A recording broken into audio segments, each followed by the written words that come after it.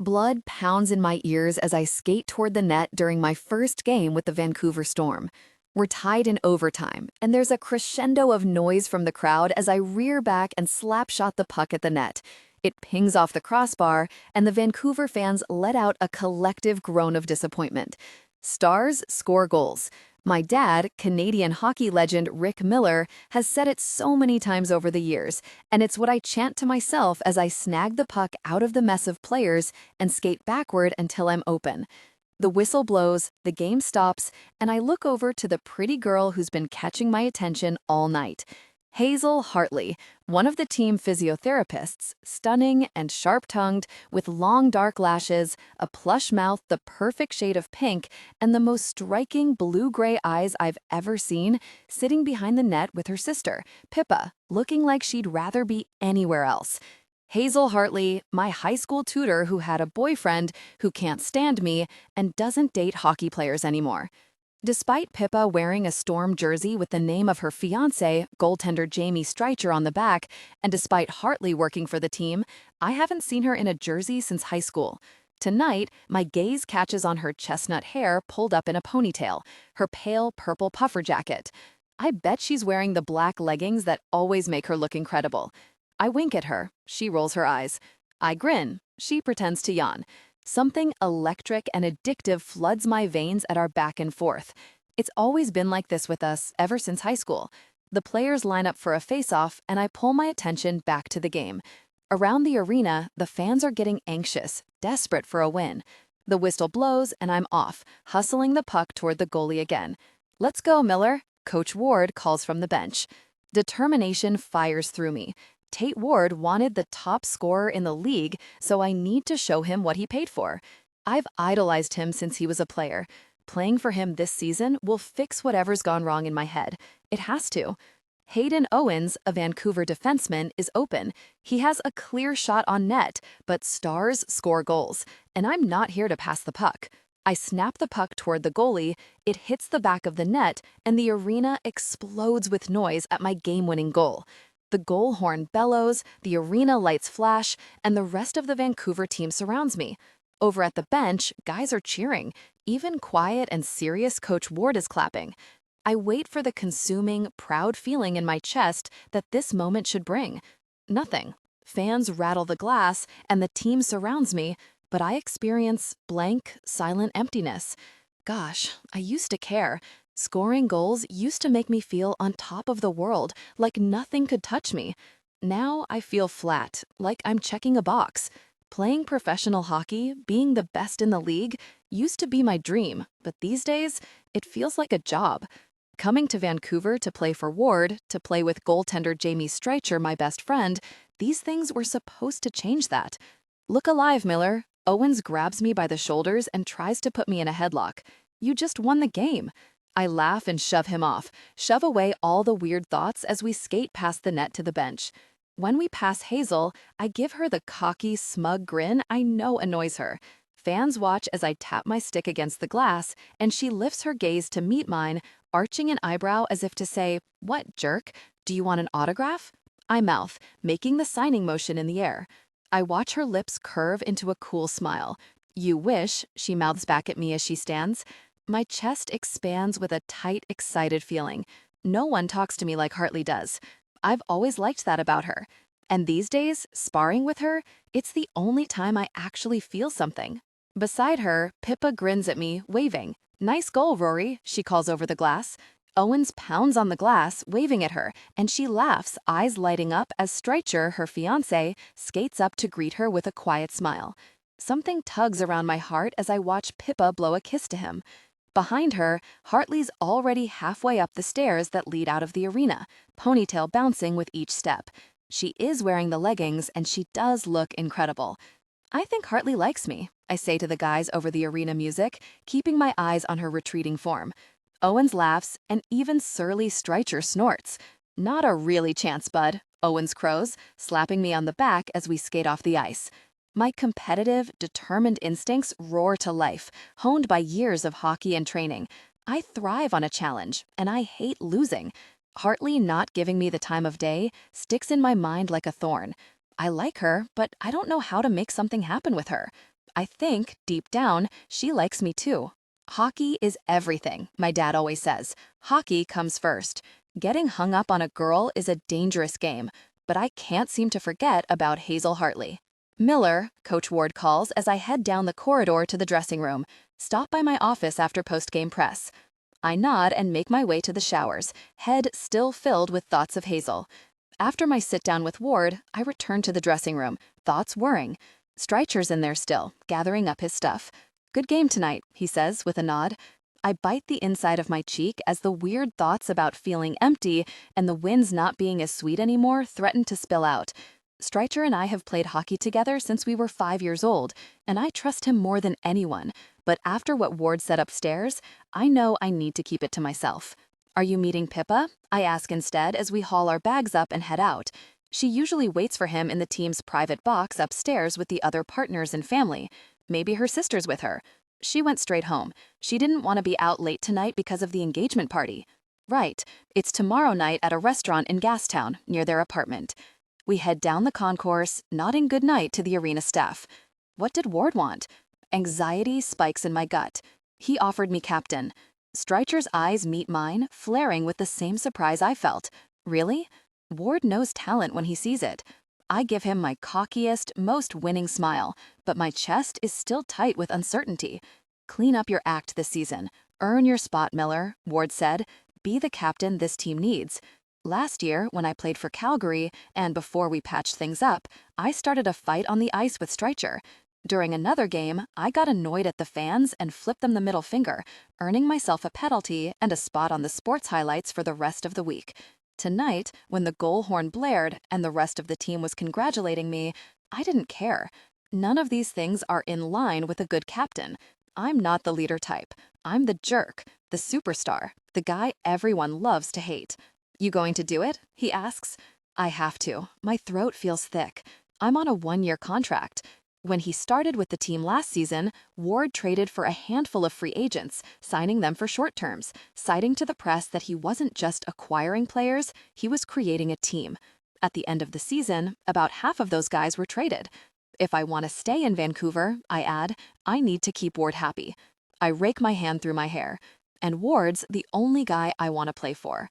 A decade ago, Tate Ward was one of the most promising players in the history of professional hockey until he blew out his knee and ended his career. His posters were all over my bedroom wall. Besides me, he's the only other guy to have beaten my dad's stats. Ward's different, I tell Jamie. Every coach I've played for, including my dad when he took over the Pee Wee team Streicher and I played for, used aggression and intimidation to motivate players. Ward doesn't yell. He barely really talked during this week's practices. He explained the plays and watched. Once in a while, he'd bring a player over to the side and give them quiet notes. I've always been a sucker for fatherly approval, and I want to make Ward proud. Jamie makes an acknowledging noise in his throat as we reach the elevators to the parking garage. And, now that you and I are good again, I hit the elevator call button. I like playing on the same team. We don't talk about what happened, the 7-year stretch where Streicher and I didn't talk, because I was stupid enough to listen to my dear old dad's advice. Don't be friends with guys on the opposing team, he said when we were drafted. Rick Miller's never been an expert on any type of relationship, but it took me a while to figure that out. We listen to the sounds of the elevator changing floors, and Streicher nods. I'm happy you're here too, man. So is Pippa. The corner of his mouth twitches, the grumpy person's version of a full-blown smile, and something eases inside me. Maybe this captain thing is the kick in the rear I need. Maybe this is what finally fixes whatever's broken in my head. A new challenge. I thought you just took the trade so you could bug Hartley all year, he adds. I crook a playful grin at him, thinking about the way she yawned tonight. What a really brat. Maybe a little. I think about playing for another team and not having someone to tease, and I get that flat, uninspired feeling I had after I scored the goal tonight. I can see it. You being captain? He hits the button on the elevator panel again, impatient. I know I'm not the right guy, but it lit that flare of competition and challenge in my blood again. I have to try. Our phones both chirp. That'll be the announcement, I tell him as he pulls his phone out. Yep. He scrolls, reading the email. Rory Miller, new captain of the Vancouver Storm. The elevator finally arrives and we step in, Strycher still reading as I hit the button to bring us to the parking garage. "There's a new trade," he mutters. "Who is it?" Between the juniors and our years in the league, we've played or against almost everyone. Connor McKinnon. I freeze, gaze snapping to Strycher's as a bad feeling moves through my gut. Yup. He glares at his phone, rereading. Hazel's ex. My shoulders tense. I really hate that jerk. Yes, I'm a cocky, antagonistic jerk who needs to be the center of attention, but McKinnon? McKinnon is really scum. He went to our high school. For 2 years, I watched Hazel make very hard eyes at him while he barely cared. He talked down to her, dismissed her. On and off the ice, he's aggressive and entitled. Pippa said they broke up sometime toward the end of Hazel's first year at university. I don't know what happened, but Hazel doesn't date hockey players anymore. Protective instincts rage through me. I don't want him anywhere near her. "Who's his physio?" I ask, clearing my throat and trying to keep my voice casual. Strycher sighs, and I'm already shaking my head. "Hazel," he says. Gosh, I need to do something about this. Tomorrow, at Strycher and Pippa's engagement party, I'll talk to her. "Hazel," I say into Pippa's hair as we hug at her engagement party the next evening, "I love you and I'm so happy for you two, but if he breaks your heart, I'll Photoshop pictures of him in diapers with a dominatrix and release them on the internet." We pull back and she grins. The intimate restaurant I booked for the event is filled with our family, Vancouver Storm players and their partners, and a few friends from the tour Pippa opened for this summer as a singer-songwriter while she promoted her new album. "I'm just kidding," I tell her, tugging on a lock of her long, wavy, honey blonde hair. She laughs. I know. Under the soft, dim lighting in the restaurant, she's glowing. Maybe that's what happens to people when they fall head over heels like my sister did. Jamie needed an assistant when he moved to Vancouver. Little did he know it would be his high school crush who'd he'd end up engaged to. Behind her, Jamie looks on with a small smile, leaning down to give me a big hug. "I'm not kidding," I whisper, and he snorts. "Thanks for organizing this." His eyes go to Pippa, who's deep in conversation with our parents and Jamie's mom. It means a lot to us. Emotion rises up my throat. "You're welcome. I really am thrilled for you two." I give him a tentative smile. "I know she's everything to you, and you'll take care of her, and I'm happy you're going to be my brother-in-law." He arches an eyebrow, but there's a teasing spark in his eyes. "Even if I'm a hockey player?" I huff a laugh. At the beginning of their relationship, I made my thoughts on hockey players, that they're treated like gods and feel entitled to whatever and whoever they want, very clear to Pippa. "You're the exception. I wouldn't let just anyone marry my little sister." That warm, liquid emotion moves up my throat again, stinging my eyes as he gives my shoulder a squeeze. "Let's get some photos before dinner," my mom says, gesturing at Pippa and Jamie. "1 second. Pippa grabs my hand and starts pulling me away. I need Hazel to help me with the something. "What something?" I ask as she hauls me through the restaurant. "I'll take care of it so you can have fun." In the quiet foyer area at the front of the restaurant, away from the guests in the main dining area, she whirls on me. "You've been avoiding me." I scramble for an excuse for not answering her 3 texts about the team's new trade. "Connor is on the team now, Hazel." For the 10th time in the last 24 hours, my stomach drops through the floor. I know, it's all I've frickin' thought about. My lying, cheating, manipulative, narcissistic ex is now on the hockey team I work for, and I'm assigned to be his physiotherapist. All night, I tossed and turned. "What are we doing about it?" she asks. I can't quit, because working for the team is an incredible experience, and I actually love my job. The senior physios are knowledgeable and kind, and it's surprisingly rewarding working with the players. While I'm saving to open my own inclusive fitness studio one day, working for the Storm is a once-in-a-lifetime opportunity. I'd be stupid to walk away. "Nothing," I tell her, putting on a neutral smile like I don't care. "We're doing nothing. He cheated on you." My stomach clenches, and I think about that party back in university when everyone watched, whispering, what he said to me and how it stuck with me for years. I'm well aware. I keep my voice low and my expression pleasant in case anyone looks over. Everyone saw that I'm his physio, including him. If we change it now, everyone will know. My words hang in the air as I cut myself off. The deeper we get into this, the more erratic my heart beats. Even Pippa doesn't know the full truth. I don't want him to know he got to me and that I'm still upset about what happened. I don't even like Pippa knowing, even though she's my sister and best friend. I'm the one who takes care of her, not the other way around. I spent 2 years in high school working ahead so that I'm about to dig deep into my insult arsenal, but I'm supposed to be convincing Pippa I'm fine, so we could go to university together. Connor's a year older than me. I studied very hard so that we didn't have to be apart. I took summer classes to get ahead. Her eyes soften, and I hate it. I hate that she feels bad for me. I'm not going to run. I straighten up, push my shoulders back, and fake all the tough, strong energy I need right now. I was here first, and I'm not going anywhere. Pippa opens her mouth to say something, but I cut her off. This is your engagement party. Please, please don't make it about me. Or I'll plan another one. I tap my finger on my lip, narrowing my eyes. In picturing images of you on tour plastered all over the walls, Jamie would love it. She snorts. You're a menace. Her expression turns reluctant as she studies my face. Are you sure you're okay? 100% fine. I put on a bright smile. From the way she winces, I went too hard, but I give her a gentle push into the restaurant. Go, socialize, flash your big engagement ring around. She sticks her tongue out at me, and I stick mine out in return before she heads back into the restaurant. Jamie holds his hand out as she approaches, and for a moment I watch them. His hand resting on her waist, keeping her close. Her soft, affectionate smile as she gazes up at him. What's it like, I wonder, to be everything to someone? To trust someone like that? There's a sharp clench around my heart. Girls like Pippa get love like that. Girls like me? We do casual. I sleep with guys once and only once. It's safer that way. No one gets their hopes up and no one gets hurt. I walk back into the restaurant, but bump right into a broad, hard chest. Sorry, Rory. Miller tilts his arrogant, amused grin down at me.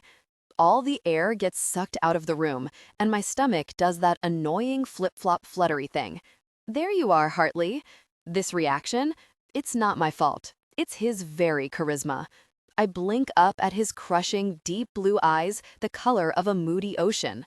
He's almost a foot taller than me, with dark blonde hair that's a little too long. Hockey hair, the guys call it. With his lazy overconfidence, he pulls it off. Not that I'd ever admit that. It's his grin that riles me, though. A perpetually amused, flirtatious slant to his lips. It's exactly the way a hockey superstar would smile, like he knows he can have anything. I hate Rory Miller's stupid, freaking arrogant grin. I hate it so much that I think about it all the time.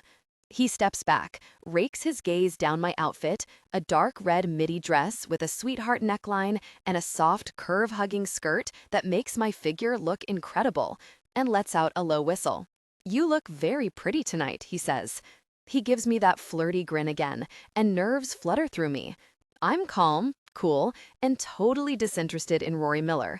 And if I tell myself that enough times, it might actually become true.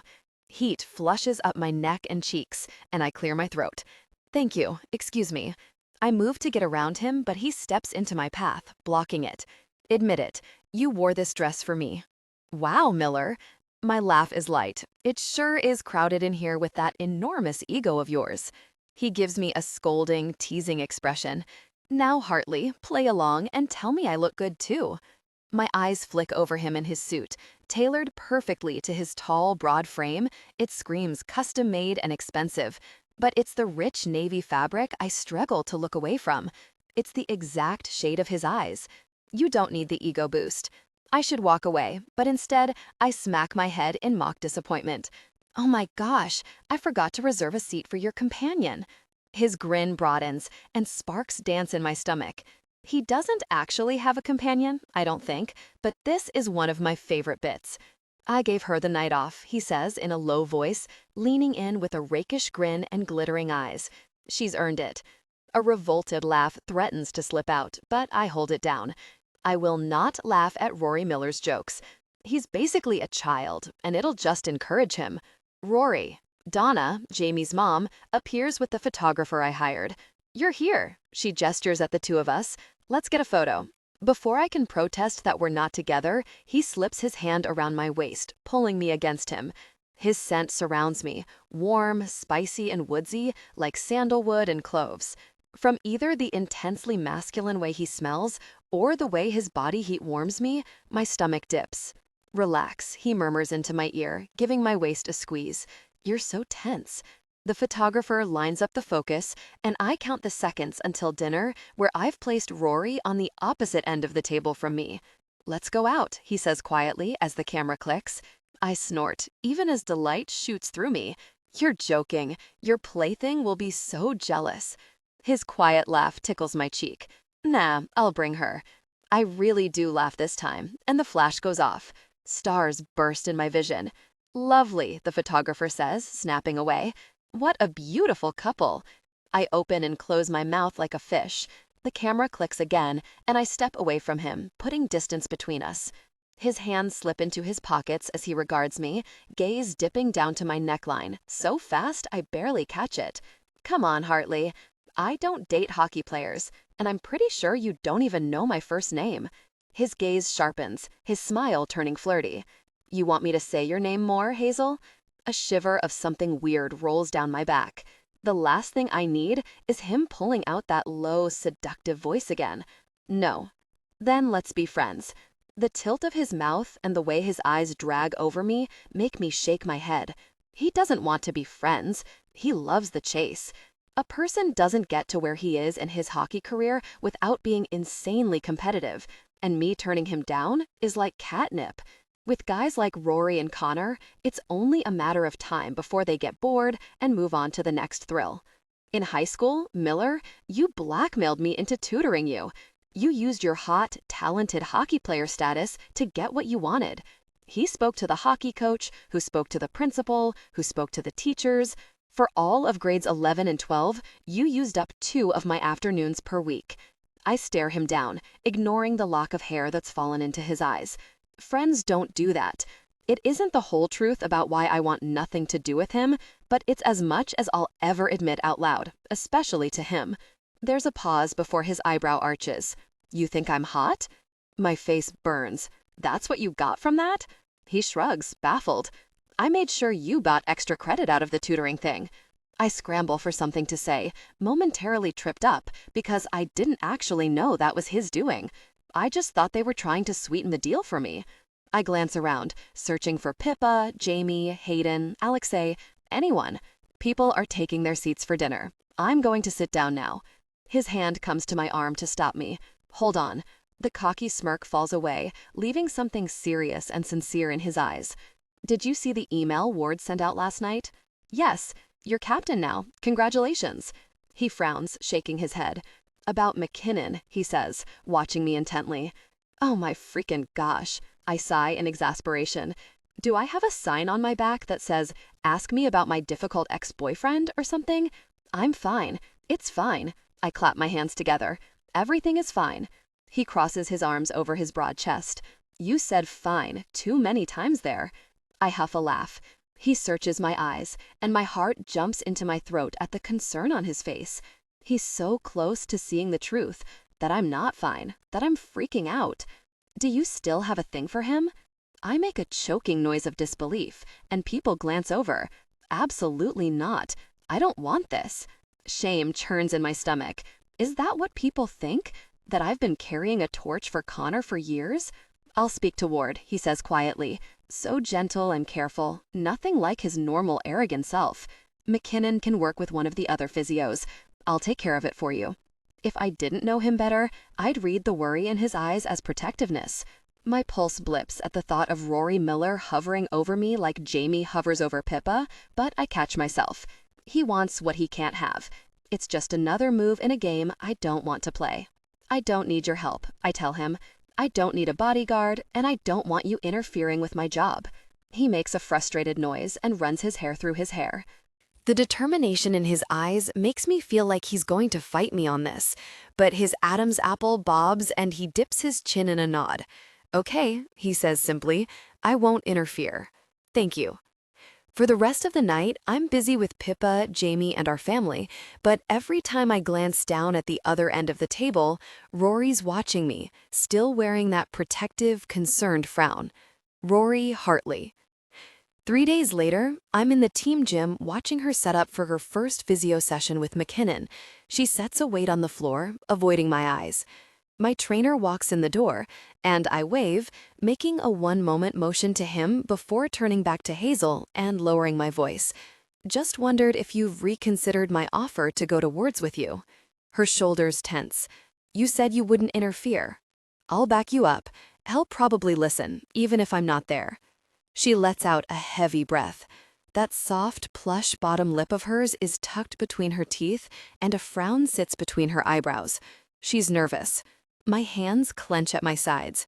I've been going round and round in my head, thinking about how her expression tightened when I brought up McKinnon at the engagement party, thinking about the unusual protectiveness that surged through me at the thought of her having to work with him.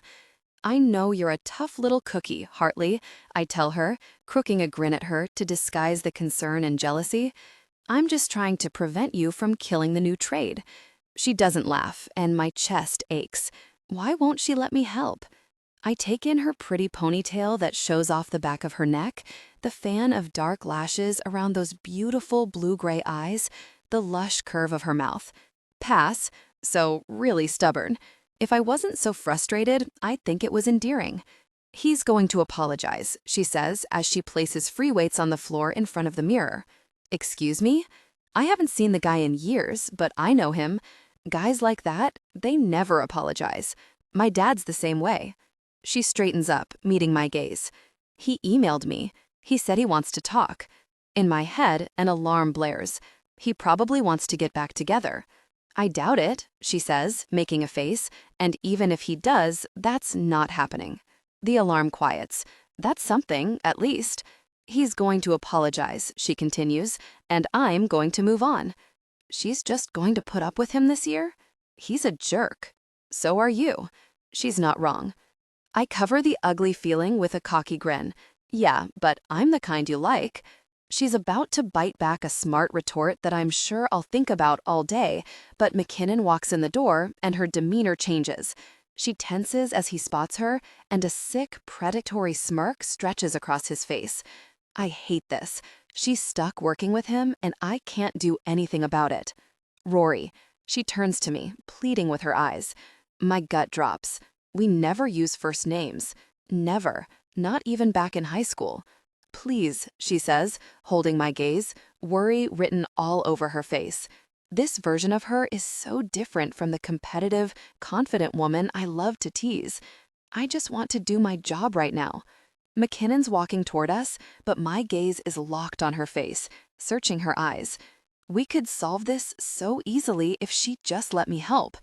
I have the urge to haul her over my shoulder and walk her straight towards office, but she'd probably bite me, and I'd probably like it.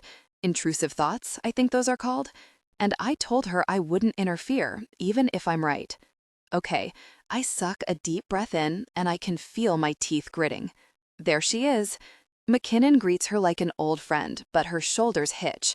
My protective instincts surge, and I bring myself to full height, wearing my signature smirk. His attention drifts to me, and his grin sours. I've always been a couple inches taller than him, and it's so primal and stupid, but I get sick satisfaction from it. McKinnon, I tip my chin at him. Hartley may have said no to my help, but my body's beating with possessiveness. I suddenly have an ugly understanding of how Streicher must have felt last year when I was hanging out with Pippa. His cold gaze meets mine, challenging me. Miller, still sniffing around Hazel, huh? Some things never change. I really hate this guy. Something competitive curls in my stomach, coiling and expanding through me, and my jaw tightens. I look down at Hartley, giving her one last opening to accept my offer. Her gaze flares with emphasis, and she glances pointedly over to where my trainer waits. Rory was just leaving for his training session. Every instinct is shouting at me to stay here, stick by her side in case this jerk says or does something to upset her. But instead, I send my irritating smirk to McKinnon. I'm going to body check this jerk so hard in practice. See you later, Hartley, I say while staring McKinnon down. During my training session, I'm only half listening, keeping my attention on Hartley and McKinnon on the other side of the gym, watching for conflict, watching her body language to make sure she's okay. I don't trust that guy for a second. Hazel. To my extreme relief, I'm no longer attracted to Connor McKinnon. He's always been handsome, but it's in an ugly way, I realize, like a villain from Game of Thrones. Standing next to Rory, though, makes everyone less attractive. My heart beats up into my throat as I run through the physio exercises with him, and I've never been more self-conscious. If I'm rude to him, I'll seem like the bitter, jaded ex. That's exactly what I am, but I don't want him to know that. My biggest fear is that he'll know he had an effect on me. If I'm too friendly, he'll think I want to get back together. Another mess I don't want to deal with. So I'm treating him professionally, like I'd treat any other player, and internally freaking out. He lunges forward, staring at himself in the mirror. He's not even watching his form. He's just staring at his ugly, handsome face. "Watch your knee," I say as the joint caves in. He adjusts and goes back to staring at himself with that stupid smirk. He still hasn't brought up the email he sent me this morning. Looking forward to our physio session. There's something I'd like to say. Maybe he's waiting until our session ends. He's going to apologize. What else could he want to say? I'm going to get the closure I need to leave the past behind. What he did and said was terrible, but if he feels remorse, that changes things. In my mind, I hear the words he said to me in the middle of that party while he had his arm around another girl. "I never said we were exclusive. You did. I'm bored. Girls like you don't end up with guys like me." I drag in a deep breath to quell the nausea. It was years ago. I'm not that girl anymore, the one who dissolved into her boyfriend's life. Glancing over to where Rory's working with his trainer, I meet his eyes. He arches a brow at me as if to say, "Everything okay?" But I turn away. Rory doesn't care about anyone but himself, so I don't know why he's so hell-bent on helping. I've watched how easily he can break a girl's heart. As he completes the exercises, Connor winces and shifts his thigh back and forth, and I get a flash of unwelcome memory of massaging that muscle years ago. He's had groin problems ever since he suffered an injury in our first year at university. "Do we have time for you to give me a massage?" he asks. My groin is sore from sitting on a plane all day yesterday. It takes all my effort not to show my revulsion. Massage therapy is a normal part of my job. If he were any other player, I wouldn't hesitate. These guys get the crap beat out of them on the ice, and I want to do anything I can to help them feel better and play longer. This is Connor, though. I don't want to breathe the same air as him, let alone touch him. But if I treat him differently than other clients, that will mean he's gotten to me. Just get through this, I tell myself. We still have a few minutes.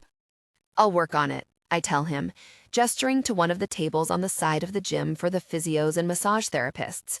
He follows me and lies down on the table, rolling up his workout shorts while I pull massage oil out of the cupboard. He's done this before, so have I. This is a normal thing. It won't be weird. I apply the oil to my palms, and when I put my hands on him, I try to focus on the way the tight muscles feel under my fingers as I press and glide, but my face is heating. I've done this for him, years ago. When we used to do this, oh God, my skin crawls. They would share intimate moments. Oh, my stomach thrashes with discomfort. I hate everything about this, but I also hate how embarrassed I am. This would be a fantastic time for him to apologize. I wonder if the other girls he was intimate with while we were together did this for him. Our gazes catch, and my heart lodges in my throat the moment he notices my burning face. A slow smirk slides onto his face like he's caught me doing something I shouldn't. So, he starts, tucking his hands behind his head. This is a good time to have a quick chat. My stomach rolls with nerves, but I hold my expression neutral. Under my hands, the muscle is loosening up, thank God. Go for it. When he apologizes, I'll be gracious. I won't lord it over him. I just want to move on. He laughs lightly, glancing down at my hands on his inner thigh with a conspiratorial grin. "Given our history, can you be professional this season?" My hands pause. Yeah, he just said that. The sick feeling in my stomach starts simmering, a low boil, and I yank my hands back. What? He gives me a knowing look, like we're sharing a secret. Come on, you being my physio this year was a pretty big coincidence, and now this? He gestures at his inner thigh. A weird feeling loops through me, pounding harder with every heartbeat. It feels like I'm falling, like the contents of my stomach are in my throat. He winces. I just want to make sure it's not going to be weird with us this year. Oh, Hazel, wrong again. It's almost laughable how wrong I am about guys. He's not going to apologize. He thinks I'm trying to get him back. After what he did and said, he thinks I'd actually be interested. To him, I'm the person who walked out of that party crying while everyone whispered about her. I'm the girl who took summer courses so I could follow him to university, like a clueless, love-struck fool. I'm not that person anymore. Rage drips into my blood, followed by an intense need to prove him wrong. I didn't request to be your physio. My voice sounds weird, strained. He arches an eyebrow. No? It's clear he doesn't believe me. No. Shame squeezes my throat. Clingy, I remember him saying about me. Girls like you don't end up with guys like me. God, even now, the words slice through me. I want to prove him wrong so really badly. Across the gym, Rory watches. He's had one eye on me the entire session. His desire to help earlier pounds in my thoughts. He lifts a weight, holding my gaze and flexing his biceps and triceps. My pulse stumbles because even if he is a cocky jerk, Rory Miller is wildly handsome. I can see why women fall all over him, even if I'll never be one of them. Wait, they hate each other, Rory and Connor. They've never gotten along. They're going to be at each other's throats all season. Rory's a better player than Connor, and even though Connor's never admitted it, that's why he doesn't like Rory. And Connor made it clear that I'd never do better than him. Rory is the only player on the team whose ego surpasses Connor's. He's smug, arrogant, and competitive as hell, and best of all, he hates Connor almost as much as I do. Like he can hear my thoughts, Rory's mouth tilts into a grin, one eyebrow lifting. So cocky, so confident. The back of my scalp tingles as I hold his gaze in the mirror. I'm about to do something very stupid, but I don't care. I'd do anything to get rid of this ashamed, powerless feeling. The desire to spite my ex has me by the throat. I summon the unflappable, difficult person demon deep inside me and give Connor a puzzled smile. You know Rory and I are together, right? My heart races as I watch his reaction. It might be worth it, watching his expression flip from smug to confused to surprised before he finally looks to Rory and it turns flat out pissed. Really? Connor asks, glaring at Rory across the gym. Miller? I'm a hurricane of female rage and revenge, and I'm totally, really doing this. Rory's trainer says something, but he's not listening. He's just looking between Connor and me. I give him a flirty, twiddly finger wave. His eyes light up with victory and amusement, and I fight the eye roll as he shoots that grin at Connor. God, Rory's going to be the worst about this. I hear the question he asked me moments ago, the one about being professional, and my blood rattles with anger again, but I continue to smile. Worry flickers in my chest.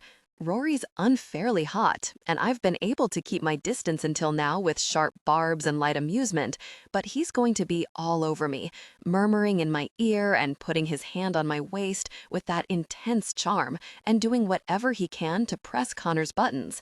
The soft, vulnerable part of me worries that I'll catch feelings, that I'll fall for him.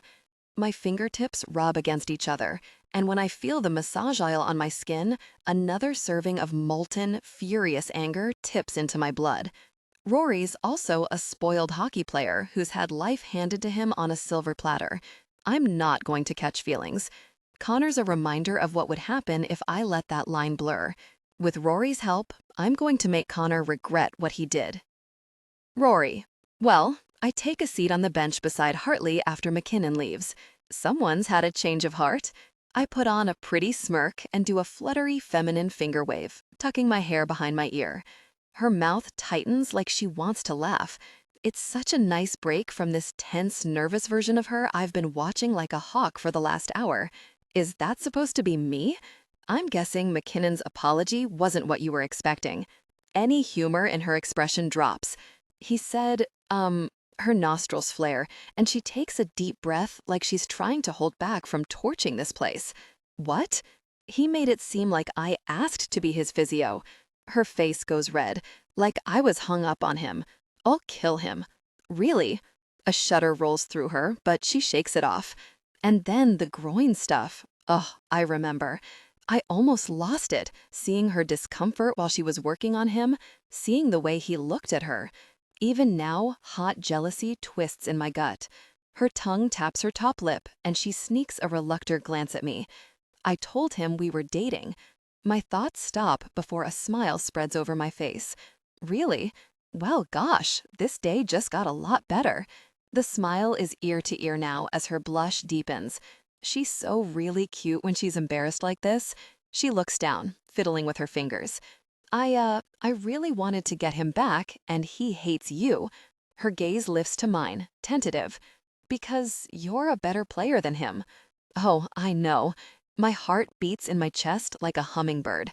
I really, really like this turn of events. If you don't want to do it, I'll do it. I beam at her like I'm in a gosh darn toothpaste commercial. I'll happily do it, Hartley. Her eyes close and she shakes her head. I knew you were going to be so smug about this. Okay, we need to set the terms. She wears her thinking face. Well, date for half a season, until January 1st. Her gaze flicks over me, assessing. Or earlier if either of you get traded. A weight thunks in my gut. It doesn't matter if I'm the captain. If Ward doesn't like what he sees, I'm out. January 1st. Deal. You can't mess around with other girls while we're pretending to be together. It'll ruin the illusion. Of course not. That's not really an issue these days. Her eyes narrow. Why are you agreeing to this so easily? I picture us making out while a pissed-off McKinnon watches on, and my desire grew. My gaze drops to her full mouth. I bet her lips are soft. They look soft. Alarm rises in her eyes. Gosh, she asked a question, and saying that I'm into her is going to send her running. Ugh, Hazel's expression falls. I see. Panic tightens in my gut. You want to look good as captain, she says. Yes, I rush out, filled with relief. Exactly, she hums, thinking. The fans went nuts last year when Jamie and Pippa started dating. Clean up your act this year, Ward said in his office. A hockey player with a nice hometown girl on his arm is the fastest way to clean up a reputation. I wouldn't exactly call Hartley nice, but she's well liked by the players and organization. Ward wants a responsible guy, and Hartley's my ticket. I'll play your devoted boyfriend and do everything I can to piss McKinnon off, I tell her, if you help me look like the captain the team needs. Ward wants a guy with a squeaky clean image. You're great at your job, and everyone likes you. Her lips part in surprise. Thanks. It's the truth, I shrug, clearing my throat. We tease each other, but we don't compliment each other like that. I'm not sure why it slipped out. I'll need you to go to events and stuff with me. There's a charity event in December and the League Classic game on New Year's Eve. It's at a local ski resort that doesn't count toward the season, but the teams wear the original hockey sweaters and we play at an outdoor rink. It's a nostalgia thing. I'll talk to Ward about us, I add, but I don't think it'll be an issue. Pippa and Streicher dated last year when Pippa was working for the team. Thanks. She plays with the ends of her hair, twiddling them between her fingers. I'll go to the game on Friday. Connor's playing, right? I nod, and I can see the cogs turning in her head. I'll sit with Pippa, and we'll go out with the team after. I'm sure he'll be there. That's when our eyes meet, and she seems to lose her train of thought. Everyone will see us together. And you'll wear my jersey. Pride weaves through me at the image. No, she makes a face. I don't wear guys' jerseys. She wore McKinnon's jersey, but I don't bring that up. If you want to get to McKinnon, you need to be all in. You'll wear it. She holds my gaze for a long moment before I get a tiny nod. And I want to tell Pippa the plan. She won't believe it otherwise. You don't think I can be convincing? I think about how her waist felt under my hand, how really incredible her hair smelled. We should probably talk about boundaries, in case I go too far. Agree on a safe word and all that. Determination and fury flash in her pretty eyes. I really want to mess with him. A beat? You can't go too far. Jesus Christ, Hartley's hot when she's pissed off. My attraction grew. My eyes dropped to her mouth. No safe word? Got it. Miller. What? I'm still staring at her mouth. This is fake. I know. Don't get feelings. I won't. I wonder if she'd let me kiss her in front of McKinnon. She dips her head to catch my gaze. You need to agree to that without staring at my mouth and drooling. A laugh slips out of me, and I wink at her. I wasn't drooling. She rolls her eyes, but she's smiling. She clears her throat. Seriously, don't get feelings, because I won't. Dangerous. This is so really dangerous, playing this game with her. She's going to get to know me and run screaming in the other direction. That's the way it works with guys like my dad and me. Still, I'm sticking my hand out to shake hers, pulse whooshing in my ears. It's just for show. I love how her eyes flare with something interesting as I step into her space. You don't need to tell me twice. My hand envelops hers, and my focus narrows to where we touch. Her hand is delicate and soft, fitting right into mine. She's so pretty and mean and perfect, and this is going to really ruin me. Hazel. Pippa's already in her seat when I arrive before the game on Friday night. The arena is filled with excited fans, a sea of gray and blue Storm jerseys, and rock music plays, pumping everyone up. My body's brimming with energy as I make my way to our seats behind the net, holding a pretzel in one hand and a beer in the other. Hi, I drop into my seat. Sorry that took so long. The line at concessions was ridiculous. A lie. I was stalling, circling the arena 3 times before finally getting in line.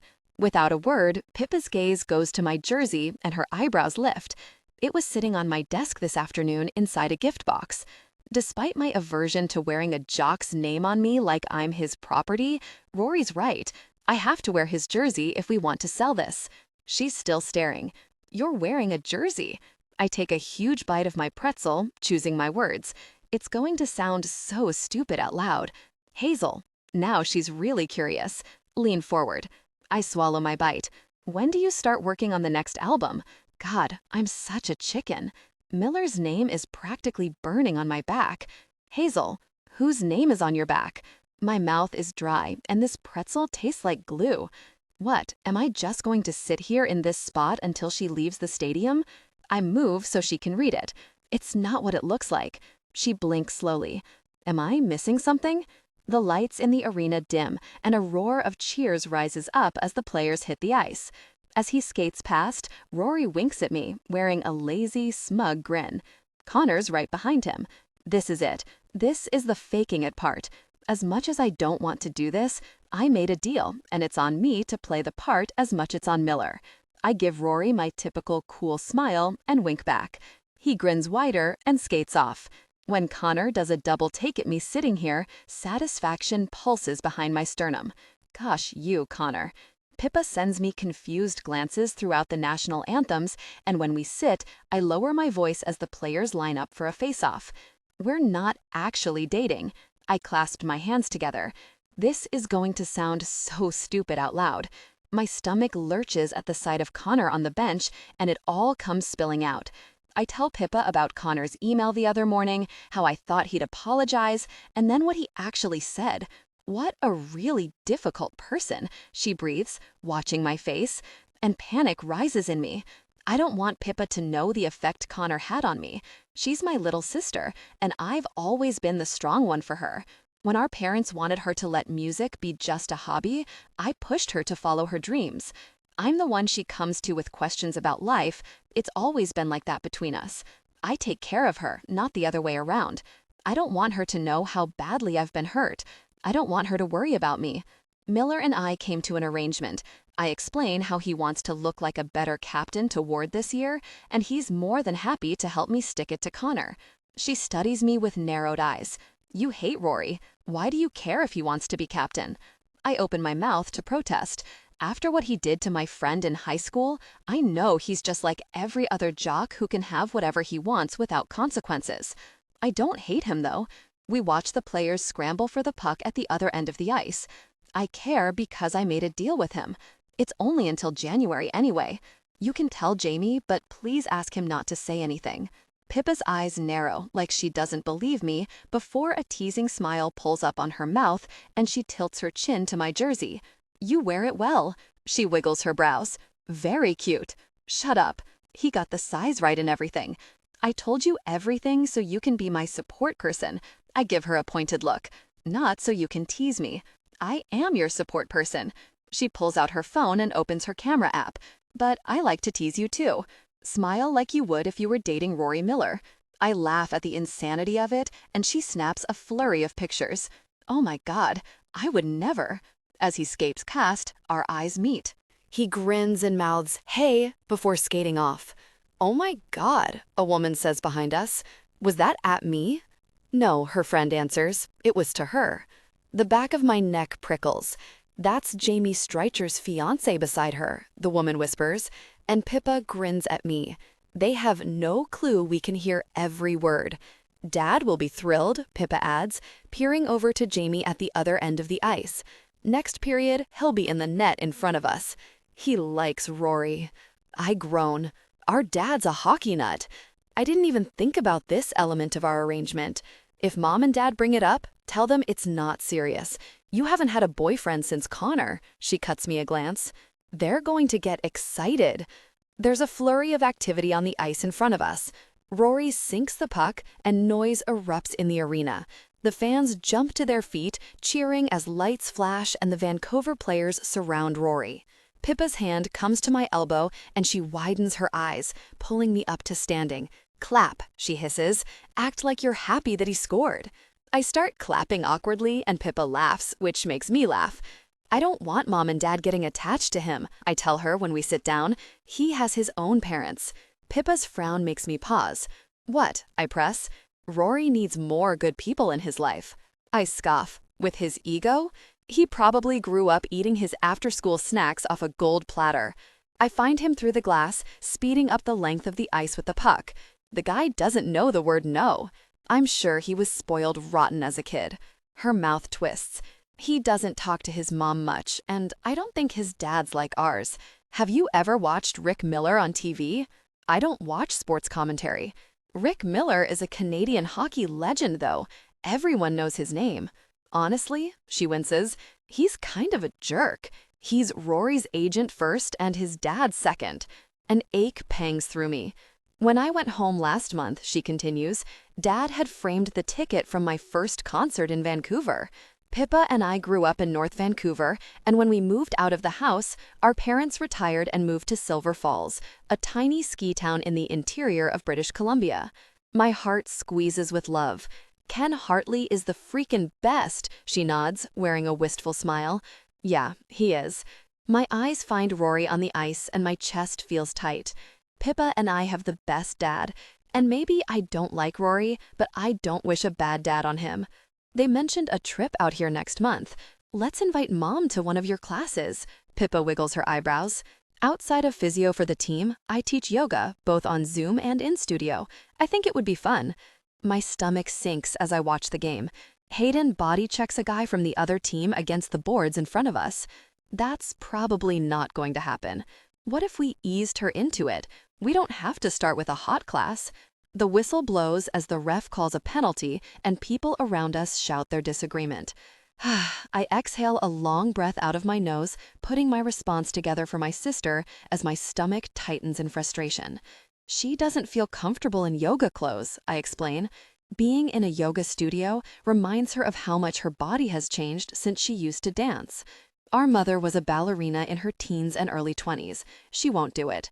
I rub my sternum, dragging my palm over the front of my jersey as I think about her. How many times did she insult herself when you went home? I ask. How many times did she make a negative comment about her body or say she was on a diet? Pippa's throat works. A lot. Exactly. We stare at the ice and I know Pippa's thinking the same thing I am. We want more for our mom. We want her to love herself. It's why I'm opening my own inclusive fitness studio one day. Everyone deserves to move and feel good in their body. Everyone deserves to love themselves. The fans roar, and I pull my attention back to the game. Rory nabs the puck, skating away from the mess of players like a bullet. He's on a breakaway toward the net in front of Pippa and me. He's moving so fast his skates barely touch the ice, deft and with complete control. My pulse stumbles at his expression, so powerful and focused, and around me, spectators brace themselves. I don't see the puck until it's already in. Noise explodes, fans hollering, music blasting, the horn they blare for every goal sounding, and lights flash around the net. A strange, proud feeling moves through me as the players gather around Rory. "Admit it," Pippa says over the noise. "That was incredible." I huff, laughing despite myself. "Don't tell Miller." The players break apart for another face-off, and when Rory turns, I prepare to roll my eyes at his cocky grin. His expression is flat, unimpressed, and tired. The emotional kind of tired, the kind that wears you down and makes you feel like things will never get better. He's wearing the same exhaustion I feel after hearing my mom list her flaws, all the reasons her body isn't good enough. A looming sense of dread gathers within me, and I feel a pinch of regret. Rory Miller is supposed to be a cocky jerk who can have whatever he wants, not a burned-out hockey player with a crappy dad. Before I can think more about it, the puck drops and Rory snags it. Just as he swings around the net, a player from the other team cross-checks him into the boards, smashing his face and helmet against the glass. The fans loudly demand a penalty as the ref blows the whistle. Rory winces, rubbing his lip. It's bleeding. "Gosh," I whisper as my stomach knots. "Is he okay?" Pippa's gaze slides to me. "Why do you care?" I think about how warm his hand was around mine the other day, and the zinging trail of sparks his touch left along my skin. "I don't." My shoulders lift in a shrug. "I don't want him to get hurt, though."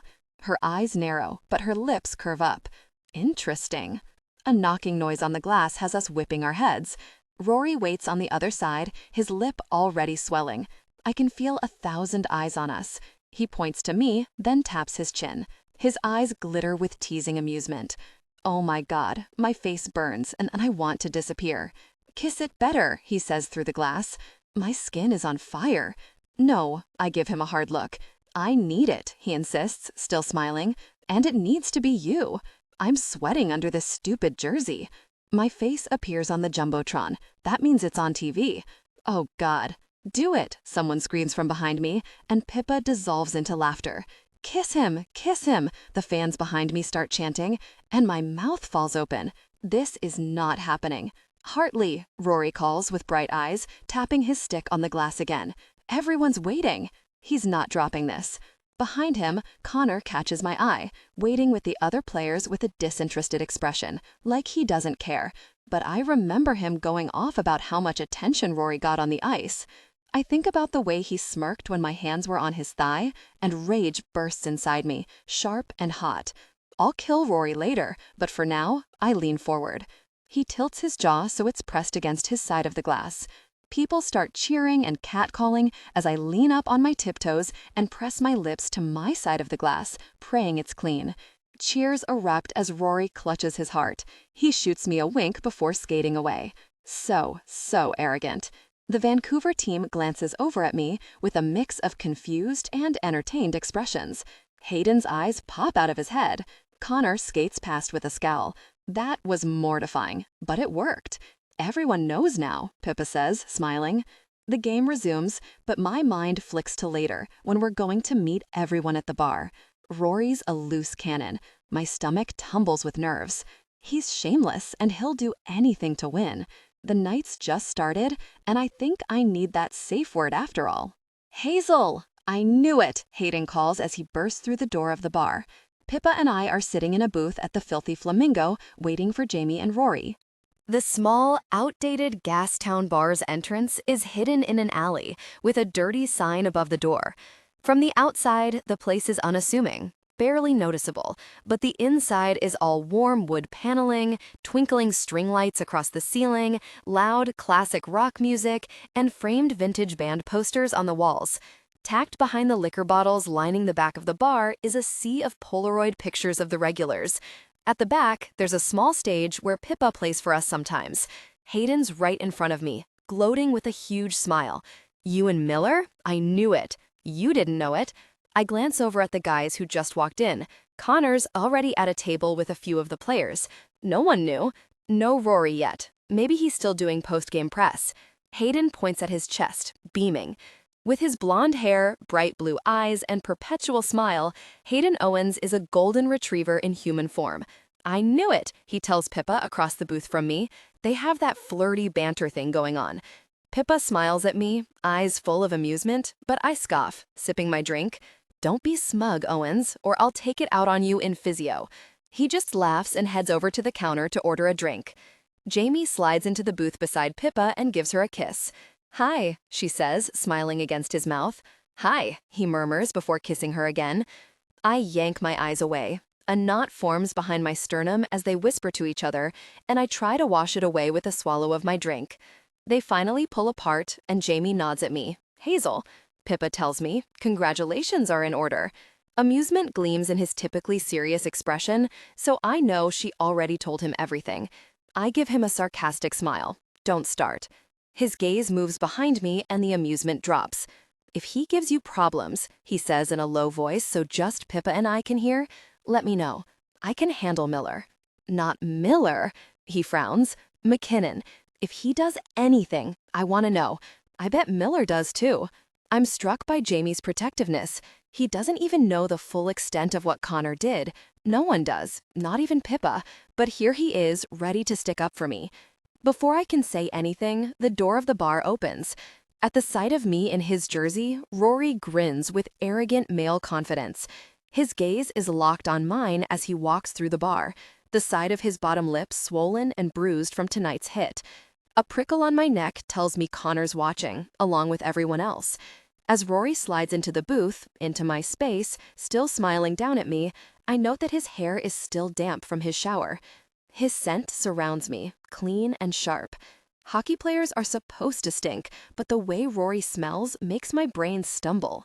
Hi, baby. He leans in and presses a kiss to my temple like it's nothing. My heart rate shoots up and I'm frozen as his stubble brushes me. I don't think I'm breathing. His hand slides around my waist, pulling me against him on the bench. Across the table, Pippa's eyes are bright, and Jamie's wearing that half smile again. Hi. My voice sounds strained. His eyes roam my face, bright and curious, before his gaze dips down to my torso. I like the way you look in my jersey. My face heats at his tone. Don't get used to it. The words are out before I can stop them. He shakes his head, grinning. You're wearing it to every game from now on. His hand squeezes my waist and my abs tense. He's so warm and solid against my arm. Come on, Hartley, pretend like you like me. Pippa glances around before she leans in. Kiss, kiss, kiss, she chants in a whisper. I glare at her, face going red.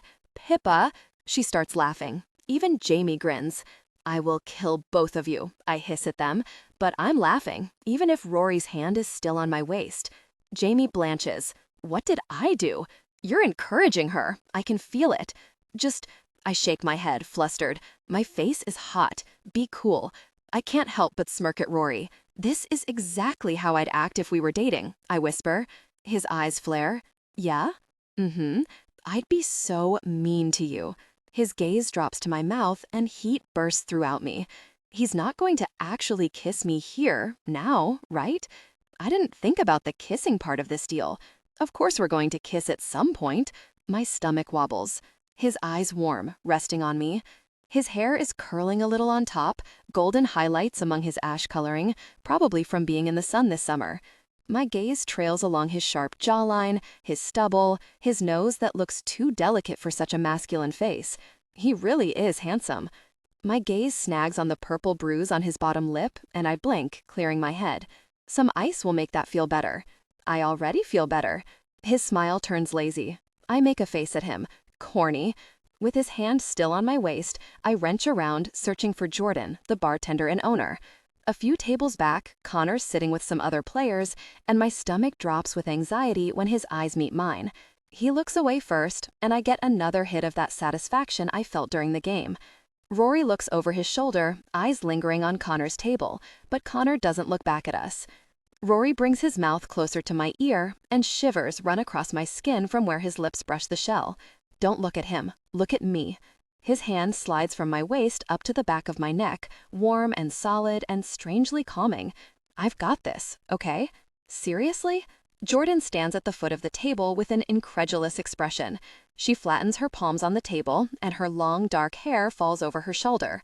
Seriously, she repeats, pointing between me and Rory. You're together?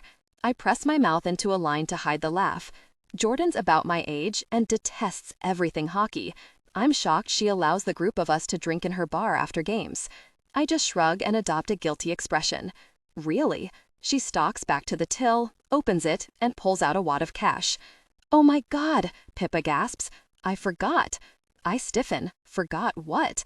At Hayden's table beside us, Jordan smacks the money down. Here, she tells him, before glancing at me in dismay. You were supposed to hold out longer. Hayden looks confused before realization dawns. Do you have the list? He asks Alexei Volkov, an older defenseman. I look between Pippa, Jamie, and Rory. What's going on? Rory winces, but he's smiling. Hartley, you're not going to like this, but it's important that you know this wasn't my idea. I have a bad feeling. Someone tell me right now, please. Hayden whistles to get the bar's attention. If you bet against Miller and Hazel getting together this season, it's time to pay up. Hazel. Everyone pulls out their wallets. My jaw drops. My stomach drops. Everything inside me drops, because what in the world? My gaze whips to Rory's, and I widen my eyes in question. Really? Like I said, he says lightly, not my idea. Eisner, Volkov, Chopra, Hayden, reads off his phone, Jordan, and Streecher, you owe 100. I send Jamie an accusing look, but he has his full attention on his beer, avoiding my eyes. Pippa, you too, Hayden continues. My mouth falls open in disbelief. Pippa? She winces, laughing. Sorry, if it makes you feel better, I thought you'd hold out until the end of the season. I shake my head at her while Hayden lists sophomore bets, but I'm laughing. Traitor, I say, but there's no bite to my words. And finally, Hayden calls, and a hush falls over the bar. The winner is, he turns to Rory, Miller, who has won $2,000. A round of cheers and laughs rises up, and I stare at him with unfiltered shock. Thank you, he says as people pass him cash. He stands and sets the cash on the bar counter, nodding at Jordan. Prepayment on anything we break this season. Everyone laughs, and I shake my head at him as he slides back into the booth. You bet that we'd get together the first month of the season? His expression is pure innocence, eyes sparkling.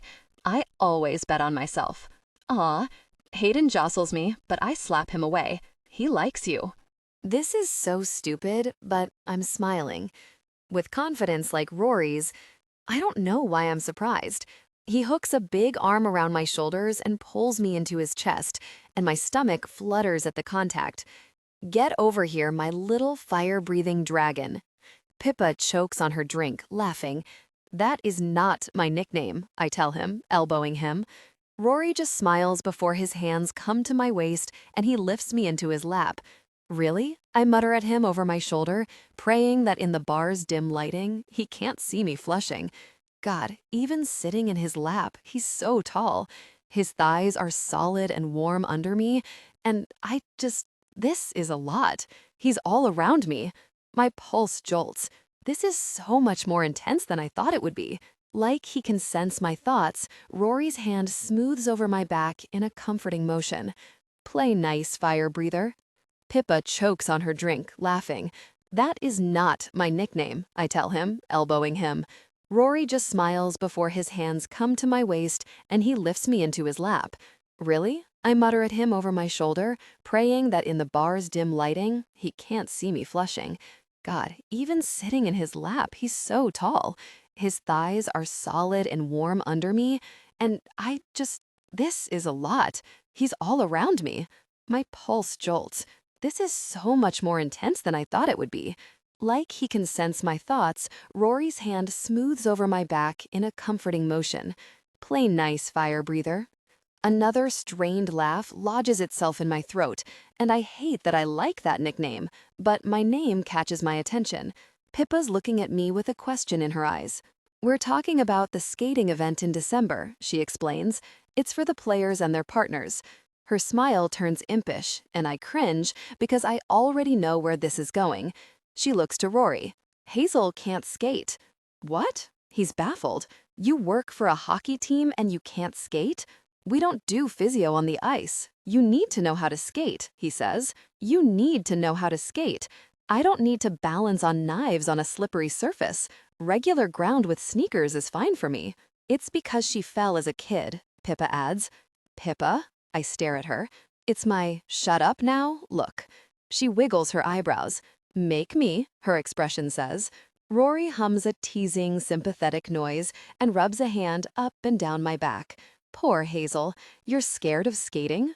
I'm not scared. My voice is too high. I'm not scared, I say again in my regular voice. I'm busy, and I don't want to get hurt. I'll teach you. Connor interrupts, taking a seat at the booth, wearing a stupid smirk. His eyes move over me, sitting in Rory's lap, and there's an edge to his gaze, like he doesn't like what he sees. Rory tenses, his hands tightening on my waist. I'll teach you, Rory cuts in, wrapping his arm across my stomach, looking down at me in challenge. It's the competitiveness I see in him on the ice. Play along, his eyes say. I won't let you fall. My instinct is to fight him, but we're supposed to be pretending and making Connor wildly jealous, so I force a soft smile and gaze up at him like I'm besotted. I'd love that, I says softly. I've never used this voice with a guy in my life, and from the way Rory's eyes spark with laughter, I think he might know that. Good. His mouth curves higher like he's won something. So would I. Heat rises on my cheeks. Our lips are so close to each other, only inches apart. I glance away first and reach for my drink, taking a sip just to do something with my hands. Aren't you too cute? Connor's tone is light, but I can hear the edge under his words. Wearing your guy's jersey and everything? My whole body tenses at his perusal, but Rory presses another quick, warm kiss to my temple, and all my thoughts stop. I pretty much had to wrestle her into it, he says against me. This isn't real, because there's no way Rory's brushing his lips against my skin in that sweet, intoxicating way. Where the hell did he learn to act like this? But that's okay. I don't mind wrestling with Hazel. In fact, his voice is soft and intimate as he peers down at me, eyes flaring with heat. I kind of like it. My body warms, and I remind myself to breathe. I need more oxygen in my brain because I can't think of a single thing. I'm just staring up at Rory, replaying his words, melting against him. Connor rubs his jaw. Wasn't she your tutor in high school? She sure was. One of Rory's hands slides to my thigh. Lucky me. The warning bells sound off in my head. Where's Connor going with this? But the large hand rubbing slow, soothing strokes on my thigh distracts me.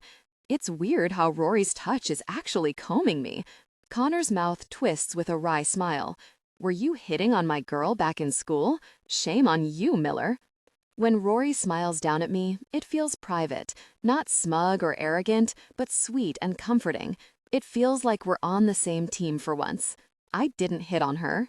I make a face. You did. As a joke during one of our tutoring sessions in high school, he flipped to a new page and it had Hazel Hartley written with hearts all around it. Rory grins shamelessly. I wonder what memory he's thinking of. Maybe, but mostly I just thought about you. My pulse trips. He's playing a role here, and he's toying with Connor like a cat with a string, but that sounded so honest. He's so good at this. Rory raises one brow. All I had to do was wait. He doesn't take his eyes off me, and out of the corner of my eye, Connor shifts, folding his arms over his chest. Rory dips down so his nose is pressed against my neck and inhales deeply. Sparks crack and pop against my skin. You smell so good, he murmurs, like Connor isn't even there. I shiver, and Pippa and I exchange a glance. Her eyes widen, her silent way of saying, he's really taking this faking thing seriously. And I widen my eyes back at her. I know.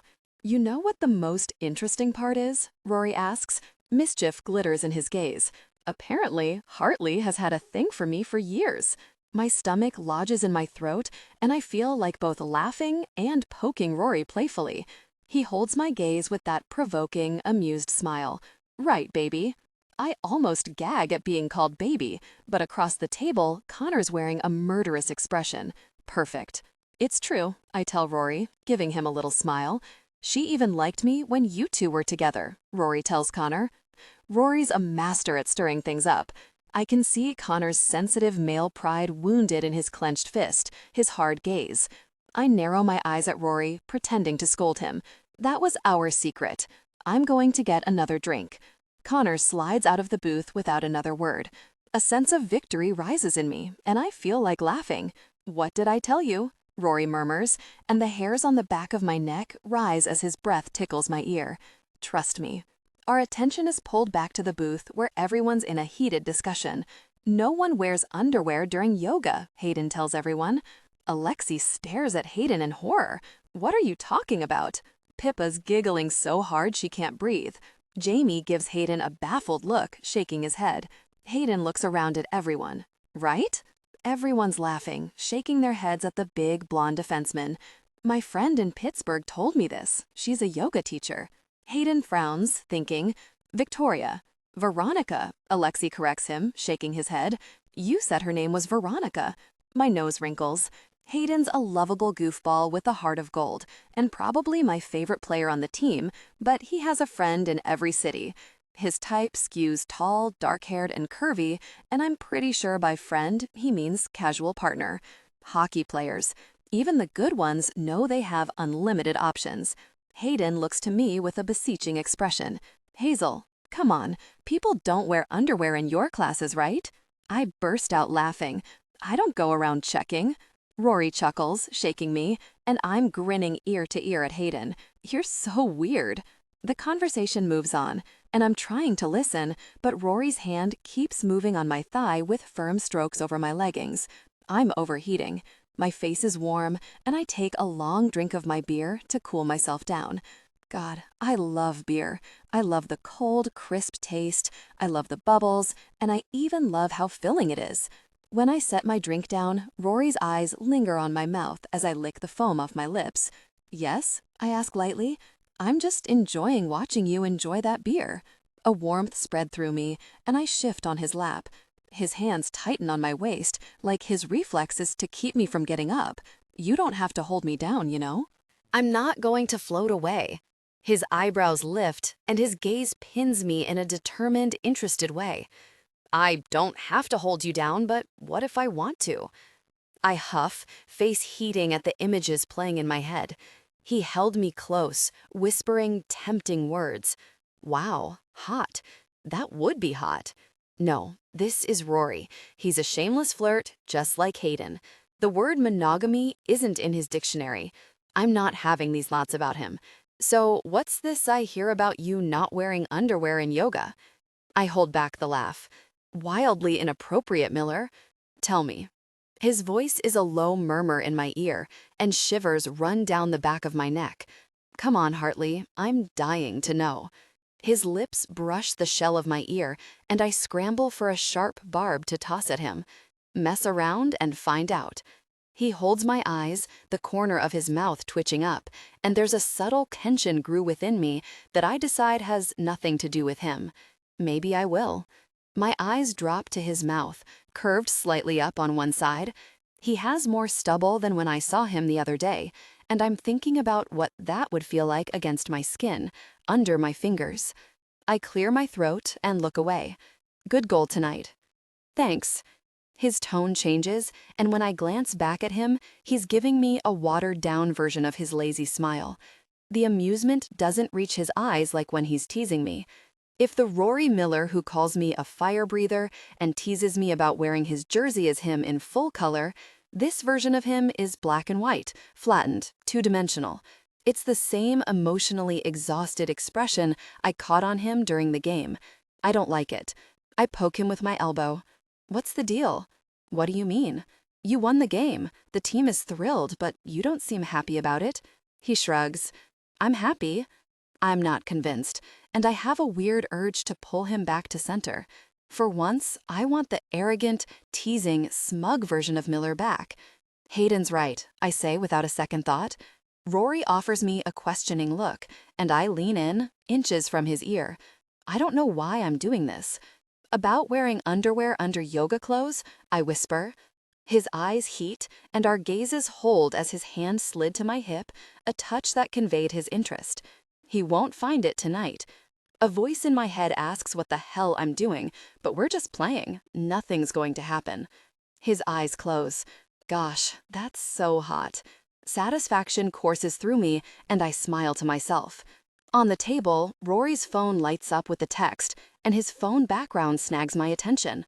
"Oh my God," Pippa says, laughing and reaching for it, but I get to the phone first, staring in horror at the photo of Rory and me at 16 and 17. "No," I tell Rory, shaking my head, glancing between him and the photo. He grins. "Yes." I cringe. We're in the library after school, books and papers spread out on the table. It's a little grainy, and I'm wearing a small, guarded smile, while he beams at me, his arm draped over the back of my chair. "Where did you get this?" "The yearbook." I haven't seen this picture in years. Rory transferred to our high school when he was starting grade 11 and sat behind me in geography, putting tiny pieces of paper in my hair to get me to talk to him. I had just started dating Connor when this photo was taken. Sometimes I wish I could go back in time and warn myself away from him, but then it would have been someone else who hurt me instead. I set the phone down. "This isn't going to be your background photo." "Sure it is. It's cute." He tilts the phone to see the picture, and a funny smile twists on his mouth. "I'll send you another one." "No." His arms wrap around me again. "I'm keeping it. I like it." Hazel. I'm walking out of the washroom later when I bump into Connor. "Oh." The hallway seems to shrink. "Hi." I keep walking, but he clears his throat. "Hazel." I really don't want to, but I have to work with the guy all year. "What's up?" "So?" He gives me an expectant look. "This stuff Miller's saying about you being into him while we were together?" It takes every ounce of my energy not to smile in satisfaction. "What about it?" The innocence in my tone is Oscar-worthy, and I'm queen of the world. From the way his eyes harden, Connor is seething. I may not like Rory, but he knows exactly how to piss people off. Connor's jaw ticks. "Really?" "Connor, it was years ago. Who cares?" "Do you ever think about us?" he asks, watching me intently. "These freaking hockey players, they're so competitive." "No," I lie. He keeps watching me, and there's a tight, nauseous feeling in my stomach. I pray he doesn't know the truth. "Hartley." Rory's in front of us, and I relax. His arm goes around my shoulder, pulling me against him, and without meaning to, I inhale a lungful of his fresh scent. "Let's go home." He uses a low, seductive voice in my ear. My blood feels slow and thick like honey when he uses that voice. "I'll do that thing you like." Warmth spreads throughout me as I picture what he could mean by that, if this were real. I need to get out of the bar, out of Rory's charisma splash zone, and then I can think again. "Yeah, home. I'm getting sleepy." His hand slides into mine, and he pulls me out of the hallway without another glance at Connor. After saying our goodbyes to everyone, we step outside, and he whistles. Did you see his face, Hartley? Yes. God, he was so pissed. We leave the alley, and he walks in the direction of my apartment. "You live in the West End, right?" How does he know that? "I don't need a bodyguard." He smiles over his shoulder, slipping his hands into his pockets as I catch up. "In a match between you and the toughest criminals in the city, my money's on you every time. You're a tiny, terrifying dragon." "I'm not tiny. I'm 5'6". "I could pick you up and throw you over my shoulder." "You won't." His eyebrow lifts in challenge, and I feel that urge to laugh again. "I might." I glare up at him, but the corner of my mouth is twitching. "Walk me home then. We're almost there anyway." My words are casual, cool, and indifferent. As we walk, he takes a deep breath and lets it out slowly. His gaze is on the sky, at the stars floating in the inky darkness, barely visible with all the city lights. "You were drinking water all night," I say, just to fill the silence. "Yep." "Do you not drink?" As his fake girlfriend, I should know these things. "I drink. Sometimes, not often. I don't drink much during the season." He rubs the back of his neck. "Alcohol is inflammatory." "Oh, that makes sense, I guess. I'm only worth as much as my body can do for me." He pats his flat stomach. "This 8-pack isn't going to maintain itself." His words pinch me right in the chest. They sound like how my mom talks about food. "One beer isn't going to ruin your perfect physique, Miller. And you don't have an 8-pack." He meets my teasing gaze with his own, and sparks jump around in my stomach. You want to see? It sounds like you do. What was that you just said about my body? Perfect physique? Shut up. I huff with laughter. Keep your clothes on. He chuckles. I love beer, though. Maybe not as much as you do, but his gaze goes far away with a nostalgic, blissed-out expression I immediately want to capture. I dream about drinking a cold beer in the summer, on a patio with dinner. He smiles at me, a genuine one, without any trace of arrogance. Just pure enjoyment. I don't know what to do with it. We're in front of my building. This is me. As I dig my keys out of my bag, his eyes move with curiosity over the old 3-story walk-up. Thank you for tonight. I swallow, thinking about Connor in the hallway. What you said about me liking you in high school pissed him off. This season would be harder if we weren't doing this, so I glance at the sidewalk. Thanks, Miller. There's a beat of silence, and when I look up, he's studying me with a soft, gently teasing smile. You can call me Rory, you know. I know. I smile down at my keys. Miller's fine. All right, Hartley. I smile again, and there's something weird in the air between us. It feels a little like we're friends. Rory tucks his hands into his pockets, watching me. Invite me up? I bark out a laugh. So much for friends. No, come on. He gives me his most seductive smile, and even though my expression says hell no, a thrill of anticipation runs through me. I want to see your place. This back and forth we have going, we'd carry that straight to the bedroom. I imagined the intensity of our connection. No, I say again, laughing at his shamelessness. What's that smile? Are you trying to seduce me? Is it working? No? Yes. He gazes down at me with a smile less arrogant than usual, less amused. His eyes flick down to my mouth and the smile slides away. Longing and heat flash across his face. For a brief moment, I want him to kiss me. His eyes drop to my mouth again, and determination floods them. My heart pounds. Oh my God, desire grew within me. I should be freaking out as he steps forward, shoving him back as he enters my space, but I'm not. The front door opens, someone walks out, and we jerk, moving out of the way. I suck a deep breath into my lungs, trying to calm myself. Rory's going to have his hands all over me for 3 months, and I can't lose my head every time it happens. His eyebrows bob once. We'll be traveling for a week, so I won't see you. Okay, safe travels. I pause in the doorway. Good night. Night, Hartley. Later, I lie in bed, thinking about his hands on my waist, his mouth against my neck. Invite me up, I snort to myself. Never. He'd be as competitive and determined in bed as he is on the ice, I bet. He'd call me Hartley in that low, teasing tone as he moved close, watching my reaction. Never in a million years would that happen, not even once, because it would be so good, I just know it, and this thing we're doing is fake. Rory. While I sit on the plane the next day, waiting for the rest of the players to board, I study the photo I posted to my social media. It's the one of me and Hazel at Stryker and Pippa's engagement party.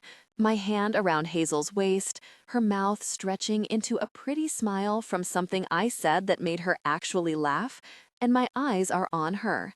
My feelings for her are so really obvious, it's not even funny. My phone buzzes with an incoming call. My dad. My shoulders tighten, but I answer. If I ignore it, he'll keep calling. Hey, Rory. His tone is all business, as usual. I sent over the rest of the contracts this morning. On top of being one of Canada's greatest hockey players, a Hall of Famer, and a guest commentator on the sports shows, my dad is also my agent. He's always been my agent. He knows the hockey world inside and out, and it was just easiest this way. Yep, I saw them. Good. I spoke with the dietitian. She's going to make some changes to your macros. I stare out the window as they load our bags onto the plane. My dad has arranged for the dietitian to work with a meal delivery service because getting enough protein is a challenge for me. Got it. Are you logging everything you're eating? Always. No alcohol, no red meat, no sugar, no trans fats, he lists off. I think about Hazel's expression of bliss as she drank her beer the other night and wonder what it would be like to enjoy food like that. I remember. Good. If you want to be the best, you need to eat like the best. Food is fuel. Garbage in, garbage out. We need you fast and sharp out there, Rory. You missed that shot in the second period the other night. That could have been yours. My dad goes on about all the chances I've missed while I half listen. Even if I'm the best in the league, I could be better. Even if I'm the fastest, there's some young guy in the minors just waiting to take my place. If I even look at sugar, the inflammation will slow me down. I'm thinking about taking a trip out there, he says. He lives in Toronto with his girlfriend. My shoulders hitch more. He did this last year when I played for Calgary. Maybe stay a few months. A few months? I frown. Your girlfriend wouldn't mind? She has a job there, but I can't remember what. I only met her briefly once last year. There's a pause on the other end. We're not together anymore. Of course. There's something about my dad that makes women leave. Obsession? Relentless competition? Nothing ever being good enough? I don't want to look too closely, because whatever it is, I've inherited it. I clear my throat. Sorry. It's fine. Another awkward pause. Does he want to stay for a few months because he's lonely? Gosh, the thought breaks my heart, and it's on the tip of my tongue to agree, but this year needs to be different. Ward made me captain, and I want to make him proud without my dad's voice in my ear, in my head, telling me how to be. Hanging with the guys at the bar after games, when my dad's in town, that's not happening. And spending time with Hazel, he'd never approve. It's not a good time, I tell my dad, swallowing past a thick throat. I'm still getting settled into the team. You need someone pushing you, Rory. He's pushed me my entire life, but it's not working anymore. I don't feel the same burning desire to be the best like I used to, because no matter what I do, the goalposts always move. How do I tell him that, though? He'd never understand. Now that you're captain, you're a playmaker, he continues. This is the perfect opportunity to look good. My gut churns at the idea of choosing plays that benefit me. I make a quick excuse that we're taking off and hang up, and a second later, Stryker drops into the seat beside me. Hey, buddy. My mood lightens. Ready for Columbus? Their goaltending is gosh, but their offense is strong.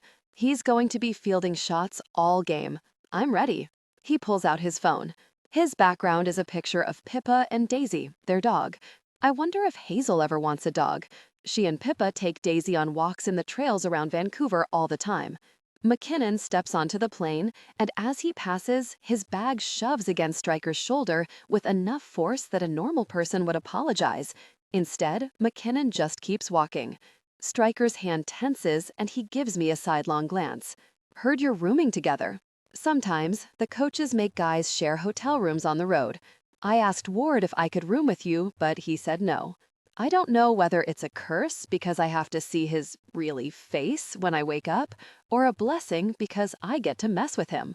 Stryker snorts. He was pissed the other night, seeing you and Hazel. I smile, remembering his expression at the game after I made Hartley give me a kiss through the glass. My grin drops at the image of her in the hallway. Her shoulders were up to her ears while he loomed over her. That really jerk. My mind flicks to what I packed in my bag after I found out McKinnon and I are rooming together, and excitement weaves through me. I can't wait to mess with him. So this thing with Hazel, Taney says, anxiety clenches behind my sternum. We're on better terms these days, but I still ditched the guy the second we got drafted. I was still a really jerk for all the years between then and now. Images of our fight last year on the ice replay in my head. The wet thud of his fist hitting my cheekbone, the blood dripping from his split lip. Don't tell me you're going to give me the old hurt her and die thing, Stryker. The last players file onto the plane, taking their seats. I know you won't. An image flits into my head of the four of us, Jamie, Pippa, Hazel, and me. We're at a barbecue hanging out. Pippa's curled up against Jamie, and Hazel's tucked into my side. I loop my arm around her shoulder, and she smiles up at me. Do you know what you're doing? About faking it? I ask, keeping my voice low, and he nods. I frown, glancing out the window as an ugly feeling surges in my gut. She thinks it's fake. What if January comes and she still doesn't want anything real? I'm Rick Miller's son after all, his carbon copy. Women get to know my dad, and soon enough, they're packing their bags. I clear my throat. Sorry, it's fine. Another awkward pause. Does he want to stay for a few months because he's lonely? Gosh, the thought breaks my heart, and it's on the tip of my tongue to agree, but this year needs to be different. Ward made me captain, and I want to make him proud without my dad's voice in my ear, in my head, telling me how to be. Hanging with the guys at the bar after games? When my dad's in town, that's not happening. And spending time with Hazel? He'd never approve. It's not a good time, I tell my dad, swallowing past a thick throat. I'm still getting settled into the team. You need someone pushing you, Rory. He's pushed me my entire life, but it's not working anymore. I don't feel the same burning desire to be the best like I used to, because no matter what I do, the goalposts always move. How do I tell him that, though? He'd never understand that, though. Now that you're captain, you're a playmaker, he continues. This is the perfect opportunity to look good. My gut churns at the idea of choosing plays that benefit me. I make a quick excuse that we're taking off and hang up, and a second later, Stryker drops into the seat beside me. Hey, buddy. My mood lightens. Ready for Columbus? Their goaltending is, gosh, but their offense is strong. He's going to be fielding shots all game. I'm ready. He pulls out his phone. His background is a picture of Pippa and Daisy, their dog. I wonder if Hazel ever wants a dog. She and Pippa take Daisy on walks in the trails around Vancouver all the time. McKinnon steps onto the plane, and as he passes, his bag shoves against Stryker's shoulder with enough force that a normal person would apologize. Instead, McKinnon just keeps walking. Stryker's hand tenses, and he gives me a sidelong glance. Heard you're rooming together. Sometimes, the coaches make guys share hotel rooms on the road. I asked Ward if I could room with you, but he said no. I don't know whether it's a curse because I have to see his really face. Of course, I answer, clearing my throat and shifting in my seat. That old competitive focus that's been driving me my entire life flows through me. I wasn't lying when I told Hartley that I always bet on myself. What happened with them? I ask him. Why'd they break up? Pippa says he cheated on her, but she doesn't know details. I look out the window again, thinking about her, before I unlock my phone and pull up our chat. I'm serious about teaching you to skate, I text her. Her response pops up a moment later. Really? No. I only said yes because Connor tried and I didn't want to. That was the wrong thing to say, because now I want to be the one to teach her even more. My phone buzzes with a text from Stryker. I sent him a curious glance but opened the link he sent. Ember Yoga. Spark your love of movement. Hartley's online yoga classes? He cuts me a sidelong look. Don't tell her I sent you that. Yoga in an inclusive, encouraging environment. All body types, ages, ethnicities, nationalities, religions, genders, and sexual orientations warmly welcomed. I know exactly what I'm doing tonight. Rory. After dinner, I'm unpacking in the hotel room when McKinnon enters. I pull the framed photo of Hartley out of my bag and set it on the nightstand. It's a zoomed-in version of the photo from the engagement party, with me cropped out. You don't mind, right? I ask McKinnon. His lip curls at the picture, and I really know he's thinking about the other night at the bar when I told everyone Hartley liked me while they were together. I don't give a gosh. He turns away from me, pulling protein powder out of his bag and scooping it into his mixer cup. Good. I take a seat at the desk, swiveling back and forth as he mixes his drink. Especially, he adds, because when you really mess up, I'll be here. He glances over his shoulder, wearing his own smug smirk, and mine drops a fraction. A possessive feeling ricochets through me. What the really does that mean? He leans against the counter as he takes a drink. You think I don't know you've always had a thing for Hartley?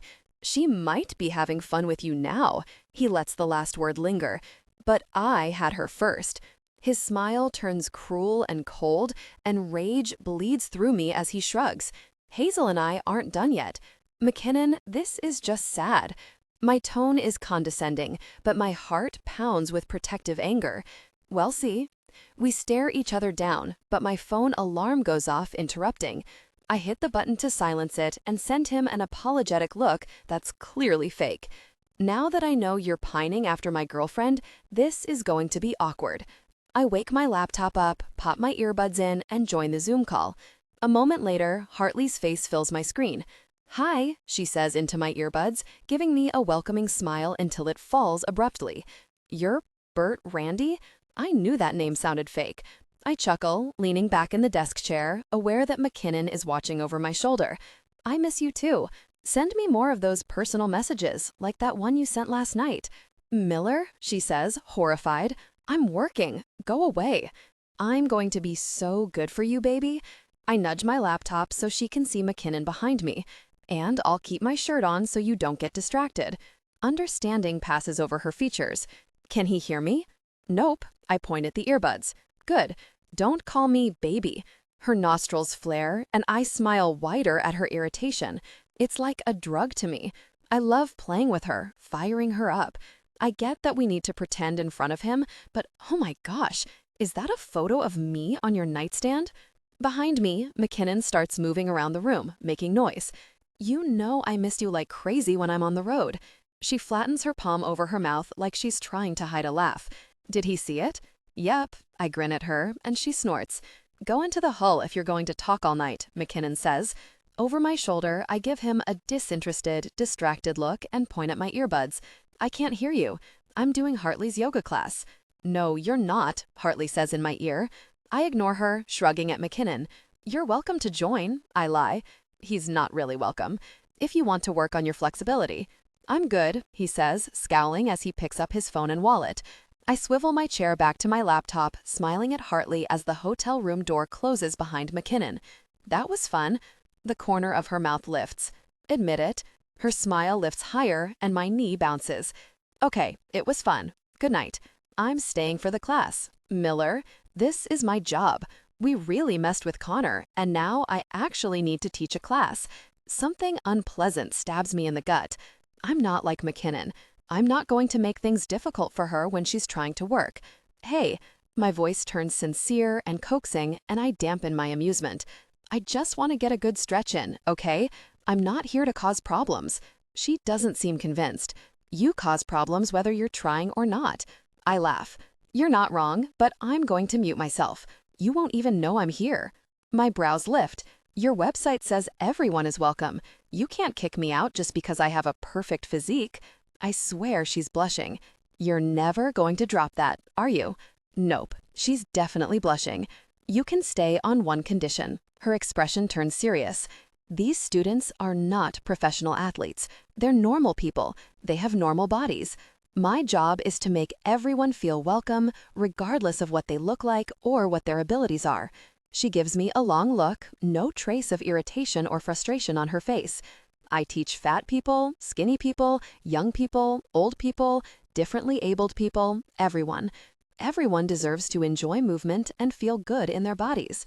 An ugly feeling whips through me. Does she really think I'm such a jerk that I would make fun of people for not being professional athletes? "If you make anyone feel uncomfortable," she says, and her voice is firm, "I'll remove you from the class." I blink at her. "I wouldn't, Hartley. I would never do that." She looks down, nodding. "Okay, good." My eyebrows pinch as I study her. I just found an interesting part of Hartley, and I want to know so much more. And at the same time, I don't like that she felt the need to lay out these rules for me. Treating people with respect is just common sense. I would never. I think about last year, how Stryker and I fought, how I antagonized people on the ice, how everyone compares me to my dad. A moment later, 6 more video squares pop up. "Oh good, we got new meat," a woman in her 60s says as soon as she spots me. She has short, spiky, platinum blonde hair, big eyes, and is sitting on her yoga mat in her living room, bouncing with energy like a kid. I grin wide. "Hi." "I'm Elaine," the woman says, and an orange cat walks by in the background. That's Archie. The others introduce themselves. Clarence, a man in his 80s, who informs me he just got a new hip. Laura, a quiet, bigger-bodied woman about my age. Vatsi, who looks to be in the later stages of pregnancy. And Hyung, who looks about 20 and appears to be in a dorm room. "What brings you to the class, Rory?" Clarence asks. I glance at Hartley's screen, where she's setting up her mat and props. "I'm Hartley's boyfriend." Elaine gasps in delight. Hazel, you didn't tell us you had a boyfriend. She's overwhelmed by her feelings for me. Amusement dances up and down my spine as Hartley slowly turns to the camera, staring daggers at me. It's been a while since she's fallen so hard for someone. Hartley stares at her camera, and I can just feel her attention on me, moving over my face. Elaine raises her hand. I have 1,000 questions. You were supposed to mute yourself, Hartley says to me, arching a brow. I click the mute button and throw my hands up with a grin, signaling that I'll be quiet. Let's begin, she says, and I adjust the meeting settings so her video takes up my entire screen. Take a seat, however's comfortable for you. I move to the floor, tilting my laptop screen so I can see her, watching as she moves into a cross-legged position on her mat. Take a few deep, slow breaths through your nose. Expand into your lungs, expand into your stomach, feel the floor or the prop beneath you. If you want, close your eyes. I suck a few breaths in and out, keeping my eyes on her. Find your breathing. Her voice melts into something smooth and calm. My heart rate slows as I count my breaths. In for 5, out for 5. Her eyes are closed, her dark hair up in a ponytail with a few pieces loose in the front. She's wearing a t-shirt that says, "Don't touch me," and navy yoga leggings with constellations all over them. The deplorable, desirous part of me thinks about her telling me something personal. "You get to do this class the way you want," she adds. "You're the boss of your body. Be a good boss and listen to it." The authoritative yet gentle way she speaks makes me smile. I scan the background of Hazel's screen. Behind her, a mini fridge sits on top of a counter, beside a narrow oven and stove. Her laptop is on the floor, so I can't see much except for a pink kettle on the counter. On the left side of the screen, a dark mahogany coffee table has been pushed beside a couch, and on the right, it looks like the edge of her bed. Jesus, Hartley's place is tiny. Set an intention, she goes on, eyes still closed. My intention is to feel good in my body, to quiet my mind, and to get a good stretch in before bed. In a game, my intention would be to score more goals than everyone else, impress the coaches, work until my muscles burn, until my lungs are on fire. Hartley leads us through the yin poses, and when we move into reclined butterfly, a low groan slips out of me. Thank gosh I'm muted. The stretch pulls across my tight shoulders and up my inner thighs. The warm, sluggish haze of relaxation flows through me, making my limbs heavy and my thoughts slow. "Find your breath," she murmurs, and I count in for 5, out for 5. "Relax your jaw." I unclamp my molars. She's sprawled out on her back, belly rising and falling with her breathing. "You can relax when you're dead," I hear my dad say. His brutal approach to sports is nothing like this. "It's okay if your mind wanders," she says, and it feels like she's whispering directly in my ear. A shiver rolls down my spine. Invite it back. Find your breath. Finally, we end on our backs, palms facing the ceiling. My body is relaxed, and my mind hums with content stillness as I listen to her soft voice. To close today's practice, I want you to think about what makes you feel worthy. Confusion rises inside me. Worthy? I repeat the word in my head. Worthy of what? For me, she says, smiling to herself, I love hanging out with my sister. Pippa brings out all the best parts of me, and I always go home feeling so happy and grateful. I'm mesmerized. She's so beautiful. I wish I could record this so I could listen to it again and again. I love running, she goes on. Even when I'm huffing and puffing, there's sweat in my eyes and my face is red like a tomato, I love feeling strong in my body. I love what my body can do for me. And lastly, my work makes me feel worthy. I love seeing what the human body can do. We're all capable of incredible things, no matter what type of body we're moving in. I love playing a part in that. She pauses. Now, your turn. Where do you find your purpose? What makes you smile? What makes you feel loved? Worthy. The word flings itself around in my head, searching for a place to land. My purpose is to be the best hockey player possible, and anything less is failure. What makes you feel loved? A memory flits into my head. I was 11, and it was the summer before my mom left. We were walking through the trails near our home in North Vancouver. We stopped at a creek, and she bent down to flick a few droplets of water at me, grinning. Her deep blue eyes, the same as mine, glowed in the forest light. I laughed and flicked the water right back at her. I love you. I hope you know that. A longing ache fills my chest. I haven't heard those words since I was a kid, since she lived with us. And I was the one who didn't want to live with her. I was the one who wanted to stay with Dad full-time because I'm always chasing his approval. When class is over, there's a chorus of farewells as people sign out. Miller, she says, the others have left the virtual meeting room and we're the only ones here. There's something different in her voice as she studies me through the camera. Are you okay? I force a wry smile. You think I'm so out of shape that I couldn't endure a little stretching, Hartley?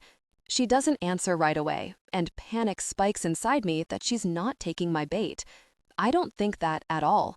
I just think for someone from the world of macho jocks and push-ups, my class can be jarring. Macho jocks and push-ups, I repeat, starting to smile. She grins. I'm not wrong. You're not wrong. Her smile makes the tight, ugly feeling in my throat dissipate. Thanks for letting me join. She nods. Good night. Good night, Hartley. She ends the meeting, and I sit there, absently swiveling. My dad's approach to discomfort is practice. Practice until you can't anymore. Tackle it head on. Beat it out of yourself. Don't run from it, conquer it. Crush it. Be the strongest and the fastest. Anything but the best is failure. I pull up Hartley's website and sign up for all 10 classes in this session. We're walking through the terminal to board our flight home when something sparkly in a shop window catches my eye. I lean down to study the tiny crystal dragon. It's a pale blue, so cute and chubby like a cartoon, but with red eyes that glow under the lights. A big smile spreads over my face. Miller, Owens calls. Let's go. I'll be right there. I turn back to the dragon and walk into the store.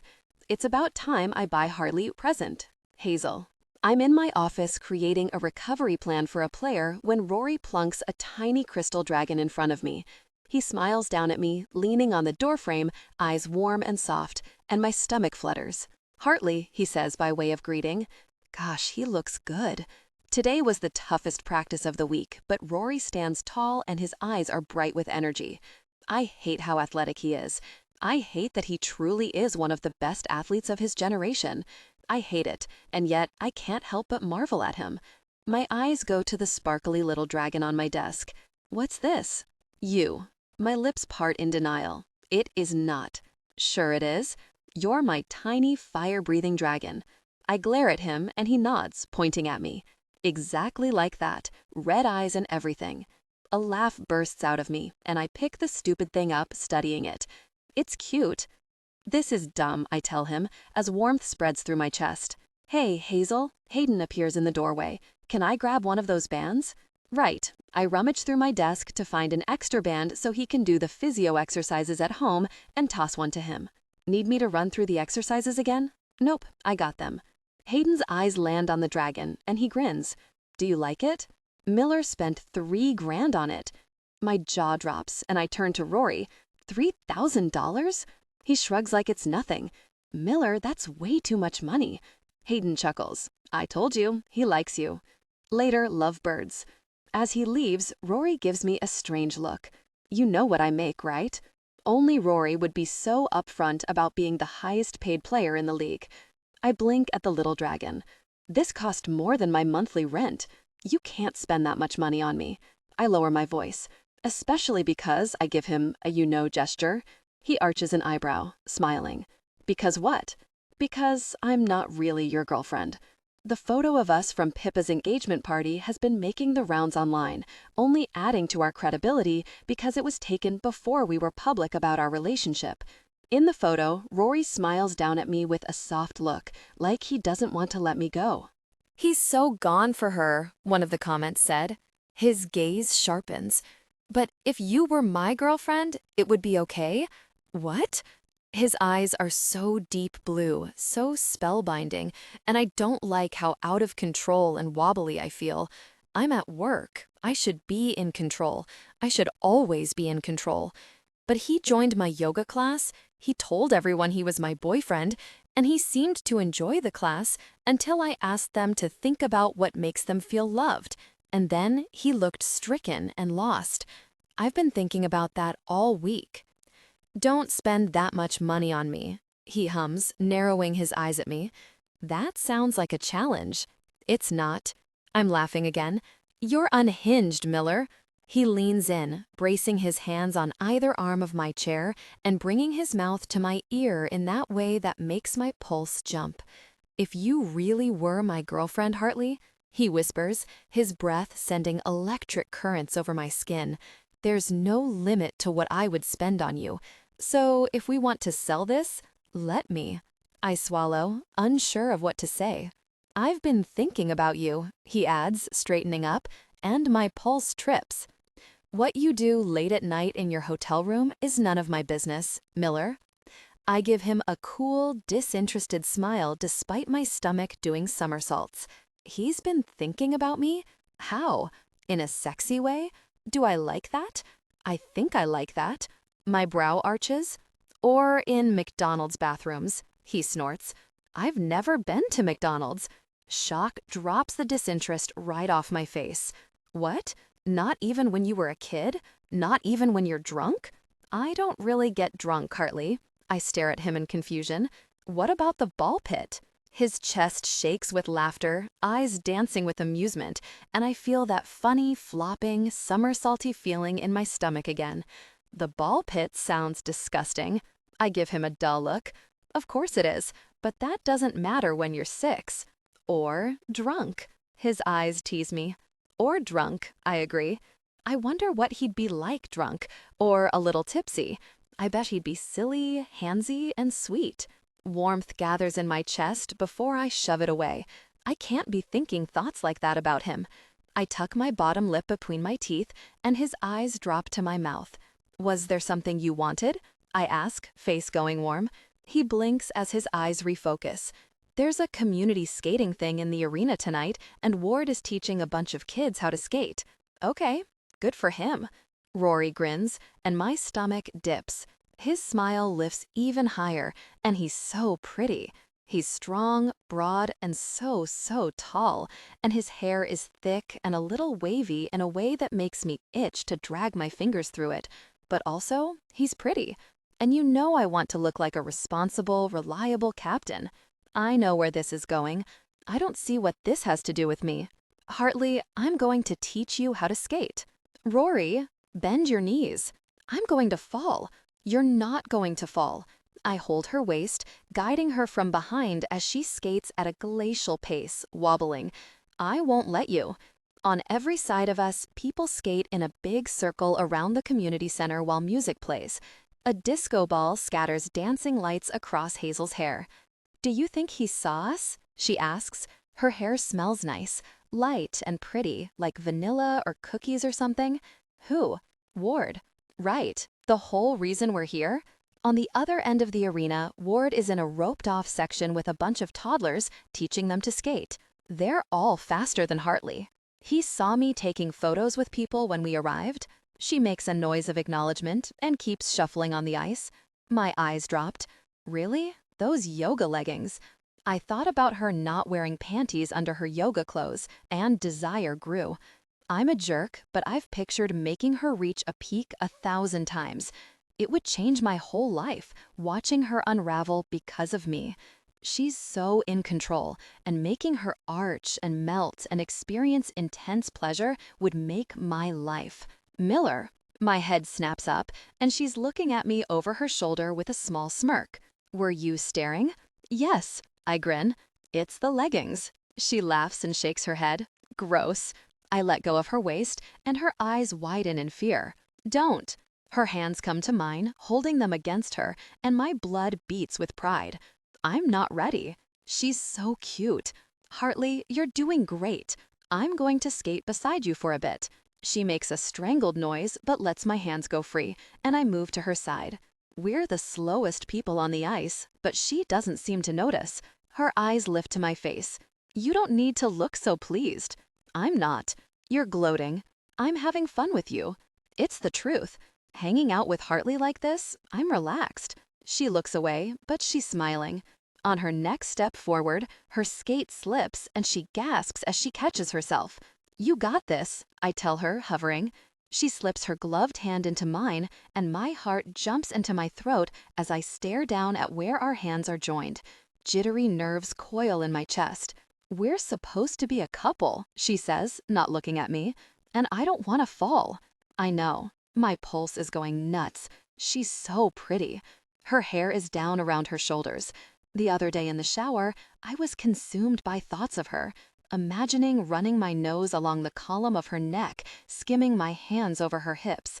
A shudder rolls through me, and I swallow, glancing at her plush mouth. Could I get away with kissing her here? Ward isn't even looking. She gives me a strange look as we skate. "What?" My eyes widen. "What? You're being weird." "No, I'm not." "Yes, you are." Her head tilts as she studies me, and there's another jump of nerves in my gut. "Oh my God, are you nervous around me?" I laugh, looking away. "No." She loses her balance, and my hands come back to her waist to catch her. "Yes, you are. You're nervous." A smile creeps up on my mouth. "You're terrifying," she snorts, and I love the way her lips tilt. "You know I'm not actually a dragon, right?" Her tone is soft and teasing, and it trickles down the back of my neck, warm like honey. We start skating again, and I slip my hand back into hers. "Why do you teach on Zoom? I thought you taught in a studio." "Sometimes I do. The studios value seniority, so it's tough to get classes." Her mouth twists. "And it's an accessibility thing, too. It's easier for people to log in online than get to a studio. Elaine likes to travel, but wants to keep up her practice. Clarence's elevator is always broken, and with his hip stuff, stairs are hard. That sis is about to have a baby, so her life is about to get busy. Hung likes not having to commute all the way from the university. That's like an hour on the bus each way. And Laura..." She stops abruptly. I catch a flash of fury in her eyes before it's gone. Well, Laura hasn't had the greatest experiences with studios. Zoom yoga is the best option for a lot of people. The fire in her eyes lights me up. "You really love it, don't you?" "It's my purpose," she answers quickly, effortlessly. "One day, I want to open a fitness studio. We'd offer yoga, Pilates, dance classes, even physio and massage therapy. There's this woman in the States who opened a body-positive studio. It's in New York." Her eyes sparkle. "They have Beyoncé dance classes. It's so cool to see her videos of them all dancing. All ages, all genders, all body types." She shrugs. "I want to create that here." Something taut plucks in my chest. I should feel that way about hockey, and yet I don't. Our eyes meet, and her expression stills. "I don't know why I told you that. I hate that her walls are back up. I'm glad you did. I want to stay here forever with her, listening to her talk about the things she loves." "I assume rooming with Connor went okay," she says. What he said about waiting for me to mess up so he can swoop in replays in my head. It was fine. If I tell her, it'll just upset her. He tried to piss me off, but I gave as good as I got. I wink at her. "If anyone can get to him, it's you. You're cut from the same cloth." My brow furrows. She's joking, but she's not joking. "What do you mean?" "You know," she shrugs. "You guys are the same." My frown deepens. "No, we're not." She gives me a derisive look, like, "Who are you fooling?" And the ugly feeling settles inside me. "Hartley," my voice is low, "we're not the same. You're a hockey player." There's a slice of something honest and angry in her gaze. "You have everything. You don't need to care about other people. Women fall all over you, and no one's ever said the word no to you." I care about other people. The words come out more terse than I mean for them to, and I try to force a teasing smile, but I can't. I hate that she thinks we're the same. I'm not McKinnon, and I don't like being compared to him. I've never cheated. I'm not like that. Maybe you haven't cheated, but I know you. She's wearing this sad expression that breaks my gosh heart, like she's waiting for me to realize what she knows. I hate that look. My mom wore that look when she left my dad. Women are just there for entertainment for you. Her throat works. We're disposable. No. I stop skating, paying zero attention to the people whizzing past us. "What gave you that really idea, Hazel?" She drops my hand. Ashley, she says, like I should know what she's talking about. Ashley who? Frustration tightens in my body, and I hate that she has this picture of me in her head. Ashley Peterson from high school. Off my baffled look, she says, you took her out and made her feel special, and she had this huge crush on you. I'm shaking my head because I don't even remember this girl. High school was a blur of 5 a.m. practices, trying to keep up in my classes so I could at least graduate, and endless gym sessions with personal trainers who pushed me to my absolute limit. Getting drafted was all that mattered, and I was never allowed to forget it. Tutoring sessions with Hartley were the one bright spot. Blonde? I ask, as the vague memory of this Ashley girl filters into my head. Hartley looks at me with disbelief. Yes. I scrub a hand down my face as it starts coming back to me. This Ashley girl and I made out, I think. Hartley, this was like a decade ago. I don't remember what happened. She blinks, looking both furious and sad. I'll remind you, you dumped her the day before the dance.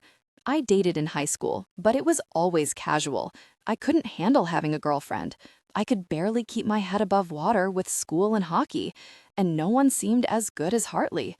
I don't remember asking this Ashley girl to the dance. I give Hazel a what gives look. Okay? She exhales a frustrated breath. I convinced her to go to the dance anyway. We walked in, and you had your tongue down another girl's throat. The memories hit me. She's right. I did that, and I didn't really care about this Ashley girl's feelings. A kernel of self-loathing hardens in my chest.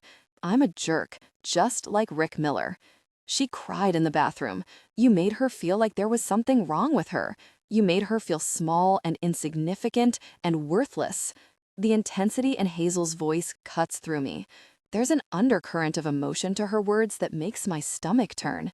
Do you know how messy that is? She continues, with pain in her eyes. Do you know how, she points at her head, damaging and traumatic that is? I hear the quiet close of the door as my mom leaves. I hear it again as Lauren, my dad's next girlfriend, leaves a few years later. I hear the aloof way he tells me that he and his next girlfriend are no longer together. My life is going to mirror his. It already does. I'll be 55 and waiting for my current girlfriend to leave me like the others. Shame and frustration wrap around my chest, squeezing like a band. Hartley, it was a decade ago. I'm sure she's over it. Fury rises in her gaze, and I can see her pulse going in her neck. You're sure about that? I shrug, brushing it off. Please, please, can we really move on from this conversation? I would really hope she's over it by now. The words tumble out of my mouth, fueled by this crushing, cold feeling inside my chest. How pathetic is that, to be moping around a decade later over some guy who didn't even care about you? I doubt she even thinks about me anymore, and if she does, she doesn't have enough going on in her life. I hear the words, but I can't stop them. Shame has me by the throat, choking me.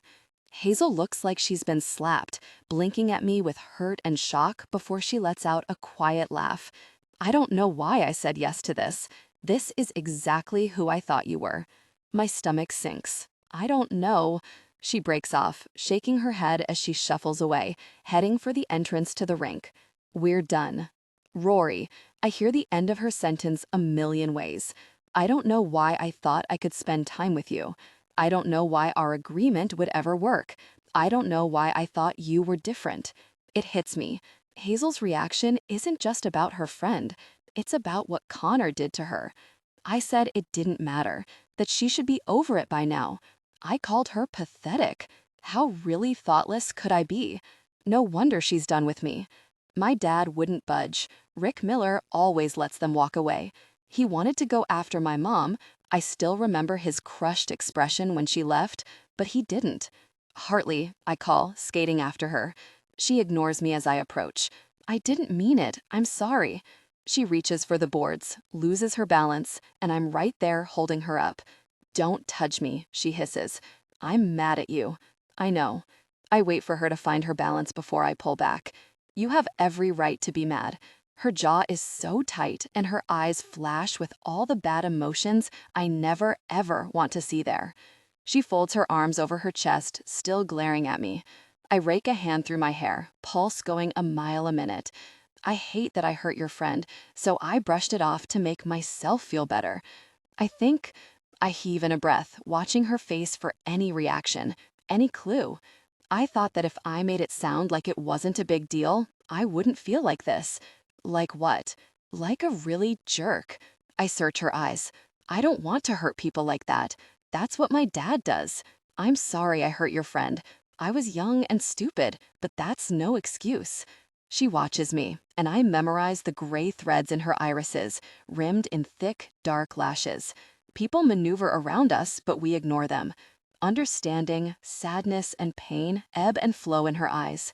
Hazel's throat works again, and her eyebrows pull together before she looks away. He cheated on me the whole time, she says quietly, staring at the ice. Strycher told me this already, and yet I'm still tensing with protective fury. How dare he really hurt her? I worked ahead in school so we could go to university together. Her gaze flicks up to mine before looking back down at the ice. I found out at the end of the first year of university. Everyone knew but me. Rage pounds through me, gathering power. McKinnon is so really stupid, and if it's possible, I hate him even more. My hands make fists so I don't reach for her. No wonder she doesn't take mess from anyone. She plays with her fingernails. He said, she cuts herself off, tapping her top lip with her tongue. My hands are on her shoulders, and I dip down to meet her eyes. What did he say? She shakes her head. Please, tell me, I beg. She shakes her head again. I just want to forget it. My teeth clench, and that self-hatred pinches my chest again. She doesn't trust me enough to tell me. She thinks I'm like McKinnon, so maybe I need to fix those things. Maybe, if I want this to be real with Hartley, I need to show her I'm nothing like him or my dad. I hate him for what he did to you. Does she know how fast my heart is beating, how tight my chest feels right now? I don't just hate him for being a jerk. I hate him because he took you for granted. He lied to you, and he was careless with you. I don't want to be anything like him. I can see every shade of blue and gray in her eyes, and I let the mesmerizing colors anchor me, distract me from the looming realization that I've never done this before, this big, sincere apology. Rick Miller doesn't apologize. It's not a skill he deemed necessary to teach me, and I can't even remember the last time I did it. Last year, when I felt the unsettling urge to make things right with Strycher, we fought it out on the ice. I'm sorry, I say again, this time just to hear myself, to know it's real. I'm not like him. Okay. She looks away. Okay? I lean down to catch her gaze. You forgive me? We're okay? She gives me a tiny nod. She doesn't trust me fully, not yet, but the anger is gone from her eyes. I rub a hand over my hair, letting my pulse return to normal, and give her a tentative look. Let's keep skating. She chews her bottom lip. She's about to say no, but I can't leave us on this note. You're not a quitter, I tell her, mouth tipping up. And think about how upset he'll be when he learns that I taught you. She grins like a little devil. Okay. Congratulations, baby, I tell her as we start skating around the rink again, and her mouth twitches with amusement and irritation. We just had our first fight. Don't call me baby, she says, but I can see her smiling. Rory, when I arrive for the team dinner at the old mansion in Shaughnessy, a notoriously wealthy, old-money neighborhood in Vancouver, I notice two things. The first is that Hartley looks really stunning. I stand in the foyer, slack-jawed and staring at her in her navy blue gown while my heart races. Hazel Hartley is the most beautiful woman I know. My throat knots as I try to swallow. Between that crystal dragon that she obviously liked but wouldn't admit, the dress, and the envelope tucked in my tux jacket, I'm becoming addicted to spending money on her. The second thing I notice is that jerk, McKinnon, circling her like a vulture. He stands 2 feet away, talking to her, while she looks disinterested. His eyes rake over her, lingering on the perfect swell of her cleavage. He cheated on me the whole time. Everyone knew but me. My tongue taps my upper lip as jealousy and possessiveness charge through me. Players greet me as I move toward her, but I hardly notice. Our argument on Wednesday showed me how much I have to lose with her, and I'm not going to give up. Hazel. My voice is low. Her eyes widen, either because I'm using her first name or because my hand now rests on her low back in a way that shows everyone in the room she's mine. You look beautiful, I tell her, and my heart pounds as I lower my mouth to hers. She inhales sharply, and for the longest moment of my life, I worry she might push me off. But she melts against me, kissing me back, and in my chest, something locks into place. Hazel. Rory Miller kisses me, and the world tilts below my feet. His stubble scrapes my skin, making my breath catch. Kissing him is so different from what I expected. His mouth is a gentle press against mine, his exhale is soft against my skin, and his fingers trail across my jaw before sinking into my hair. His movements are slow, unhurried. I'd say he was reluctant if it weren't for the way he deepened the kiss. The breath whooshes out of my lungs, and I realize I'm gripping the front of his shirt in my fist. His fingers flex for a split second on the back of my hair, and he covers my hand on his chest, flattening it against him. Everything about him is warm, inviting, and comforting. Nothing makes sense right now, but he smells so good. Sandalwood and something clean, like body wash, and the sensation of his stubble brushing my chin is so enjoyable that I stop trying to figure this moment out. The way he smells pulls on a muscle low in my belly. Gosh, he mutters to himself against my lips before his tongue glides against mine. He grips the back of my hair, still gentle, still careful, and pulls. Rory kisses me like he's been thinking about this for a long time, and as sparks shoot over my skin at the feel of his hand in my hair, I make a quiet noise of pleasure against his lips. He huffs. Liked that, huh? His words rumble against my hand on his chest. I open my mouth to say something smart and sharp, but he deepened the kiss, drawing me closer. This isn't just a kiss. My head spins with the pleasure of his lips against mine, the way he tastes, the way he feels and smells. I pull back to look at him, and my stomach flutters as our eyes lock. He looks wildly handsome. It's unfair how his blue eyes pop against the inky black and crisp white of his tux, and it's unfair how he can look so boyishly handsome and yet powerful and masculine at the same time. His hair is in that perfectly messy style that he pulls off so well. The sides are cleaned up like he snuck out to get a haircut this afternoon, and my fingers itch to trace the short hairs, feel the tickle of them under my nails. Someone clears their throat, and I snap back to reality. Pippa and Jamie stare at us with the same amused expression, and Connor is nowhere to be found. My face heats, and I run a finger along my lip line to make sure nothing's smeared.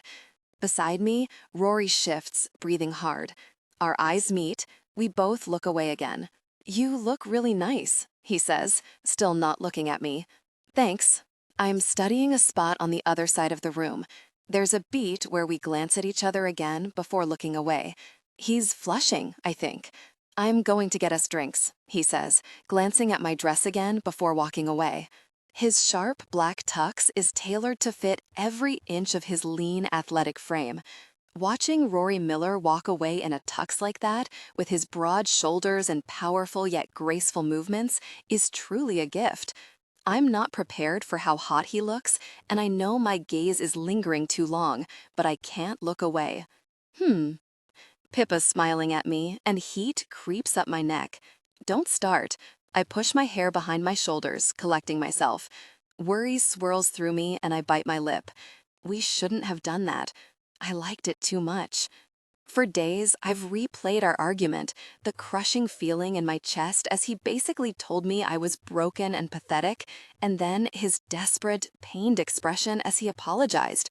He looked like he'd just die if I didn't forgive him. I've thought about him lacing up my skates, his gentle patience as he taught me to skate. On the ice, when he looked at my mouth with focus in his eyes, I thought maybe he'd try to kiss me, but he didn't. That dumb, adorable dragon sits on my dresser, staring back at me as I fall asleep each night. I glance back at Rory. Our eyes meet, and I look away, taking in the room. The art on the walls, the plush leather furniture, the side tables with antique knickknacks. Near the bar, Ward stands among a group of players, a drink in one hand, listening as Alexi says something. Coaches are supposed to be old, red-faced and angry, but Ward looks like James Bond in his tux, all handsome and quietly confident. Rory returns with a drink for me, and I sip it, grateful for something to do with my hands. "I'm glad you came," he murmurs, and his mouth brushes my ear before he presses a quick kiss to my temple. A shiver rolls down my back. He's getting more bold with this fake relationship charade, and I wish I could say I'm annoyed by it, but I'm not. My smile is a bit shy. "Did you think I wouldn't?" "Well, after the other day—" He glances back to me, rubbing the back of his neck. "I got you something. To say sorry." "You already said sorry." "I know." A slight frown creases his forehead as he reaches into his jacket and pulls out an envelope. "I wanted to show you I meant it." He's wearing that same earnest expression he wore at the rink, like he's in physical pain. A lock of hair has fallen onto his forehead, and my gaze lingers on it. "Open it," he says, tilting his chin at the envelope now in my hand. I slide out an email confirmation. It's for a weekend at a nearby vacation destination, Harrison Hot Springs, the luxury suite at a really nice hotel, and 2 full days at the spa. "It's for you and Pippa," he says, quickly. "You can go whenever you want." He gives me a tight, vulnerable smile that makes my heart ache. "You said spending time with Pippa made you feel worthy." In my head, the glowing sign that says Rory Miller is an evil, selfish hockey player flickers, losing power. "You're supposed to be a jerk." I keep my tone light and humorous as I stare at the paper, and he huffs a quiet laugh. "That was the guy I signed up for when we agreed to this. Not this Rory. Not the sweet, earnest, honest guy who apologizes like he means it. I'm starting to think I was wrong. Maybe I don't know Rory Miller at all." "I wasn't pretending," Rory says quietly, eyes on me. "About the kiss?" I search his deep blue gaze, blue like my dress, and there isn't enough air in here. "About the dress." Rory's mouth tips into an affectionate smile. "You look beautiful." Warm, liquid feelings gather inside me, swirling and looping. "The dress cost more than what I make in a month," I admit, laughing a little. How many times do I need to say it? His voice is low and soft as he smiles down at me, gaze lingering on my hair, my dress, with his trademark, cocky, knowing grin. "I'm going to spend money on you." Longing aches in my chest. It's not the money, it's the gesture. I've always been independent and stubborn. No one takes care of me. I like it. Rory's smiling down on me like I'm precious to him, and the way he kissed me, hungry and needy and desperate like he couldn't wait a second longer, I liked all of that too.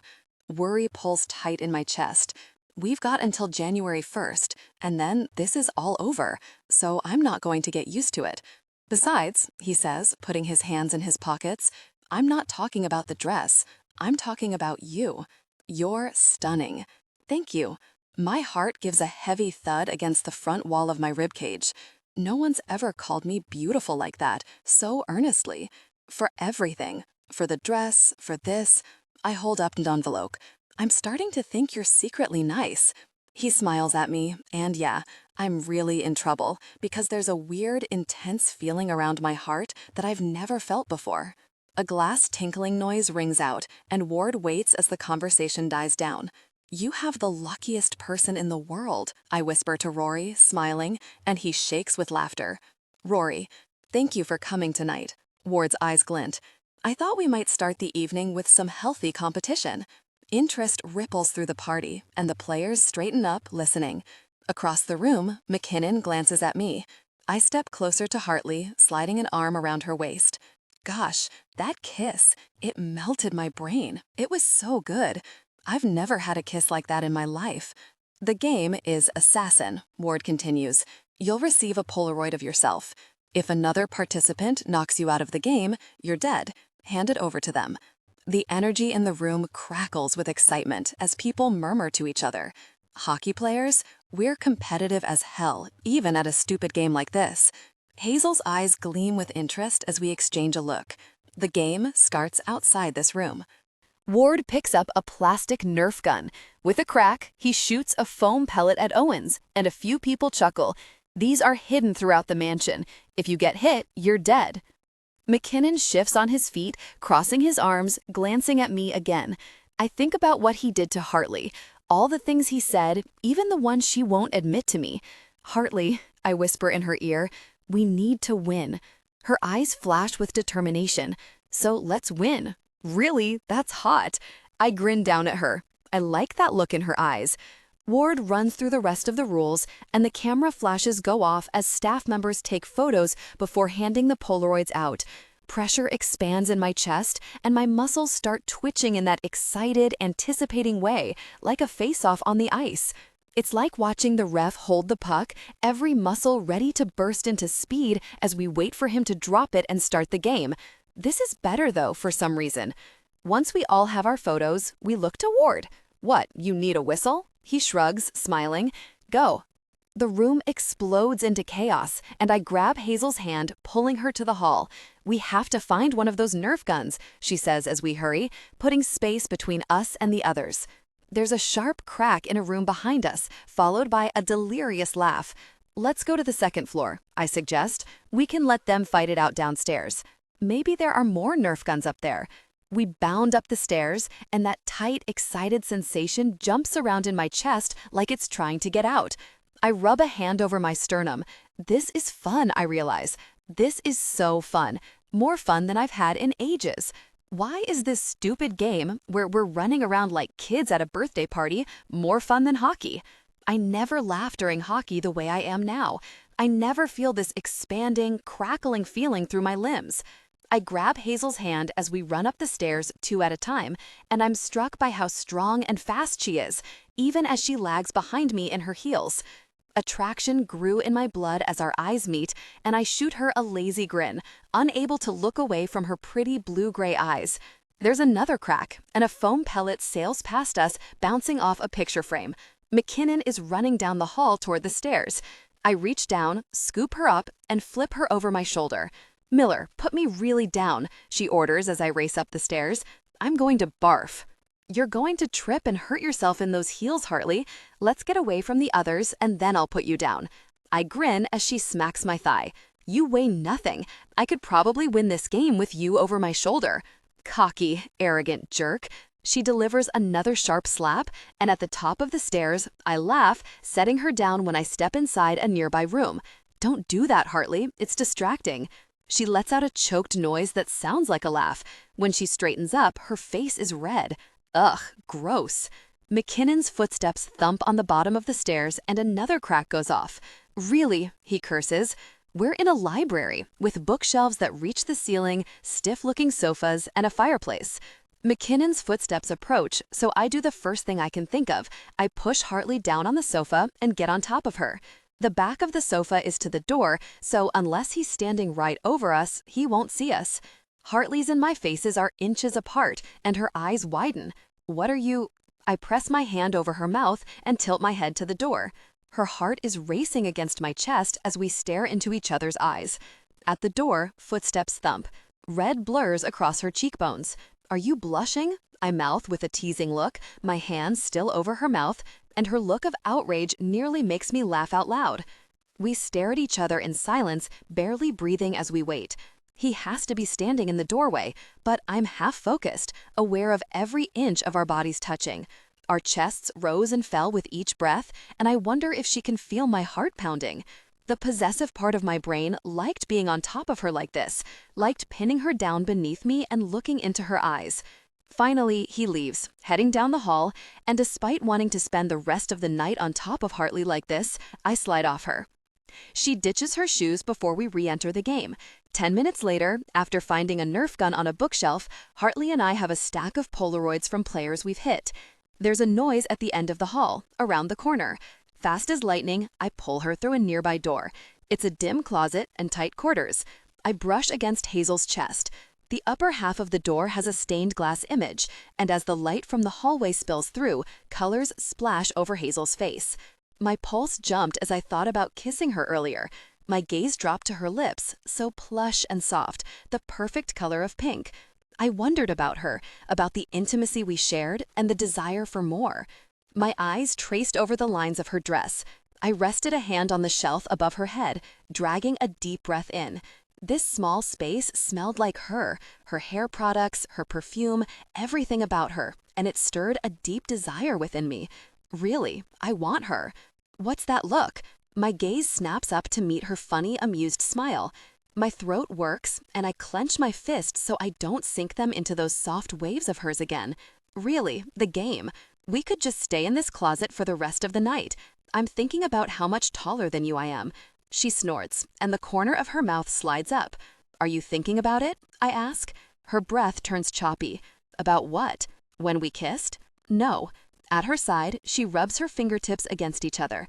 I haven't thought about it once. Liar, I whisper. Her eyes flare. Rory, she breathes. She says it like she's saying we can't, but her eyes search mine. She wants to kiss me again too. I know she does. Not Miller? In the dim, dappled rainbow light through the door, I watch her throat work. I mean, we're friends now, right? Her eyes flick up to mine, questioning. After Wednesday. Friends is one step closer to what I want with her, and I'm not going to mess this up. Yeah, my voice is barely a whisper. Friends. Her mouth eases into a smile of relief, and I want to kiss her again.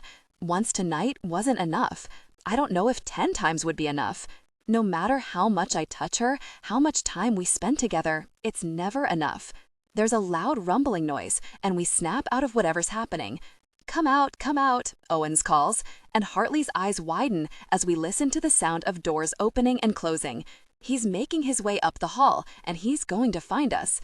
Rory, she whispers, holding up the Nerf gun, we're out of ammo. Gosh, we stare at each other. We need to run. She nods, biting her bottom lip, starting to smile. Are you having fun? I ask, grinning, and she nods again, smiling wider. Good. I take her hand, so soft and delicate in mine. Ready? Ready. Rory! I throw the door open, and we sprint down the hall, away from Owens. Oh, ho, ho, he called after us, and Hazel lets out a shriek of laughter that sends happiness and joy streaking through me. I'm flying. I'm on top of the world with her laughing with me like this. She's holding my hand as tightly as I'm holding hers as we swing around the corner, and this feels like everything I've been missing in life. My pulse pounds in my ears as I take in Hartley's bright eyes and face flushed from exertion, her chest rising and falling fast, the slender line of her throat as she swallows, still watching me. Hartley, I hiss, picking a fully loaded Nerf gun off a side table. She gasps in delight, and I feel like king of the universe. I hand it to her. She takes aim, and Owens bounds around the corner. Hartley lets the pellets fly, and they hit him in the chest. He deflates with disappointment. Come on. Hartley shrugs, beaming. Pay up, Owens. He pulls his Polaroid out of his jacket and hands it to her, before hooking his arm around her neck, pretending to choke her as she laughs. See you two downstairs, he says, letting her go and handing me his Nerf gun. He lowers his voice and leans in. McKinnon's on the 3rd floor. Hartley's eyes light up with competitive focus, and we creep up to the 3rd floor, quiet as thieves, listening with rapt attention as we move through the rooms. A phone dings in the next room over, and we freeze. That's gotta be him, she breathes, looking over at the door that leads to that room. She chews her lip, probably thinking the same thing I am. He could be waiting and ready on the other side. There's another door from the hall, I whisper in her ear, smiling when she shudders. It's too risky. Her mouth tilts. This is so stupid. Yeah, I nod. But it's fun. She nods, smiling up at me. I'm going to lure him out. Her eyes widen in surprise. What? No. Yes. I want her to win this. Really? That guy? You want to win, don't you? I want us to win. She blinks. Together. The thing is, watching Hartley win would feel like winning. We're a team, she adds, and that's all I need to hear. So let me be a team player. Off her reluctant nod, I walk out and stride down the hallway, hands in my pockets, whistling a cheerful tune. When I pass the room where he's lounging on a couch, texting on his phone, his head snaps up. A moment later, a foam pellet hits my back. I sigh, and when I turn, his nostrils flare with irritation at my stupid grin. Gosh it, you got me, McKinnon. Behind him, Hazel steps into the hall, standing tall with eyes full of fire. The hottest thing I've ever seen. McKinnon gives me a dirty look. What the really is wrong with you? I won, jerk. The crack echoes in the hallway as Hartley sends the Nerf pellet flying and McKinnon flinches, turning. What the? Hartley's grin stretches ear to ear, and I match it. You're out, she says to him. The look on his face when he realizes we played him, it's freaking glorious. Really, he snaps. Stupid freaking game. Hazel holds a hand out. Give me your picture. He rips it off the chain around his neck and tosses it at her. She catches it, watching with a feline grin as he stomps down the hall. He was always a sore loser, Hazel says quietly, and her nose wrinkles. Really? I love that she won. You're ruthless. She's smiling up at me, and I could stay right here in this moment forever. I'm a dragon, aren't I? Her eyes linger on mine, teasing me, lighting my blood on fire. She glances over her shoulder at McKinnon still walking down the hall before she loops her arm around my neck and hauls my mouth to hers. A groan rips out of me from deep in my chest as her lips meet mine. Her mouth is hot, soft, so freaking pliant and sweet and giving as I sink into her. My hands frame her jaw, tilting her open more, and their kiss deepened, a needy sound escaping her. Oh my gosh, oh my freaking gosh, Hartley's kissing me, and there's not a soul around to see. Really, Hartley? I rasp between kisses. You kiss like a freaking champ. Her laugh is light and breathy against my skin, and I nip her bottom lip, watching the way her eyelashes flutter.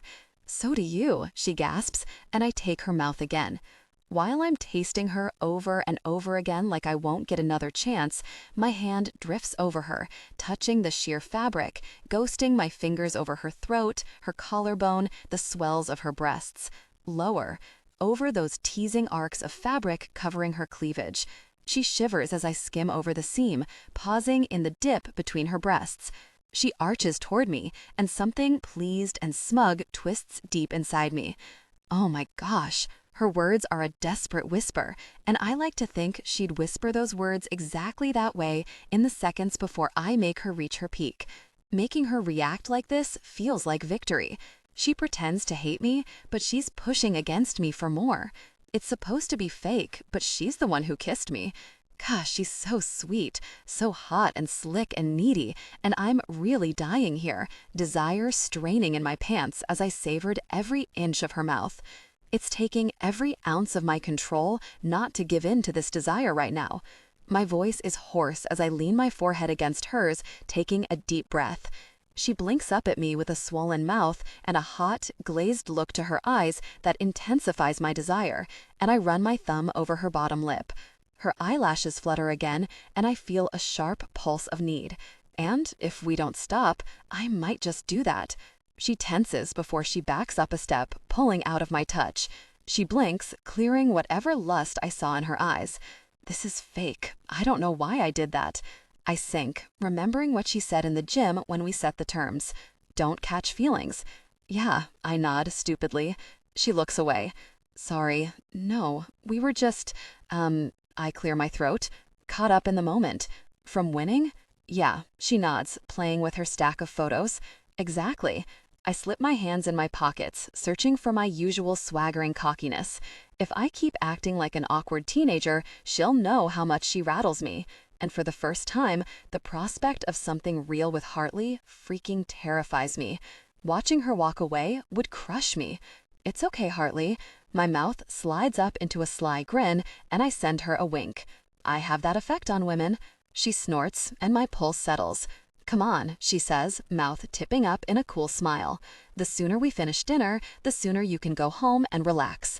And like that, we're back to normal, the teasing back and forth we've always had. Hazel. After dinner, a small group of us heads to the Filthy Flamingo. I'm sitting in a booth between Rory and Hayden, across from Jamie, Pippa, and Alexi. Rory's arm drapes over the back of the booth over my shoulders, and I can feel the heat of him along my side. I kissed him. I don't even think Connor saw, but I didn't care. I just really, really wanted to kiss Rory again. The trophy sits on the table in the middle of our group. Every time Connor looked at it during dinner, his jaw ticked in irritation. As soon as dinner was done, he left, muttering about having an early training session tomorrow. I smiled to myself. "What's so funny, Hartley?" Rory murmurs in my ear. "Just thinking about how we kicked Connor's rear." The way Rory laughed as we ran up the stairs replays in my head. His smile stretched ear to ear, boyish delight radiating from him. I liked it, and I'm itching to see it again. I suck in a tight breath. It's pretend. Guys like Rory and Connor, they can have whatever and whoever they want. I'm not going to get attached. It feels different with Rory, though, and I can't put my finger on how. Maybe it's that I've got his full attention, whereas with Connor, I was always an afterthought. My thoughts flipped to earlier in the closet with the stained glass window, how I asked if we were friends. Rory's fingers find my hair, playing with it. Prickles skitter down my spine when he touches the top of my shoulder. "Have you settled on a date yet?" Hayden asks Pippa and Jamie about their upcoming wedding. Pippa smiles, fiddling with her engagement ring, and looks at Jamie. The corner of his mouth tips up as his arm slides from her shoulder down to her waist. "Not yet," she says, still smiling up at Jamie. "Sometime in the spring." That strange pang hits my chest, the one I feel sometimes when I watch them, and my mind returns to Rory sitting beside me. The gift he got me, how he kissed me when he saw me tonight, how he kissed me upstairs in the hallway so fervently, like I was so necessary to him. My heart gives another pleasant twang, and I rub it away. Pippa arches an eyebrow at Hayden. "Are you bringing a date?" His grin widens. "Nope, I'm thinking about picking up one of your cute musician friends." She rolls her eyes. "You dog, you." "I'm not a dog," Hayden protests, laughing. "I never lead girls on. They know I'm not looking for anything serious." He lifts a big shoulder. It's easier that way, with our schedules and trades and stuff. My brow wrinkles. I've always lumped him in with the rest of the hockey players who have a new hookup every week because they can. I'm not looking for anything serious, and it's easier that way is what I say about relationships, though, and now I'm wondering what his deal is. With my one-time only hookup rule, if I were a guy, I'd probably be called a player too. "There's something we wanted to ask you two," Pippa tells me and Rory, and I pull my attention back to the conversation. Her hands ring in her lap. "Will you be my maid of honor, Hazel?" Emotion stings my eyes, sharp and sweet, and I blink it away fast. For the first time, it hits me. My baby sister is getting married. She's fallen in love with a truly great guy who loves her more than anything.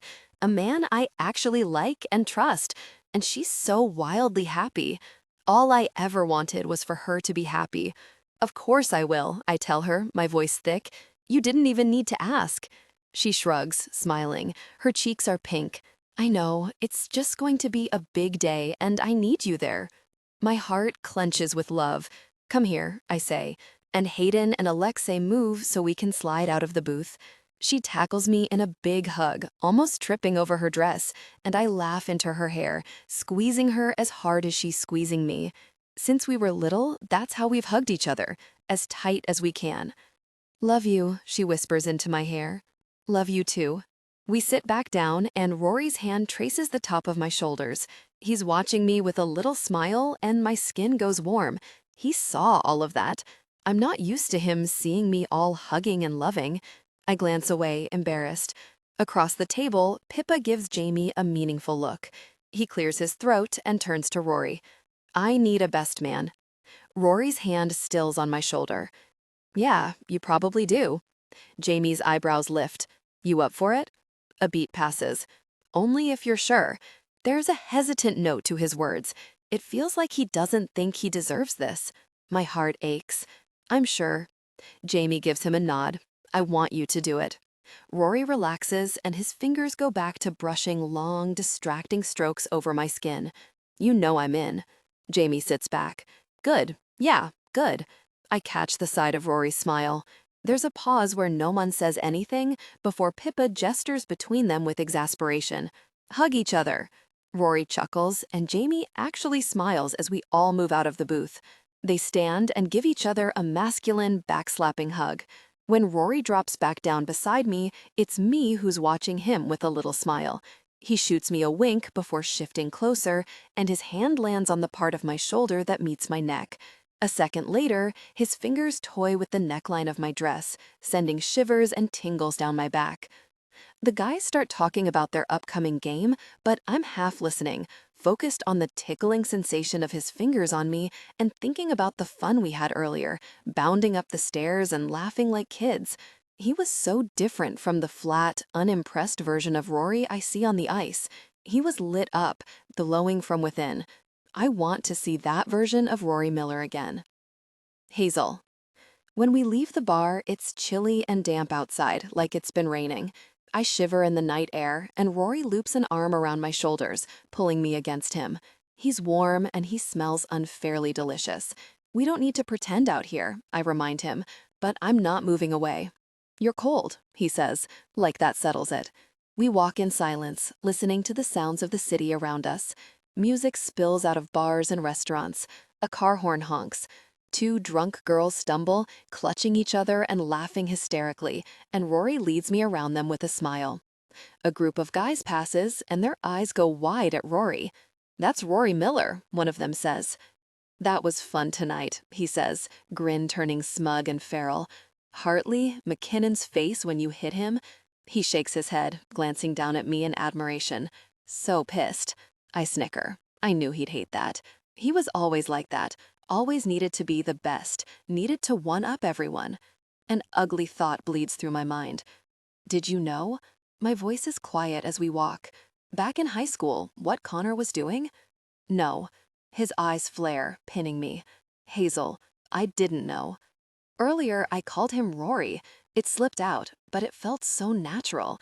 Now he's calling me Hazel, and I love the way he says my name, even when I'm scrambling for ways not to like him. The sound of my name in his deep voice makes me want to hear it again. He shakes his head, eyes still on me, and his tone is firm. If I ever heard him say that, gosh, you'd be the first to know. His mouth slants. If I had sensed any trouble in paradise, I would have taken my shot. My stomach flutters. Strangely enough, I believe him. Really, that's bad. Finally, we reach my apartment. Under the maple tree out front, I search in my bag for my keys. "Thanks for walking me home." Rory slides his hands into his pockets, gaze roaming over the old building. "Invite me up." Delight and nerves spin together in my stomach. "This again?" "Hartley," he teases, as I roll my eyes, smiling. "Where are your manners? I said I was going to see you home safe, and I take this very, very seriously." His grin turns roguish. "Besides, I want to see your place. You're scheming." He blanches, looking overly offended. "I would never." I'm shaking my head to myself even as I unlock the front door. Why am I letting him in? He should go home. "You would." He smiled tonight, though, a lot, and he laughed and looked happy. We laughed together. So, for some reason, I'm holding the door open for him as we head inside. As we ascend the second-floor stairs, he sniffs and makes a face. "Smells weird." I shrug. Someone on the second floor makes a lot of cabbage rolls. We keep climbing the stairs, and he studies the carpet, stained and threadbare with fraying edges. This place is really old.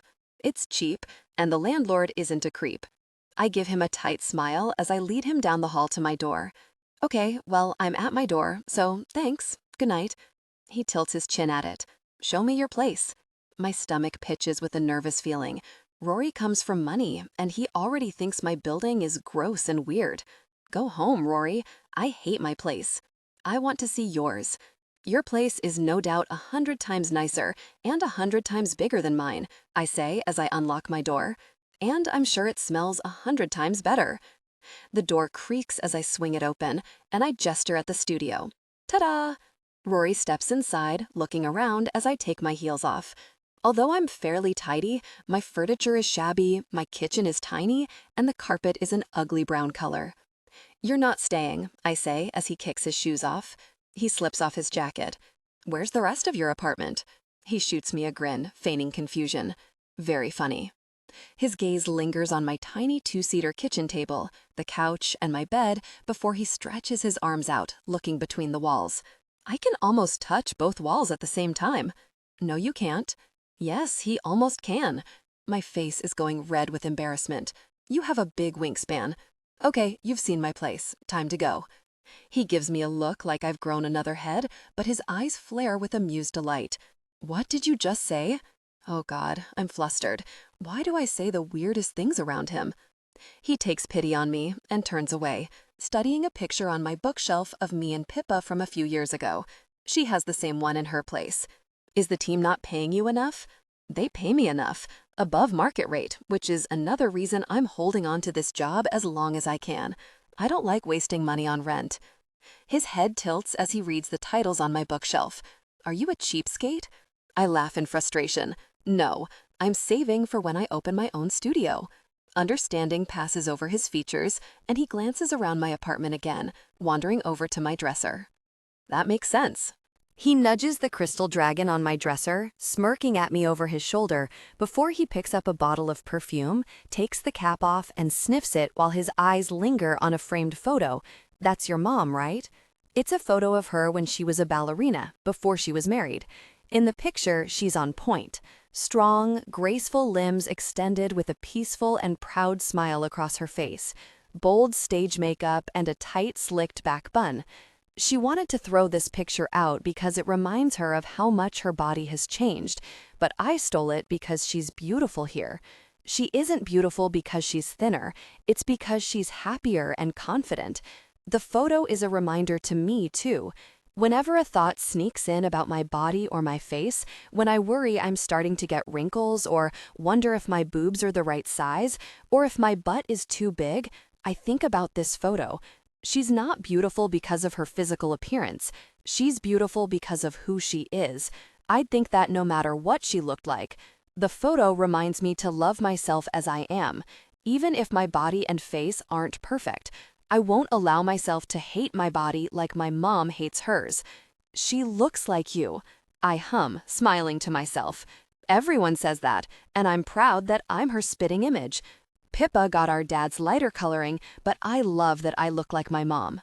Rory watches me like he's trying to figure me out, and alarm bells start ringing in my head. Rory's here, in my apartment, seeing all my things, seeing who I am. Yes, please, snoop away. My tone is dry as I walk over and set the photo face down. I pull the second drawer open to grab my favorite sleeping shirt. There's a creak behind me. Rory.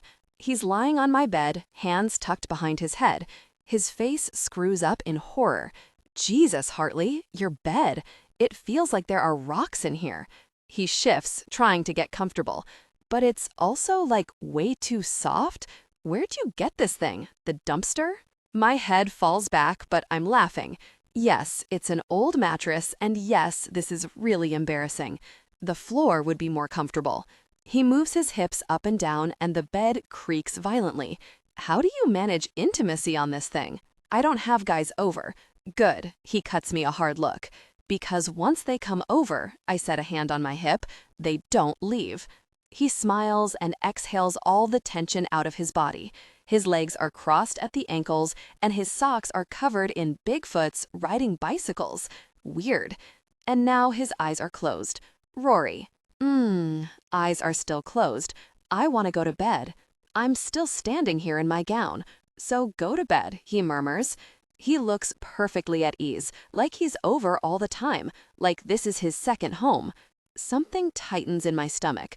My fake boyfriend is falling asleep on my bed, and I have no really clue what to do with that. Good night, baby, he murmurs, eyes still closed. You're not staying. I stop in the doorway to the bathroom, and don't call me that. Fire breather. I laugh despite myself. When I come out, you better be putting your shoes on. I say this, and yet I know he won't be. You got it. My sleep shirt barely covers me, and there's a warning feeling, whispering in the back of my mind, telling me to put shorts on. But I hate wearing anything other than underwear and a t-shirt to bed. I hate feeling all restricted, and I get way too hot. Really, that? Rory wants to sleep here. He can deal with what he sees. Of course, he's fast asleep when I come out of the bathroom, or he's doing a very good impression of it. I lift his arm above his head and drop it. I heard once that this is how doctors check to see whether patients are passed out or faking it. It hits him in the face, but he doesn't wake up. He's sound asleep. Hazel. The next morning, I'm so deliciously warm. Everything is just right, and I'm so really comfortable. Rain taps on the roof. I'm on my side with the pillow molded perfectly to support my head and shoulder, and I'm in that hazy zone between asleep and awake. I sigh, easing back into the warm chest behind me. Clarity cuts through, and my eyes snap open. Rory's spooning me. That's his warm, hard chest pressed up against me, softly rising and falling with his steady breathing. That's his breath tickling the back of my neck. A distinct warmth pressed against me. His hand rested intimately around my front.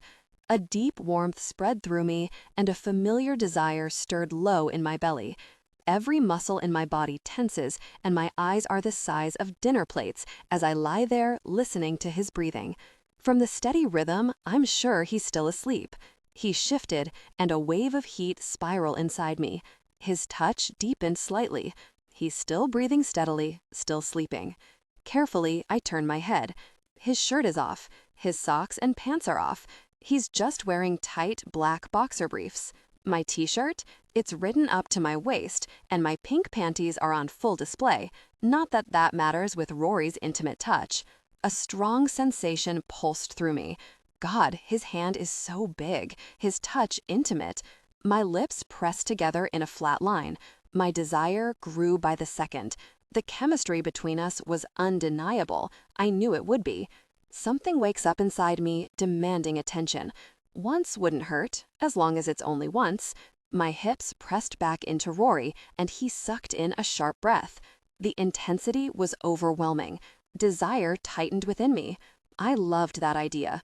A memory from last night flickers in my head, Jamie asking Rory to be his best man, and my thoughts still. They're becoming best friends again. They'll be in each other's lives for years, and Jamie's so head over heels for Pippa, he'll never let her go. I picture their wedding, and Rory and I are seated next to each other. I picture them hosting dinners, and Rory and I make awkward small talk. Children's birthday parties, Christmas, New Year's, group vacations. A cold chill runs through me. Rory's going to be in my life forever, and I'm cuddling with him. We have an end date to this fake relationship, and yet I'm getting far too comfortable. Connor's ugly words from years ago loom in my head, and I'm out of bed in a shot. Good morning. His voice is gravelly with sleep as he squints at me in the morning light. Morning. I whirl around, digging through my dresser for clothes. Despite your terrible mattress, Hartley, I had the best, really good sleep. He stretches with a low, rasping groan, and my gaze snags on his defined, muscular arms, the carved lines of his pecs and abs, and my thighs clench. His desire was evident against the fabric of his boxers. I meet his eyes, and he winks. He knows exactly what I was looking at, and I don't think he minds one bit. A deep ache settled within me. I have got to get out of here before I do something impulsive. I'm going to have a shower, I manage, scampering across the room toward the bathroom door. He shoots me that lazy, captivating grin, gaze dropping to my bare legs, and there's another warm sensation within me. Want company? With his towering height in my tiny shower, we wouldn't fit. His grin turns feral and smug. We'd find a way. Heat streaks through me, and my mind whispers just one time as my gaze lands on the visible evidence of his desire again. It would be so good with him. I know it would. I don't sleep with guys I know, though. I hook up once, and then we part ways. I definitely don't hook up with guys who I'm fake dating or hanging out with on a regular basis, or who will be the best man in my sister's wedding. I slam the door closed and lean against the inside, collecting my common sense. My blood pumps hard as I walk up to my apartment, catching my breath after my run. Moving usually helps clear my head, but today my thoughts still slingshot around my brain. This thing with Rory is getting away from me. We can be friends, but we can't be more, no matter how my body responds to him or how I feel when he lights up like he's actually having fun for once. I need to remember what this is for him, a chase. He wants what he can't have, and the second he gets it, I'm old news, Hazel Hartley? Two guys wait outside my building. A delivery van is parked on the street. That's me. Delivery for you. He hands his electronic tablet to me. Sign here. My eyes narrow. I didn't order anything. The guy glances at the tablet. Charges went to Rory Miller. Of course they did. I sign the tablet, and while the delivery guys unload a new mattress and bed frame from the truck, I pull out my phone and call him. Rory answers the phone a moment later, as I'm holding the front door open for the guys. Seriously? I ask in lieu of greeting. You are so welcome. I don't know whether to scream or laugh as I climb the stairs after them. He doesn't seem weird about this morning, so that's good. I can pretend if he can. I can hear your stupid, smug grin through the phone. I'm not sleeping on that lumpy old mattress again. My mouth falls open in shock. You're not sleeping on the new one either, especially not after this morning. Hartley, I gotta go. The plane's going to take off soon. What am I supposed to... The guys will take the old bed. There's an airport announcement in the background. I'll call you when we land. I stare at the disconnected call. That jerk hung up on me. Rory, what are you doing? In our hotel room that night, I swivel in my chair, giving McKinnon an innocent smile. Buying gifts for my girlfriend? My mouth tilts. You don't mind, right? His lip curls, eyes on the lingerie website on my laptop. I never needed to buy her that stuff. That's not what I heard. His smile drops, and I know I've hit a nerve. My curiosity peaks, but I turn back to the laptop, scrolling and adding things to the cart. I think about McKinnon touching Hartley, and I feel sick. I think about him waking up wrapped around her, and I want to punch something. She wanted to go further this morning, but something stopped her. My hand scrubs over my face before I pick up the tiny crystal dragon I've been bringing with me on the road. It's a perfect twin to hers, except hers is blue and mine is green. If she knew I had it, she'd call it a waste of money, but I find myself holding it all the time, thinking about her. I like that we both have them, like they're friendship bracelets or walkie-talkies or something. Just another really difficult thing I can't tell her. Before I think about it, I'm FaceTiming her, nudging the crystal dragon out of view. I'm not keeping it. She answers in my earbuds in lieu of hello. My mouth tips up, and I add more lingerie to the cart. Yes, you are. I've never bought a woman lingerie, but picturing Hartley in these scraps of lace fueled my imagination. She'd never, ever wear it, but that isn't going to stop me from buying it for her. There's a rustling noise on her end, and my smile creeps higher. Put your camera on, Hartley. No. I'm already laughing. She sounds so guilty. Put your camera on right now. Her video pops up, and I shake with laughter. I knew it.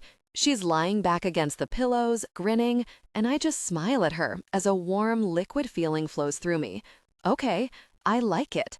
I'm lying on a cloud in heaven. Happy? Extremely. Her eyes sparkle. Thank you, she says quietly. I just shake my head, swiveling in my chair, smiling at her. Her chestnut hair cascades over the pillow, and I remember this morning when I woke up with her tucked against me. Jesus, that felt good, her body all warm and soft. You're welcome. I feel like I'm not pulling my weight in this arrangement, based on how often I thank you. I like doing this stuff for you. There's a long pause where we just look at each other, and my pulse beats harder with the worry that I showed my cards. My gaze roams her face, her lips curved into a small smile, her eyes sparkling in the low lighting of her apartment. Does she feel the same? So, what are we going to do tonight to piss him off? She asks. Last night flashes in my head, the way she shrieked with laughter as we ran from Owen's. I get an idea. Hartley, I say in a scolding tone, glancing over my shoulder at McKinnon on his bed. We can't. I have a roommate. Rory. Gosh, I love it when we use first names. What are you doing?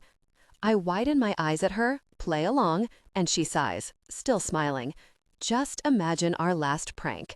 It'll have to do until I get home. Oh my God. She shakes her head, but her face is going red. Unbelievable. All right, I relent. I can't say no to you. I pick the laptop up and walk to the bathroom, pausing at the door. You might want to clear out, McKinnon. Hartley and I need some alone time. He shoots me a dirty look. Ugh. Miller? "What are we doing?" Hazel asks in my ear. Tension broke, gave in to desire, connecting deeply. "You always make me feel so good." The hairs on the back of my neck prickle as a shiver rolls through me. "You know exactly how to bring me to such intense pleasure," she whispers, and a powerful sensation courses through me. There's something about her approving tone that's making desire surge through me so intensely, I can't think straight. Gosh, that's hot. I swallow, watching Hartley's flushed face as she makes herself breathe hard. If we were fooling around on FaceTime for real, her hand would be exploring her intimate areas, creating intense sensations. She'd be deeply aroused. I know she would be. Bring yourself to a peak of pleasure and pretend it's me. My gaze is glued to the screen, and my breathing is ragged. Explore your body as I would. She nods, eyes half-lidded as she moans through my laptop speakers. Jesus Christ, my hand rakes through my hair. I wonder if she'd follow directions like that in real life, if she'd give herself to me, or if she'd fight me every step of the way. I don't know which way I prefer. "You too," she gasps. "Indulge yourself. I want to see." A powerful sensation pulses through me. Need is coursing through me, rattling in my blood. "I'm not going to maintain control if you keep making those noises, Hazel." I'm addicted to the lust in her eyes. "You're too hot. You're going to push me to my limit." I don't know what's fake and what's real in this. Desire is so intense it hurts, and the second this call is over, I'm going to replay every noise she made while I find my own release. She bites her lip. "Mm-hmm. Are you close?" "Uh-huh." My body is responding intensely. Good. Keep going. Faster. I need to hear what it sounds like when Hazel reaches her peak. "Hazel, gosh, that feels so good," I moan. Who am I? The stupid crystal dragon sits on my dresser, judging me. Nothing's changed since this morning, though, and we're still pretending, I think. "What are you thinking about?" he rasps, watching me closely. God, Rory does a good impression of intense desire. The low tone goes straight to my aching core. His eyes are dark, half-lidded, pinning me, and I wonder if he's thinking about us doing all of this for real. I am. I'm thinking about that powerful presence pressing against me this morning and what it would feel like with him on top of me, connecting intimately. My mind imagines what the sweet burn of him joining with me would feel like. I am deeply aroused. You, I admit, connecting with me, you're so powerful, the most intense I've ever experienced. He wears the laziest, most arrogant grin I've ever seen, that jerk. How'd you get so good at bringing me pleasure, Rory? More desire flares in his eyes. He likes when I say things like that, or he pretends to. I'm not sure anymore. "Tell me how good it feels," he urges, breathing hard and wearing a determined expression. "When we connect intimately, you reach depths within me even I can't access. I bet you're so aroused right now." His pained expression makes a powerful sensation pulse between my legs. God, I just whimpered. I'm a mess. I don't care, though. This is the hottest thing I've ever done, and it's not even real. I'm not even touching myself. Arousal gathers low in my belly, and I press my thighs together, desperate for friction. A sharp burst of pleasure shoots through me, and my lips part. We need to end this before I actually do reach my peak. "Am there," I gasp. "Yes." He leans in, staring hard at the screen. "Yes, baby, keep going. I need to see you reach your climax. Come with me." "Am close," he groans. "Now, baby." I let out a cry of pleasure, panting through it and gripping my duvet like it's real, and a ragged, pained groan rips through him. "Wow," I say, because I can just see it, him making that agonized expression while he reaches his peak with me. Holy gosh. He blinks, broad chest rising and falling to catch his breath. We look at each other. What in the world just happened? Through the bathroom door, we hear Connor leave. He's gone. A sly grin pulls up on his flushed face. "Nice work." "You too." I'm still deeply aroused and aching. I need to deal with this. I can't be talking to Rory while I'm this intensely desiring. I have to go. He jerks a nod. Me too. He clears his throat again. Night, Hartley. Good night, I say, in a weird tone, before ending the call. I toss the phone aside and explore my intimate areas. The second I make contact, my back arches off the bed. Gosh, I breathe, swirling circles through my arousal. Gosh, gosh, gosh. My pleasure builds, fills me, expands through every limb before it bursts, radiating heat and intense pleasure from my center while I gasp for air, picturing his intense, focused expression. I'm clenching on nothing, clamping down where Rory's presence should be, where I've imagined it, moaning while my fingers move fast over my soft, sensitive skin. It's so good. It's so really good. And yet, it's not enough.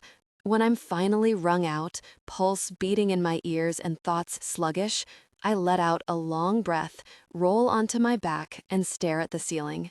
That was the strongest peak of pleasure I've ever had. This is going to be a problem.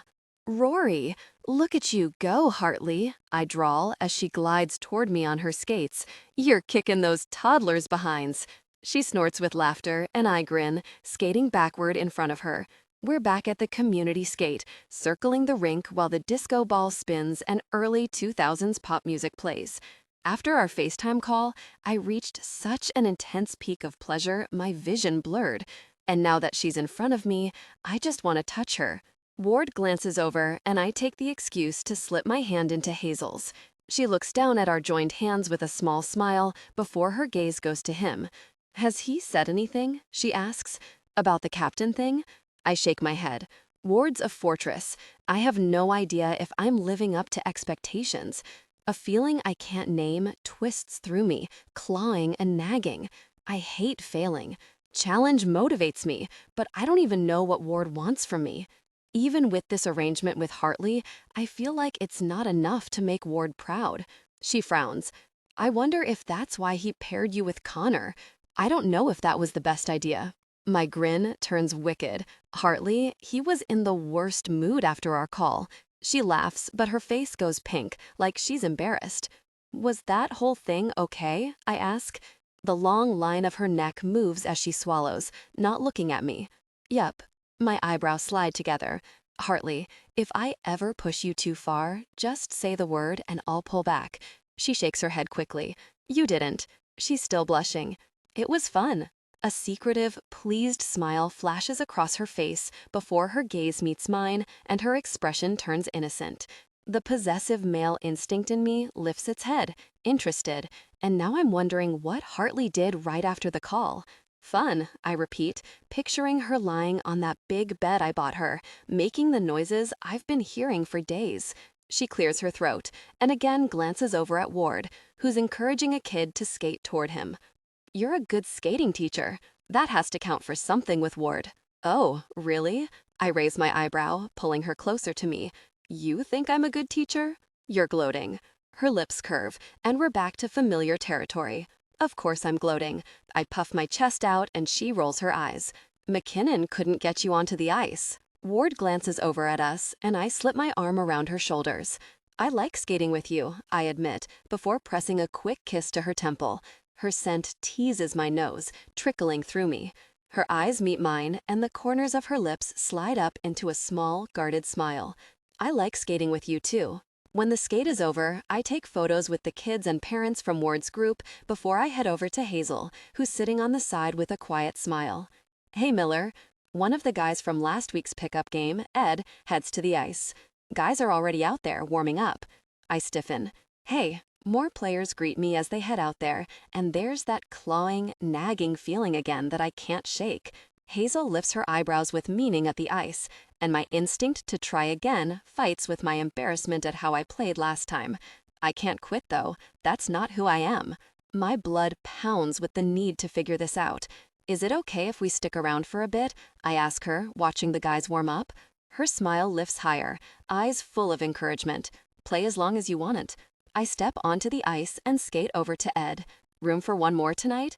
I'm fully prepared for him to let me down easy after how last week went, but he gives me a quick nod and a welcoming smile. You bet. He points over to the bench. extra sticks on the bench. 10 minutes later, we've warmed up and split into teams, and the whistle blows. I keep my distance from the puck, playing less aggressively, fighting every instinct my dad has drilled into my head, but the feeling of wrongness persists, like I'm not doing what I should. The guy I'm covering goes for the puck, and I knock it back to one of my teammates. This feels wrong. I'm not the star, but this isn't even fun. It feels like I'm hiding. There's no point to being here if I'm going to sit on the sidelines. A memory from the team dinner filters into my head, watching Hazel step into the hall and shoot McKinnon with the foam pellet, winning the game, and the victory in her eyes. The intense, expansive feeling of pride in my chest. Watching her win felt incredible. The other team has the puck, but I swing past, snagging it before passing to Ed, who's open. I skate to the net. "Open," I call, and he passes back to me. The players scramble between me and the net, blocking my shot. Here's where I would normally score. That's what I'm paid for, that's what I'm trained to do. Ward isn't here though, and my dad's not watching on TV. There's no media, it's just Hazel, and she doesn't care at all if I score goals. I pass back to Ed. Surprise flares in his expression before he sends the puck toward the net. The goalie lunges, but it sails past. Our team cheers, and Ed gives me a triumphant smile. Something opens in my chest, pride and reward and delight, happiness. It's the same feeling as sprinting up the stairs with Hazel. It's the tight coil of joy in my chest when she shrieked and when she slapped a palm over her mouth during our FaceTime call, muffling her laughter. She watches from the stands with a proud, pleased smile, and I think I just figured it out. Hazel. A package is propped against my front door when I get home from skating with Rory. I step inside, drop my bag, and kick off my shoes. Then I cut the box open. Another box sits within the shipping box, pale pink with a white bow around it. I frown. My birthday isn't for months, and Pippa usually warns me if she's sending something to me. The ribbon is soft under my fingers, and when I slide the lid off the box and move the thick tissue paper aside, my jaw drops. 3 bras and 3 pairs of lace panties are neatly folded inside the box. The sets, in cream, sky blue, and a pale, delicate lavender, are beautiful, high quality, and constructed with care. Sheer fabric lines the bra cups, and the straps are satin, soft, and so smooth. My heart lurches with excitement. I never, ever buy myself the nice stuff out of guilt, but these pieces are so pretty and feminine that I'm desperate to wear them. I frown. Who sent me lingerie? In the box, a card sits tucked to the side. I gasp. Love, Rory, the card says. Without a thought, I'm already phoning him. Miss me already? Fine, he sighs, pretending to sound put out. I'll come over. Rory? What the hell? You sent me lingerie. Did he think about me wearing it when he bought it? My face flushes. I bought it in the hotel room in front of McKinnon. Pissed him right off, Hartley. The bras were revealing. A warmth spread through me. I could totally picture the way Rory's eyes would darken and how his lips would part, seeing me in this. It would be so fun to get him all worked up like that. I'd tease him until he was desperate. What? What am I talking about? I clear the thoughts from my head. Okay, that's actually genius. But you didn't have to actually buy it.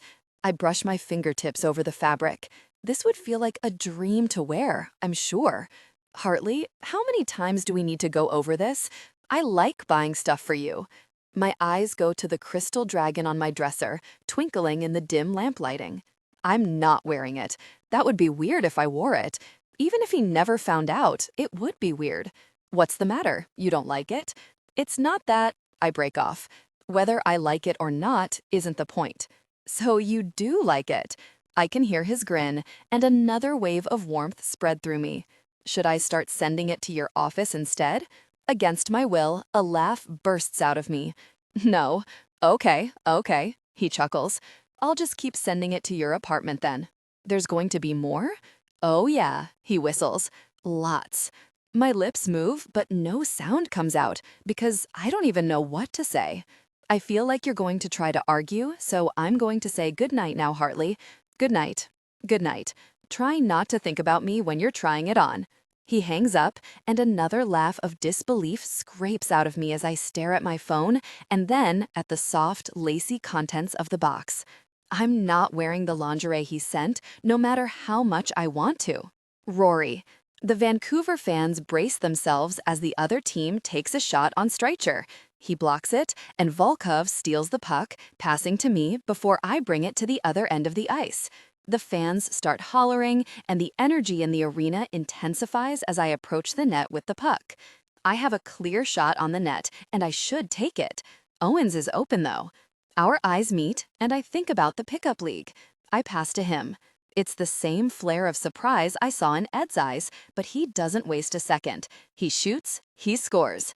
The arena roars with noise, and ecstasy whistles through my veins as the goal horn blows. Lights flash, sirens blare, and the fans jump up and down. "Really? Yeah, buddy," Owens crows as we crowd him, and I laugh at his excitement. On the bench, Ward gives me a firm nod of approval, then my gaze goes to Hartley, where she's sitting beside Pippa and looking at me with pleased surprise, like she just saw a new side of me. I think I did too, and I like who I found. Hazel. Something's different about Rory when he walks into the Filthy Flamingo after the game. He's lighter, more relaxed, and there's an easy tilt to his mouth that I mirror as he makes his way to me. Hi. My gaze flicks up to his black baseball hat, turned backward. Against his ash blonde hair and bright blue eyes, the effect is intoxicating. Great game. Thanks. He steps into my space. Now be a good fake girlfriend, Hartley, and let me kiss you. His lips are gentle, soft, and sweet, and my body relaxes against him. The bar fades away, and there's just the scrape of stubble under my fingers and the tickle of his breath on my cheek. My other hand flattens against his firm chest. His hoodie is so soft, and I wonder what it would feel like to wear it. Every inhale floods my system with his dizzying scent of clean laundry and body wash. I forget we're in the bar. I forget this is fake. When Rory Miller kisses me, I forget what it's like to have my heart broken. He nips my bottom lip, and I pull back before he can deepen the kiss and truly shatter my senses. My face is flushed, and when his finger slides to the pulse point on my neck, his gaze flares with interest as he feels my racing heart rate. I like him. This is bad. Also, I'm wearing the lingerie he sent, even though I said I wouldn't. Bad. So bad. Very, very bad. Hartley, he murmurs in a teasing tone. Nuns kiss with more tongue than that. He arches a knowing brow. He's goading me, but it's working, and I fist the front of his hoodie and pull him back to me. This time, I don't hold back. I kiss him as if that FaceTime call was real. He props an arm on the pillar behind me as our kiss deepened and a low, desperate groan rumbled from his chest, vibrating against my fist still holding his hoodie. Urgent, insistent need hums through my blood as his free hand grasps the hair at the back of my head. He tilts my head back to open me up more, and a deep desire gathered within me. I didn't expect to like him pulling my hair so much. Better? I whisper, looking up into his eyes. Yeah. His breathing is ragged, pupils blown wide. His gaze flicks behind me, and his expression turns wicked. McKinnon. I stiffen. I forgot he was here. Rory tilts his chin at Connor. You should get a better drink. It doesn't look like you like that one. Connor's expression looks like a storm cloud, but Rory's already pulling me over to the table with the others. Pippa and Jamie are at a bigger table than normal, and sitting with Hayden are his friends Kit and Darcy. Kit Dreiger plays for Calgary, the team Vancouver played tonight, and Darcy is his girlfriend from when all three of them met in university. Hey, Rory says to Kit with a playful grin. They played together last season. Only Vancouver players allowed in here. Everyone rolls their eyes. Like that ever stopped you, I tell him, and he chuckles and shakes Kit's hand. Good game tonight, Dreiger. You too, Kit says with a nod. It's hard enough to get this guy out with us without your chirps, Miller, Hayden says. Darcy had to drag him here tonight.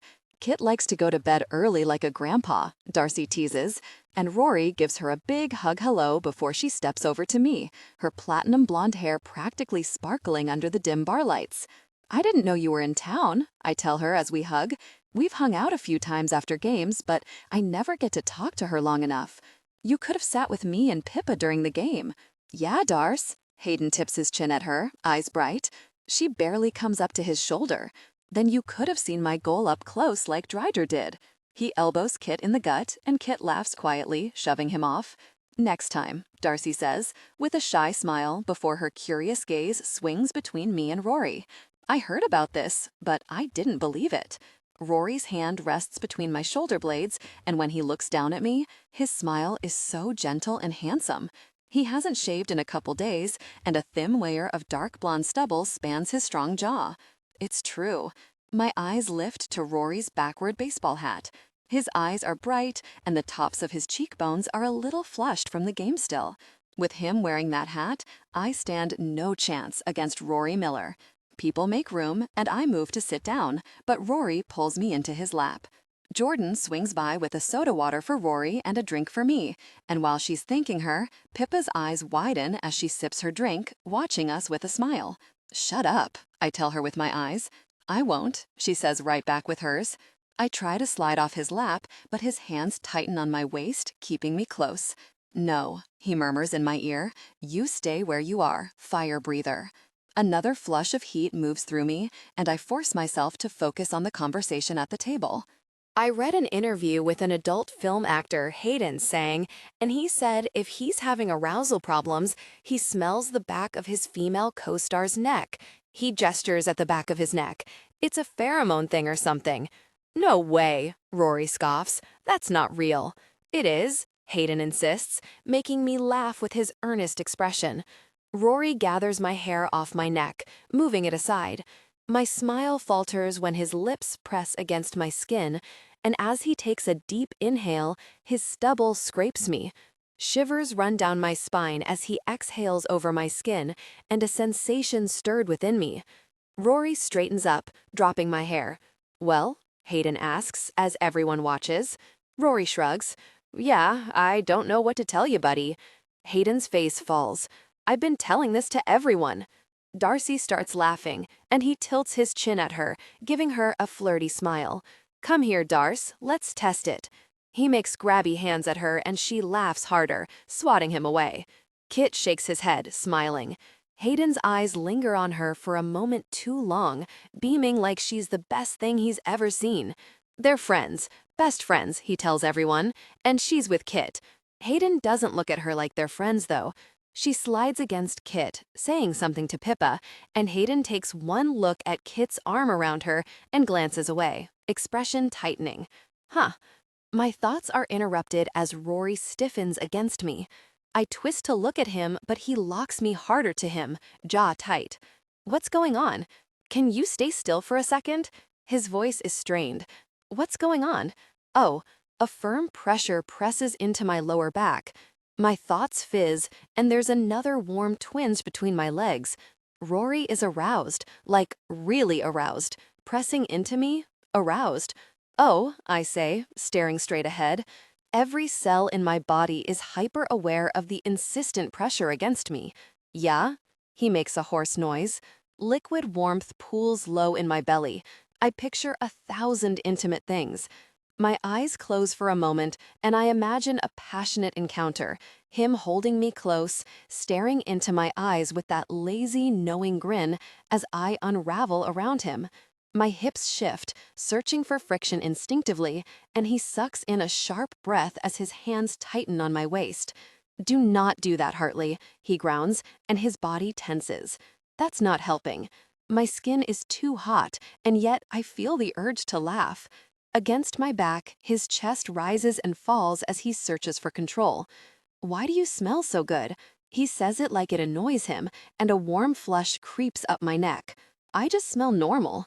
"You definitely really don't smell normal, Hartley." His frustrated tone does weird things to my body. My skin tingles all the way down my back, and arousal tugs low in my stomach. We pretend to listen to the conversation at the table while I sit very, very still. Jordan swings by and I order some food, still hyper-aware of Rory's arousal. Eventually, the firm pressure against my backside goes away, and I can think again. "Want one?" I ask him when my fries arrive. He shakes his head, gaze lingering on them. "No thanks." "No drinking, no fries," I list, popping one in my mouth. He's like my mom, always putting herself on a diet. His eyes linger on my mouth.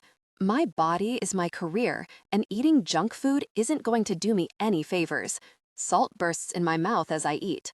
One fry, though? Is that really going to end your season? Especially when they're so good. I quietly moan the last two words, letting my eyes roll back like it's the best fry I've ever eaten. Rory's eyes darken. Do that again? I hold eye contact with him as I eat another. Gosh, he looks away when I lick my bottom lip. That's so hot. You know what goes so well with fries? Beer. He sucks in a long breath. I haven't had one in forever. You played a great game tonight. My brows rise. I'm proud of you. You should celebrate. I'm proud of him? I am, though. For the first time in forever, he actually looked happy out there. And I know it has something to do with the pickup game yesterday, but I can't say those kinds of things. Not that it matters, I quickly add. It does. His expression is so serious. It matters. My heart gives a happy spin at. He looks at the fries, and his eyes spark with teasing. You trying to be a bad influence on me, Hartley? I shrug, still smiling. Is it working? Yes. He meets my eyes again. All right, hit me. My grin widens, and I hand him my beer before catching Jordan's attention and silently ordering another for myself. When Rory takes a sip, his eyes close and he groans like he just found water in the middle of the desert. Gosh, he mutters. My breath catches, fascinated by the expression on his face. Good. He nods, takes another sip, and sighs, and something warm and pleased weaves through my chest. Hazel. An hour later, Rory's had 2 beers. His smile is a little brighter, his laugh is a little louder, and his hands roam a little more freely over me, smoothing over my back, resting on my waist, and giving my thigh quick, firm squeezes. His nose presses to my temple as he takes a deep inhale. Jesus Christ, he murmurs. Something about his low voice sends my hormones crashing through my system, demanding intimate things. My mind flicks to him on my bed in just his boxers. Are you drunk? I whisper, giving him a teasing grin. No, he laughs against my ear. Just tipsy, lightweight. I have a stupid grin all over my face. Don't bully me, Hartley. He nips my earlobe and my lips part. It makes me very aware of you. I'm laughing, but I'm also flushing.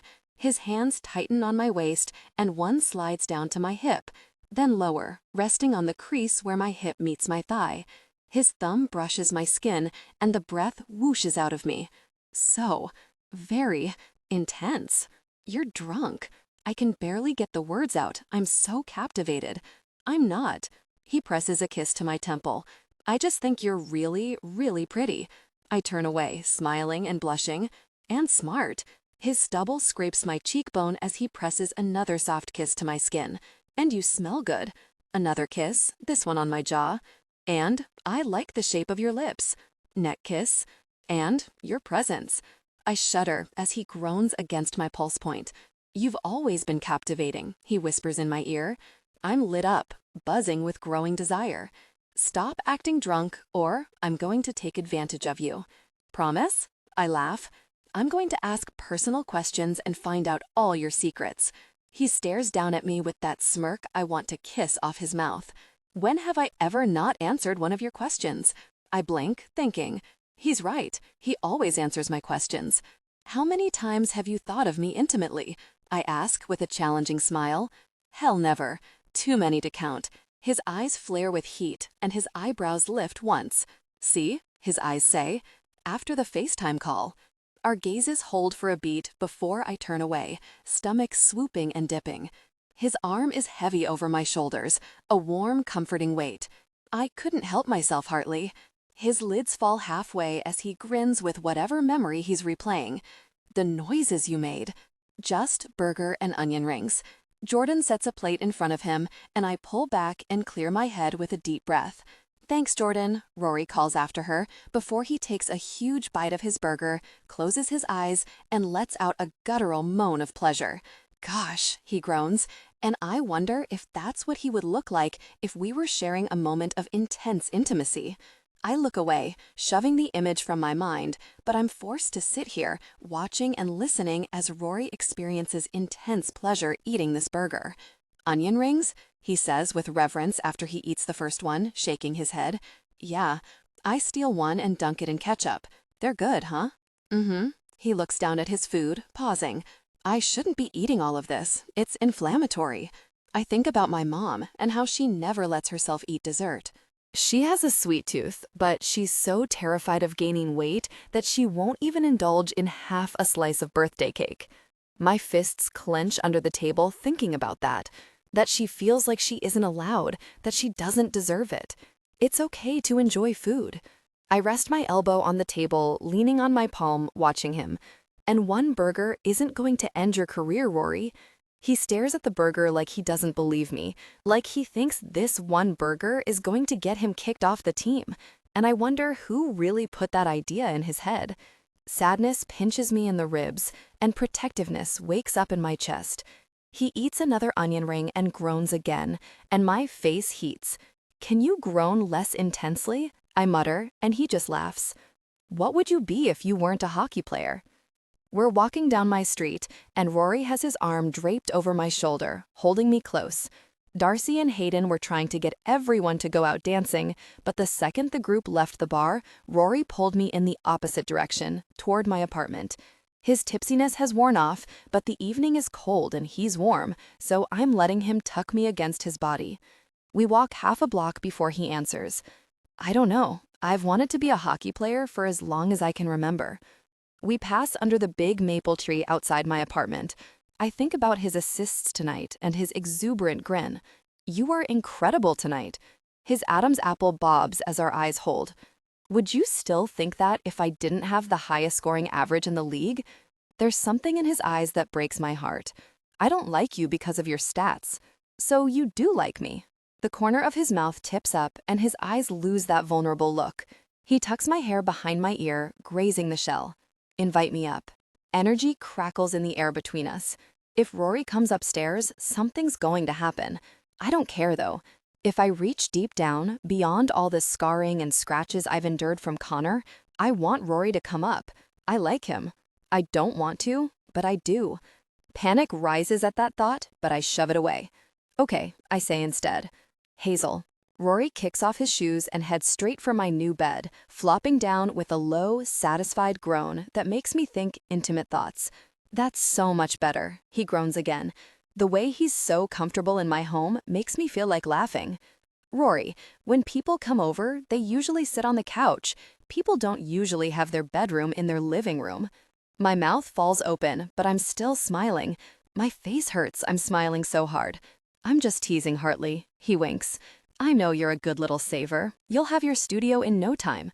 A pulse of happiness hits me in the chest, and I'm glad I told him about that. Thank you again for the bed, I tell him, slipping onto the mattress beside him, folding my legs beneath me. A soft smile ghosts over his mouth. You're welcome. Do you sleep okay without all the springs stabbing you in the back? I'm shaking with laughter. Oh, stop it. I cut a look at him. But yes, he's still smiling, watching me. The dim, warm lighting of my apartment is doing incredible things for his eyes and skin. I like buying things for you. You should let me do it more often. He props himself on his elbow, frowning at me. How come you don't wear my jersey to games anymore? I don't know, I shrug. People already think we're together. I bought it for you to wear. Something thrums low in my belly at his territorial tone. After Connor, I hated the idea of wearing a guy's jersey, but it's Rory. Everyone wears his jersey at games, but I have this deep-seated, prickling feeling in the back of my brain that it means something to him when I wear it. The memory of his stricken expression during yoga, when I asked the class to think about what makes them feel worthy, flashes in my head. I care about him, and I think he knows that. Worst of all, I think he cares about me, too. I should tell him to go home. Just once, the devil on my shoulder whispers. It's my rule, after all. One time, and then we'll never hook up again. He rests a hand on my thigh, and his fingers drift to the inside seam of my leggings, toying with it. And I want you to wear it. He holds my gaze. Please. It's that please that does it for me. And maybe the way his hand feels on my leg, so big and warm. Okay, I'm hyper-aware of where he's touching me and his gaze roaming my face. My heart rate jumps because I can't seem to get it under control around him. You can be so sweet when you want to be, I say for some reason. So can you. I have to remind myself to breathe as our eyes hold, and my heart jumps into my throat. I study the elegant lines of his face, his strong nose, his brows, the curve of his lips. He's so handsome with that stubble, and my hands twitch with the urge to drag my fingers over it. Besides, it'll piss McKinnon off. He shakes his head. Really, McKinnon, he bites out. He was watching you tonight. He just wants to play with your toys. He's always been competitive with you. He folds his arms over his chest. He still has a thing for you, and I don't like it. He knows we're together. He shouldn't be staring at you like that. My stomach does a slow roll at the way he says it, like it's real. Isn't that the whole point of what we're doing? Getting under Connor's skin? You sound jealous. His jaw ticks and our eyes meet again. I am. I shouldn't like that he feels possessive over me, but I find myself sliding off the bed and walking to the closet. My stomach is full of butterflies as I tug the jersey off the hanger and pull it over my head.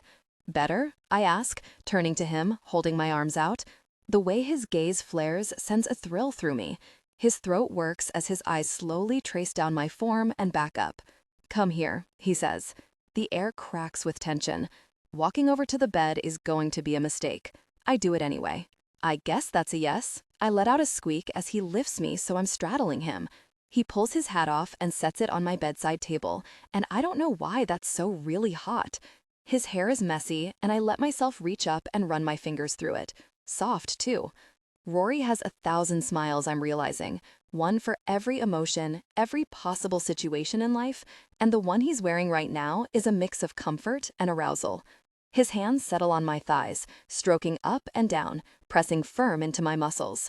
Hi, I whisper, because it feels like we've climbed a level in whatever this is between us, and I'm not sure what else to say. Hi, Hazel. He gives me his Hazel is cute smile. His hand strokes a little higher, thumbs brushing the seam between my hip and thigh, and my breathing turns ragged. He notices because his gaze flares. He pulls me down to kiss me, claiming my mouth with urgency and hot desperation. An intense sensation grew as their intimacy deepened. His touch became more intimate, igniting a deep response. His eyes flare with heat, and something inside me jumps in anticipation. He's going to see that I'm wearing the pale blue bra and panties he sent. Heat built between my legs, a powerful desire taking hold. Maybe this will all be easier once Rory gets what he's been chasing. My heart's beating out of my chest. Before we do this, I shifted to ease the pressure, but his closeness sent a streak of need through me, making me lose my train of thought. He pulls my jersey and shirt over my head, going still. My heart pounds as he stares at the pale blue bra, blinking once, twice, before his dark gaze lifts to mine. Hartley, he says, with his mouth curving up. Is that... Yes, I rush out. The way he's teasing me with his eyes is starting to make me feel embarrassed, like maybe I overstepped. Maybe this looks pathetic, that I'm wearing something he bought me when it was clearly a joke. Why? He holds my gaze, hands sliding up my thighs. Because I scrambled for a coherent thought that wasn't related to how aroused I was or how intensely I was feeling. Because it was pretty, and I wanted to feel hot. And did it work? His gaze sears me, and I nod. It's true. Wearing something so beautiful and delicate makes me feel sexy. Beneath me, his desire was palpable, and he let out a heavy breath. That is really hot, Hartley. His throat worked, his warm palms returned to my breasts, his touch intimate and overwhelming. Oh my God, I whisper, leaning forward to kiss him again. He devours my mouth, tongue sliding against mine, making my head spin. What were you saying, Hartley? Oh, right, that. This will be the first and last time we do this. He pulls away to look into my eyes. What? It's just what I do. My shrug is easy and casual, even as I'm tight with need. I only become intimate with guys once. It's easier that way. He frowns. And then what? And then we both move on. When I tell people this, they usually look relieved, but Rory's frown deepens and his hands leave my body. His throat works again as he searches my eyes. We should stop, he says. The arousal in my blood fizzles out like I've been dunked in cold water. His jaw ticks. It would complicate things. Rejection burns through me. He said he's been thinking about this for years. He slept in my very bed. I kissed him at the team party, but he kissed me back. He said it was hot that I was wearing the lingerie he sent. He asked me out at the beginning of the season, before the deal. He's been chasing me for years, and now he doesn't want me? Oh, my stomach sinks. He's never seen this much of my body before.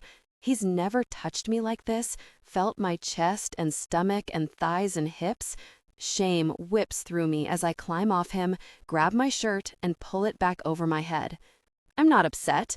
It's fake. It's a deal. It's not a relationship. Even if the intimacy would be incredible, even if I'd experience such intense pleasure and work to make him experience even deeper pleasure than ever. You're right. I'm channeling the same woman who told Connor she's dating Rory, the woman with the cool, calm, hardened shell around her. I don't know what I was thinking. Just aroused, I guess. Hazel, he starts. You should go. I fold my arms over my chest. It's late. His eyes flash with something that looks like regret, and when our eyes meet, he looks like he wants to say something, but I take another step back, out of the Rory Miller danger zone. He sits up, wearing a pained expression like I'm killing him. Hazel, it's fine, Rory. It's not fine. I'm so really embarrassed.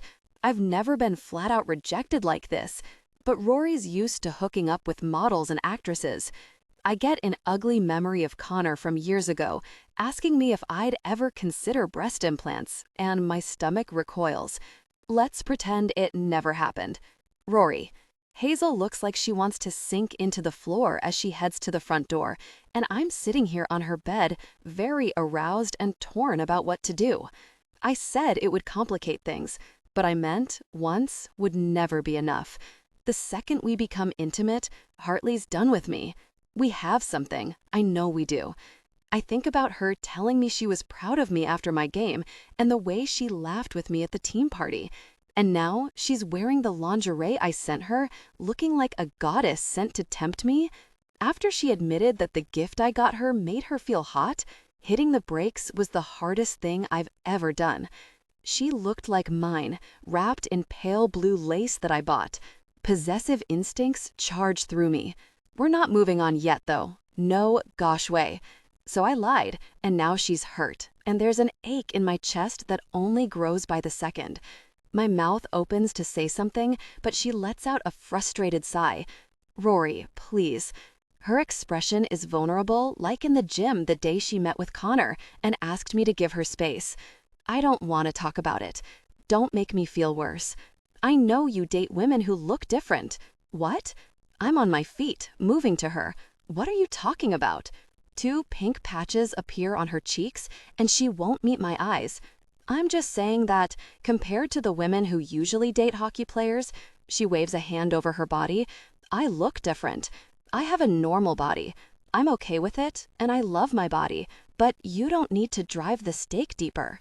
Hazel. Her eyes go wide as I back her against the door, pressing a hand to the surface over her head, caging her in. Blood beats in my ears. How could she think that? How could she think she's anything less than perfect? How could I let her think that? Since I ran into her last year, I haven't touched another woman. Next to her, no one's as funny or hot or interesting or entertaining. My fingers circled her wrist, and I guided her hand, making my strong desire clear, watching her eyes flare with heat. Does that feel like I'm not interested? I demand, and her hand twitches, making my body ache with need. Does that feel like I don't think about your body 100 times a day? Her lips part, and I capture her mouth. She kisses me back hard, and relief sweeps through me, followed by intense need. I'm going to show Hazel how wrong she is. I'm going to worship every inch of her. Once will never, ever be enough, though. So maybe we don't go all the way. Maybe I draw it out, take it slow, and never, ever give her enough, so by the time we finally have sex, she doesn't care about her rule anymore. Maybe I wait until she falls for me. I'm mad at you, I tell her, breaking the kiss, and her eyes widen, confused and outraged. What? Why? Because I've practically had my tongue down your throat for months, and you still think I'm not interested? I press my hips against hers, pinning her to the door. Maybe I need to be more clear, Hartley. Interest rises in her eyes. What did you have in mind? This rule of yours. I trail my fingers down her chest, brushing over her bra, over her sensitive skin beneath it, and she sucks in a sharp breath. Tell me the specifics. I draw slow, soft circles on her breasts, and beneath my fingers, her chest rises and falls faster. She blinks like she's having a hard time focusing, and I press my body harder against hers. Her lips part, and I smile. Full intimacy? I prompt. Complete connection? That's the rule? She nods, gaze clouding as she sinks her teeth into that full bottom lip. So, if I were to pleasure you intimately, that wouldn't count? She mumbles something. What's that? I lean in, and my mouth tips up. I said no one's pleasured me intimately in a long time. She bristles with irritation, and I smile wider. Possessive feelings course through my veins. It's wrong, but I like that. I like that I'm going to be the one to make her feel good. I don't think that's a good idea, she adds. Something in her face tells me she thinks it's a really good idea, though. She wants this. She just doesn't know how it fits in with her stupid rule. And why is that? A guy like you doesn't pleasure women intimately. Her eyes dart around before her gaze lifts to mine, flickering with curiosity and reluctance. It would be a waste of time. My smile curls higher. Really? Her throat works. And you wouldn't know how to bring me to a peak. My mind was already made up, but a switch flips inside me and the game is on. You think so? You sure about that? She arches a brow, still looking uncertain, but clinging to that cool demeanor she wears like armor. No one's ever brought me to a peak like that. She's so cute, and by the time we're done tonight, she's going to be screaming my name. How about a friendly wager, Hartley? Hazel, this isn't how I expected this conversation to go, and now I've dug so deep I can't get out. Rory's eyes are bright with competition. I just challenged the most determined guy in professional hockey, and he hates to lose. Why? Why would I challenge him like that? What do you propose? I'm barely whispering. In my ears, my pulse thunders. His mouth hitches higher. I bet I can bring you to a peak. In my experience, hot guys aren't that good in bed. They're selfish because they don't have to work as hard to get women. And Rory? He's the best-looking man I've ever met.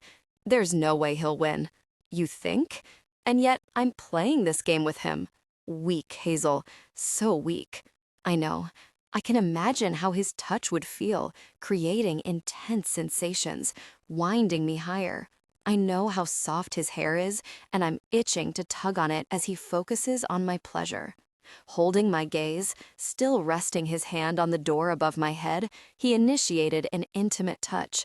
I arch, lips parting as heat sears through me. Are these the panties I bought? He bites out, and I nod. He lets out a low laugh, running the tip of his tongue over his bottom lip while his touch continued, drawing firm circles. The muscles between my legs flex around nothing as pressure builds. And your desire is so evident.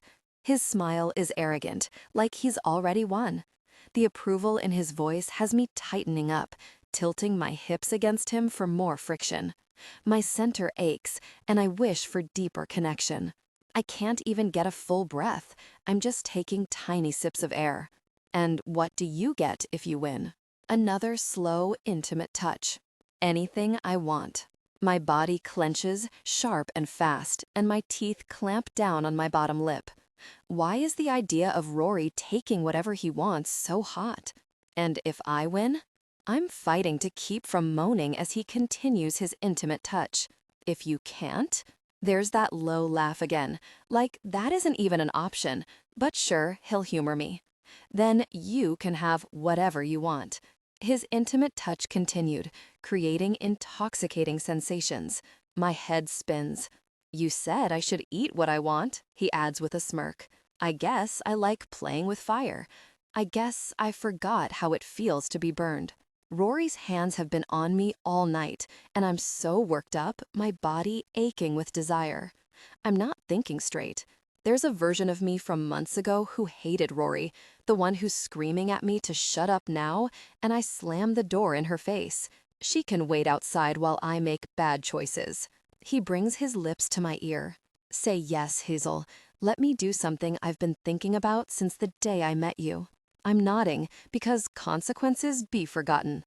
Despite what Rory says, it's just once, and I'm really, really curious if Rory will win. His hand slips out of my leggings and he laughs at my noise of frustration, but then he's pulling my t-shirt over my head. His eyes darken as he stares at my breasts, shaking his head.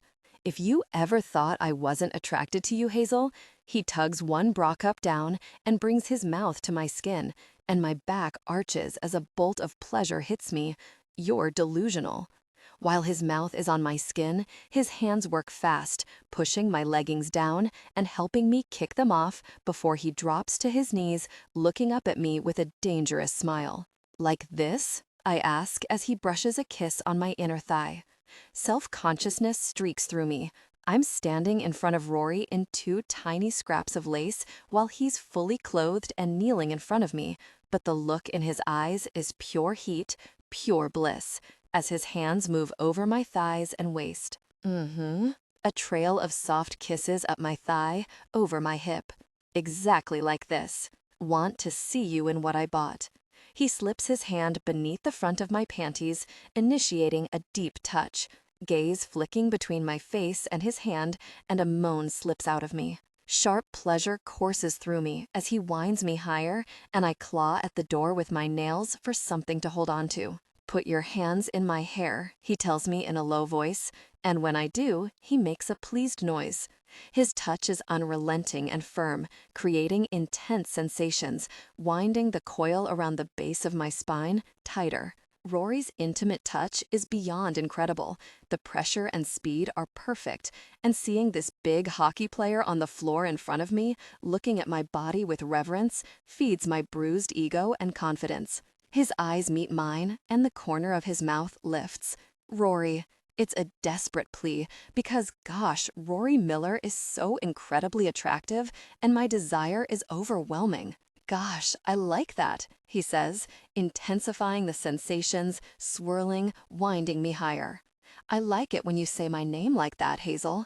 His fingers slide lower, deepening the intimate connection, and my eyes roll back as the intense feeling rolls through me. Gosh, I gasp. I'm so overwhelmed, and it's only his fingers. What's it going to be like when we connect completely? I'm going to break in half. Tell me it's good, Hazel. It's fine at best, I choke out, wanting to tease him even now. But he laughs, and his fingers find a sensitive spot that makes my vision blur. Who am I kidding? I'd say anything to make him keep going. It's good, I rush out. It's so good. Your hand is incredible, Rory. He makes that pleased humming noise of approval again, and my muscles clench around his fingers. With a big arm around my hips, he hooks my panties aside, pulls me toward him, and initiates a deep, intimate connection. Pleasure ripples through me. I should be embarrassed at the needy, desperate noise that stutters out of me, but I'm not. I don't care. I knew I'd love that, he growls, and I clench again. His fingers are huge, and my muscles ache around them in the most mind-bending, pleasant way as he continues his intimate movements. His intimate attention intensified, and I'm lost, spinning out. Everything is tightening, tensing, and the pleasure is almost unbearable. Rory's focus on my pleasure deepened, drawing me further into the moment. He lets out the same groan he did earlier tonight when he was eating, that satisfied, ravenous sound that sends electricity through my limbs. Tension broke, gave in to desire, connecting deeply. After their night, the waves subsided, and her mind cleared. She blinked about 100 times. Really? He says desperately, breathing hard. Hazel. He says my name like a curse, like he's mad. But he stands and backs me against the door, both of us breathing hard. His eyes are glazed, half-lidded and dark, and he brings his fingers to his lips, holding my eyes. A shudder rolls through me. Tell me it was good, he rasps, inches from my mouth. I didn't know it could be like that. I should say something smart and sharp, but I can't think anything. Goosebumps scatter across my skin. A lazy, smug smile hitches on his gorgeous lips, and he kisses me, stroking deep into my mouth. I never thought Rory Miller would kneel at my feet and bring such intense pleasure. While he kisses me, I reach for him, wanting to deepen our connection. If this is my only hookup with him, I want to experience his full passion. He catches my wrist before he smiles and shakes his head. His cheekbones have a pink wash across them, like right after a game. Next time. The words, "there won't be a next time," hover on the tip of my tongue. I picture breaking my rule, letting Rory take me intimately like he said he wanted to after the assassin game, and my skin prickles. I've never even had the smallest desire to break my rule, but I can't get that image out of my head. That's concerning. "Let's go to bed," Rory murmurs, walking me to the bed with his lips on my neck, pressing soft, intimate kisses there. This whole thing was intimate. I have the urge to make a joke like, "I suppose you'll want to stay over now," or "would it be rude to ask you to leave?" But nothing sounds funny. It just sounds mean and callous, and I don't want to be that brittle version of myself right now. And I want him to stay. I don't know why, and I don't want to think about it too hard. I'm just going to brush my teeth. I step out of his touch and reach for a sleeping t-shirt, feeling Rory's eyes on my body as I pull it over my head and walk on wobbly legs to the bathroom. In the doorway, I pause, heart hammering. I have an extra one, a toothbrush. I clear my throat, and his mouth tips up in amusement. "For you, if you want it." The dentist gives me a new one every time I go for a cleaning, but I like a different type, so I have a bunch of spares. God, get a grip, Hazel. Without a word, like he can tell I'm seconds from freaking out, Rory follows me to the bathroom. I can feel his attention as we brush our teeth, and when he leans forward to rinse his mouth, his hand comes to my lower back like it's an instant. I lean against his hand. "Don't you dare get used to this," I warn myself. When we head back to bed, Rory moves to his side, watching me with that smug little smile. "Told you I could bring you pleasure." He pulls me against him, spooning me, and I've never done this part before, either, the cuddling after part. He should leave. I should make him leave. Instead, I reach over and turn out the bedside lamp. "Don't gloat, Rory." His low, pleased laugh rings out in the dark as I wonder what really just happened. Rory. Sunlight streams into Hazel's tiny apartment. When she's awake, Hartley is sharp, confident, and guarded, but asleep, all her rough edges are smoothed over. She's on her side, knee bent forward, hand tucked under her face. I don't think I've ever seen a girl as pretty as Hazel Hartley. "I didn't know it could be like that," she said last night, and the hairs on the back of my neck rose. There's something about Hazel telling me I'm doing a good job that sticks in my brain. On the bedside table, my phone starts buzzing, and when I see who's calling, my gut clenches. "Hi." My voice is quiet so I don't wake Hazel. "Rory?" It's my dad's usual no-nonsense, sharp tone. "Let's talk about the game." For a split second, I think he's going to tell me he's proud of me. When I do well, he gives me a firm nod. That's it. But it's something, an acknowledgement that I'm not a waste of time and energy for him. "I don't know what really you were doing out there," he says, and my stomach hardens. "But you need to get your head in the game. They didn't sign you to pass the puck." Why did I think he'd be pleased? "Stars score goals," he adds. And yet, last night, hockey felt like fun. Flipping the puck to the guys and watching them sink it in the net felt like play, and I could enjoy the roar of the crowd instead of resenting it. Awareness prickles on my skin the moment Hazel wakes up. She's watching me, listening, but I don't look over at her. I don't want to see the look on her face. He goes through my game, describing each missed opportunity, each assist like he was on the ice with me. He has a handwritten page of notes in front of him, and he's checking them off, line by line, because that's what he's always done. I don't know what Ward thinks he's doing, but if he keeps this gosh up, the Storm aren't headed toward the playoffs, that's for very sure. Ward knows what he's doing. A beat passes. "Why are you so quiet?" You got a girl in bed with you or something? My gaze slides to Hazel. Her hair is messy, and she looks so beautiful lying there in bed with sleepy eyes. My heart lodges in my throat, and I can feel the worry creasing my forehead. Protective feelings flood me. I don't want my dad anywhere near Hazel. If he said something, even some small comment about how I'm wasting my time with her, I'd do something stupid and rash. Right, he mutters, almost to himself. You're seeing that girl, the physio. My heart starts beating harder, and the hand not holding the phone is a fist tucked against my side. The photos are all over social media because we planned it that way. And Rick Miller watches my career closer than anyone. For all their gosh coaching, the Storm have good PR. Get a nice girl on your arm and look like a good captain, and at the end of the season, move on. It's not like that. Blood pounds in my ears. What if it is like that to Hazel, and I'm getting swept up in a fantasy? What if she drops me like it was all nothing? Nausea rolls through me at the thought. She doesn't trust guys, and she thinks Connor and I are cut from the same cloth. He laughs, that rough scoff. Our lives are about hockey first, don't forget that. Not always. My voice is hard. He's describing my nightmare, and yet it's my reality. I'm pleading with the universe. Don't let her get in your head. The last thing you want is a girl getting in the way. I hate how he does this. Makes it sound like letting anything but hockey into our lives makes us weak. I want Hazel in my head. I like her there, taking up space, watching with that approving little smile.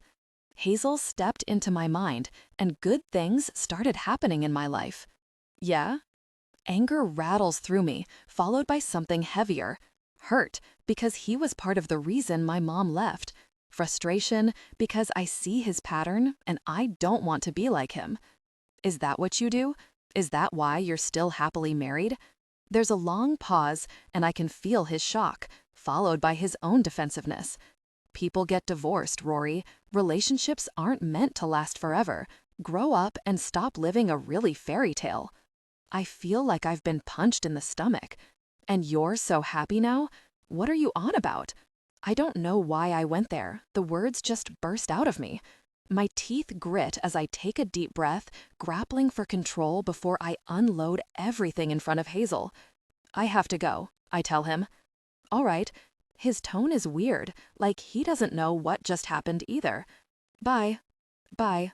I end the call and take another deep breath, inhaling myself back into the present, in Hazel's apartment, with her dragon and ballerina photo and closet bursting with bright yoga clothes. Was that your dad? She asks softly. My gaze swings to hers, searching her face. You could hear him? No. Her eyes are steady on me. Just had a feeling. I make a noise of acknowledgement in my throat, looking straight ahead at her dresser and the perfume bottle on top, but hearing all the things my dad said. How do you feel after yesterday's game? My dad's disapproval corrodes my stomach like acid. I feel fine about it. Yesterday, I was on top of the world, but today, I've been yanked back to reality. She hums, still watching me. The morning sunlight illuminates her eyes, making them sparkle. My gaze drops to her t-shirt, and I frown. It's too big on her. Is it a guy's shirt? She wore it the last time I stayed over too. That possessive feeling floods my chest again. Whose shirt is that? Mine, but whose was it before it was yours? She frowns. What? Did you get it from a guy? She breaks into laughter. What? No. Was it McKinnon's? Her expression turns baffled. No. You seriously think I'm wearing Hazel's shirt to bed after what he did, years later? After what I told you last night? She lifts up on her elbows to stare at me head on. Really? Sorry, I wince. I know you're not hung up on him. The possessive feeling ebbs, fading. Jealous? She teases, the corner of her mouth tugging up. A little bit, I admit, pushing my hair back. I swallow and look around her place, thinking about another guy being here, in my spot on the bed, and I feel sick. Sometimes it feels like you're the only good thing I have going for me, and I don't want to share that with some other guy. I've said too much. I study her face, waiting for her to recoil. Weak, my dad would say. "What time is your practice today?" she asks. "No practice this morning, but I have a training session at 11. Do you have to get to work?" A tiny head shake. "Not until 10. She looks like she wants to say something. "Can I take you for breakfast?" I ask. Another tiny head shake, but she's starting to smile. I had something else in mind. Rory. Half an hour later, I'm following her along the Vancouver seawall, dodging strollers and joggers as we run. Gray clouds stretch across the sky, but it isn't raining, and that's a win for November in Vancouver. We're making our way to Stanley Park, the big emerald forest at the edge of downtown. I check my heart rate on my watch. "Let's speed up," I tell her. I want to keep my heart rate above 120. She thrusts her hand out toward me, palm up. "Give me that." She points at my watch. "Your watch. Hand it over." She's breathing hard, face flushed, looking very gorgeous in the morning light. "You keep checking it." What else should I be doing? She waves her arms at our surroundings, looking at the ocean, the glass towers, the trees. All of this. There are a few people sitting on the logs on English Bay Beach, gazing out at the ships in the water. I point at a seagull eating pizza out of the trash and gasp with over-exaggerated awe. "Oh my God, look at this majestic nature, Hazel." She slaps my shoulder, but she's laughing. "Miller, shut up." I grin down at her before squinting at a building we're passing. "I just saw a rat. Let's go take a closer look."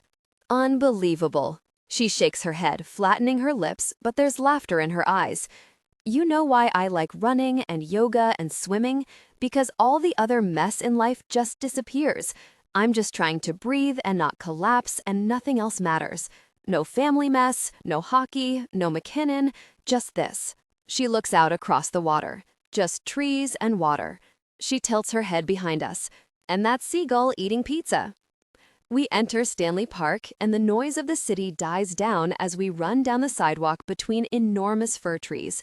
The air feels cleaner, crisper in here, and it's the perfect temperature for running. "All right, fire breather, I'll do it your way." That nickname makes her glare at me. "Call me that again, and I'm going to bully you. You know what happens when you bully me." A huge grin spreads across her face, and her chest shakes as she laughs. And the same feeling floods my body as when we were sprinting up the stairs at the team dinner. The feeling I was chasing when I tried playing pickup hockey. And last night when I flipped the puck to Owens and watched him score. We run around the park, and I stop caring about my pace or my heart rate. I just run with Hazel. Everything falls away, and it's just us, right here. "Come on," I goad her later as the entrance of the park comes into sight again. She's lagging a bit, but her pride would never allow her to ask me to slow down.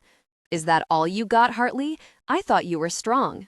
"I am strong," she tosses back, picking up her pace. I match her speed, and by the time we reach the entrance, we're sprinting. She's not wrong. She is strong. She's a lot faster than I would have predicted, but I'm a lot taller. My mind wanders, and I'm back in that forest with my mom 15 years ago. My heart squeezes. Worthy, I think Hazel calls moments like these. I sprint past the entrance sign, 2 feet ahead of her, and whirl on her with a gloating, victorious smile. I win. I poke her side. "A little more winning and a little less napping on your yoga mat, okay?" She laughs. Jerk, sore loser. I loop my arm around her shoulders and pull her close as we walk. I'm sweaty, she's sweaty, but neither of us seems to care as we work to catch our breath. "It's okay, I have longer legs." Her elbow digs into my side. "Don't patronize me." "It's true," I laugh.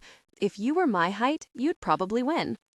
"Next time you sleep over at my place," she says, "I'm going to test how long you can hold your breath with a pillow over your face." My head tips back as I laugh and laugh. "Next time, huh?" "Whatever," she rolls her eyes, still smiling. "How come we never go to your place? Is it something embarrassing?" Her expression stills. "You don't actually have a sex doll, right?" I snort. "No, Hartley, I don't." I think of my apartment, so cold and empty and soulless compared to Hartley's cluttered, lively shoebox. My place sucks. Worse than mine? Come on. I tighten my arm around her neck, jostling her. "No place is worse than yours, baby." Her elbow lodges in my ribs again, and I laugh. She didn't tell me not to call her baby, though. You remind me of my mom sometimes, I tell her later as we walk home, coffees in hand, my arm back around her shoulder. She must be tired from our run because she isn't pushing me off. Under my arm, she stills, but she turns to me with a curious expression. My focus goes to where her hand touches my side, arm wrapped around my waist. And it's just like that day in the forest when I was a kid, when my mom threw her arm around me and told me she loved me. When was the last time we talked? Last Christmas, I think. She sent me an email and I didn't respond because I didn't know what to say. God, I really miss her. She loves doing stuff like this, running, hiking, yoga even. I look down at Hazel and wiggle my eyebrows. She's watching me closely. She'd be all over your woo-woo worthy mess, Hartley. I wonder what my mom would think of me playing pickup games. I wonder if she ever watches my games on TV. Do you see her often? Hazel asks. I shake my head. Not really. Why not? I bite the inside of my cheek, unsure of what to say. She left us. Hazel's gaze flares with fury and compassion, so I quickly add, she asked me if I wanted to go with her. My throat's tight as I fight to stay here with Hazel and not go back there, to that house, listening as the door closes behind her. And I said no. She didn't like how hard my dad pushed me at hockey, said he was obsessed and making me obsessed. I clear my throat. And I wanted to make him proud, so I told her I didn't want to go with her. They tried to do split custody, but it was hard with my hockey schedule. My chest tightens. And I didn't make things easy, I admit. When I was with her, I'd ignore her or go play hockey until it was time for bed. And eventually, I told her I didn't want to live with her anymore. Nausea rolls through me, working its way up my throat. I was so hurt that she didn't want me and my dad that I made things so much worse. Things are kind of different between us now. That's my fault, and I hate myself for it. How old were you? 12. She's quiet for a second. You were just a kid. The gentle emotion in her voice pierces a hole in my heart, so I force a laugh and give her a wry, self-deprecating smile so everything doesn't come spilling out. Hartley, I'm okay. Am I okay? Sometimes it feels like everything's falling apart. I'm one of the best athletes in the world, I continue. I'm very rich, and I'm very, very good looking. I wink down at her, but she doesn't smile. Do you ever think about what it would be like if you'd gone with her? I try not to. She frowns. I don't want to have regrets, so I try not to think about that moment when maybe I should have gone with her. She doesn't say anything, just sips her coffee as I walk her back to her place. Why did you do this? I ask as we turn onto her street. Take me on a run. Because we're friends now. Her eyes meet mine, so bright and blue in the daylight, and she hesitates, like she's choosing her words with care. And because you're good and kind, she says, looking up at me with the most open and sincere expression I've ever seen on her pretty face. This is who Hazel really is, under all the sharp barbs. I bet she doesn't let anyone except Pippa see this part of her. It's too valuable and precious for someone like me to have. And you deserve good things in your life, Rory. Hazel. A few days later, I walk into the gym as Rory's doing bench presses while a trainer spots him. His eyes meet mine from the bench. 1,001, he manages as I walk past, pushing the bar up. 1,002. I burst out laughing. He sets the bar on the rack, swings up to sitting, and gives me a broad grin. God, I'm in so much trouble.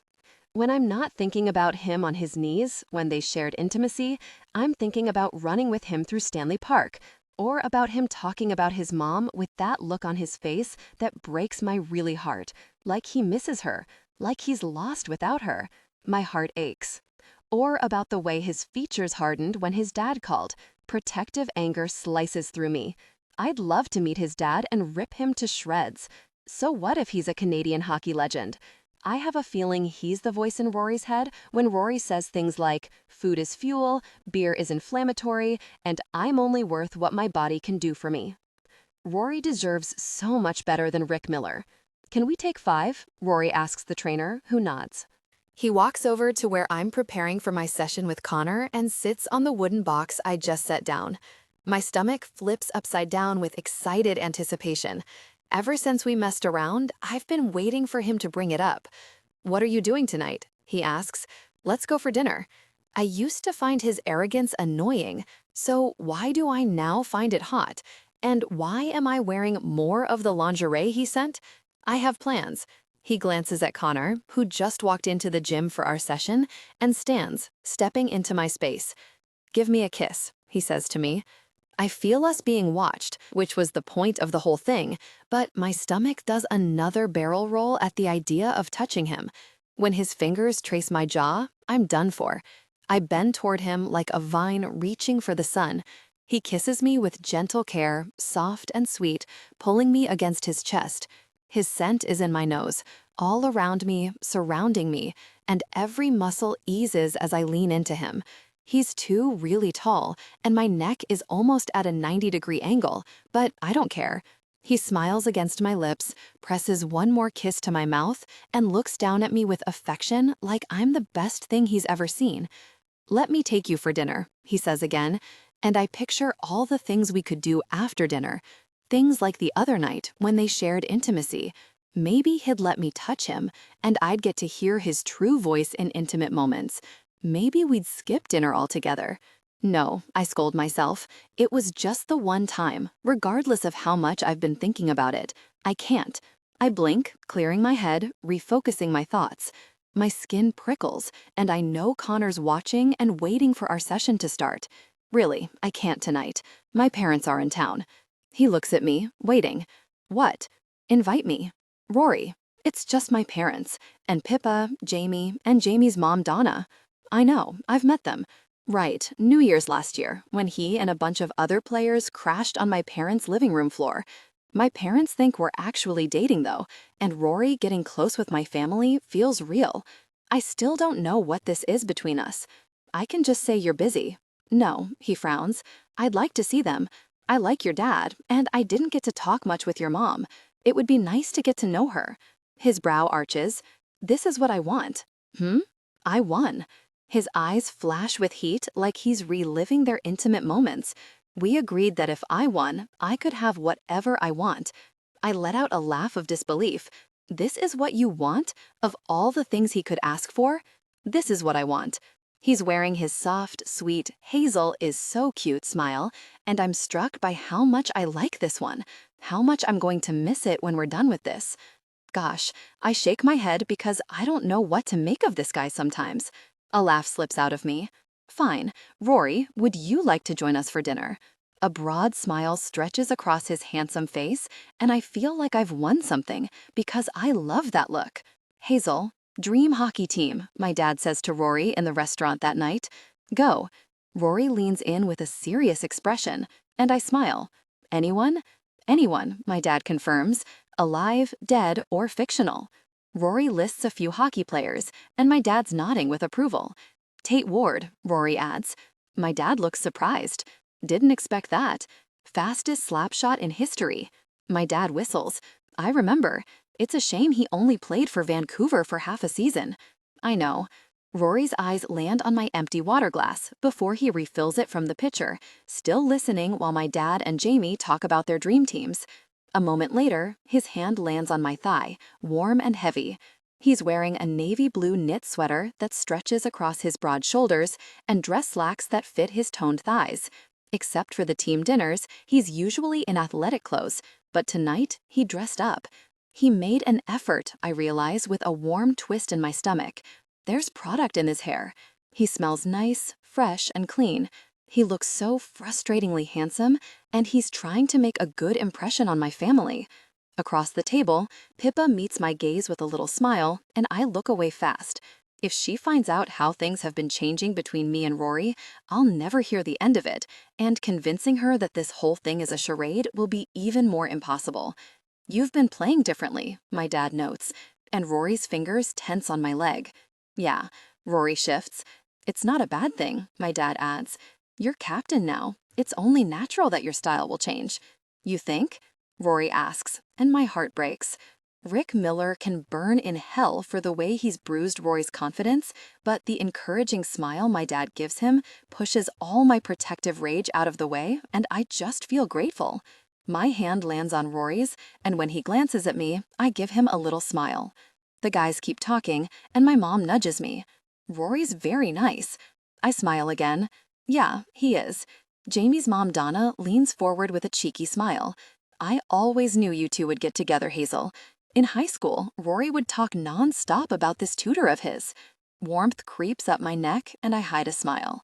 It feels like he belongs here with all of us tonight, and I like it too much. He's a catch, my mom whispers, and the apples of her cheeks pop. But you're a catch too. I chuckle. Thanks, Mom. Your hair looks nice. Did you get it cut? Her hand comes to the ends of her dark hair, and she shrugs, bashful. Just trying something new. You look great.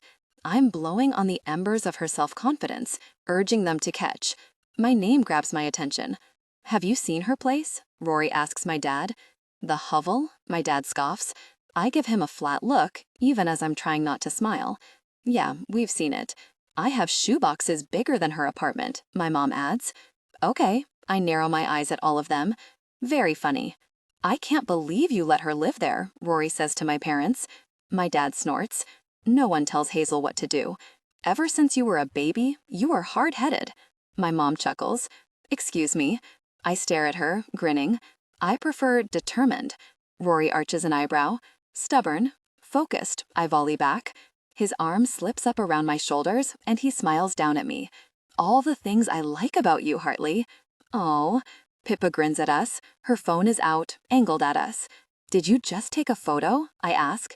Rory's arm is still around my shoulder. Yep. Her eyes glitter. Now kiss. Pippa. I'm smiling but shooting daggers at her with my eyes. She just smiles wider. Come on, Donna calls down the table. Kiss. Rory's hand threads into my hair. Don't be shy, Hartley. My face is burning as everyone's eyes land on us. People at other tables are glancing over because two of the city's biggest hockey stars and a popular music artist are here. My stomach does a slow roll with nerves and anticipation as my gaze flicks up to Rory's. Come on, Hartley. His fingers come to my jaw as he tilts my face toward his. He's looking at me with such intense affection, I think my heart might burst. Pretend you like me. I laugh quietly, and then he's kissing me. It's sweet and soft and careful, like I'm precious to him. When I open my eyes, he smiles at me, and there's a sweet twist in my chest that tells me I'm so, gosh, perfect, Pippa says quietly, smiling at her phone. That's what I was afraid of. Hazel. When the server starts clearing the table, I scan my mom's plate. She barely ate anything. A rock forms in my throat, and my mind keeps snagging on that, even as the conversation moves on. Rory, what are you doing for Christmas? Donna asks. It's early December, and holiday decorations are starting to pop up around the city. My heart jumps. Rory and I haven't talked about it, but Pippa, Jamie, and I are heading to Silver Falls for a couple days. Jamie needs to be back for the League Classic game on New Year's Eve. So do I, since I promised Rory I'd go with him. His eyes meet mine. I'm not sure yet. He doesn't speak to his mom, and I suspect gruff Rick Miller isn't the kind of guy to dress up like Santa. My mom gives me a look, lifting her eyebrows, eyes bright. Invite him, she's saying. Here? In front of everyone? My pulse quickens. He wouldn't say no. He'd jump at the chance. My heart leaps at the idea of Rory hanging out with the family, watching old movies and drinking apple cider while we put up decorations my parents bought before we were born. I've never brought a guy home, though. It would be another first of mine that we cross off the list together. Rory coming home for Christmas would mean something. We'd make memories together, and it would be another tether to him, another difficult thing to let go of when it's over. How are you liking being back in Vancouver? My mom asks, and I'm grateful we're moving on. I love it. His hand slides to mine in my lap and gives me a squeeze. Hazel and I went for a run in Stanley Park the other day. My mom sighs. I need to get back into running. Her hands come to her waist and she widens her eyes at me. It's hard to keep the weight off in the winter. My shoulders tense, and that old familiar pain of hearing my mom insult herself rises. This weight she's apparently gained isn't even visible, but I know from growing up in her home that she weighs herself every morning and keeps a logbook. So don't keep it off, I say lightly, playing with my water glass. Why force yourself to fit someone else's idea of what you should look like? Like always, my words ping off her hard shell. She's had a lifetime of our culture's views on how women should look to fortify her beliefs. She waves me off. As soon as we get home to Silver Falls, I'm doing a cleanse. My teeth grit. I can feel Rory's eyes on my face, but I stare at the table. I'm a swirling storm of emotions. Frustration that my mom bullies herself, that she can't be enough for herself, and embarrassment that Rory is seeing this glimpse into my personal life. All these things I'm trying to keep from him to no avail. Lemon, water, honey, and a pinch of cayenne, she continues. 3 days of that, and the weight melts right off. My exhale is shaky. I look to Pippa, but she's in conversation with Donna. That's not healthy, Mom, I tell her. You need protein and vegetables and carbs, real food. The cavemen used to go days without eating, she scoffs. It's good for us. It resets my metabolism. There's nothing wrong with your metabolism, I insist, heart pounding. And then, once you start eating real food again, you'll just gain the 4 pounds back. My voice is coming out sharp, and I'm aware that Rory is sitting beside me, watching this. The server appears at our table again. Are we interested in the dessert menu? No, my mom says. Yes, I bite out at the same time, staring at my mom. They have tiramisu. No. Her hands fly up, like she couldn't possibly eat a single bite of dessert. In my mind, I order the tiramisu. I order all the tiramisu in the entire restaurant, and when it arrives, I make her eat it and enjoy it. And then she says, "You're right, Hazel. I love my body as it is, and I deserve to eat the things that make me happy." Fine, I say instead. We should wrap up. I have to be at work early tomorrow. Shame forms in my throat because Rory saw all of that. He saw me lose my cool. He sees that my passion is helping people feel good in their bodies, but I still can't get through to my own mom. How am I going to have my own studio if I can't help the person I love more than anyone? Rory excuses himself from the table, and when the server returns, I ask her for the bill. She smiles at us. It's been taken care of. Rory slips past her, taking his seat, and some of the anxiety from this dinner eases in my chest at his kindness. Rory, my eyebrows slide up. He gives me a cheeky grin. Hazel, you didn't need to get dinner. I wanted to. To my parents, he smiles. Next time you're in town, I'd love for you to come to a game. Absolutely. Jamie invites my dad all the time, but my dad looks like Rory just made his whole year. He pulls his phone out of his pocket and gestures at our table. Let's get a photo of all of us. I'll take it, my mom says quickly. I shake my head. We can get the server to take it. No, she's already pulling the phone out of my dad's hand. No one wants to see my wrinkles next to you two. My breath chokes out of me, and I'm either going to scream at the top of my lungs right here in this restaurant or combust into a million particles of dust out of sheer frustration and anger. Nothing I've said has even made a dent. We take the photo, and even with Rory's warm, solid hand on the sensitive part of my shoulder, my smile is wooden and forced.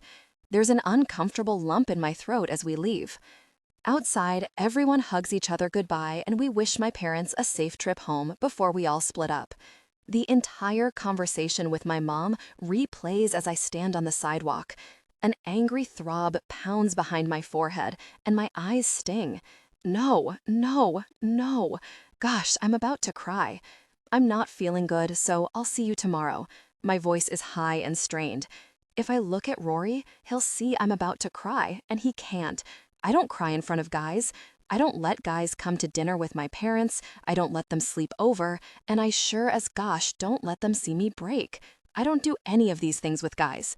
Good night, I say without looking at him, and walk away fast. A hot tear falls, and I swipe it away.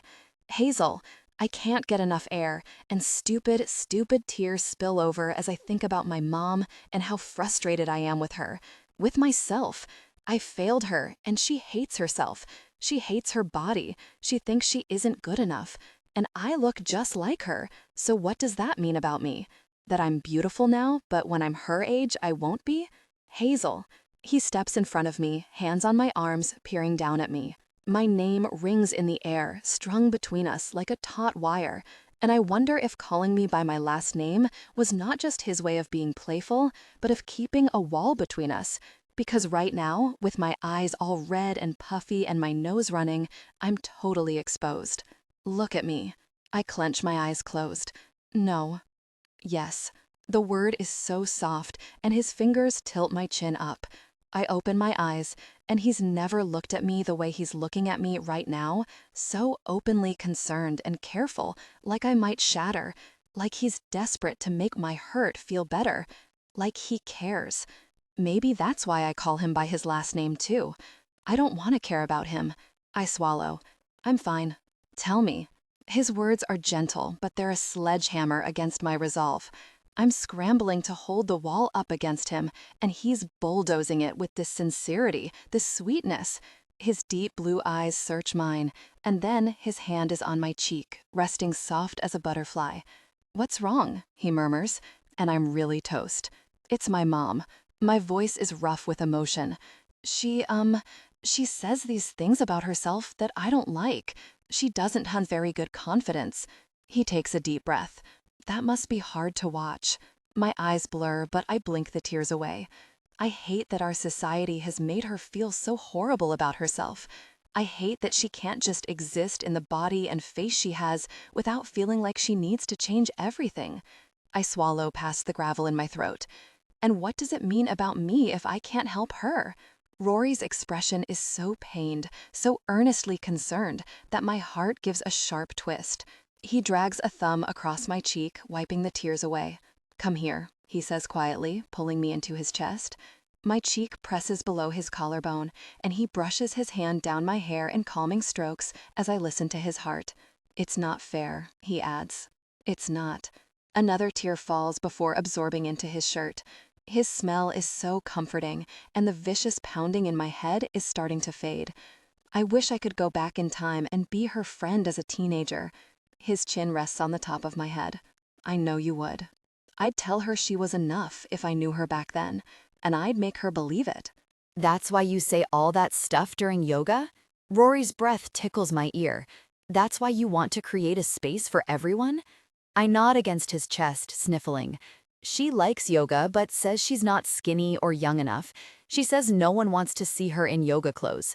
My voice breaks on another sob as pain racks my chest. I just want my mom to love herself as much as I love her. "I look just like her," I whisper, even though I shouldn't. Thoughts like that don't belong in whatever Rory and I are doing. Outwardly, I'm so confident. Seeing my mom hate her body only fortified my hard shell, but the thought sneaks in through the cracks. One day, I'll look like my mom, and will I still love myself the way I do now? Will someone like Rory still find me beautiful? Connor didn't, and I was 19. What about when I'm 60? Rory peers down at me, and I've never seen care in anyone's eyes like this. "You're so beautiful that it makes my chest hurt." My heart pounds. "And even when we're 100 years old," he whispers, "I'll be flirting with you to get your attention." It's funny how he knows exactly what to say, how they're just words, but they heal one of the cracks in my heart. We stand on the sidewalk for a long time, wrapped tightly together while people maneuver around us. "You're incredible at what you do," he murmurs into my hair, and the words sink right into my heart, dissolving into my blood. "Keep trying with her. One day, she might surprise you." I swallow, resting against his chest, listening to his steady heartbeat. I want to believe him so badly. "Hazel, thanks for walking me home," I say to Rory as we approach my apartment. It's a clear night, so the stars are out, sparkling in the dark sky. I wait for him to tell me to invite him up. I'm not sure what I'll say this time. "Let's go for a run," he says instead. "Just a short one." His hands are on my shoulders, and he's leaning down to meet my eyes. 2 blocks, I snort. 10 feet, his eyes plead. "We can run to the corner and back if you like. Come on, Hartley." He glances to my apartment's window. "You still have that gym bag I left the other day? You didn't burn it." "Haven't gotten around to it yet," I say lightly, but he doesn't laugh like I want him to. He's giving me that look again, the same one from the day we argued at the skating rink and he came after me, and the same one from earlier tonight, like he needs me to be okay, like he'll do anything to fix this hurt in my heart. Why are you doing this? I breathe. Because you did it for me, he searches my eyes. So let's shake it off together. He brushes a soft, sweet kiss on my mouth, and my heart lodges in my throat. There's such careful attention, such protectiveness in that little touch. My eyes sting, but not for the same reasons as before. Okay, he whispers. I nod. Okay, he smiles. That's my girl. 10 minutes later, we hit the pavement. It's cool out and quiet as the city winds down. We stick to side streets until we reach the seawall. While we run, I replay what my mom said and what I said. All right, Hartley, he says after 10 minutes of silence, I'll make you a bet. We're running along the sidewalk that overlooks English Bay, and the golden streetlights cast shadows on his features. A friendly competition, he adds, and the corners of my mouth kick up. I've heard that before. I know, and you lost. Badly. Shut up. I'm smiling, forgetting all the stuff at dinner, forgetting how I cried in front of him. This is your opportunity to even the score. The stubborn part of me says don't take the bait, but my competitive side wants more. What's your offer? He points at a sign at the end of the stretch of seawall, bordering the beach.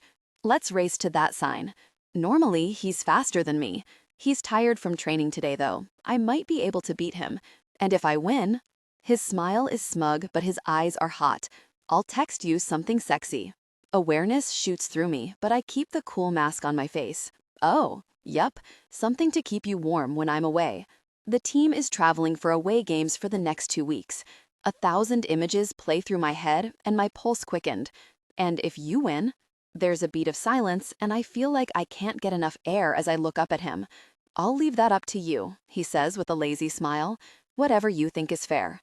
My heart pounds harder. He basically offered me a personal photo, so it would only be fair if I sent one back. My stomach flutters at the idea.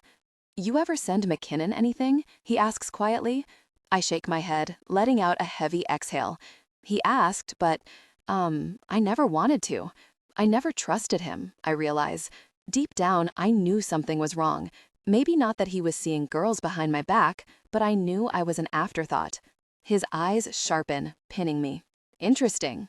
Yeah, I swallow, nerves dancing up and down my spine, sending shivers through me. What would I even send? I thought about the special clothing that kept arriving at my apartment, the clothing I kept wearing. He seemed to like softer colors, as everything was pastels, pale pinks, blues, lavender, mint green, cream. A light pink lace item arrived yesterday, and I stood in front of the mirror in it, brushing my fingers over the soft fabric. I felt confident in it, and that's what I'd wear. A streak of nervous energy hits me in the stomach at the idea, and when I look up at him, he's still watching me with a challenging, curious expression. My stomach flops again. If we do this, one of us is getting a special photo. We're stepping past the territory of pretending. A lot of tonight has felt like that. His eyebrow arches. Only if you want, Hartley. Something stubborn, competitive, and playful courses through me, and my nerves fade. I want the victory to lord over him, but more, I want to see what he sends me. Losing is not an option. Fine, I bite my bottom lip, and his eyes follow the motion. Get ready to have your butt kicked. A broad grin stretches across his face, and I mirror it even as a voice in my head asks if I'm a fool for thinking I'll win. Ready? His legs bend, preparing to sprint, and I match his stance. Yup, go. We're off, sprinting, and even as competition rushes through me, I'm filled with laughter, light, and joy. Our feet hit the pavement fast. Someone moves off the path to give us space. Sorry, I call over my shoulder. Yeah, sorry, Rory adds, laughing. We're 100 feet from the sign. Rory's a few feet ahead of me, so I dig deep. My legs burn and my lungs sear with the need for more oxygen. I don't think my blood has ever pumped this hard. I've never run this fast. I'm flying. I'm filled with color and light, and when Rory looks back at me over his shoulder with that perfect, handsome smile, I know he's flying too. We're almost at the sign. Gosh, he's going to win, and I can't lose, not with these stakes. I panic, and with one glance at the sand beside us, I summon all my energy and shove him. Not my proudest moment. It's a soft landing, though, so he won't get hurt. With a grunt of surprise, he stumbles but doesn't fall. His stabilizer muscles are too strong, but I take the lead. I run harder and slap a hand on the sign. When I turn, I see him flop down to seated in the sand, chest rising and falling fast, laughing. "You dirty little cheater," he calls, brushing sand off as I loop back to him, heaving for air. Gosh, that was close. Why did I even agree to that? Because Rory flicks at something inside me that makes me want to play with him. He knows exactly how to get me going. I grin at him, still sitting in the sand, and extend a hand, but he pulls me down beside him. I'm filled to the brim with gratitude because this actually made me feel better. Or maybe it's being with Rory. We're both breathing hard still, damp and sweaty, but I smile at him. "Thanks." "Don't thank me yet. You haven't even seen the picture." I choke out a laugh as my stomach swoops in anticipation. As we get up and walk home, I think about earlier at dinner when my mom asked Rory what he was doing for the holidays. So I start about earlier.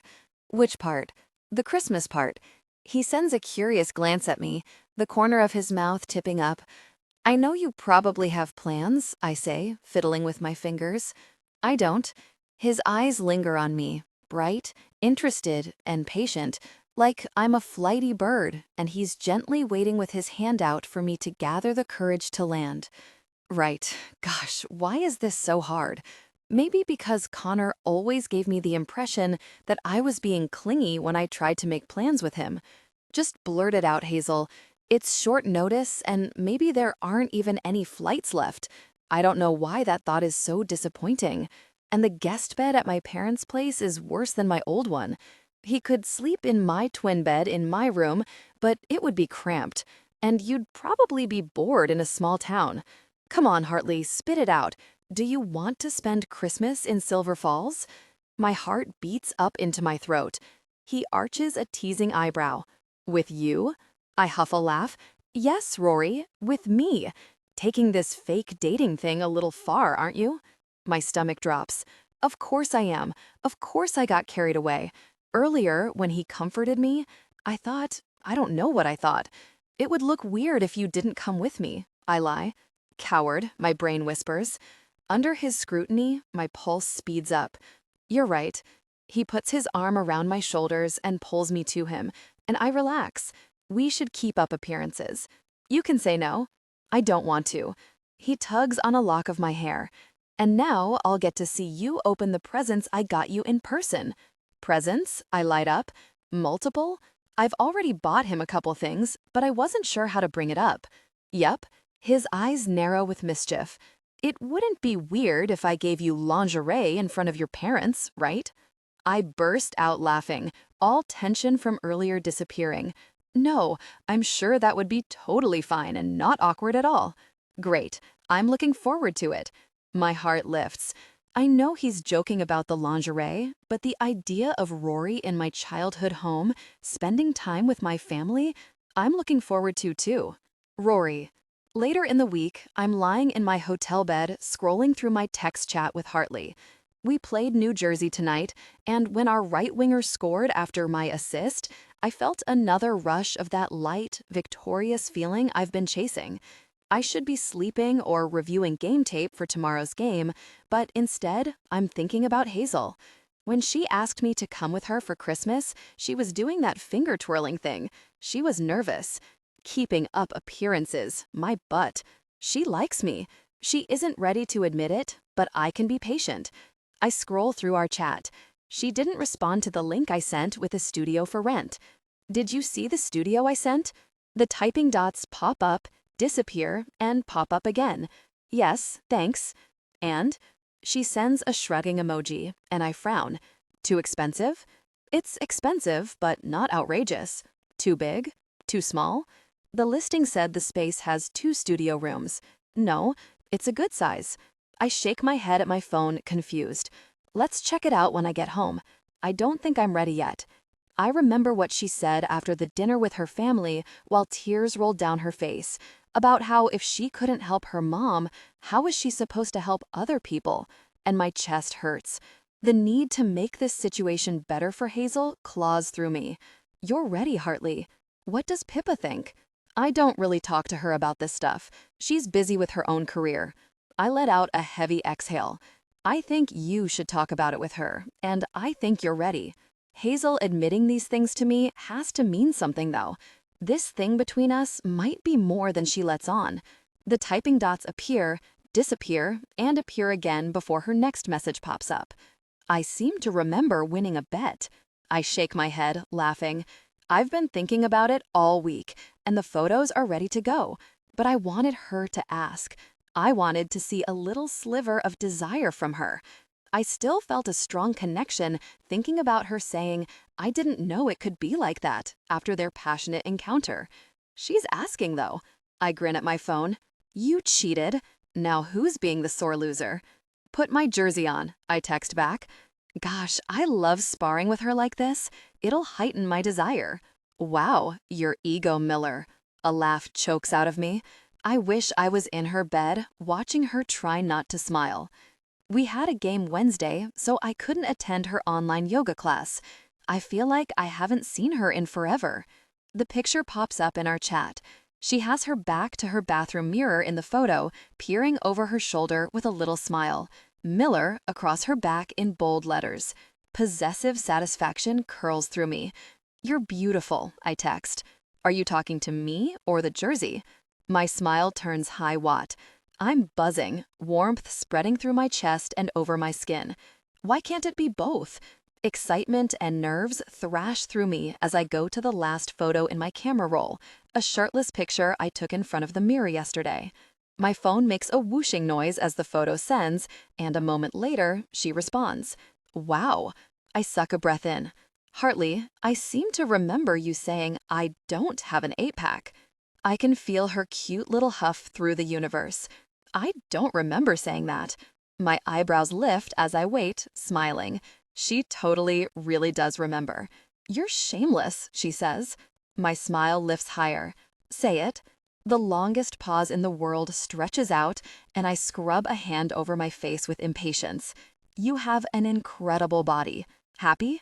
My lungs expand, filling every corner of my chest, and I grin like a fool at my phone. The next afternoon, I'm on the plane with the rest of the team, waiting for takeoff and debating whether to send Hazel the shirtless photo I took this morning.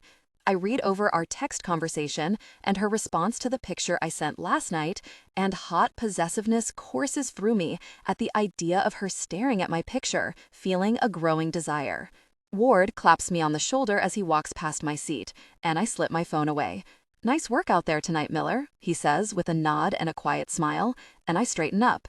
On his phone beside me, Stryker pauses, listening. Thanks, coach. Whatever you're doing, keep it up. His eyebrows bob before he keeps walking, and I watch his tall form disappear down the aisle. Every game, my dad's voice gets quieter. Instead, I picture Hazel giving me that proud smile. During games, I look toward on the bench, and when I pass the puck and help the other guys score, he always wears the same stoic expression, eyes glinting like he's pleased. You weren't in the gym this morning, Stryker says from the seat beside me. Yeah, I went for a run around a waterfront instead. He frowns. It's unusual for me to skip a workout. Why? I run a hand through my hair. I woke up to an incoming call from my dad, belike go to voicemail. I still haven't checked it. Hazel makes me go for runs sometimes with her and, I shrug. Nice. To not think about hockey all the time. I swallow. And just talk and stuff? He stares at me. You miss her.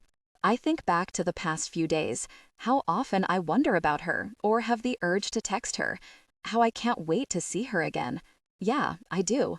Stryker turns back to his phone, and I read over my conversation with Hazel. Before I think too hard about it, I send her the photo I snapped this morning, lying in bed with the light streaming in.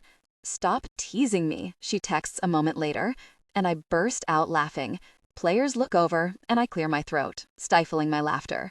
Your turn, I respond, grinning like a dumbass. A photo pops up. She's in her apartment, sitting on her yoga mat with her feet together, stretching, full lips curving up. She's gorgeous. Not what I had in mind, but still cute as hell. I study the photo, desperate for any scrap of Hazel I can get. The dragon I gave her sits on her nightstand now. Does that mean she misses me too? Her bed looks huge and comfy, and I cannot really wait to get back to her and flop down on it. My eyes land on Hazel again. The shoulder of her loose sweater has slipped aside while she stretched, revealing a pale purple strap. the pale purple strap of one of the pieces of lingerie I bought her. Proud male satisfaction charges through my veins. "Hartley, are you wearing one of the lacy things I bought you?" Her response is immediate. "Yes." "Hazel, I'm playing with fire." "I needed to make sure it fit," I text like a dirty little liar, closing my eyes and leaning my forehead against the bed. First, it was the photo the other night of him in front of the mirror, looking smug and ripped and desirable. I thought about that picture all very day. I thought about it when I woke up this morning, feeling a deep longing, at work when I was trying to focus, and this evening during his game. This fake dating thing? I suck at it, and my one-time only rule? This is pushing it. I'm not breaking the rule, though. I'm bending it. A shirtless picture of him isn't sex. Wearing pretty lingerie isn't sex. It's fine. I pull up the photo he just sent. He must have taken it this morning because in the picture, he's lying in a hotel bed, hair messy and eyes sleepy. The morning light makes his eyes glow, and he smirks like he knows I've been thinking about him. The sheets are rumpled, and I can practically hear the groan he'd make stretching out against them. Pictures like this, where he looks intensely hot, they're dangerous. I can't look at them, but I can't look away either. Deep inside me, it feels like a new version of myself is waking up. "And does it fit?" he asks. "Yes." "Prove it." My eyes go wide and a thrill shoots through me. He wants another? No way. "Why are you wearing it?" "I already told you. Plus, it's pretty, and I feel hot in it." It's not just that, though. I miss him. When I wear the stuff he selected, I feel closer to Rory. I don't know what to do about that, and I don't know how it fits into this fake dating thing we're doing, or the one-time only rule I have for myself. Please, Hartley, please send a picture. I'm begging here. Show me. My breath catches, turning ragged, and heat spreads up my chest and neck. I'm quickly losing control of this situation, but the desperation in his texts melts my resolve. A photo isn't intimacy. I'm still in control. We're just playing around. I let out a delirious laugh. I can't believe I'm about to do this. I pull my sweater off and lie down on the bed, heart pounding as I open my camera app and lift the phone. The photo doesn't even show my face, just my shoulder, the top of my cleavage, and my hair spread across the pillow. But still, it's the sexiest picture I've ever taken.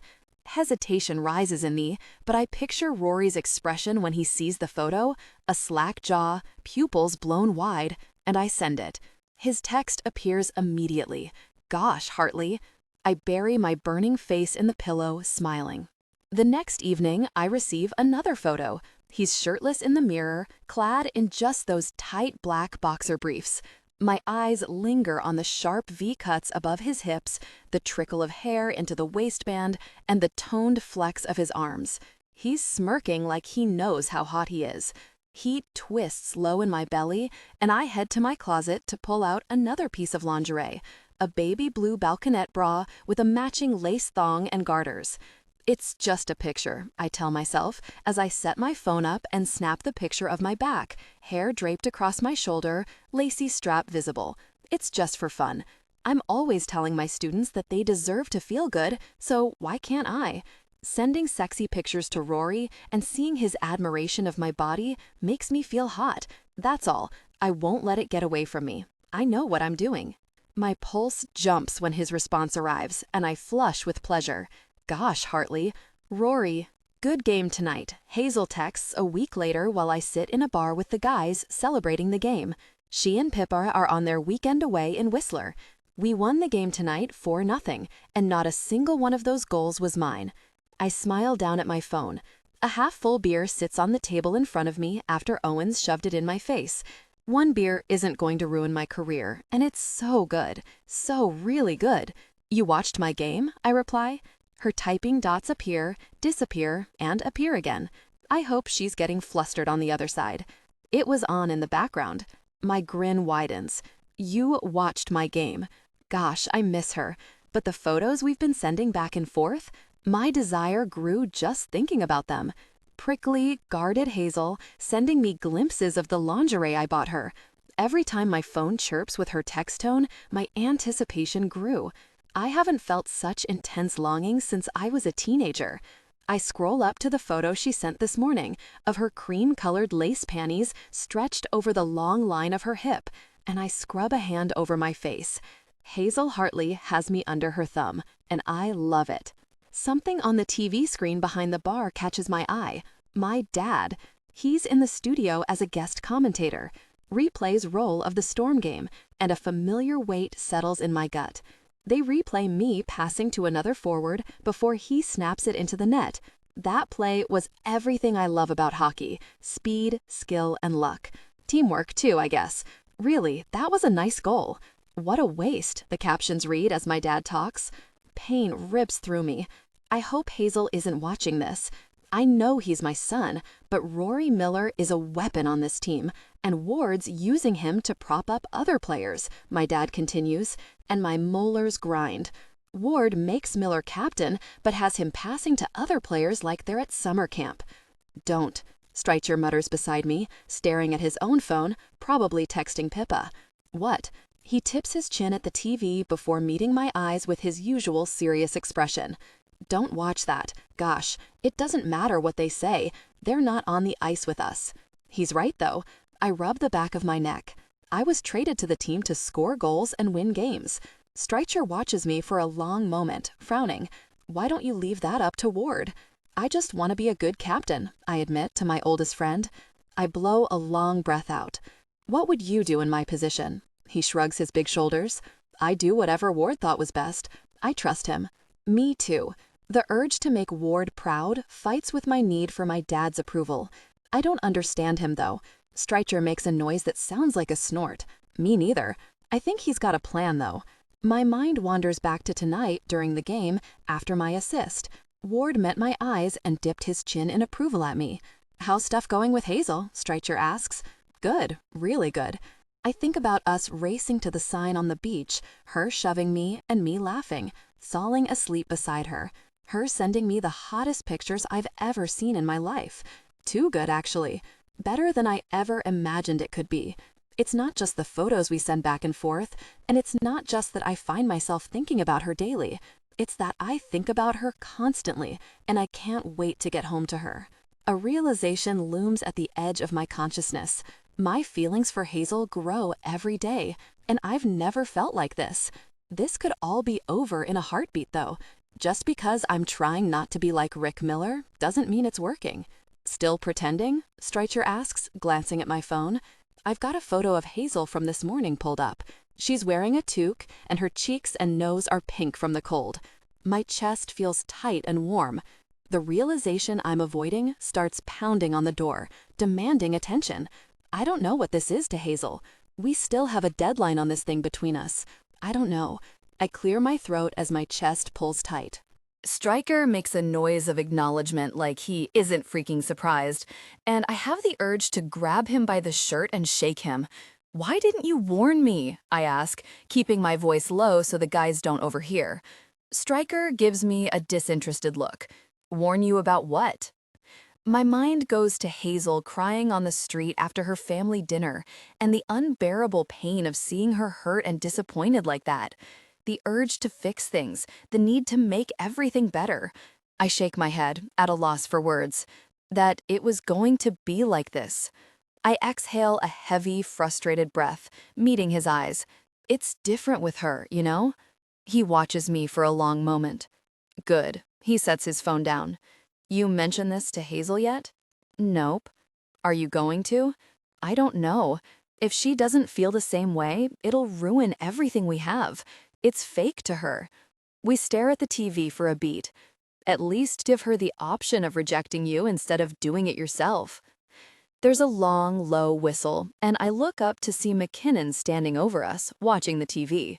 Too bad, he says, as they show my goal stats this season compared to previous years. Maybe if you spent more time training and less time crying and focusing on pictures of Hazel, your stock wouldn't be crashing. If Hazel said the thing about me crying and focusing on myself, I'd laugh. But because it's her jerk ex, I just stare at him, territorial anger simmering inside me. Need something, McKinnon?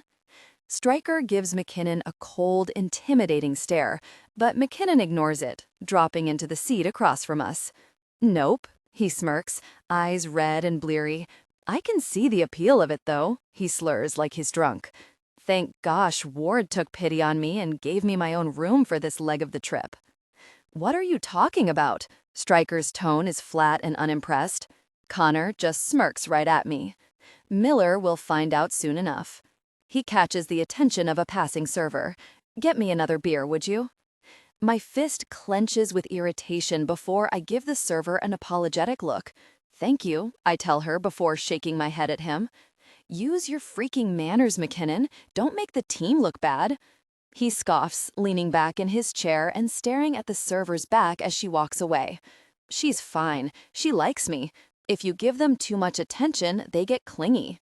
He burps into his fist. But if you leave them wanting more, they work harder for your attention. His gaze swings to me, eyes full of hate.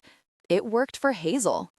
Even as protective rage roars through me, I keep my expression relaxed and amused.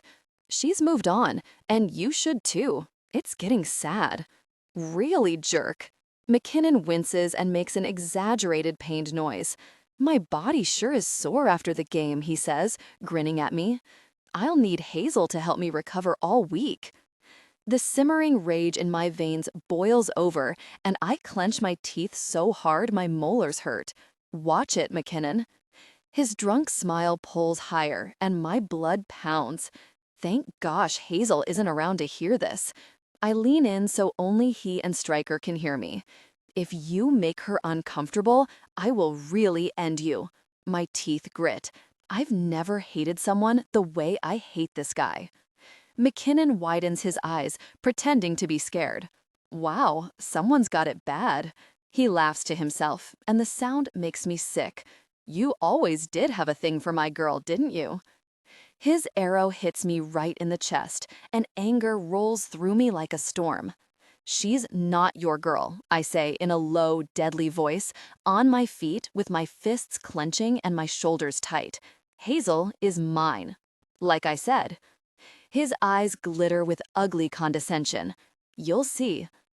On the edge of control, I drag in a deep breath and look around, making eye contact with Ward across the bar with the other coaches. The goalie coach is talking, but Ward watches us with interest. I'm the captain, and if Hazel were here, she'd encourage me to be the guy Ward thinks I can be. Drink some water, McKinnon. I nod goodnight to Stryker, and he lifts a hand as a goodbye. In the elevator, I pull in deep breaths, letting them out slow.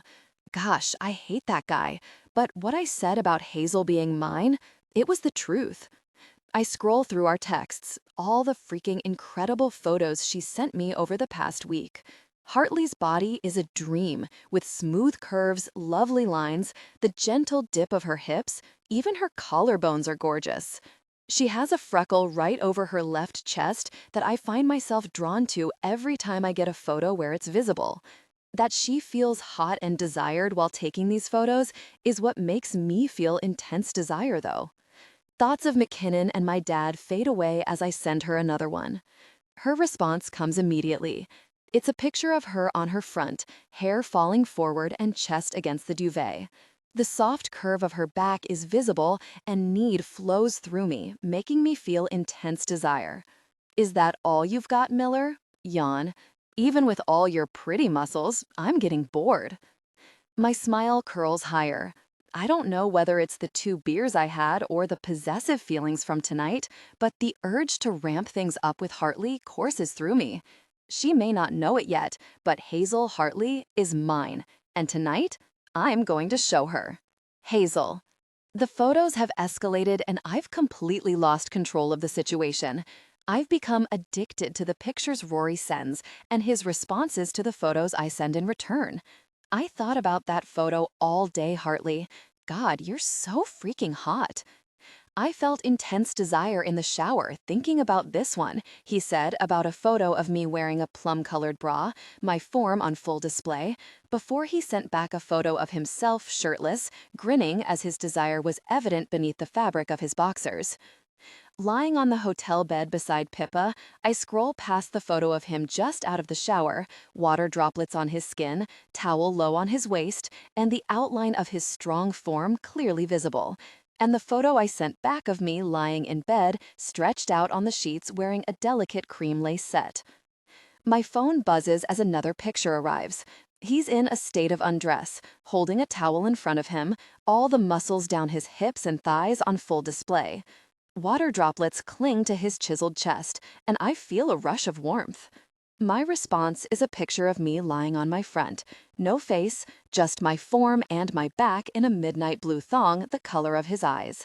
Excitement jitters through me as I pause on that picture and press my lips together to hold back the grin. I'm floating with warm, liquid feelings. This is fun, I realize. It's exciting and playful, and I've never experienced this kind of connection. Pippa flips to post-game press from the Storm game. Be a good boy and show me more, I text, before scrolling back to the picture of him fresh out of the shower. And now I'm baiting him for more. Unbelievable. You've been seeing Hazel Hartley, a physiotherapist with the Storm, a reporter says to Rory. His hair is damp from his shower, the tops of his cheeks are still flushed from the game, and his mouth tips up in an effortless smile. Jamie Stryker will be her brother-in-law soon. Could there be another wedding in the family's future? Pippa clasps my hand, and I'm frozen as the corner of his lip slides a half-inch higher. Yeah, there could. My heart is in my throat. He's telling the press what he needs to so he can look like a solid captain. It's not real. And if it were real, well, no one would actually say that about a girl he's been seeing for a couple months. Rory would, an annoying voice says in my head. He's intense and impulsive and goes after what he wants. He thinks with his heart on his sleeve. It's not real, but I'm smiling as I send him another picture. Did you bring a charger? Pippa holds her phone up. I forgot mine and my battery's almost dead. In my bag. She slides off the bed and I scroll up through our text chat. We talk every day, sometimes sending each other photos from the road and mine from work, or hanging out with Pippa or in my apartment. The guy's flight gets in late Monday night, so I won't see him until Tuesday, and liquid heat pools inside me at the idea of finally seeing him in person after 2 weeks of torturing each other. Hazel. Pippa stands over my bag with an accusing look, smiling ear to ear. She reaches in and pulls out a fistful of lingerie. My mouth flattens and I give her a guilty wince. Hazel. I start laughing. Get out of there. Her mouth falls open, but her eyes are still lit up, bright and sparkly with amusement. Why do you have an entire bag of lingerie for a weekend with me? No reason. I scratch my neck, looking away. She starts looking through the garments. This is nice stuff, too. Her brow goes up. I jump up and snatch everything from her, tucking it back in my bag as she flops back down on the bed, still smiling. Rory bought it, didn't he? My face is burning hot. I shrug at her. Yes, okay? She narrows her eyes, smiling. What? A laugh bubbles out of me. I'm still blushing. Pippa. Interesting. Very, very interesting. I fold my arms over my chest. I think I'm smiling too. Say what you want to say. You said it was fake. My heart squeezes up into my throat as I blink about 30 times. It is. So why is he buying you expensive lingerie that no one can see? The silence stretches for too long for there to be a reasonable explanation. Hazel, she bursts out, are you two messing around? I don't know, I burst back. Sort of. Not really. He sleeps over. We shared some intimate moments once, but he wouldn't let me touch him and I wince, send suggestive pictures back and forth. It doesn't sound great out loud. She looks like I told her unicorns were real. What kind of pictures? Sexy ones, I admit, sounding strangled. Her head tips back, laughing. I knew it. You like him.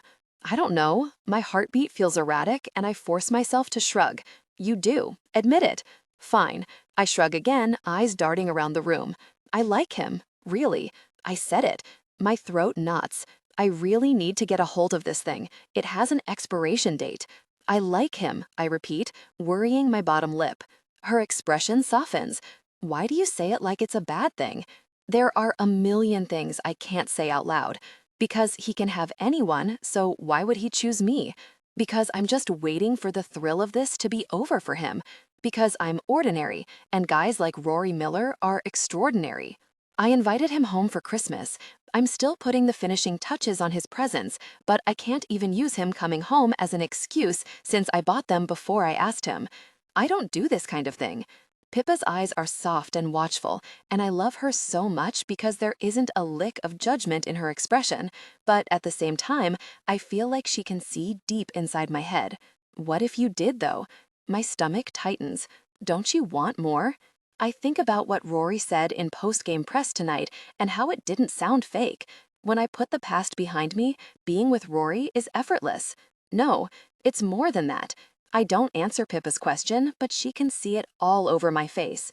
He fit right in with us at dinner, I say instead.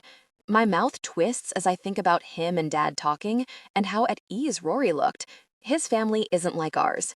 She gives me a smile like she can see something I can't. I got upset afterward, I admit. I started crying on the street right in front of him. Her eyes widen. Why? Shame and worry clog my throat as I swallow. Because of Mom, the stuff she was saying. Pippa hums, nodding. I think about what Rory said, how I should talk to Pippa about it, and I pull my knees closer to me, tracing the edges of my phone case. It's supposed to be my calling. My brow knits. Helping people feel good about themselves and their bodies? She sighs. These things have been the truth to her for her entire life. Pippa plays with the duvet, running her fingertips over the seams. Change takes time, and we don't know what's going on in her head. She squeezes my knee. Keep being a safe place for her to land. When she's ready, she'll let you know. I nod, looking away and blinking fast as my eyes sting. When did you get so wise? She laughs, and I grin at her. Love you. Love you too, she whispers. We settle back against the headboard and put Bridesmaids on. Halfway through the movie, my phone lights up. It's from Rory. My eyes go wide. A video. This thing we're doing has escalated to videos. The video thumbnail shows him seated in his hotel room, shirtless. Anticipation thrills through me, and my curiosity is at an on-time high. What's that? Pippa asks in my ear, and I jump, jerking my phone away to hide it. The smile she gives me says she knows exactly what it is. Nothing. My voice is strangled, and my eyes dart around. I look so guilty. She wiggles her eyebrows. He's sending you videos now, huh? No. I shake my head, staring at the video thumbnail. I don't know. Yes. Are you going to watch it? God, I want to. I gesture at her. It's weird. I'll go for a walk. Pippa. No, I'm laughing now too. I can't. My gaze lingers on the thumbnail again. Every instinct in my body is pleading with me to watch this video. If I watch it, I admit, I might like it too much. Her eyes are still lit up with entertainment as she nods in an understanding way, mocking me. And you might send one back? I choke. No. Yes, that's exactly what I might do. Gosh, this thing has boiled over. This isn't even close to being fake. Panic skyrockets inside me, and I toss Pippa my phone. Take it. She gives me a strange look. I'm not going to watch it. No. My expression turns pleading. Take my phone, at least until we get home tomorrow. I'm thinking about him too much. A frustrated noise comes out of me. This is embarrassing. I'm like reading over our text chats every day. I look at all the photos he sent and think about them the rest of the day. I need to clear my head and get this thing under control again. Please, take my phone. My pulse still races, and I think about Rory and myself running through Stanley Park, laughing. It would be the best thing that's ever happened to me, and then he would get sick of me, and all I'd be left with is a closet full of lingerie and stale memories of the good times. Please, Pippa. She puts my phone on airplane mode before tucking it away, and we spend the rest of the evening watching the movie and eating hotel room snacks from the minibar. I lie in bed until the early hours of the morning, thinking about what's on that video. Rory.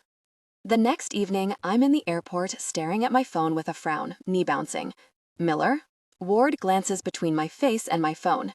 Hey, coach. I straighten up. Everything okay last night? My gut tightens, but I give him a quick nod. You bet. He means the stuff with McKinnon at the bar, and not that I sent Hazel a very intimate video. But 12 hours later, she still hasn't responded. Really? Ward keeps staring at me, and it feels like he's digging through my head. My door's always open, he finally says before moving to his seat. I turn back to my phone, staring at our chat. Stupid. So really stupid.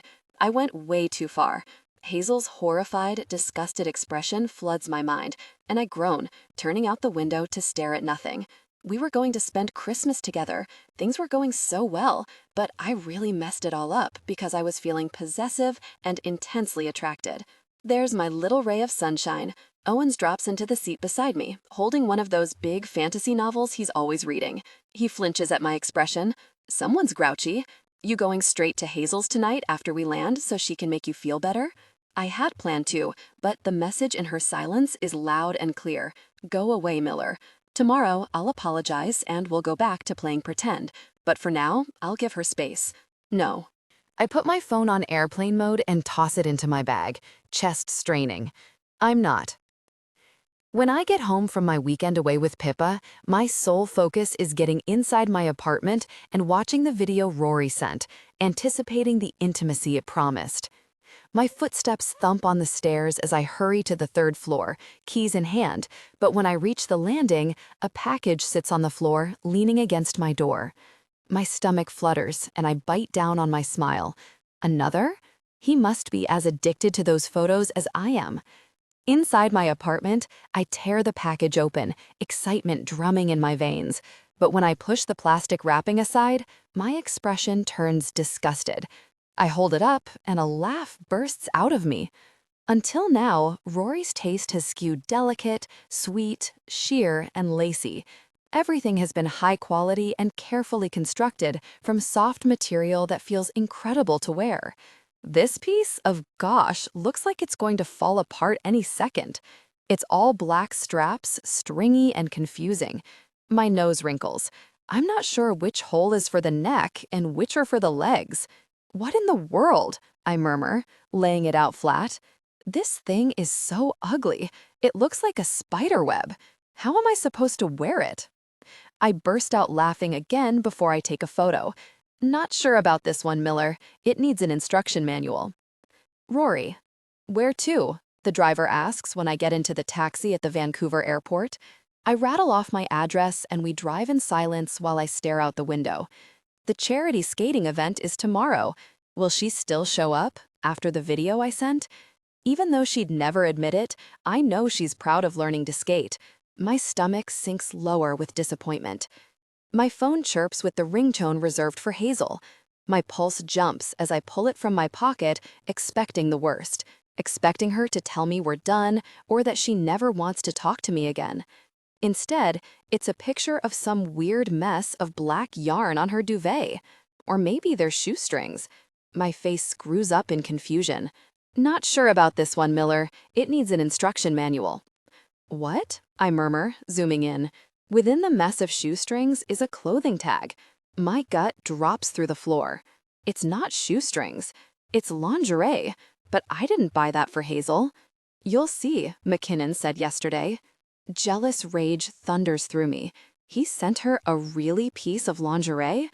I regret not punching McKinnon in the face last night as I stared daggers at the picture. I'm going to kill that guy. First, though, I'm going to make sure Hazel knows exactly who sent it. Change of plans, I tell the driver. I'm going to my girlfriend's place instead. I rattle off Hazel's address and fold my arms over my chest, seething with jealousy and possessive feelings as we drive. Hazel is mine. Hazel. This video is for my girlfriend, Hazel Hartley, Rory says in the video in a low voice that makes my body tense with anticipation, who I've been thinking about a lot these past few weeks.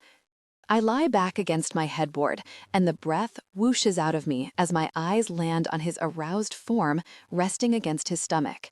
I suddenly understand exactly why Rory's so arrogant. His form is perfect. My thigh is pressed together. With his ridged stomach, roped biceps, and toned arms, he's the definition of virility. Rory Miller, the god of making me super aroused. It's only a matter of time before we have intimacy, and sparks move down my spine at the idea of Rory close to me. I'm still fully clothed, but they feel too tight, too restrictive as I watch him in his dim hotel room.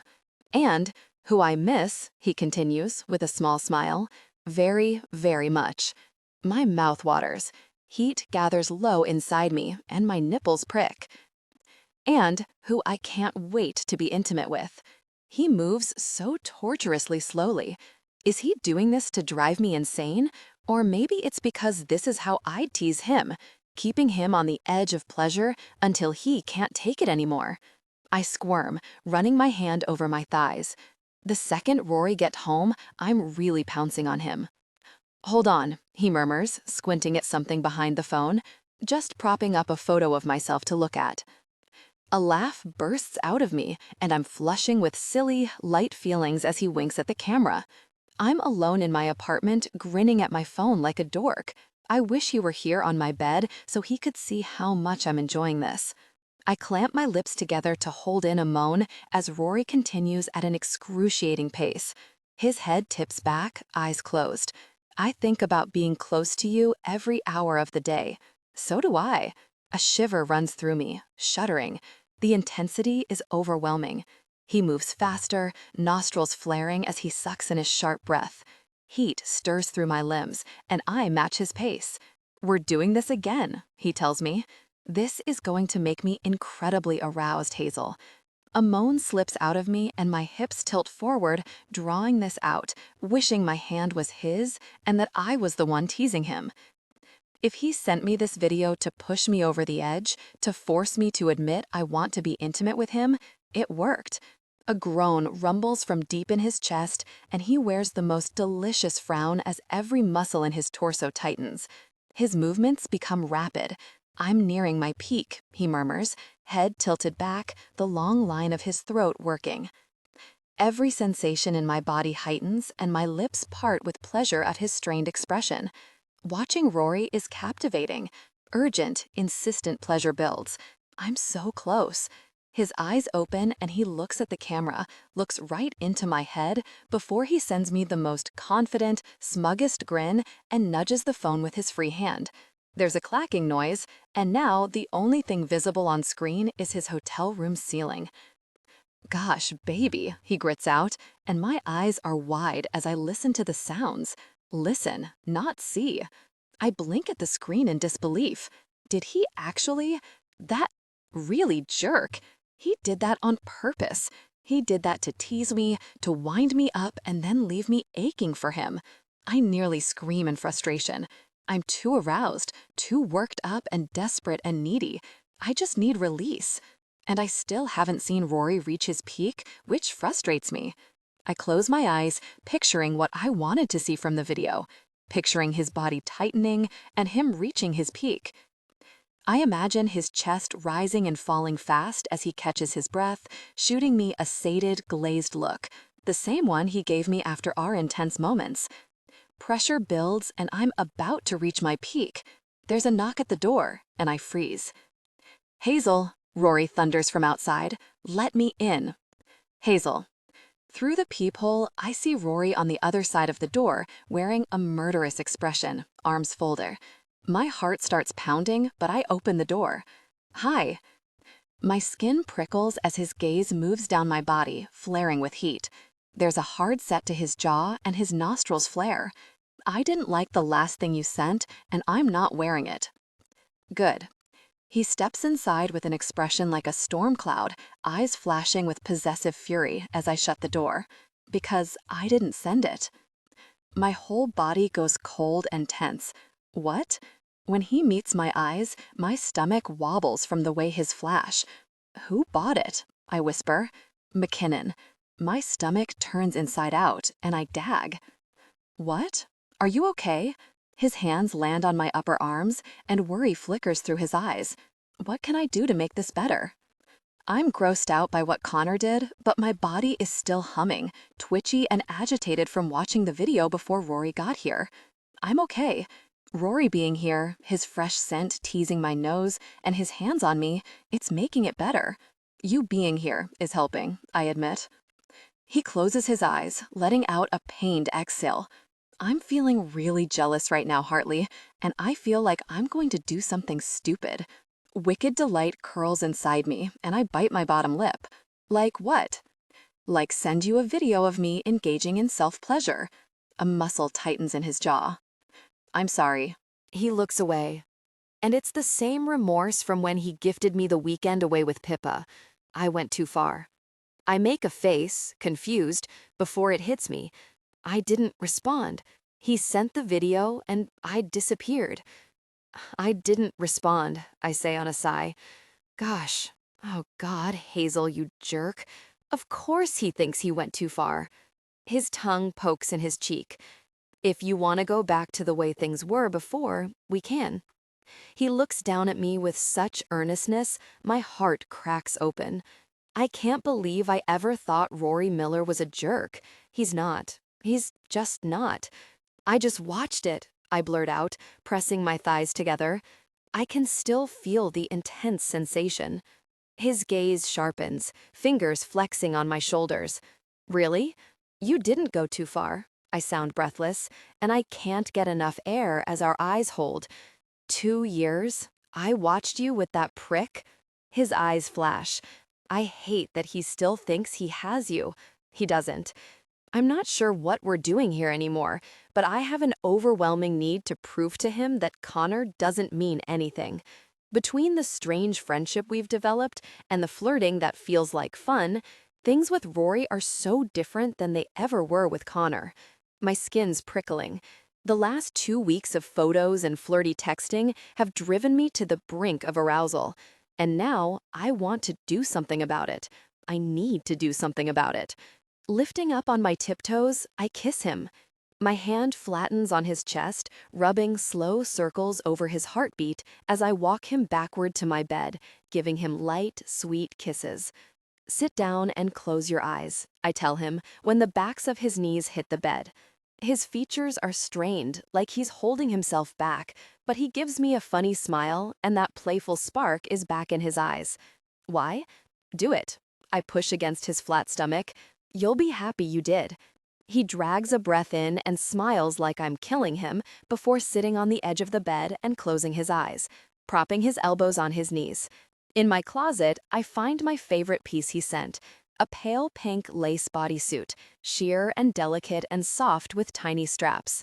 My clothes swish against my skin as I take them off, and I pull the bodysuit on with care. Like the last time I put it on, it feels like a dream to wear.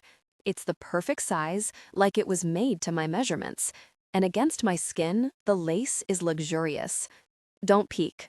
I turn, and he's resting his chin on his palm, gaze hot and intense. I'm not, he says, eyes raking down my body. Goosebumps rise across my skin. As I approach, he pulls me between his legs. His hands come to my hips before sliding down and into the bodysuit, touching me intimately, and I sink my fingers into his hair. I try not to think about why I want to comfort him so badly, why I want him to realize Connor's nothing to me. I'm not thinking about my rule and what this means. I'm not breaking it. I'm not getting attached. I'm just letting myself enjoy this one tiny moment with a guy I know I'll have fun with. I missed you, he murmurs, resting his forehead against my stomach, hands flexing on me. Did you miss me, Hazel? I shouldn't have, but I did. Yes, I admit. He presses a kiss to my stomach, flicking his hot gaze up to me. Good. He pulls me into his lap, one hand spanning the width of my thigh to keep me there, and the other roaming my body, smoothing over the low back of my bodysuit, the high-cut thighs, the thin satin straps. I cling to him, watching his look of hot admiration as his hand rakes over me. Having a hockey superstar look at me like this is doing incredible things for my confidence. This one was a good choice, he says, in a low voice, playing with the strap, dragging his fingers over my neckline. Through the thin fabric, my nipples pinch. I press a kiss to Rory's neck, the stubble prickling under my lips. You have great taste. He stares at me, eyebrows lifting with that constant, steady, teasing smile, like he has a secret. I know. I pull him down to kiss me, and a soft moan slips out of me as he coaxes me open, tasting me, exploring, and claiming my mouth. Better?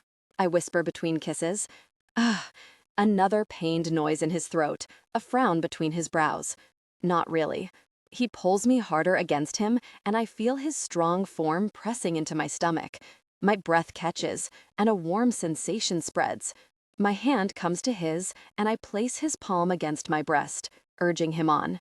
Everything inside me tightens when his fingers find the sensitive point, toying and tugging and rolling and driving me absolutely really nuts. He shakes his head, staring at my breasts with a look of awe. Your tits are beautiful. I laugh, even as I'm coiling up with need. What about now? I ask again, biting back a moan as he touches me. Is this better? No. What would make it better, Rory? I don't know why I'm acting like this, trying to find out what would satisfy him. Touch intimate, tension overwhelming. Hartley, you're very affected. Touch intimate, tension overwhelming. Still feeling jealous? My voice is thin. Touch intimate, tension overwhelming. I felt a peak approaching. Oh my God, I breathe against his warm skin. Heat builds under his fingers, swirling and gathering at his touch, and I see my peak on the horizon. He makes a low, pleased noise, his hand working steadily. I don't know how the gosh he knows. This is helping, he says. Good. My lips run up his jaw to his ear. Keep going then. He reaches over his shoulder and pulls his shirt off before shooting me another knowing grin and getting back to work. Give you something pretty to look at while I bring you to a peak. So sure of himself. It only drives me higher. The tension around the base of my spine winds tighter and tighter.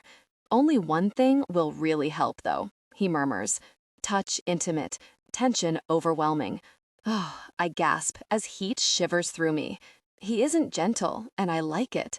He watches my reaction closely, and I know any sign of pain or discomfort would stop this whole situation. But that's the last thing I want. I want him to keep doing this. I love his expression, like he's had a taste of control for the first time and needs more. Is this okay? Yes. Rory holding me on his knee and taking what he needs lights up my whole body. Take what you want, Rory. He groans, jaw tight, pinning me with his focus. This is exactly what I want. I want to keep you here like this. His gaze drops to where he touches me intimately, reaching a part of me I've never been able to reach. I love it when you're a good girl for me like this. Pleasure unfurls through me, and I clench my teeth, breathing hard. This might be my particular desire, watching Rory get what he wants. You're close. No, I'm not. Yes, I am. But how much further can I push him? The last time was a fluke. His hand moves to the back of my head, and when his fingers thread into my hair, pulling a fistful kite, light blooms through me like a sunrise. It doesn't hurt, not at all, but with his strength, his size, and the knowing, focused look in his eyes, the message is clear. You're not going anywhere, he says, gaze raking over me like his control is fraying. You're going to sit on my lap and reach a peak on my fingers like I've been thinking about for weeks. Rory's expression is awestruck and curious, like he's surprised himself, pupils huge and mouth slanted up in a reluctant smirk that tells me he's enjoying this very, very much. When I react to his touch, he smiles more. Yeah, that's what I thought. I'm always in control. Always. But him holding me down in his lap, touching me intimately while I spiral higher and higher, it's working for me. He tilts my head back another inch, baring my throat, and his smug grin slides higher.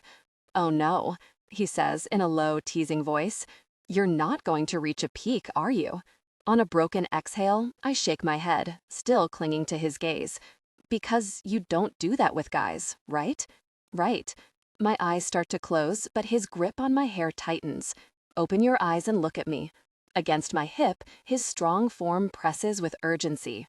You're making a mark on me, Hartley.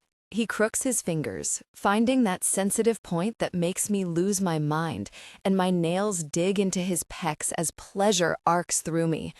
I love how you try to fight me, he says in my ear, nipping the sensitive skin between my neck and shoulder.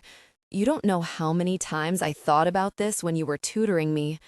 I bite back a moan, imagining us doing this in the library, me trying to be silent while his touch intensifies and makes stars dance behind my eyes. The pressure inside me coils tighter, and I'm starting to shake against him. Don't stop, I moan against his shoulder as he continues his touch. My pleasure bears down on me, circling closer and closer. God, Hartley, he growls as my toes start to curl. I needed this so bad. My muscles tighten. He grips my hair harder, tipping me back farther to look up into his eyes while he wears that wicked, knowing smile and brings his thumb to a sensitive point, rubbing tight, fast circles. I can't hold off any longer. I reached a peak, bursting behind my vision and sweeping through me.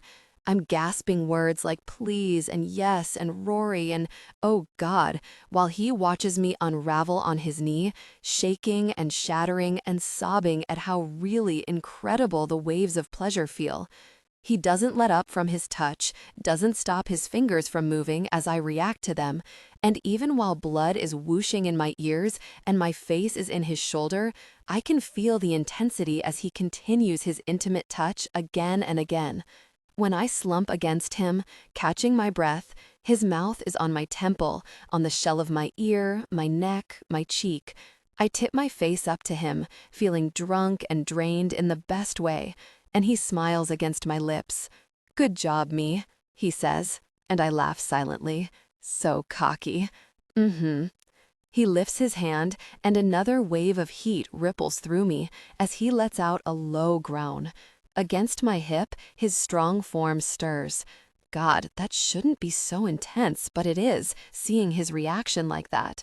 "What's your favorite way to be intimate, Rory?" I whisper, running my lips down his neck. More than anything, I want to see him lose it. My hand comes to him, and a hoarse groan rumbles out of him when I touch him over his pants. Whichever one brings you to the most intense peak? Good answer. Here we really go.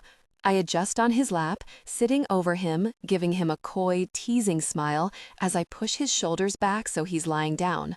His strong form presses between my legs, straining against his pants, and I smile at the tortured expression on Rory's handsome face. "But we're not doing that tonight," he adds, dragging in a deep breath, gaze dropping to my chest and then the affected fabric between my legs. I lean down, running my mouth over his chest in soft kisses, holding his gaze. I want to.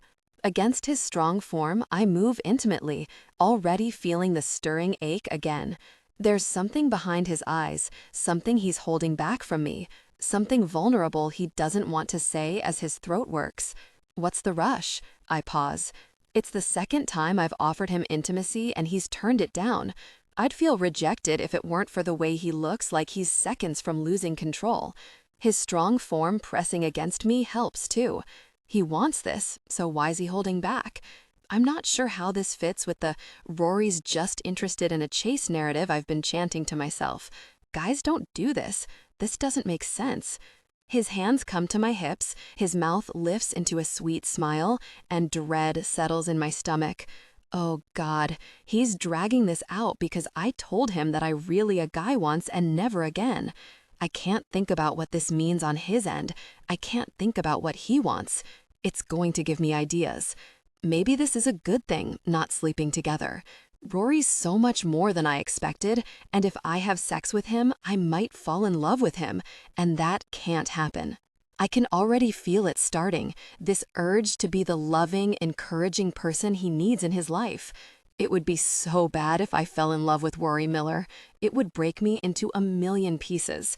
He deserves good things, though, and an insistent desire to please him and make him feel good loops through me, so I trail my fingers down his chest and flat stomach, brushing along the V cut into his hips, closer and closer to his waistband as his eyelids droop.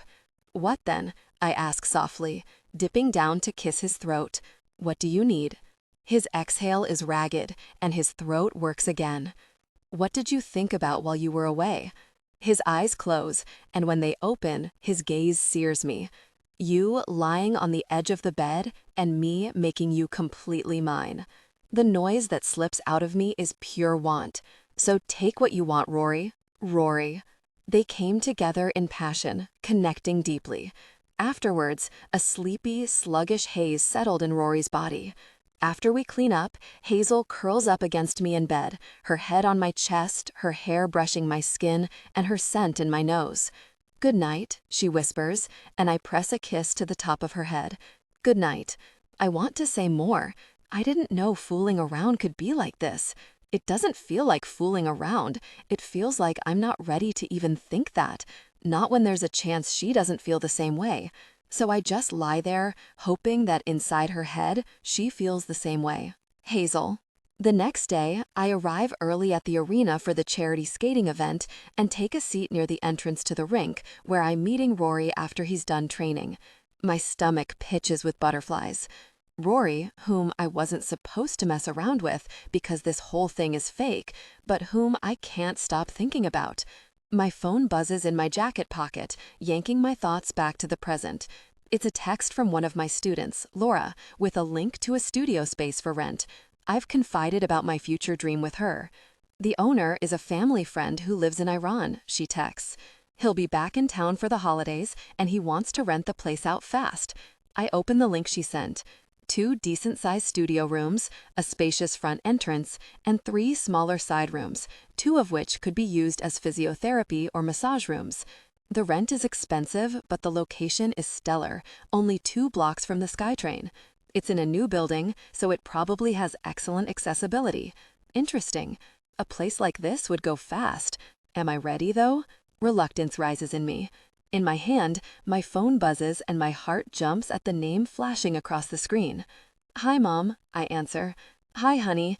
Her tone is warm. Is this a bad time? Never. I'm about to go to a charity skating event with the team, but it doesn't start for a bit. Skating? I smile at the ice, where event staff are setting up. Yup, skating. Rory taught me. And tomorrow afternoon, Christmas Eve, we're flying out to spend Christmas with my family. I'm in so really deep. She makes a pleased noise. The photos of you two from when we had dinner together are so sweet. The family dinner. My stomach wobbles as I remember what Rory and Pippa both said. I know I need to bring it up, and that I can't avoid it forever. Keep being a safe place for her to land, Pippa said. I wish I'd gotten a photo with you, I admit. She makes that joking, dismissive noise she always does. Next time, after I've gotten rid of the vacation weight. I shouldn't be surprised, but it's a tiny cut to my heart every time she says those things. The words lodge in my throat, but I force them out. I don't like when you make comments about dieting and needing to lose weight. Honey, that's because you're thin. No. I catch myself, trying to keep my cool. You're beautiful, and it's hard to hear you insult yourself. So I want to go running more. So what? She laughs, but it's brittle. I feel better when I'm thin. That's what I'm saying. I sigh. I want you to feel amazing, regardless of what size you are. You're so many things, Mom. You're funny and smart and an incredible mom, and none of those things have anything to do with your weight. It's fine if you want to be skinny, but you're still beautiful and amazing if you aren't. She's quiet, and I reach past all the reluctance, down to the most vulnerable parts of myself. I love you, I tell her, and I want you to love yourself as much as we all love you. I want you to take a dance class and feel the same joy you used to feel. Dance class? Her tone is weird and tight, and my stomach knots. There's a dance studio in Evergreen, the town next to Silver Falls. They do adult classes on Thursday evenings. She scoffs, crushing me. So I can wear a leotard and have everyone stare at me? My face falls. People just wear normal workout clothes. They do bar exercises to pop music. My voice gets quieter because I know this isn't working. You're always going on about how we're the boss of our own bodies. Her tone is sharp, so let me say what I want about myself. My mouth clamps closed, and silence stretches between us. I should get going, she says. Okay. Cold misery settles in my stomach. Bye. Love you. Love you too. Bye. The call ends, and I sit there, staring at nothing. I failed her. Again. Hey. I jolt to find Rory towering over me in his storm jersey and skates. The tension around my heart loosens. Hi. He tilts his chin to the phone in my hand. Everything okay? When I don't answer right away, he sits beside me, arm coming up around my shoulders to pull me into him. I melt against him. That was my mom. Yeah? He watches my eyes with concern. We had another argument. I'm sorry, Hartley. He lets out a heavy breath with a heartbroken expression, like my pain is his pain. And even though I'm upset from the call with my mom, and I don't know what I'm really doing with Rory these days, the look in his eyes makes my heart expand. He gives me the softest, most affectionate kiss, and all the stuff with my mom fades to the background. His fresh scent surrounds me, and I smile against his mouth. "You always make me feel better," I whisper. "Good," he smiles, and I fall a little harder for him. The text from earlier snags in my thoughts. A student sent me this. I open the link and hand the phone to him, watching as he scrolls through. "This is nicer than the studio I sent you. More expensive, too, and a better location, close to your apartment and mine." My stomach does a slow roll. It shouldn't matter that Rory's apartment is close to this space. I haven't even seen his place, but deep down, it does. I love that he thinks about these things, even if I'm not ready to. I don't know. My brow wrinkles. "Okay." He hands my phone back, and his gaze is steady and encouraging. "For what it's worth, I think you should take a look. There's no commitment in just seeing the space." He nudges me, mouth tipping up. "I'll go with you." I can picture it, us viewing the space together, and the image makes it so much less terrifying. "I'll think about it." He winks. "Good." He glances to where kids, parents, and players filter onto the ice. "Ready to go show them what you've learned, Hartley?" I nod and smile. "You bet." He pokes his tongue in his cheek, hiding a smile. It's his "I've done something bad" grin. "What's that look?" I ask, raising my eyebrows. "I hung the spiderweb thing in McKinnon's locker stall."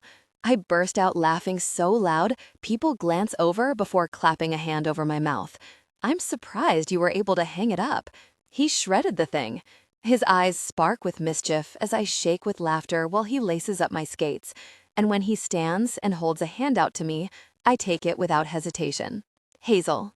Half an hour later, I'm skating around the rink, a kid clutching either hand while Rory skates backwards in front of us. On the other end of the ice, Jamie teaches kids to goaltend using a wiffle ball as Pippa takes photos. Music's playing, and the kids, parents, and players all seem to be having a blast. "Are you trying to steal my girlfriend?" Rory asks the kids holding my hands, and they giggle. He wears his "Hazel is cute" smile. My skin tingles with delight. The kids want to skate with Rory, so I head to the boards and watch with a smile as he has them hold his hockey stick while he pulls them around the ice. He's unbearably cute, laughing and teasing them, light shining out of him. Rory would be a good dad. He'd be nothing like his own father. There's a warm tug in my chest at the idea of kids who look like Rory, bright-eyed troublemakers with hearts of gold. The image of him chasing them around our house, playing with them, makes me ache with affection. Our house? Oh my God, are these kids now our kids? I've never really thought about having kids. They felt so far away, and with the way I normally date, it didn't seem within reach. Again, something tugs in my chest and I rub my sternum. I shouldn't be thinking about Rory as a dad. That seems dangerous. Someone catches my eye, and I try not to make a face. Connor's across the ice, taking photos with parents, while the woman he brought watches. She has curly blonde hair, a bright smile, and his name on the back of her jersey. A kid asks her a question, and she leans down with a gentle smile. She seems nice. I wonder if she knows how horrible Connor is. Bells start jingling, and the kids swarm the entrance, where Alexei appears wearing a Santa costume. Hayden, dressed as an elf, is right behind him. The kids lose their minds as Hayden pulls presents out of Alexei's big red bag. Darcy skates up with a shy smile, and I light up in surprise as she takes a spot beside me against the boards, giving me a quick hug. "Good to see you," I tell her. "I didn't know you were in town. Is Kit here too?" Sometimes players from other teams drop into these events. "Over there," she points him out, dressed as a reindeer, helping Hayden and Alexei. "Is that lipstick on the end of his nose?" She laughs. "We had to improvise at the last minute. Hayden never gives us a warning about these ideas." "Are you here for Christmas?" I remember Hayden saying Darcy's from Vancouver, like he is. "Yep, we played Seattle last night, so Kit's spending tonight here to see my family before he flies out to Ontario for the holiday." Seattle is a 2-hour drive from Vancouver. Hayden and I will probably spend most of the break playing Legend of Zelda, like back in university. She grins. "We used to play for hours. Kit would hide the controllers so we could get some studying done." I'm looking forward to hanging out with him. We don't get to see him enough during the season. Again, I think about Rory coming home for Christmas, and I'm so glad I asked. There's no way I could let him stay here alone. You and Kit have been together since university, right? The first week of school. Feels like forever ago. She watches the guys out on the ice. But also, sometimes, it feels like we all just met yesterday. Her eyes track them as they skate. Hayden grins over at her, waving, and she waves back with a beaming smile. I study her for a moment. I've never seen her without Hayden and Kit nearby, but I think she might be shy. There's something about Hayden's boisterous friendliness that puts people at ease, though, and I think being around him brings her out of her shell. Did you and Hayden ever go out? I ask, because I'm a nosy, difficult person. Her eyes widen. Oh my God, no, no, she laughs. His type is like tall supermodels with dark hair, and I'm the girl who did a whole degree in math. She laughs again, rolling her eyes at herself. Before she pauses, a tiny frown forming between her eyebrows. I thought he was going to ask me out in the first week of school, but she shakes her head at herself. Anyway, like I said, she gestures at her petite frame with a self-deprecating laugh. Not his type. Guys like Kit are more my speed. My eyebrow goes up because that's not what I asked, and now I'm curious as hell. But she catches herself. And I love Kit. Her eyes go to him. Is it hard, having my life revolve around his? Of course. Do we feel like roommates sometimes? Yes. But we know each other so well, and she blinks. I can't imagine not being with him. Her words feel strange, like she's tiptoeing around what she really wants to say. I think this is just what happens when you've been with someone for 7 years. It's fine. Her expression tightens, like she's embarrassed. I'm rambling. Can you talk now, please, so it doesn't get weird? I start laughing, because even if I'm slightly concerned with what she said, Darcy is adorable. What do you want to talk about? You and Rory, she says pointedly. I want to know all the intimate details. I laugh harder as her eyes go wide with excitement. Seriously, I want to know all the TMI stuff. My life is boring, Hazel. I'm living vicariously through you. Well, I chuckle, thinking about their recent intimacy. Definitely can't tell her about that, although I'm sure she'd love it. It's really fun. He's different from what I expected. He looks at you like you're a dessert he's about to devour. My face warms. Enjoy it, she says, smiling. This is the fun part, when you can't get enough of each other. I think about this phase ending, and my heart aches at the idea of Rory's eyes flicking over me with disinterest. His teasing used to irritate me, but now I'd miss it. A massive blur of red and green comes to a sudden stop in front of us, spraying ice against the boards. Oh my God, come here. Darcy reaches up and rubs her thumb down Hayden's jaw. Her head barely comes to his shoulder. You have glitter all over. Where did you even get this stuff? He obediently leans down for her while she brushes it out of his stubble. Pippa put it on me. He gives her a flirty smile. Aren't I the prettiest elf you've ever seen? She's blushing. You're definitely the biggest elf. You'd weigh the sleigh down. Hayden puffs his chest out. I'm taking that as a compliment. They grin at each other, but there's something in Hayden's eyes as he looks down at Darcy. His gaze lingers on her, flooded with the same warm, affectionate longing I see in Rory's eyes when he looks at me. Kit skates up beside Darcy. You two look like you're getting into trouble. He wraps an arm around her waist, and Hayden's eyes drop to it before he glances away. Just the usual, Darcy smiles at Kit, nudging him with her elbow. You were having fun out there, huh? I was. He rubs the back of his neck, sending her a quiet smile. I'm looking forward to it. Teaching kids to skate? Darcy asks, chuckling. No. He gives her a shy, meaningful expression. Having kids, a bunch of them, going skating with them and stuff? Her smile drops like it's the last thing she expected him to say. Hayden laughs, but it seems forced. Jumping the gun a bit there, aren't you, buddy? Yeah, Darcy does her own uncomfortable laugh. That's pretty far away, kid. He shrugs. I don't know, not that far away. Her features tighten, eyes flaring with worry and apprehension, and Hayden looks between them like he's seen a ghost. No trace of his former smile on his boyish face. We'd get married first, Kit adds. Darcy blinks like she doesn't know what to say, and when Connor and his lady friend skate up, she looks relieved. Connor says hello to everyone before lifting his eyebrows at me. Hazel. His eyes rake over my jersey, flickering with distaste. Have you met my girlfriend, Sam? Darcy, Hayden, and Kid must sense the weird energy because they mumble an excuse about helping Ward with something and leave. A laugh slams against my vocal cords, but I hold it back. Sam is smiling at me in a way that tells me she's lovely and kind, and I don't want to be rude. Saw this and thought you'd look hot in it. That's what the card said. He sent that gross lingerie when he likely had a girlfriend. Gross, just gross. But that's not her fault. Hi, Sam, I say with a warm smile, shaking her hand. I'm Hazel. So good to meet you. You too, she beams at me, and there's a sour feeling in my stomach. Why is she with him? Doesn't she see what he's really like? I didn't, though, so how can I fault her for not seeing it either?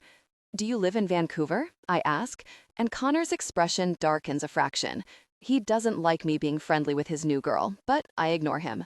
As we chat, Connor clears his throat and puts his arm around her shoulders, watching me, but I just smile at them. This jerk's trying to make me jealous, but instead I just feel like laughing. After a few minutes of friendly conversation while he glowers at us, he gives her a tight smile. You want to keep skating, babe? She nods and smiles up at him, and without another glance at me, he pulls her away. She waves goodbye over her shoulder. I wave after them, feeling tired of this game we're playing. When I think about what Connor did, I don't feel angry anymore. I want to move on. Rory comes to a stop beside me, watching after Connor and Sam. What the really was that? He brought a girl. She's nice, actually. I slip my hand into his, and he looks down at me, expression clearing. I don't care about them, I tell him, giving him a soft smile. Memories of last night flash into my head, a moment of deep connection and intense emotion. My eyebrow arches as I give him a cool, flirty smile. His gaze sharpens, and he lifts his brows in interest. What are you doing tonight? I ask lightly, still smiling. You. He winks, and I burst out laughing. Good, finally. A gaggle of kids shuffle up to us, interrupting. Can you teach me how to skate backward? One kid asks Rory. Rory leans down, setting his hands on his knees. I sure can.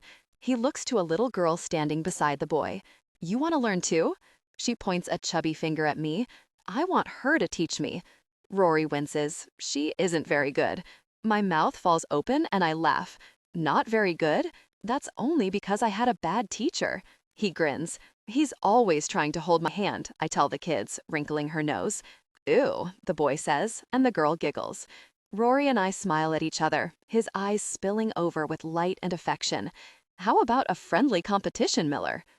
5 minutes later, the orange cones are set up on the ice, and players and parents line up behind us to take their turn racing through an obstacle course. Rory and his teammate, a boy with glasses and an adorable gap between his two front teeth, finish to a round of cheers. I smile down at the little girl clutching my hand. Ready? With her eager nod, we're off, only skating as fast as she can while everyone cheers for us. I look over to Rory and stick my tongue out at him, and the kids laugh. We're weaving through the cones, and she's a little wobbly on her feet, so I skate backward, holding her hands the way Rory did for me the first time. Look at those moves, Hartley, Rory calls. You must have had an incredible teacher. I laugh, but as I grin back at him, something catches under my skate, one of the cones. I suck in a sharp gasp, stumbling and dropping the girl's hands as my skate slips again. I hit the ice, knocking the wind out of my lungs, and white-hot pain shoots through my ankle. Rory. People descend on Hazel, crowding her. Everyone back off. My voice booms around the arena as I hurry over at full speed. People give her space, but not fast enough. Move the really back. Dude, there are kids around, Owens mutters to me. I don't care. My pulse pounds in my ears as I crouch down to Hazel, looking her over, moving my hands over her limbs. No blood. Her ankle is still on straight. It doesn't seem like anything is broken. Rory, I'm fine, she says, but she's wincing. Hazel is in pain, and she's wincing, and it's my fault. I said I wouldn't let her fall. Fear leaks into my blood, making my chest hurt. She needs a stretcher. My voice sounds different, tense and sharp and loud. Hazel puts her hand on my shoulder, and I can feel how wild my eyes are. She puts on a reassuring smile. "Rory, I don't need a stretcher," she says softly. "I'm okay. I just slipped." I take her hand, the one she used to break her fall, and inspect it. The heel of her palm is red. My fingers skim over the delicate bones of her wrist, but nothing seems amiss. Swelling, but not broken.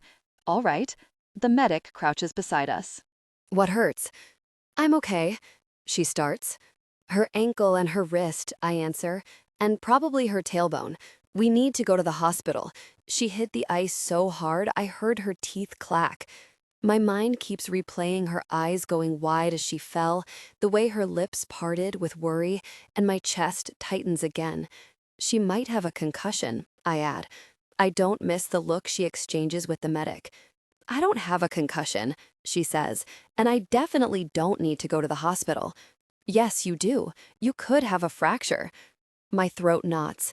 Hazel is hurt, and it's because of me. I can hear myself. I can hear how insane and upset I sound, but right now, all I care about is making Hazel feel better, making sure she's okay. Protective instincts fire through me.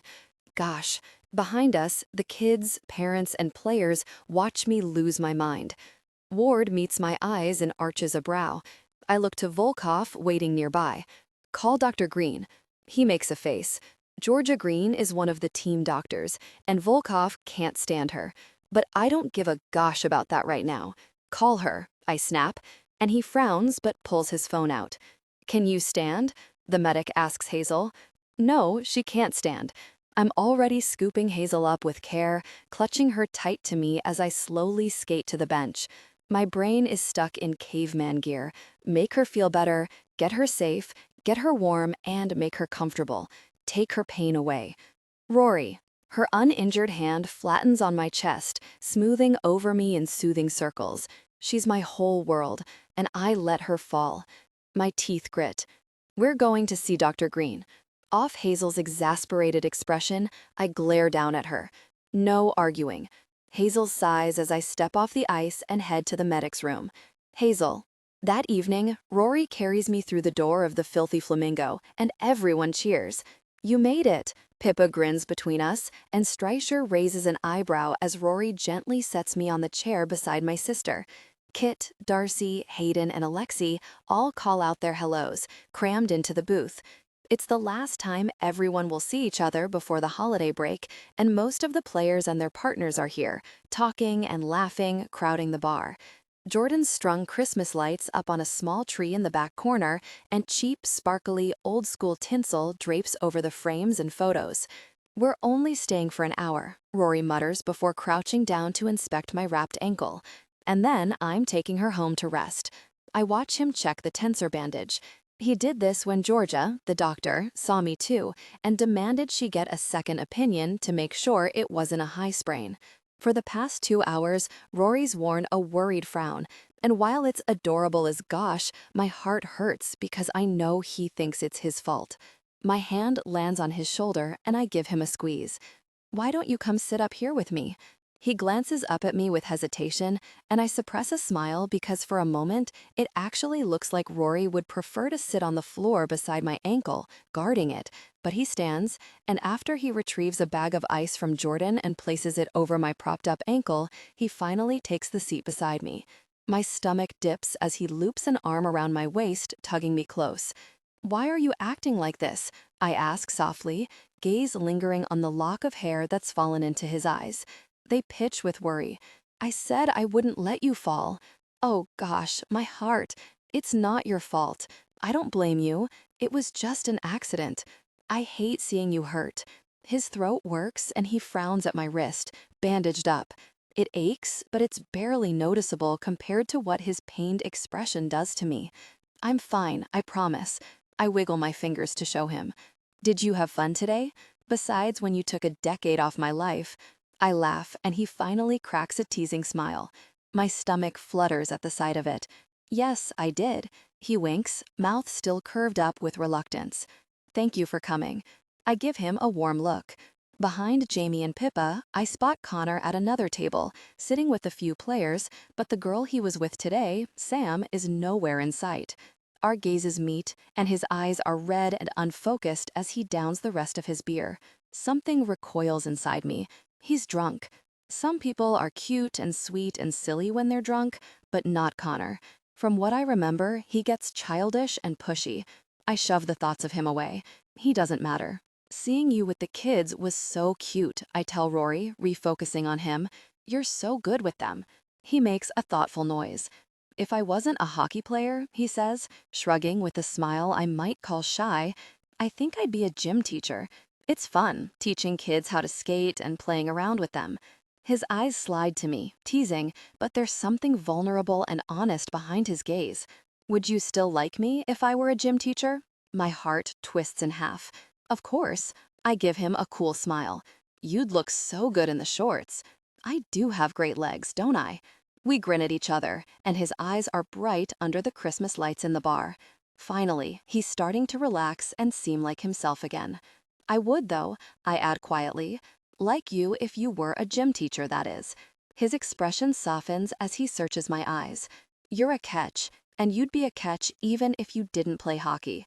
Rory Miller is so much more than a hockey player, but I don't know how to say that without spilling everything to him. He takes a deep breath like he wants to say something, but instead his throat works and he just smiles. I don't know how to categorize this one. It's sweet, affectionate, and wistful. He's gorgeous when he shows me the smile. Rory brings his mouth to my ear before he gives me the lightest nip on my earlobe, and my breath catches. Love it when you pump up my ego like this, Hartley. My stomach flutters. Like you need it. He presses a kiss to my temple, warming me with another quiet laugh. From you? I need it. His voice goes low and liquid, and there's another flutter low in my belly. Perhaps we can spend more time together later. His eyes flare with heat, but he shakes his head. That's not happening tonight. I balk. Why not? You need to rest. I hold his gaze, challenge rising in my eyes as my mouth slides into a knowing smile. Well, see. I bring my lips to his ear, lowering my voice. Hartley, he groans. Please don't make me so flustered in public. I just chuckle, turning back to the conversation at our table. We fly out tomorrow night, Pippa says to Hayden, gesturing at Jamie, Rory, and me. Although her eyes linger on me as she chews her bottom lip, I don't think you should go anymore. What? My jaw drops in outrage. I'm not missing Christmas. Pippa's right, Rory says in a firm, no-nonsense tone, that heartbreaking worry back in his gaze. They'll have snow in Silver Falls, and I don't want you to slip on your crutches. Disappointment flows through me in waves. I've never missed Christmas with my family, and all those images I daydreamed about that included Rory, gone. His fingers tense on my waist. I'll stay at your place and take care of you. My heart lifts, not knowing what to say as I look up into his pretty blue eyes. Don't be stubborn, Hartley, he adds, watching me like he hopes I'll say yes. Okay, I nod, blowing out a nervous breath. He's going to be staying with me, not just crashing in my bed. This is getting more real by the day. I'd like that. He smiles again, softer this time, and gives me a gentle kiss. Good, he whispers against my mouse. I'm going to make you rest, Hartley, even if I have to tie you to the bed. My eyebrows wiggle and I grin against his mouth. And from his huff of laughter, he likes that idea just as much as I do. After convincing Rory I don't need him to carry me to and from the ladies' room, I make my way back through the crowded bar to our table. I bump into someone, and a wave of hot beer breath hits me in the face. Hey. I recoil at Connor's bleary gaze. He sways on his feet, wearing an unfocused frown. Hi. My tone, expression, and body language say, go away. A gross feeling skitters over my skin. Don't send stuff like that to me. At the table, Rory watches, tense and on high alert. That's not okay, I add. Even if I wasn't dating Rory, that wouldn't be okay. We work together. I give him a duh look. Being professional, remember? I start to crunch past him, but he sighs and puts a hand on the bar counter beside me, blocking my path to the table. I saw the way you were looking at me today, he slurs. Nausea and discomfort roll through me. His hot, wet beer breath slithers over my skin again, and I look to Rory, who stands.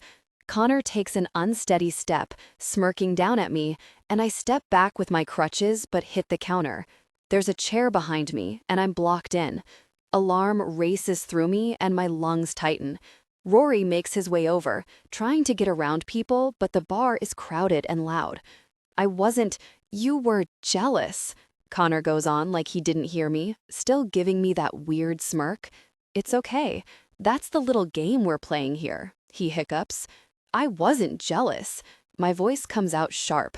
I'm gripping the crutches harder than I need to, nails digging into the foam. I don't care if you have a girlfriend. I gesture with my crutch for him to get out of the way. Move. He steps closer and I shrink back, but there's nowhere to go. I'm backed against the counter. My pulse skyrockets, pounding in my ears. I search for Rory, but Connor's in my way, moving in front of me, mouth on mine. A horrified, revolted sound falls out of me, and I flinch back, every cell in my body recoiling. Commotion explodes in the bar noise, and movement and energy. On instinct, I lift a crutch and swing it at his ankle. It connects with the bone, and I feel the impact up the length of the crutch. Don't really touch me. I bite out just as Rory hauls Connor off me with a murderous expression. Gosh, Connor hisses in pain as Jamie and Hayden pull him back. She hit me. Get him really away from her, Rory thunders, searching my eyes with a frantic look. His chest is rising and falling fast, and a muscle ticks in his jaw. Are you okay, baby? His hands come to my jaw, tilting it up as I nod. He kissed me, I say, almost to myself, and I can feel my lip curling with disgust as I replay the gross beer smell, the feel of his lips mashing against mine. I swallow, pulse still racing. Behind Rory, Connor tries to shove Hayden off, but Hayden holds tight. For once, Hayden isn't smiling. He wears the same furious, stony expression as Jamie. I know. Rory's voice is sharp like a knife, but his gaze stays locked on mine. I'll really kill him. Rory. Protective rage burns through me. We never should have come here. We should have gone straight to Hazel's place so I could tuck her into bed and keep her safe. I take in the angry flush coloring her cheeks and the way her nostrils flare, and the urge to make it better fires through me like a bullet. I was supposed to prevent stuff like this. That was the whole point of our agreement. I'm okay, she says.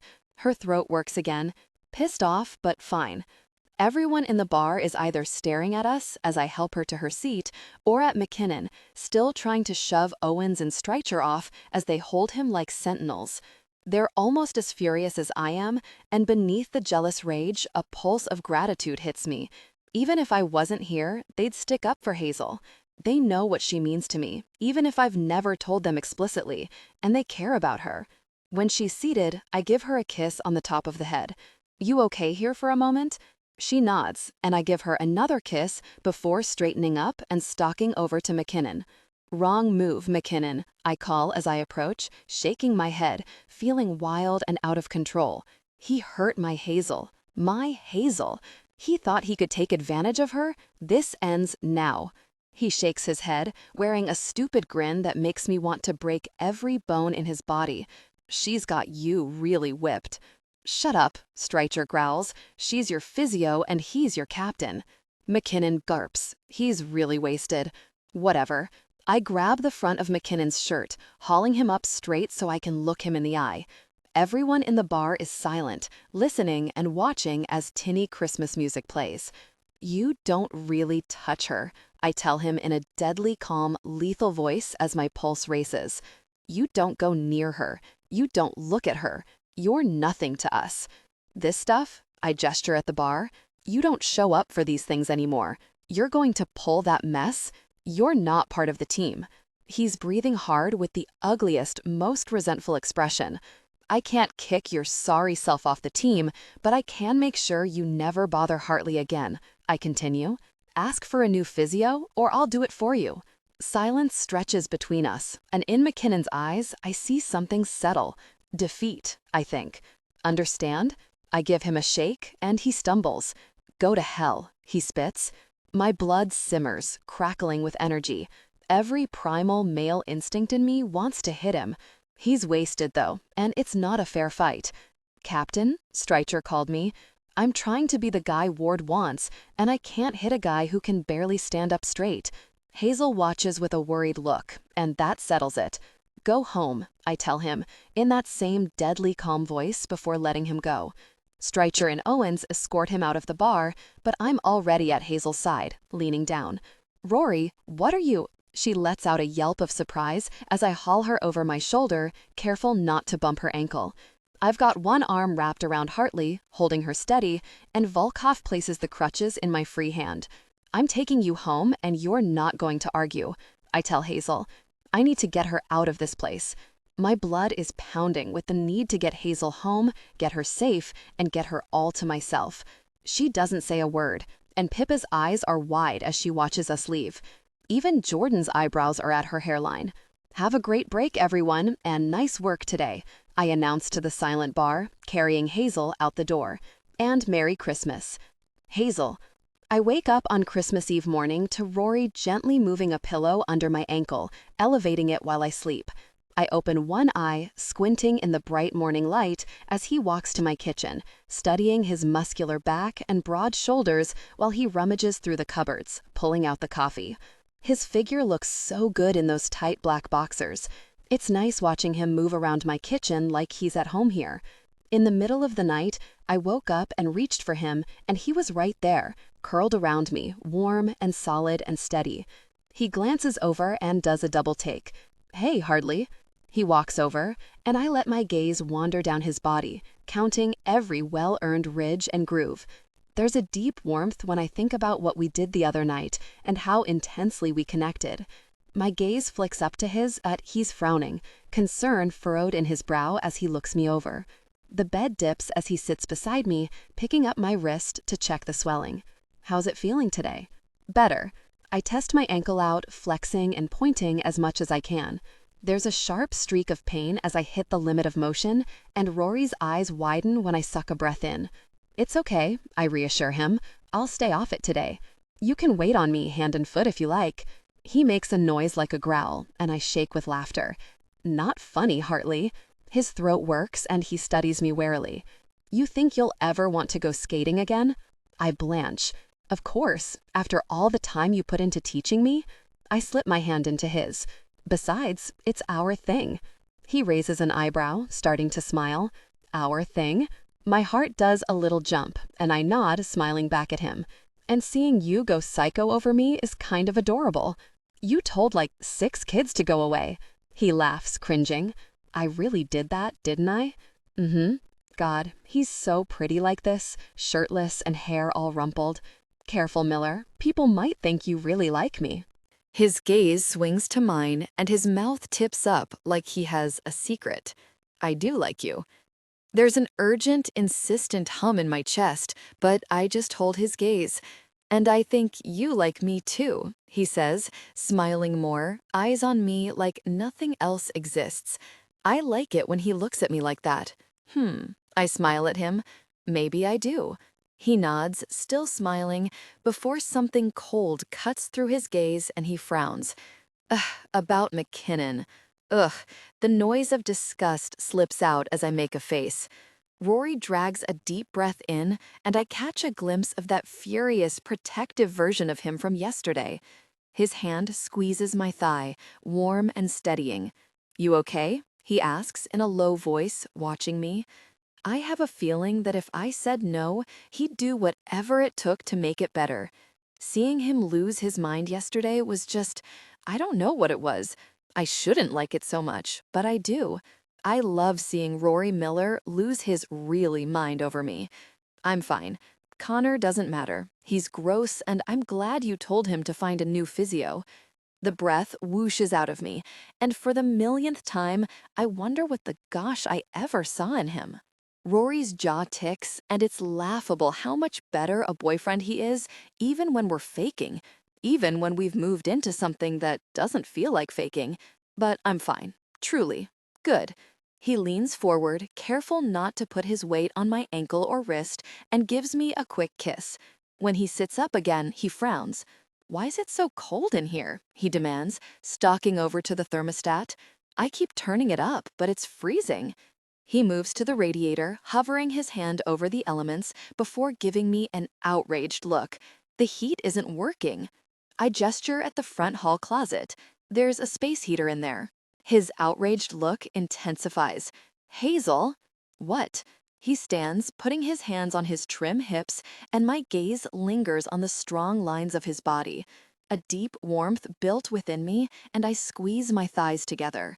Being around Rory is making me more attracted by the second. It's the way he smells, the way his morning voice sounds, the way he kept a protective arm around me all night. Even his messed up bedhead is very attractive. Wow. He folds his roped arms across his chest, amused. Really? I raise an eyebrow. What? You're ogling me. I bite back a laugh as electricity thrills through me. You don't look like you mind. Of course I don't. He gives me that lazy, flirty smile that makes my pulse stutter before his grin drops. Okay, but it's really cold in here. He glances through the window up at the sky. It's supposed to go below freezing today. I point at the closet again, but he cuts me off. We are not using a space heater. His expression says he means business, and I bite back another smile. I like it when you're bossy. At my bedside table, he picks up my phone and hands it to me. Call your landlord. He's in Greece for the month, so call whoever does these things when he's away. My smile pulls into a reluctant wince, and Rory knows immediately that there is no guy who does the maintenance when the landlord is away. Hazel, this is why my place is so cheap. His head falls back and he groans loudly, like I'm the most frustrating person alive. I just smile at him. Your eyes are so pretty in the morning light. He gives me a sidelong look, sighing, but he's starting to smile. Don't distract me. Is it working? He rolls his eyes, and I think I like this flipped dynamic between us. That means yes. He runs his fingers through his hair, glancing around my place. Where's your overnight bag? Why? He finds it in the closet, pulling it out and setting it on the bed. We're going to my place. Wow. In the foyer of Rory's apartment, my jaw drops. I take a few steps forward on the crutches, looking around. You've been holding out on me, Miller. Behind me, holding my bag, he watches me, his gaze unsure and assessing. Yeah? I nod, eyes bouncing from the warm wood flooring to the giant green L-shaped couch to the midday sun streaming through the impossibly tall windows. Snow is starting to fall outside. A massive TV hangs between two built-in bookshelves that reach to the ceiling. There's nothing on the shelves, though. I frown, scanning the sparse living room with two lamps, the big sofa, and a coffee table. And then the large, open-concept kitchen with a massive island and gleaming appliances. I tilt my chin at the bookshelves. You're supposed to put things on those shelves. Like what? The corner of his mouth kicks up. Photos and trinkets and books. There's nothing on the walls. No art or framed pictures. No blankets thrown over the couch. I crutch farther into the apartment, down the long hallway. A door at the end leads to what looks like the master bedroom, and Rory's soft footsteps follow behind. At the doorway, I take in the king-sized bed with a forest green duvet. Warmth twinges in my stomach because I'm going to sleep in that bed tonight, and it's going to be the best sleep of my life. The windows overlook the city, same as the rest of the apartment, and on the balcony sits a hot tub. Still, no framed photos, no plants, no patio furniture. A lamp and a nightstand and his hockey bag from a few days ago, but that's it. He has a fireplace across from the bed, which I'm totally going to turn on later, but his place feels so blank, silent, empty. Rory Miller is brimming with personality, overflowing with it, and yet his apartment is nothing like him.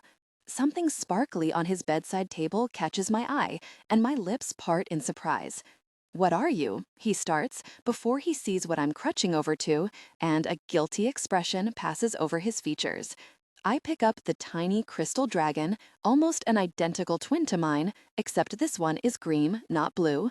My heart does a funny flop, and a smile spreads over my face before I lift my eyebrows at him. What's this? He shifts, mouth curving into a reluctant, playful grin. That's a dragon, he says simply. I can see that it's a dragon, Rory. I'm still smiling like a fool, but I narrow my eyes at him. Do you have a shopping addiction? He chuckles, taking a seat on the bed. No, I turn the trinket, watching it scatter light on the wall. So why do you have it? I think I know the answer, but I want to hear it in Rory's deep voice. Sitting on the bed, he keeps his eyes steady on me. He lifts one big shoulder, giving me the sweetest, most innocent expression. I bring it on the road because I miss you. My heart sighs and flops over. I can't. He's too much, and I don't know what to do with this fluttery delight in my chest. I tamp down the smile pulling on my mouth. So you're saying that this dragon has seen some horrible, depraved things? He chokes out a laugh, light spilling out of his eyes as he shoots me a flirty grin. Oh yeah, that dragon knows all my desires. A sizzle of heat sears down my spine. I'd like to know all Rory's desires too. I remember their intimate moments, and another shiver rolls through me. I set the dragon back down and dig into my own bag on the floor before I pull out what I carefully tucked into my balled-up socks when Rory wasn't looking and set it beside his. His eyebrows go up in delight. You brought yours? I shrug like it's nothing.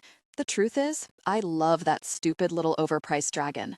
The red eyes make me laugh, and seeing it before I go to sleep makes me think of Rory. Whatever, I say. His gaze sharpens, and a predatory smile spreads across his mouth.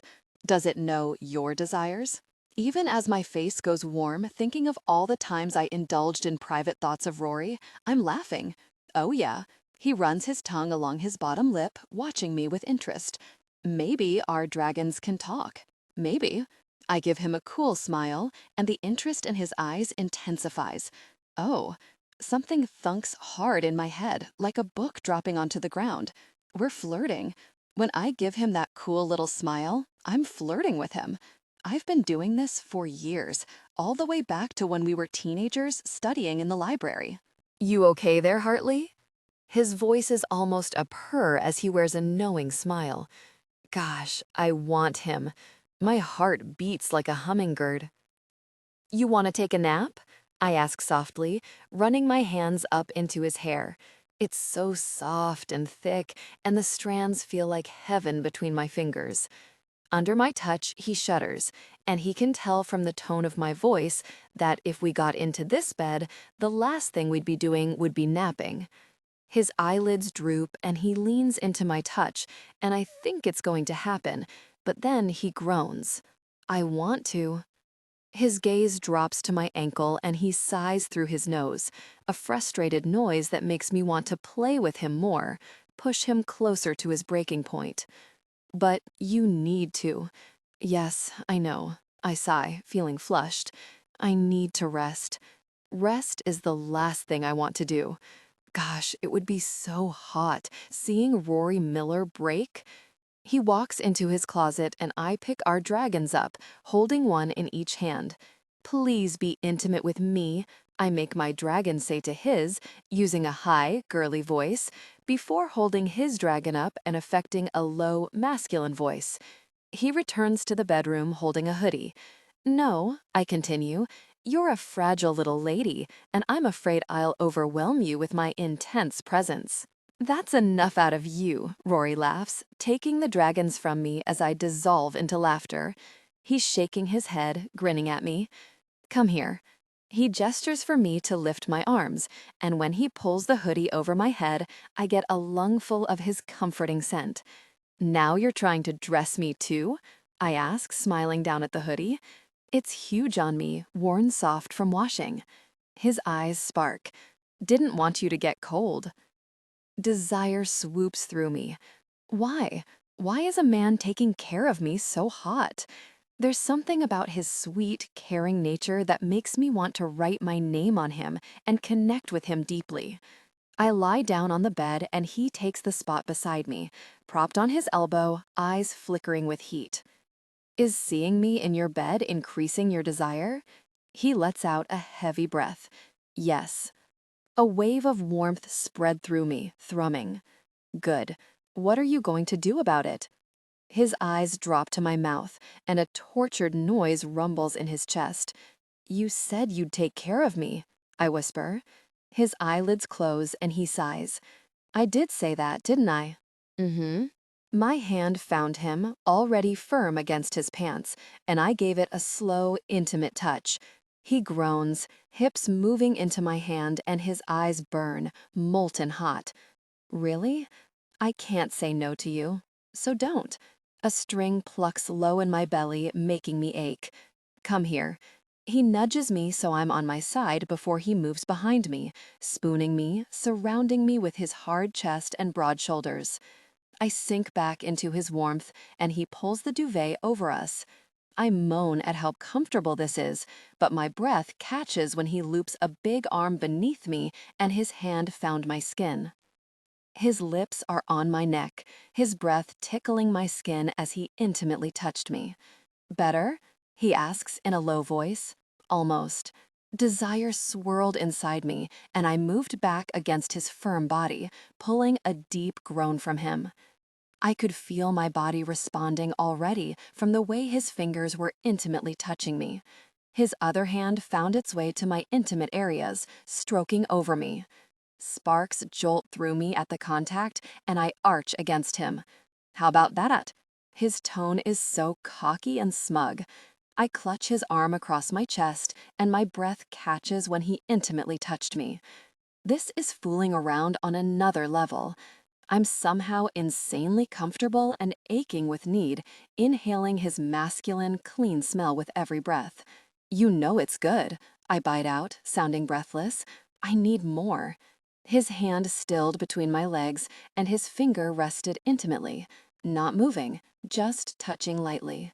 I moved against him, seeking friction, but he pulled away, still barely touching me. Rory, I whine, writhing. You going to be good for me over the next few days? I growl, and his laugh grazes my cheek. You going to stay off your ankle and let me take care of you? I swear to gosh, Rory. He intimately touched me, and my teeth clench at the lust roaring through me. Fine. Yes. Okay, I'll be good. It's not fair that messing around with him is both the most intimate connection I've ever had and the most fun. His lips skate over my neck and he nips me. You sure? Rory. He laughs and his fingers start to swirl. I sink against him as warmth courses through me and my muscles tighten. How's this? So good, I moan. My heart races, and Rory's hand worked faster, touching me exactly the way I liked it. You going to reach your peak for me? Of course. I can already feel myself fraying, nerves firing with sensation. He makes a low noise of pleasure. Good. The pressure built, and I turned my face into the pillow. When I suck a sharp breath in, Rory's scent goes straight to my brain, and I clench up. In my ear, he groans with pleasure as he touches me, and the intense sensation spilled over, coursing through me, radiating through me. The entire time, Rory holds me tight against him, whispering in my ear about how much he likes being here, how pretty I am, and how much he loves watching me reach my peak. Oh my gosh, I whisper as the intensity subsided. You're so good at that.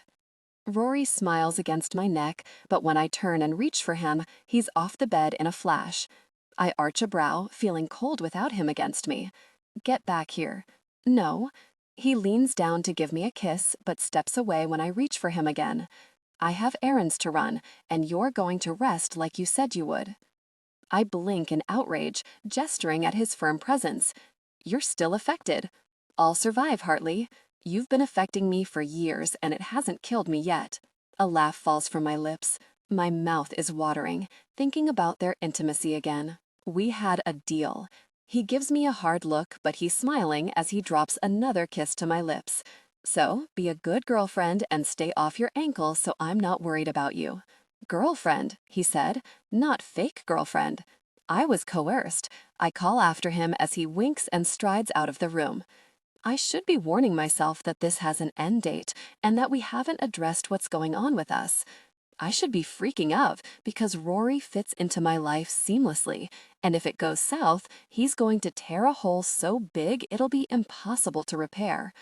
I could do my typical mental gymnastics, telling myself that he didn't mean to say that it was just a mistake.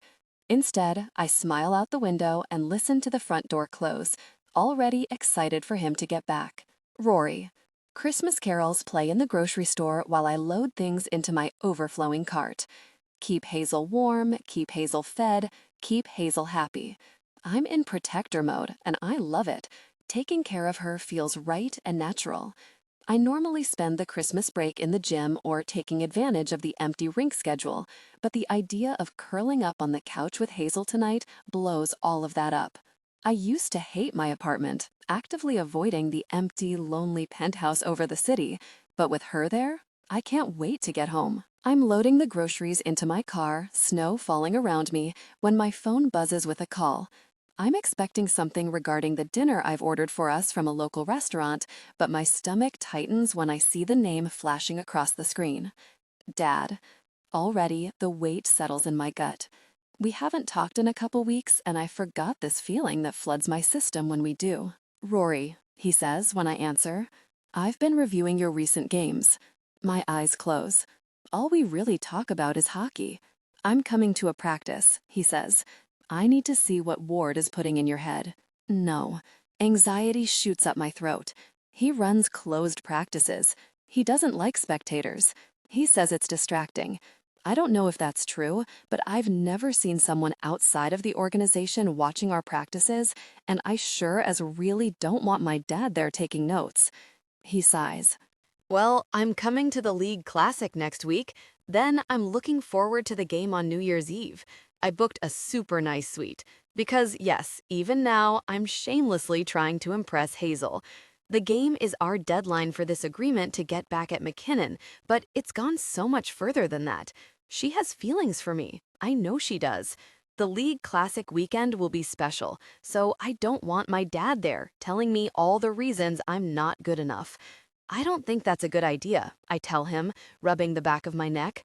There's a long pause on the other end of the line. What's going on with you lately, Hazel? Hazel's. What's going on with me? She's become my entire life, but my dad would never understand that.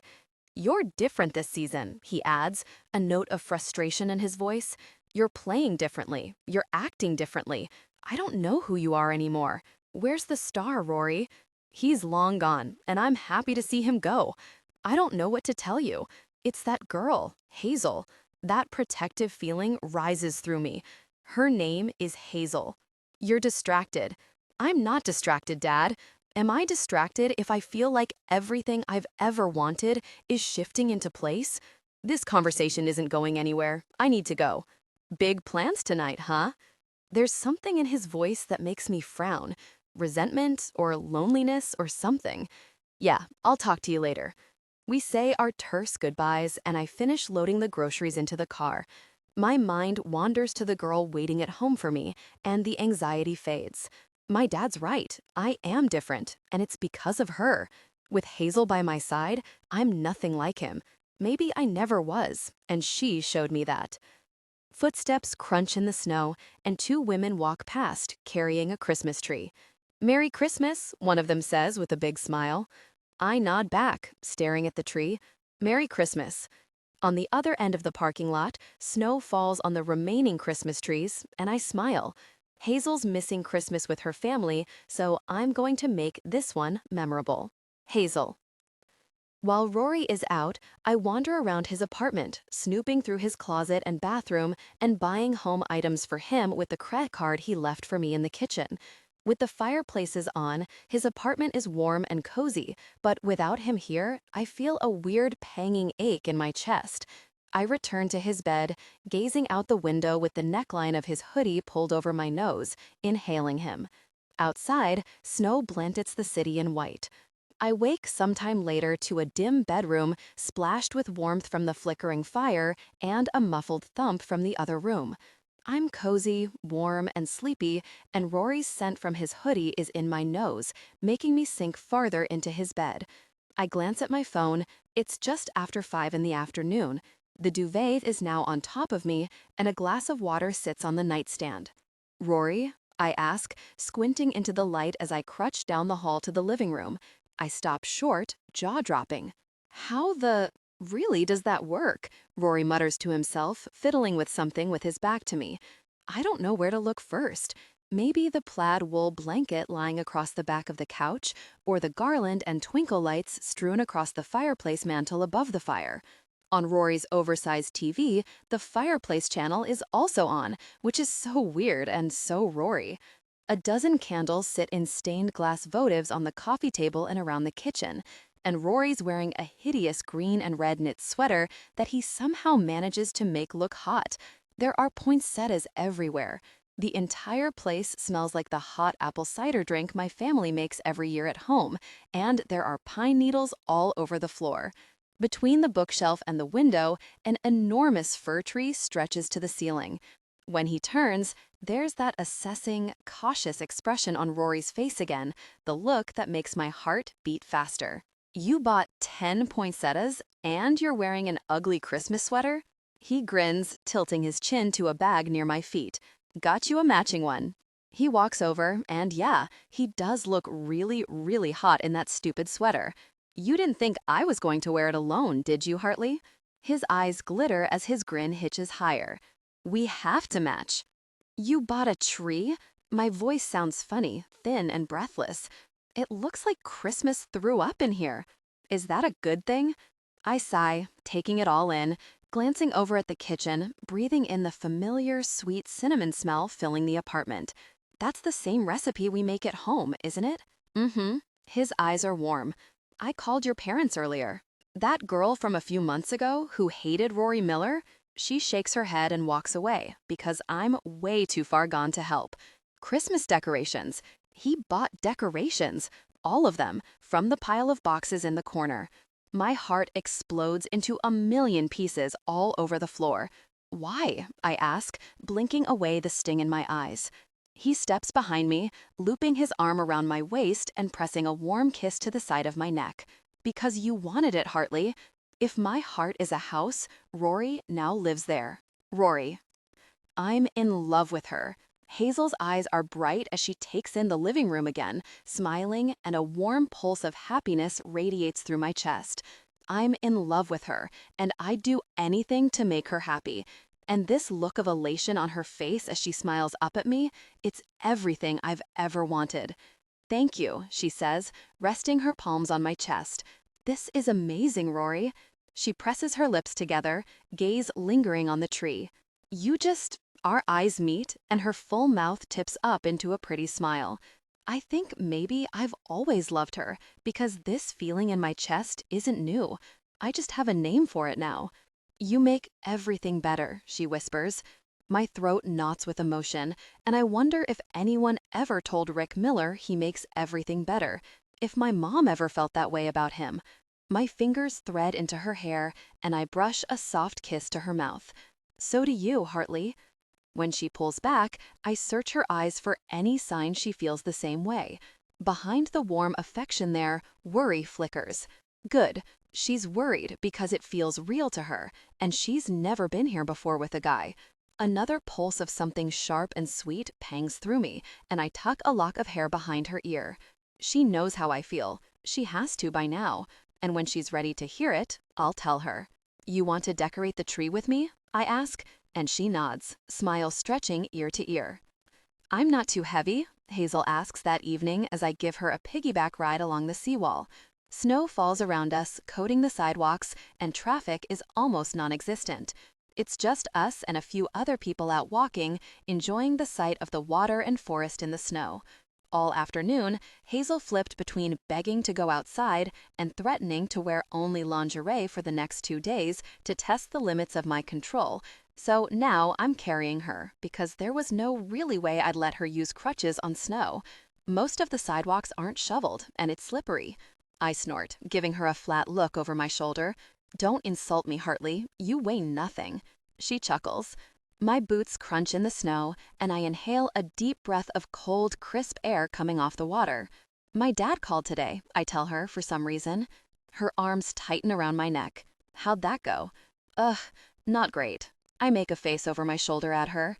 He says I'm different this season. You are. Yeah. I sneak a glance at her. I'm okay with it, though.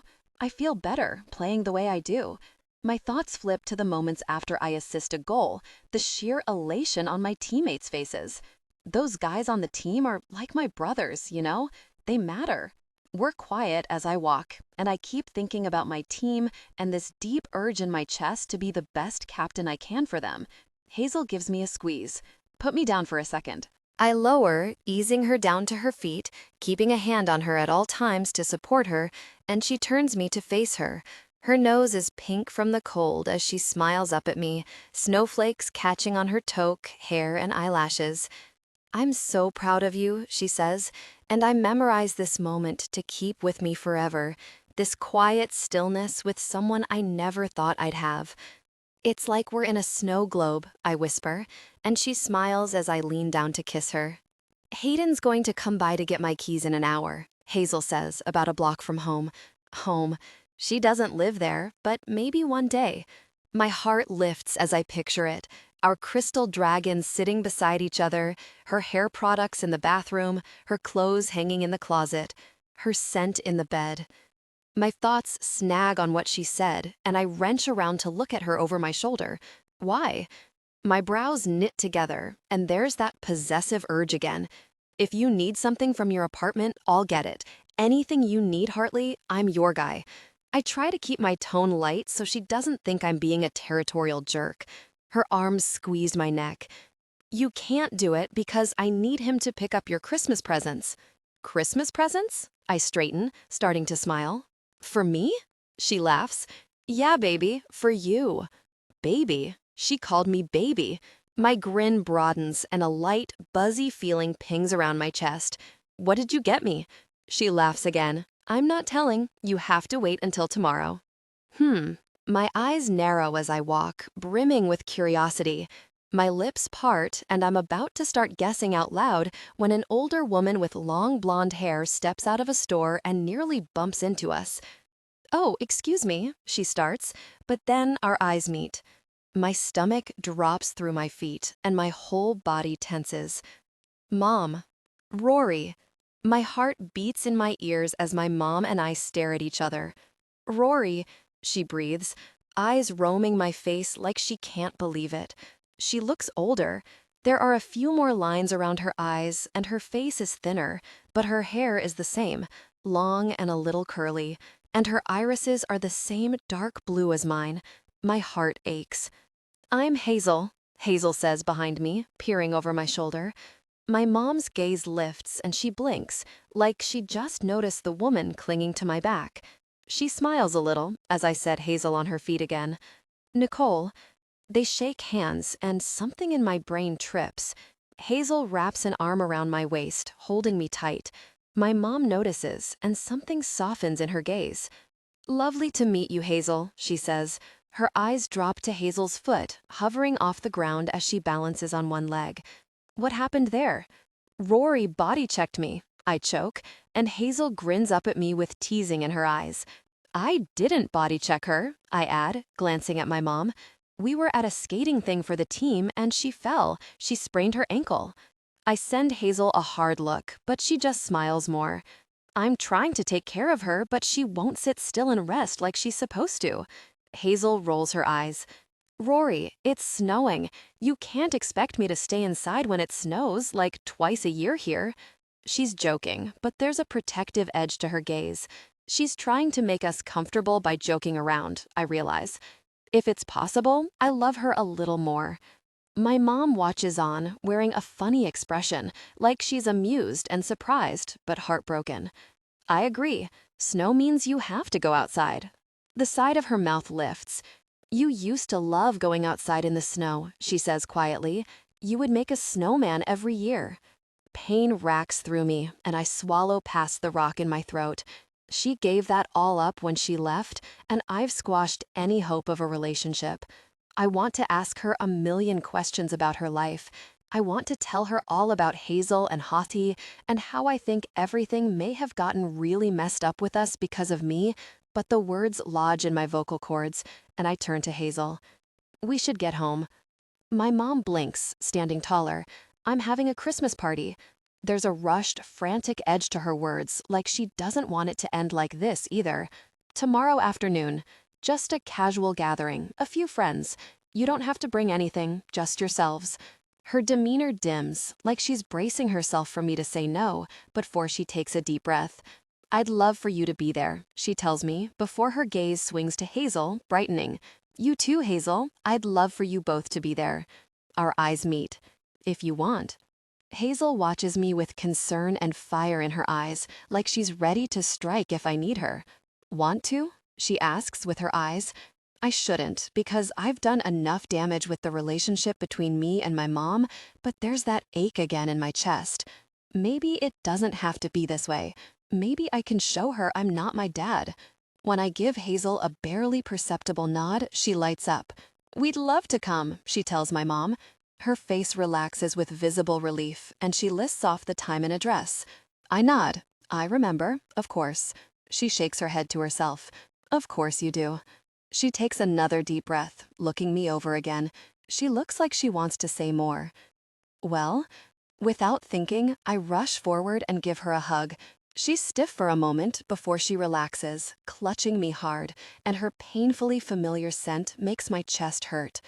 I pull back before I do something stupid, like tell her I miss her. "See you then."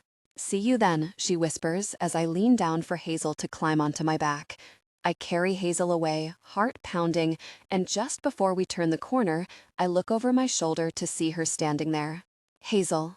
On Christmas morning, I wake to Rory carrying a tray into the bedroom. "Good morning," he says, crooking a grin at me.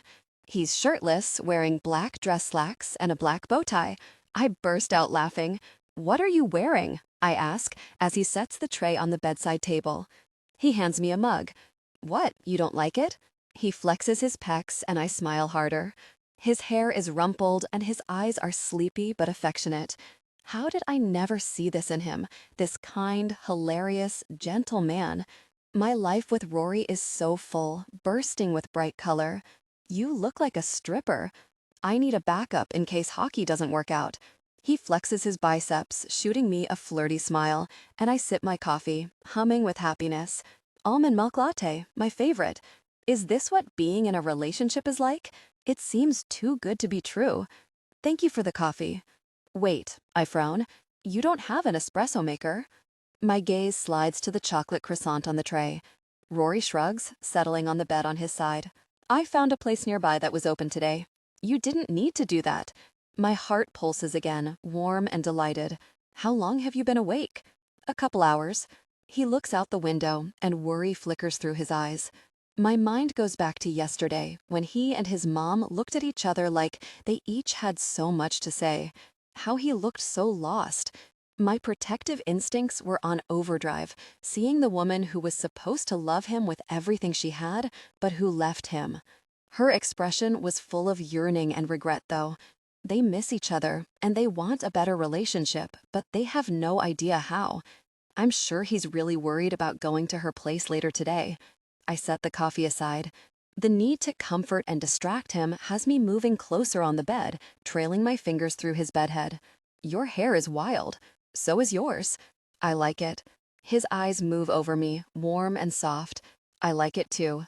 Heat pulses through me, and I'm flooded with the urge to take care of Rory like he takes care of me, to distract him from his worries, and to fill this holiday with good memories. Tension broke, gave in to desire, connecting deeply. A heavy emotion surged in me. Hope, I think, or maybe affection. Possession. The idea that Rory is mine and all mine is so sweet and necessary, I'm scared to even think about it. They came together in passion, connecting deeply. Afterwards, breathless, they shared a laugh. Hazel, after Rory carries me into the shower and insists on washing my hair for me to give my wrist a rest, we move to the living room. Excitement flutters through me as I set the stocking I made him in his lap. "You did this?" His fingers trace the gold stitching of his name. "Of course." On the couch beside him, I pull the blanket over my bare legs and watch with a smile as Rory opens his stocking, setting the items one by one on the coffee table with care. Deodorant, gum, Lindt chocolates, wool socks, an orange, and lip balm. He chuckles at the plastic keychain I bought the other week, a tiny dragon with an annoyed expression and flames coming out of its mouth. Amusement sparks in his eyes. "Is this you?" The apples of my cheeks ache. I'm smiling so much this morning. I bought it so you could bring it on the road, but that was before I saw you already have a dragon of your own. He studies the cheap piece of plastic, turning it over with a smile. I love it. He reaches back into the stocking and pulls out a can of room temperature beer, grinning at it in surprise. I like this kind, he says. I know. I kiss him on the cheek. My mom always puts beer in my dad's stocking. I understand the appeal. Thank you, Hartley. He sighs, looking at all the stuff lined up on the table before he shakes his head. I didn't expect this. My throat closes up with emotion. Even if this all falls through, even if Rory loses interest in me and moves on to someone else, I'll remember moments like these. I don't regret any of this. Rory deserves to be shown that he's loved.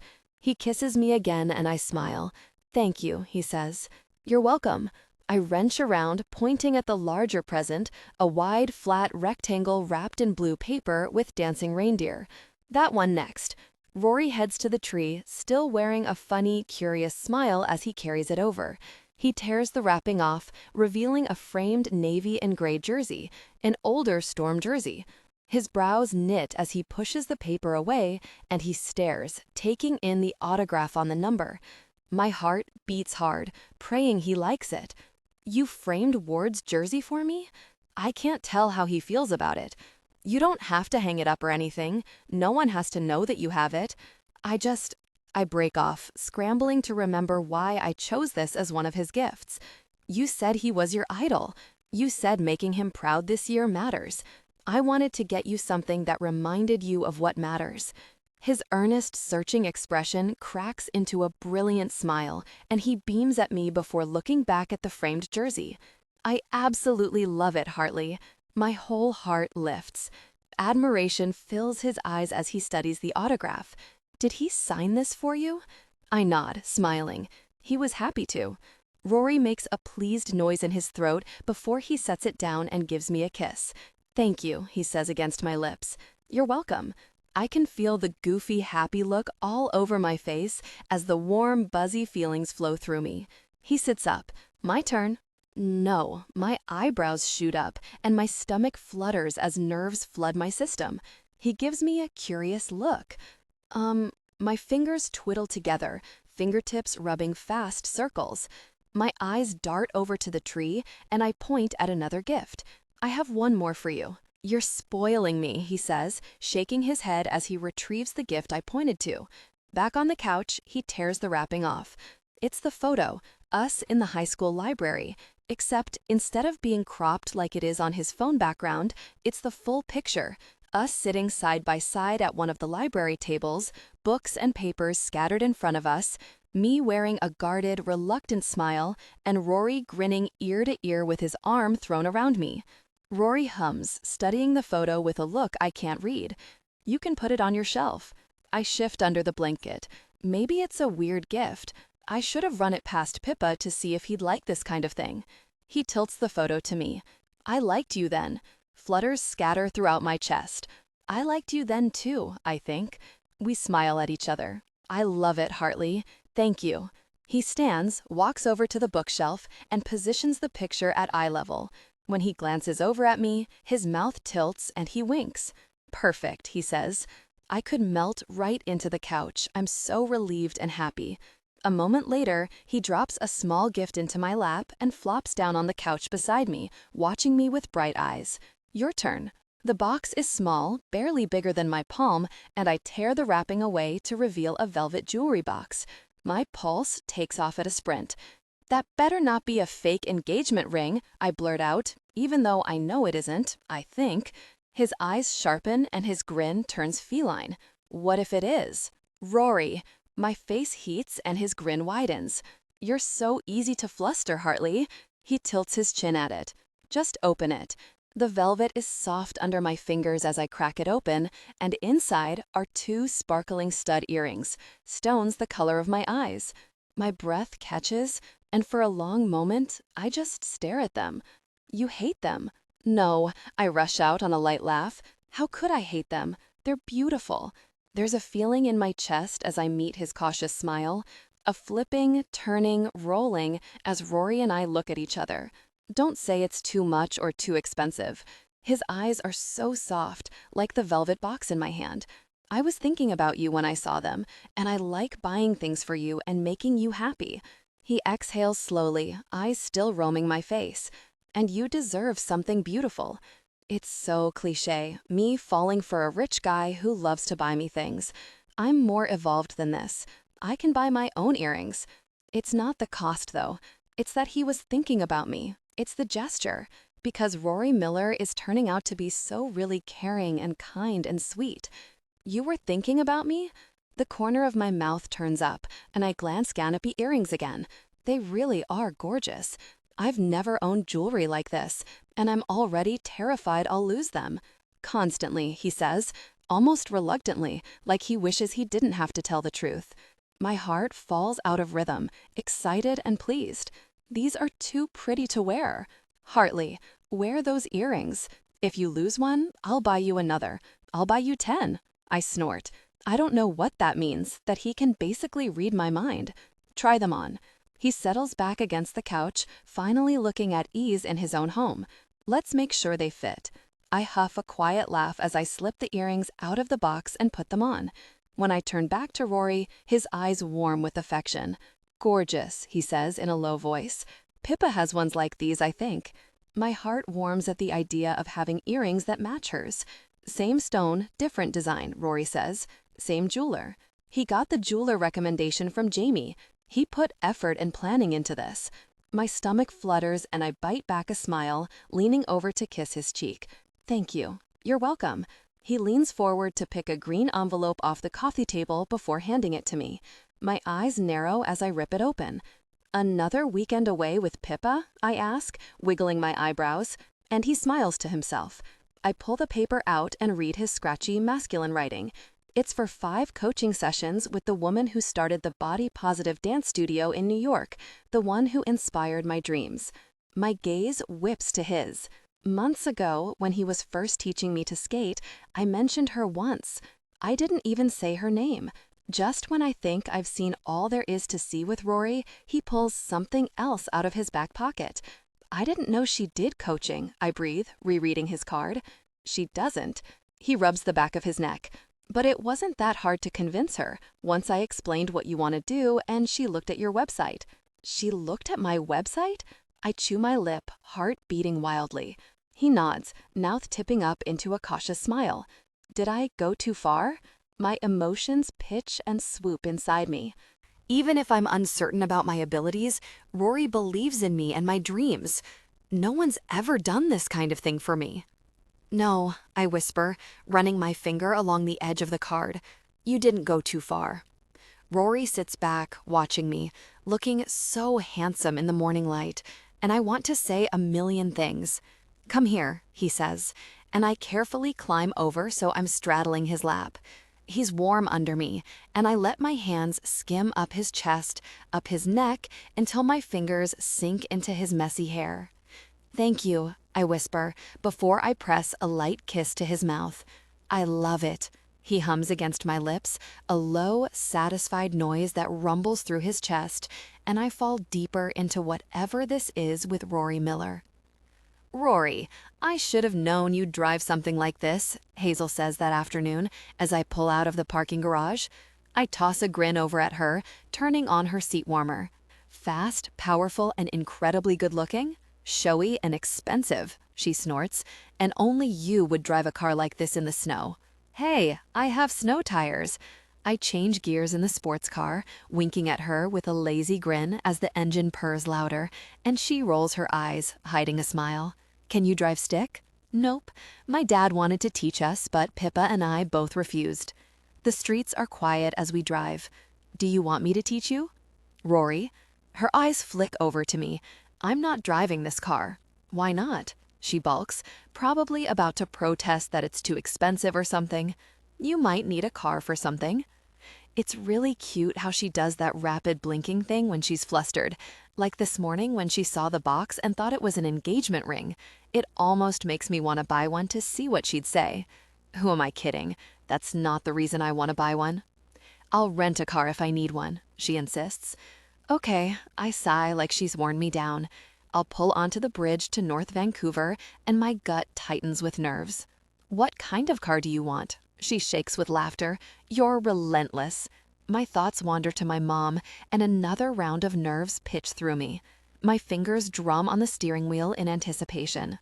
Do her friends even know about me? Does she have a partner? Does she still go hiking in the trails? It's like she's a stranger.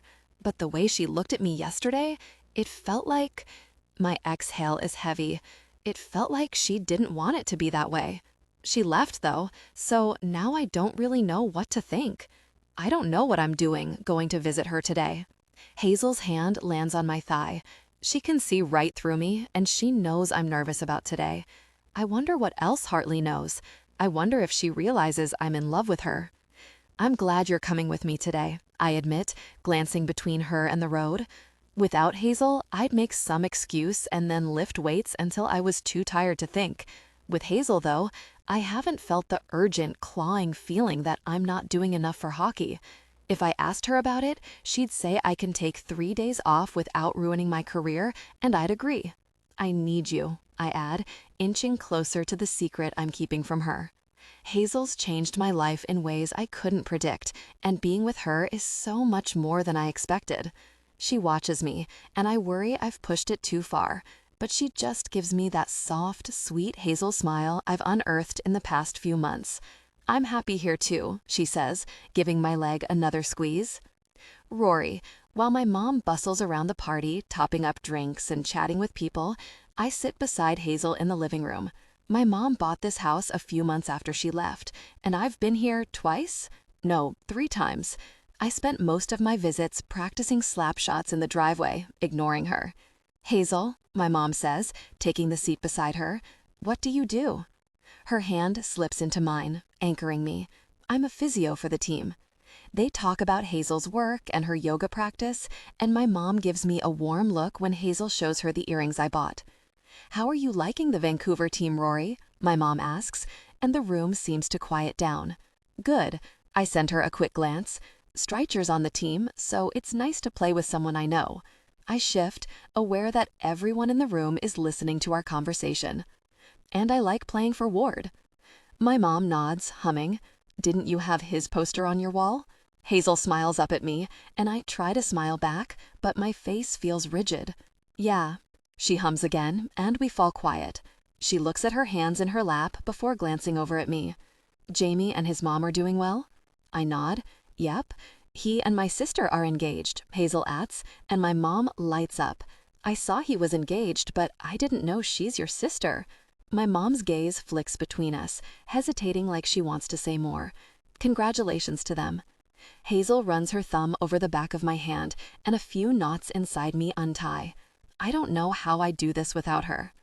Jamie's a surly grump, Hazel tells my mom, but I couldn't ask for a better brother-in-law. My mom chuckles. He was always quiet and serious, nothing like Rory. I guess that's why they were good for each other. I don't know what to say. Everything we talk about is from the past, but I don't want to talk about hockey. She hates hockey. This is awkward. I open my mouth to ask if she still makes jewelry, but the doorbell rings, and she jumps up like she was waiting for an out. She opens the door, and more of her friends pile in. I'm so glad we could make it, her friend says, hugging my mom. When you called yesterday... Oh, yes, my mom cuts her off, eyes darting over to me and Hazel. So good to see you. Her friend sees me and gasps, hands on her mouth and eyes wide. Is this Rory? I give her a tight smile. Hi. My gosh, she breathes. He's Rick's twin. So fast, I barely catch it. My mom winces, and my heart sinks. I need to, I start, getting to my feet, not meeting Hazel's searching gaze. I'm going to grab some water. Be right back. I sense Hazel's eyes on me the entire way to the kitchen. At the kitchen sink, I pour a glass from the tap, down it, and pour another, staring out the window into the backyard. What am I doing here? I'm just ripping open old wounds. The way she reacted when her friend said I looked like my dad was everything I needed to know. This was a huge, really mistake. I don't know what I thought was going to happen, showing up. Did I think suddenly we were going to be different people, that we could start fresh or something? Pathetic, Rick would say. I think back to the day she left, when she asked if I wanted to go with her. Everything would be different if I had said yes. I'd know my own mom. I wouldn't play hockey, though. Rory. My mom steps into the kitchen wearing a strange expression. The kitchen feels too small with just the two of us, but at the same time, my gaze clings to her, taking her in. My mom.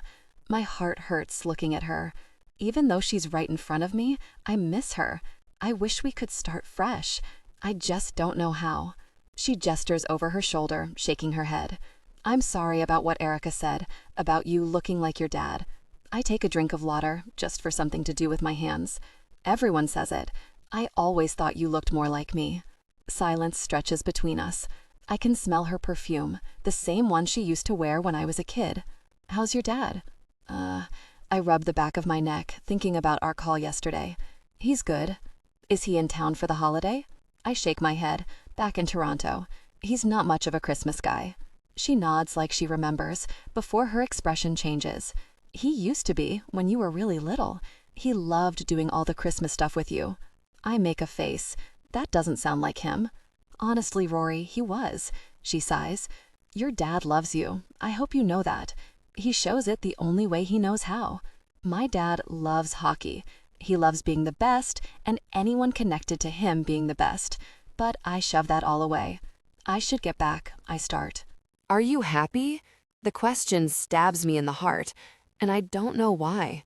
She waits, watching my face. Yeah, I am. Hazel's.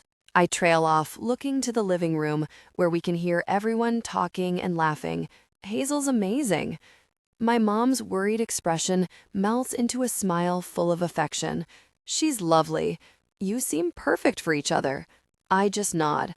I want to tell her how I've liked Hazel since high school, and how we did this whole faking it thing to annoy her ex, and how I'm in love with her and have no idea what to tell her. Instead, I stare at the water glass on the counter and nod again. I hope so. It's quiet again in the kitchen, and I take a step to go back to the living room. I have a gift for you, she says quickly behind me. My eyebrows go up as she hustles into the living room and returns holding a small gift box. It's not much, but she hands it to me, flustered. Well, just open it. I pull the lid off and push the tissue paper aside. It's a knit sweater, a navy blue with flecks of gray in the wool, just like Hartley's eyes. When I hold it up, it looks like the right size. Did you make this? Like she's embarrassed, she nods, and my chest strains.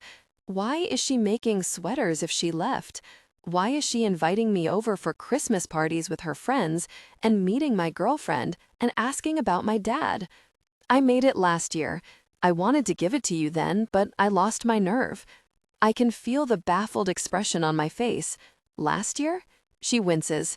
I figured you already have everything you need, and you wouldn't want it. This sweet ache in my chest, I think it's that worthy feeling Hazel talked about in yoga that one time. I set the box on the counter and hug my mom as hard as I can. Her warm cinnamon scent wraps around us, and she hugs me back. Thank you, I tell her in a strange, thick voice. I love it.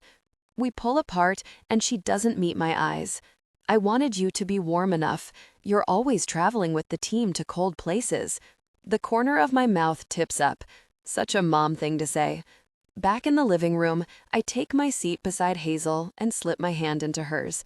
Everything okay? She whispers, and I nod. She leans harder against me. I'm not going anywhere, she adds, and I can breathe again. Hazel. Late that evening, we lie on the couch in front of the fireplace, drinking hot cider again while snow falls outside and the Christmas tree glows. I'm wearing his hoodie, settled against him, covered with the warm blanket he bought for me, and his fingers toy absently with my hair. What did you decide about that studio space? Rory asks. Tension knots in my stomach. It's been 2 days since Laura texted, and I still haven't replied. I feel like a jerk for not answering her right away, but I've been talking myself in and out of it. I haven't decided anything. Rory hums, still playing with my hair, and I know if I told him I didn't want to do it, he'd respect that and drop it. I'm scared. There's so much at stake. If I fail, it'll be embarrassing and a huge waste of money. But more than anything, if I fail, what does that mean about me? I can't stay in the same spot forever because I'm scared, though. And with the mentorship sessions Rory got me for Christmas, I'll have someone to answer my questions. My lungs expand with a big breath and steel my spine. I want to go look at the space. He lights up. Yeah? I nod, smiling. He tilts his chin to my phone on the coffee table. Text her now. Now? Yes. He nudges me. So you don't lose your nerve. He's right. I drag in a deep breath, grab my phone, and tap out a quick text to Laura. The place is probably gone by now, I mutter. Which is fine, she responds a moment later. Great. Are you free the morning of New Year's Eve? You can take a look at the space then. Rory reads over my shoulder. We're supposed to be driving up to Whistler that morning for the League Classic game. We can make it work, he says, lifting an eyebrow. I bite my lip. Come on, Hartley, he murmurs, smiling. Reluctance surges through me because doing something big like this is scary, but Rory went over to his mom's place even though he was nervous. Sounds great, I text Laura before letting out a whoosh of air. Good job, Rory says against my temple, and I flush, tossing my phone aside. His eyes go to the framed photo of us sitting on his bookshelf before he glances down at me and smiles. Is this what you expected when you made that bet that we'd get together? I ask, lying on the couch like an old married couple. The piercing look he gives me makes my heart skip a beat. It's even better. I need to say something about how I'm feeling. I never expected any of this to happen, and I sure as gosh never expected to feel emotions like possessive and proud and sparkling, pinwheeling happiness around Rory Miller. Anger knots in my stomach at my hesitation. Thank you for coming today, he says. Of course. This guy has no really clue what I do for him. I think about Nicole and how happy she was to see him today. How she clearly threw the party together after she invited us because she wanted to see him so badly. When the downstairs washroom was occupied, she sent me upstairs, and I walked past her office. Your mom's office was filled with your hockey stuff, I tell him, and his brow creases. She hates hockey.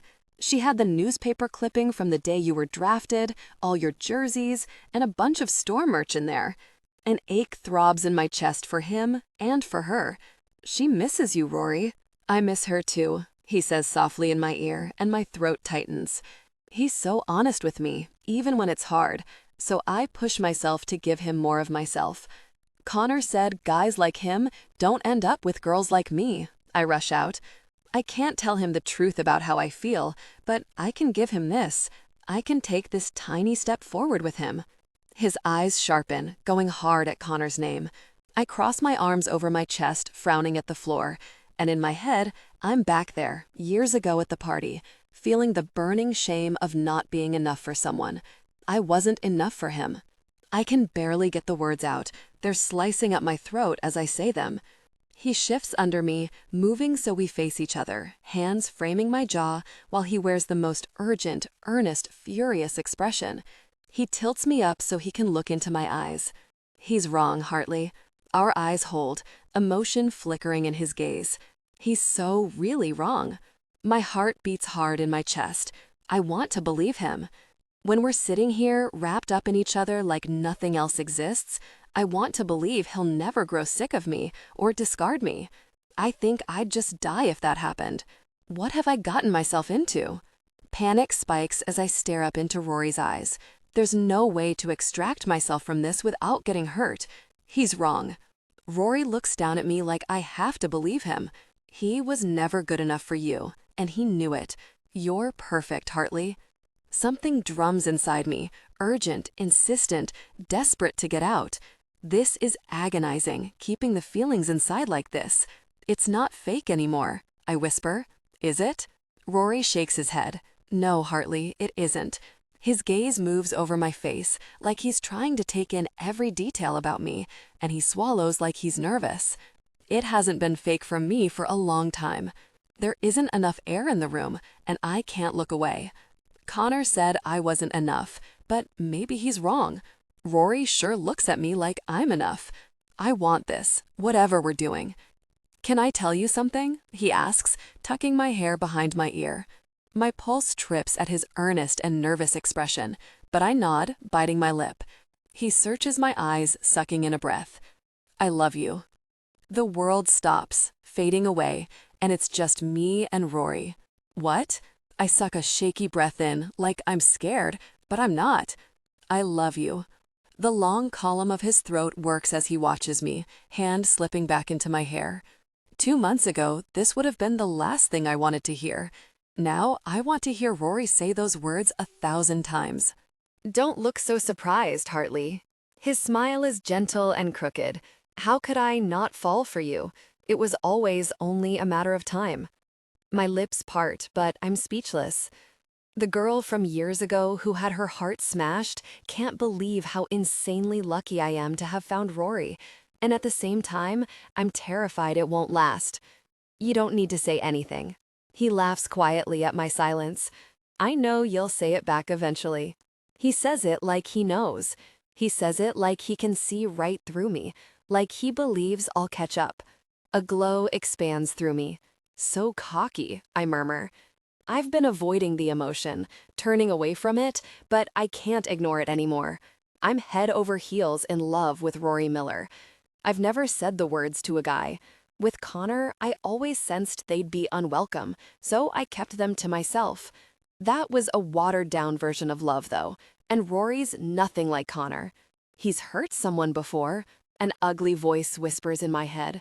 He didn't mean to, but he was careless with Ashley and broke her heart. He could do the same to me, even if he does love me, even if I love him back and we're wildly happy together. People fall out of love all the time. My mind goes to yesterday when Rory said that Jamie was like his brother. They'll be in each other's lives forever, which means Rory will be in my life forever. That would break me if it didn't work out after I gave him everything and then had to see him all the time. "It's okay," he says again, running a hand over my hair, and I see that he understands. He smiles like he can read my thoughts. It's just another reason my heart pounds for him, because he's endlessly patient and gentle, because he knows I'm broken and trying to put myself back together for him. "I'll wait," he says. Oh God, yeah, I really do love him. I think I might have loved him for a while, longer than I'm ready to admit. I tried so hard not to, but I think that might have been the dumbest thing I've ever done, trying not to fall for him. I move to straddle him, our eyes locked the entire time. His hands settle on my waist, and I bring my mouth to his. "How's your ankle?" he asks quietly. I don't care about my ankle right now. Rory nods, eyelids falling halfway, and his throat works.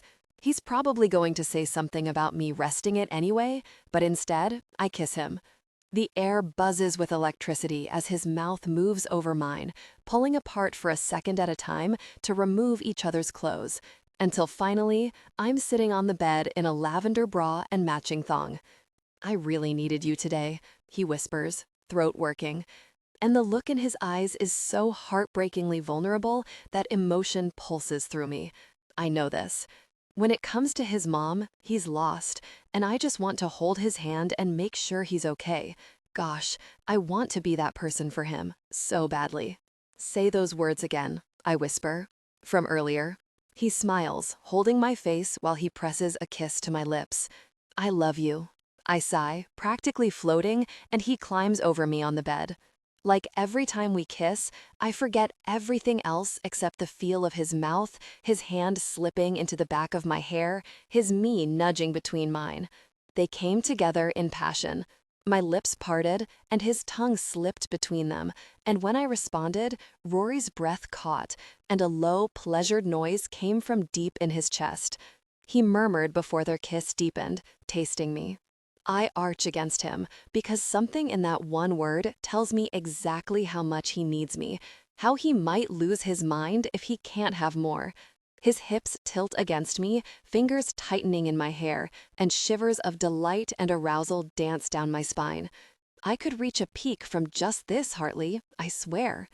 An aching throb starts low in my stomach, and I must make a noise of protest or need or both because he lets out a low chuckle that I want to lick off his smiling mouth. But I won't. Another slow, lazy kiss. My panties are damp, and not before you get what you need. Our kiss moves from slow and thoughtful to fast and urgent. Every time I think of you, I think about the way you feel. I never really last thinking about that. I moan, arching against him again, chasing friction as I moved my hips into his. Intimacy deepened and my whole body tightened. He hovers over me, deepening the connection again, making my eyes roll back. His mouth hooks into a smug, pleased smile, eyes hot and pinning me. He rewards me with a line of nipping kisses down my throat before he sucks a sensitive spot at the base of my neck, and I moan, tilting my hips toward him shamelessly. Are we doing this tonight? Yes, I gasp as his tongue does small circles in the divot above my collarbones. I really hope so. Good. His eyes darken, and he rests his forehead on my sternum as he takes a deep breath. His expression tells me this is the best thing that's ever happened to him. Me too, I think. I want him. I don't care about the consequences, and I don't care if I get hurt. His hand moved intimately, and my back arches as pleasure loops through me. Oh my gosh, I murmur, looking up at Rory's dark, lazy grin. You get so aroused for me. A flush spreads over his cheekbones. I really love that, Hazel. I jerk a nod, running my hands over his chest while his hand moved intimately, winding me higher, but when I reached for him, he shook his head. Not yet. Please. He lets out a low laugh and lifts his eyebrows, still providing intoxicating, pleasurable sensations. I'm not going to reach a peak if I give you what you want. His gaze drops to my breasts, and his expression turns tight. A moment later, he's on his knees, removing my undergarments.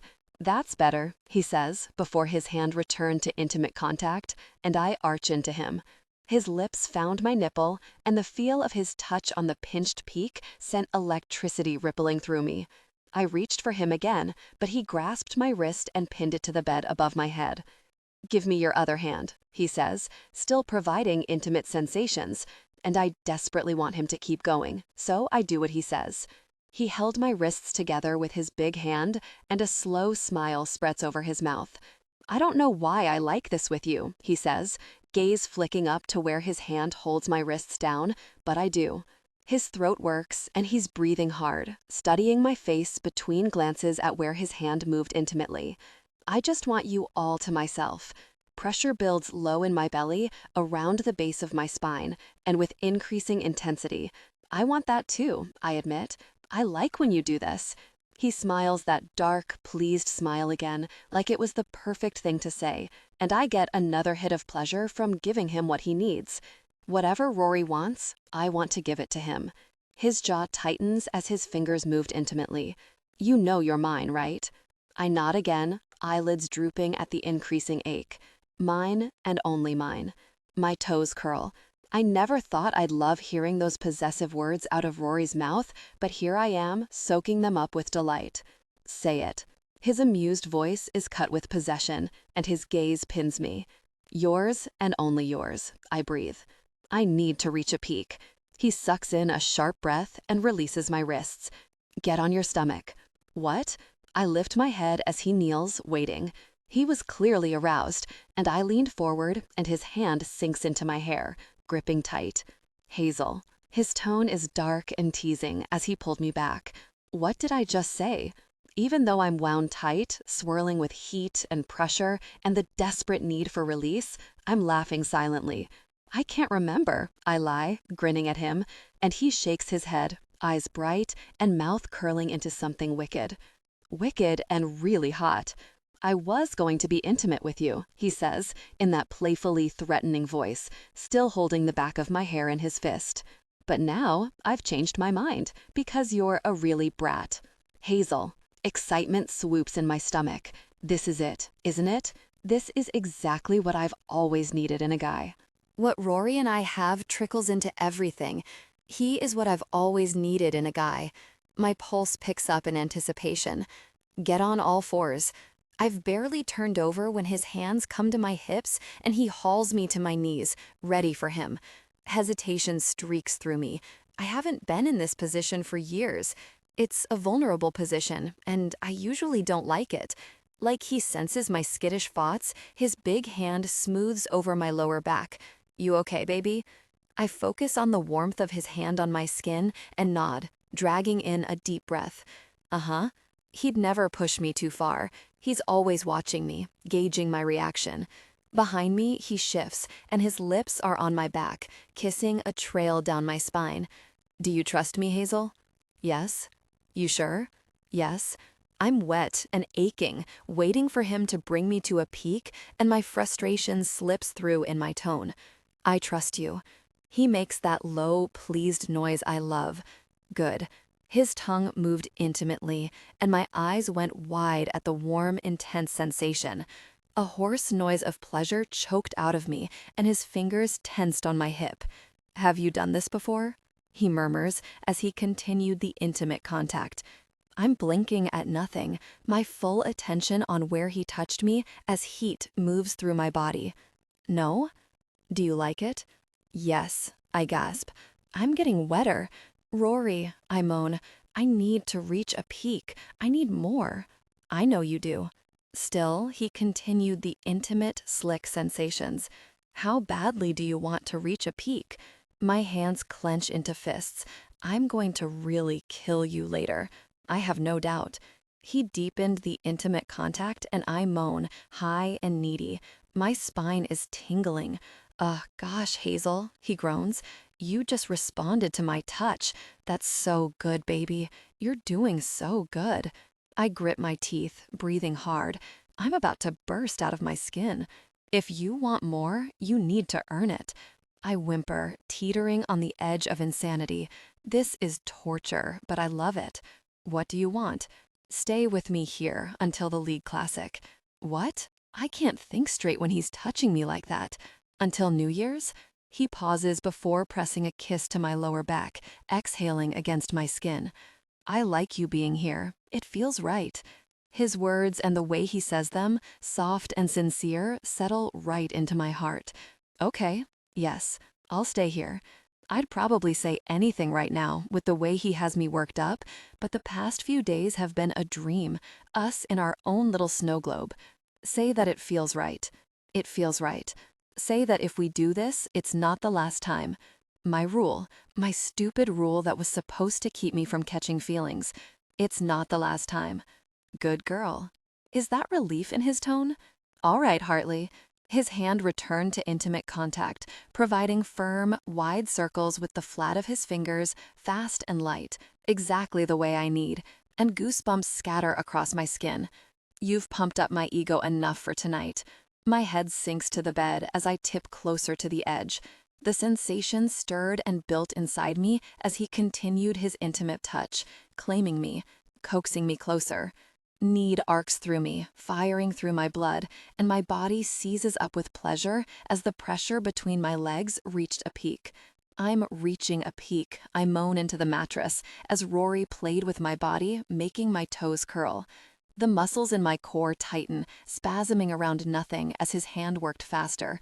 I can hear how aroused I am against his hand, but I don't care. I'm just spinning out, gasping and clenching and tightening with the intense sensations. Dirty and depraved, I think to myself, but I don't care. If Rory wants it, I want it.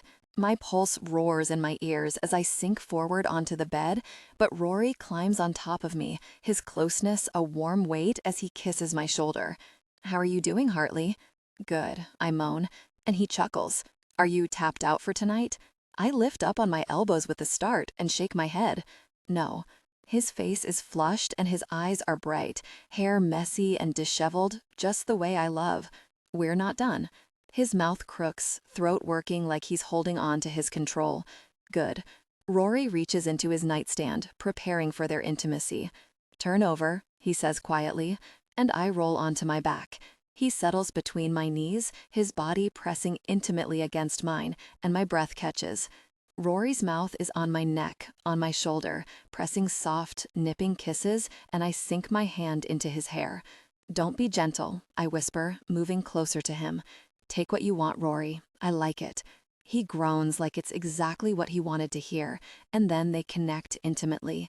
With ticking jaw and heavy, labored breaths, he deepens their connection, watching my expression. I can feel a wave of sensation starting as my body responds to him. The intensity is incredible, sending sparks up and down my spine at how deeply connected it feels. When their bodies fully align, my eyes roll back. Rory, I moan, gazing up at him. His expression alone could send me over the edge. Tense jaw, like he's barely holding on, eyelids drooping with a clouded, unfocused gaze. Seeing his desire all over his face like this adds to the pressure building inside me again. You are so incredibly responsive, he rasps. I knew I wouldn't be able to hold back. He moves, and we both moan. I'm going to feel the intensity tomorrow, but I don't care. I need more. My hands are everywhere on Rory, in his hair, on his arms, raking up his back. Can I? He moves again, faster and rougher this time, and a ragged noise rumbles in his chest. Can you what? I'm breathless as he holds me close, pinning me down, bringing me to the brink. What is it? His hand comes to the base of my throat, and he meets my gaze with a question in his eyes. Like this? He's not squeezing, not hurting me, just resting his hand there, keeping me under him. I nod hard. There's something about Rory wanting to hold me like this that sends me into outer space. Yes, like that. Good. His hips move faster, finding a punishing rhythm, and my body begins to tighten again. Rory. Being intimately connected with the woman I love is the most intense experience of my life. Hazel looks up at me like I'm everything to her. Finally, she trusts me. Finally, we're doing this. I know she loves me back, and until she's ready to tell me, I'll wait. I've had plenty of practice with her. She bites her lip, frowning with mead. Harder. You sure? I'm barely holding on, my control fraying at the edges. Around the base of her throat, my fingers flex. Gosh, I love her letting go for me, letting me be close, trusting me completely. She nods hard and her fingernails dig into my back. The pinpricks are another layer to this moment. Her scent in my nose, the intimate closeness of our bodies, the way she looks under me, so pliant and soft and open. Gosh, I won't survive this. I'm going to reach my peak so intensely it'll kill me. The heavy tug in my groin pulls harder, driving our connection faster, and the sparks start. Her body begins to flutter, and my eyes widen. Again? You're going to reach your peak again? Her lip curls, and she jerks a nod. You're touching me perfectly, she gasps, and everything within me. Smug male satisfaction has me by the throat. Her perfect round breasts bounce as we move together, the pressure inside me boiling over. She clenches, searching my eyes, arching, and her delicate lips part. My pulse pounds in my ears, and my peak slams into me. My mind splinters into 1,000 pieces. I give in completely, burying my head in her neck as I groan her name, connecting deeply with her. My Hazel, mine. With each movement, her name beats through my blood. I love her, and she's mine, and now that I have her, I'm never letting her go. As our passion fades and we catch our breaths, I settle against her, kissing her forehead, stroking her hair. We remain intimately connected, not ready to separate yet. You okay? I ask. I wasn't too rough? She shakes her head. No, it was perfect. Her lashes flutter as she looks up at me, sighing with a small, sated smile, and my thoughts still at how beautiful she is. If you don't actually want to stay here until the League Classic, I want to. Stay forever, I think. She brings her hand to my chest, over my hammering heart. I like it here. I wonder if she can feel my heart skip a beat at that. Your heart's beating so fast still, she whispers. It's so incredibly good with you, Hazel. It's not just intimacy, it's bliss. Her eyes widen, and the moment before she speaks lasts an eternity. I'm falling for you too. She's so quiet, barely above a whisper as her eyes search mine. I'm scared. My gosh, my heart. I know. I trail my fingers over her forehead, pushing a lock of her hair back. I think it's supposed to be scary, and I'll be right here with you the whole time. Our eyes meet. Okay. She nods. Okay. She loves me, and one day, I'm going to marry Hazel Hartley. Rory. It's Boxing Day, the day after Christmas, and I'm sitting in the Filthy Flamingo with Owens, Volkov, and a few other guys when my phone buzzes with a photo from Hazel. She's in the bathtub, covered in bubbles, face flushed with heat, and eyes filled with mischief. My fire-breathing dragon. Thinking about me? I text. My knee bounces as I grin at my phone. Maybe. That's it, I respond. I'm coming straight home. Don't you dare. Stay out with the guys and have some fun for once. For once. It's laughable. Every moment I'm with Hazel feels like fun. Thanks for bringing me to that pickup game, Owen says. The other players, both professional and pickup league, are debating whether the Storm will make it to the playoffs this season.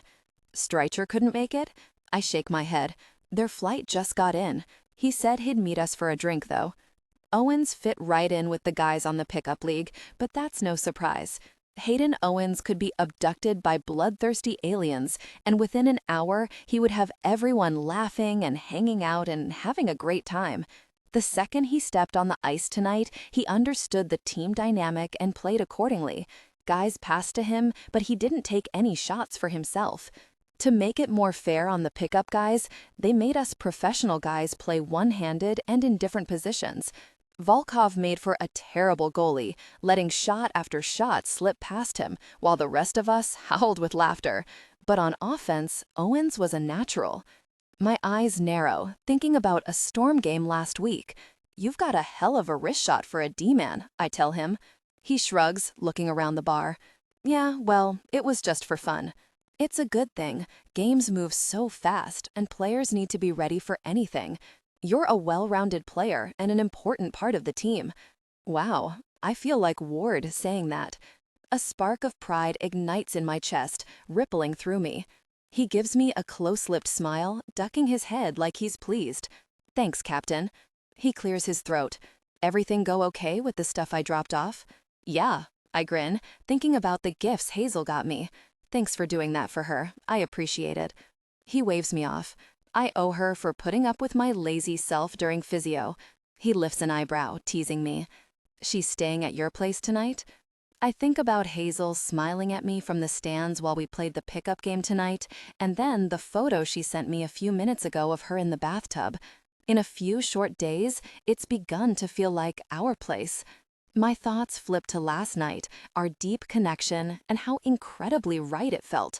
And again this morning, the way she moans my name, the way she looks waking up in my bed tucked against my chest. Owens crows at whatever my expression is, and a few of the players glance over. So that's a yes, he says, grinning over the rim of his glass. She stayed with me the entire break. I'm not going to let her stay alone at her place with a sprained ankle. Owens watches me with an expression I can't name. Hazel's the best, he finally says. My heart beats harder. I know, and she deserves the best. My gaze turns sharp, and I picture the face my mom made when her friend said I looked like my dad. I know. Owens just gives me that kind, open smile. So, it's a good thing she has you, buddy. He gives me a playful shove. Something in my chest eases. You stayed here for the holidays? Yep. Kit's parents moved to Toronto to be closer to his sister, so I mostly hung out with Darcy. Right. Kit's girlfriend. The one he's always looking at. My eyes narrow, and guilt flashes in his gaze. Nothing's going on, he says quickly, clearing his throat and looking away. I don't mess around with girls who are taken. Around his beer glass, his knuckles are white. And Darcy's taken. Yep. You guys went to university together, right? He nods. Kit and I were friends in high school, and we met Darcy in our first year. We all lived in the same dorm, and Darcy and I had a bunch of classes together. Isn't she an actuary? That's what Hazel mentioned the other day. Why would you be in math classes? She was in my English classes. I sit back and fold my arms over my chest. You like her. We're friends. His mouth tightens. Best friends. And now Kit's making comments about them getting married. He downs the rest of his beer. I don't want to make things weird with her. His throat works. And I'd never do that to Kit, he says, like that's the end of it. His expression turns wry. Maybe I'll do what you did and find a girl to play my fake girlfriend to make her jealous. I nearly choke on my beer, coughing. Come on. He shoots me a grin. Hazel freaking hated you, and then McKinnon shows up and you're together? You don't have to be a genius to figure that one out. I start laughing. Does everyone know? He shakes his head, still grinning. Nah, I didn't say anything. Jordan drops off another beer and he thanks her. You're a good guy, Owens. And you're a good captain. He clinks his glass against mine. Cheers, jerk. I finish my beer, and because it's still the break, I catch Jordan's eye, silently requesting another. It's the holiday, and I'm having fun with my friend. Hazel would say I deserve good things in my life. The question is, Owen says with another playful grin, does Hazel know it's not fake? My smile stretches from ear to ear as I think about her whispering, say it again. Yep, told her last night. Excitement races through me. I can't wait to get home to her. Ugh, gosh. Owen stands and moves to my side of the booth, engulfing me in a backslapping bear hug while I laugh. Happy for you, man. Strycher walks in the door and waves hello to Jordan before making his way over to us. Hey, Owens calls, lifting his glass as Strycher slides into the booth. There he is. Get a drink. We're celebrating. After saying goodnight to Jordan, we pour out of the bar and into the cold, crisp night. My head's spinning, so I take a deep breath, closing my eyes. You guys, the air smells so good. I think about waking up this morning with my face buried in Hazel's neck, inhaling her. My Hazel. I grab the front of Strycher's jacket as we walk. Hazel smells incredible. Does Pippa smell good? Why do girls smell so good? He shakes his head at me, smiling, and behind him, Owens and Volkov laugh. You're drunk, Strycher says. I'm drunk, I admit to them. I haven't been drunk in years. Don't worry, Miller, Owen says. We'll get you home safe to Hazel. I hum to myself, thoughts floating. She's so pretty. I dig into my pocket and yank my keys out, holding up the plastic dragon keychain she got me. Did I show you this? She bought it for me. She made me a stocking. My words smear together. Owens groans. You showed us. You showed everyone in the bar. I smile at the little dragon, glinting from the streetlights above. It's so cute. I love it. I love Hazel. I love her a lot. I tuck the keychain back in my pocket and grin stupidly at Strycher. We're going to get married. Strycher cracks another grin. Volkov rolls his eyes, and Owens is laughing so hard he can't breathe. Does she know that? Owens asks. I pull out my phone to look at the picture of her in high school, smiling reluctantly. Not yet, but one day. She went with me to my mom's house. She knows me. She sees who I really am, and yet she's still sleeping in my bed, telling me she's not going anywhere. A sign in a tattoo parlor window catches my eye. Open. Wait, I grab Owen's shirt to stop him, staring up at the glowing letters, and behind me, Volkov swears. I grin big. Let's go inside. Hazel. A jingling sound wakes me in the middle of the night, followed by a thundering boom. I sit up in Rory's bed, half asleep. My phone's ringing. I squint at the screen. Hayden's contact photo lights it up, and I answer. Hayden? I rasp, confused. What's going on? Can you open the door? Don't wake her up, Rory says in the background, and my head clears a little more. I'm at Rory's. The booming noise sounds again. Someone's pounding on the door. I know, Hayden chuckles. I have a surprise for you. A moment later, I open Rory's front door. His arm is around Hayden's shoulder, and he takes one look at me wearing his t-shirt with bare legs, and his eyes light up. Hi, baby. His words slur and his grin stretches wider. Hayden gives me an entertained, expectant look as he ushers Rory into the apartment. This belongs to you. He couldn't figure out which key to use. Hazel. Rory grins down at me, unsteady on his feet. I take one look at his red, bleary eyes and burst out laughing. Oh, wow.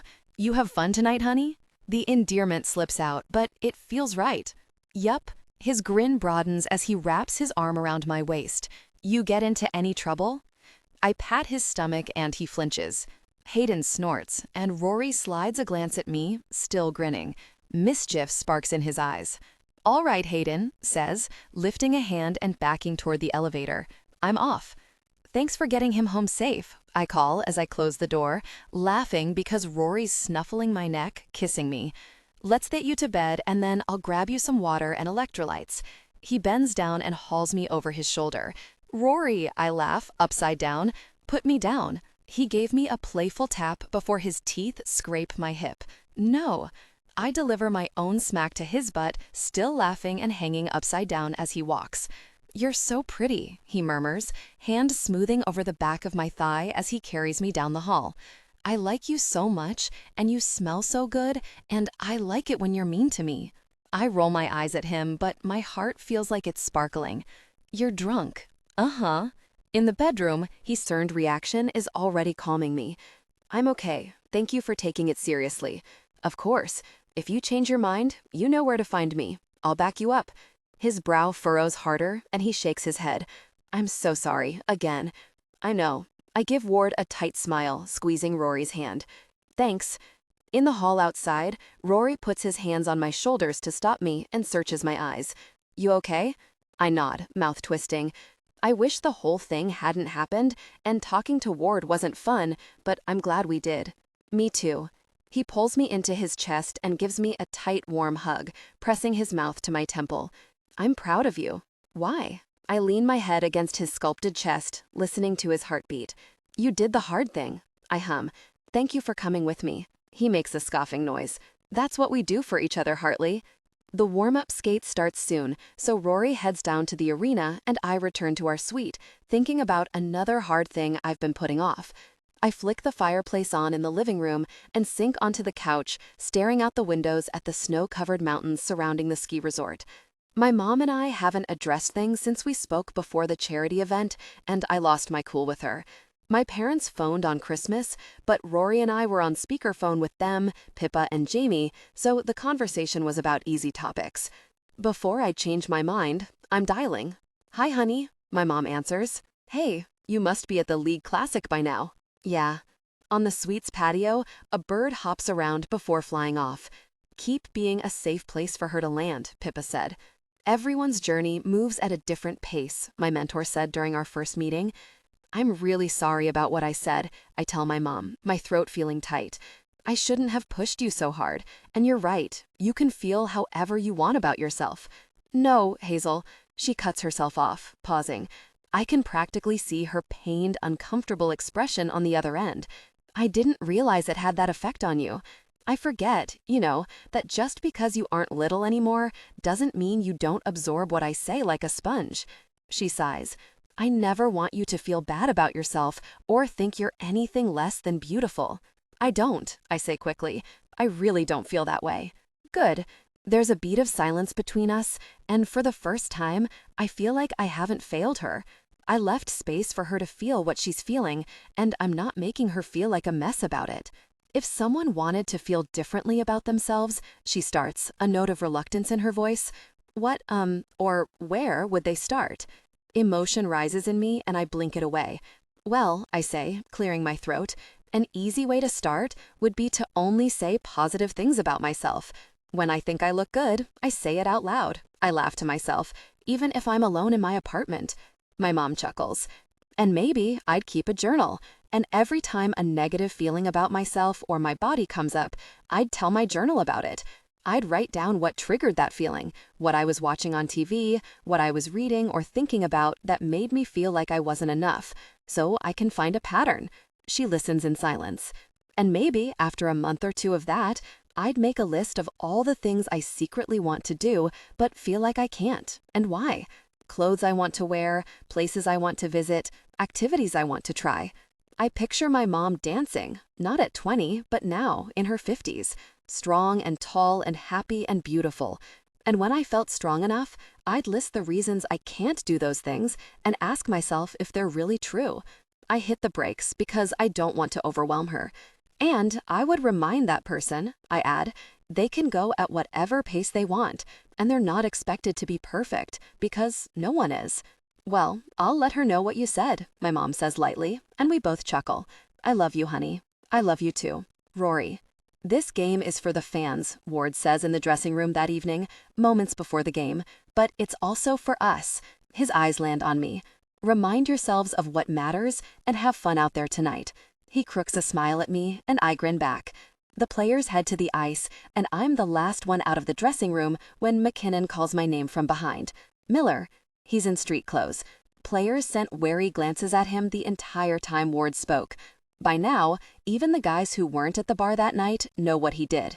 "Your really girlfriend got me benched," he snaps, stalking toward me. "Thanks a lot. You got yourself benched." I bring myself to my full height, staring him down. He shakes his head, seething.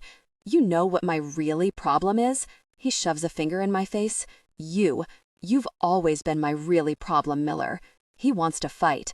I take in the way he looks at me with hate in his eyes. Last year, or even 2 months ago, I'd take this opportunity to scrap.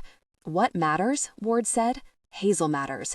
Streicher and Pippa and the team and hockey matter, but McKinnon? He's nothing. He's angry and selfish and bitter. I feel bad for him. McKinnon doesn't matter, and I don't want to be anything like him. Hazel would want me to walk away, and more than anything, I want to be the right guy for Hazel, and I want to be the captain the team needs. I hope you figure things out," I tell McKinnon as I walk away. "Good luck. This is the captain and the guy I want to be."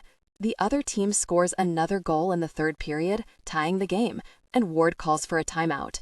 We skate toward the bench. Above the outdoor rink, stars twinkle in the dark sky.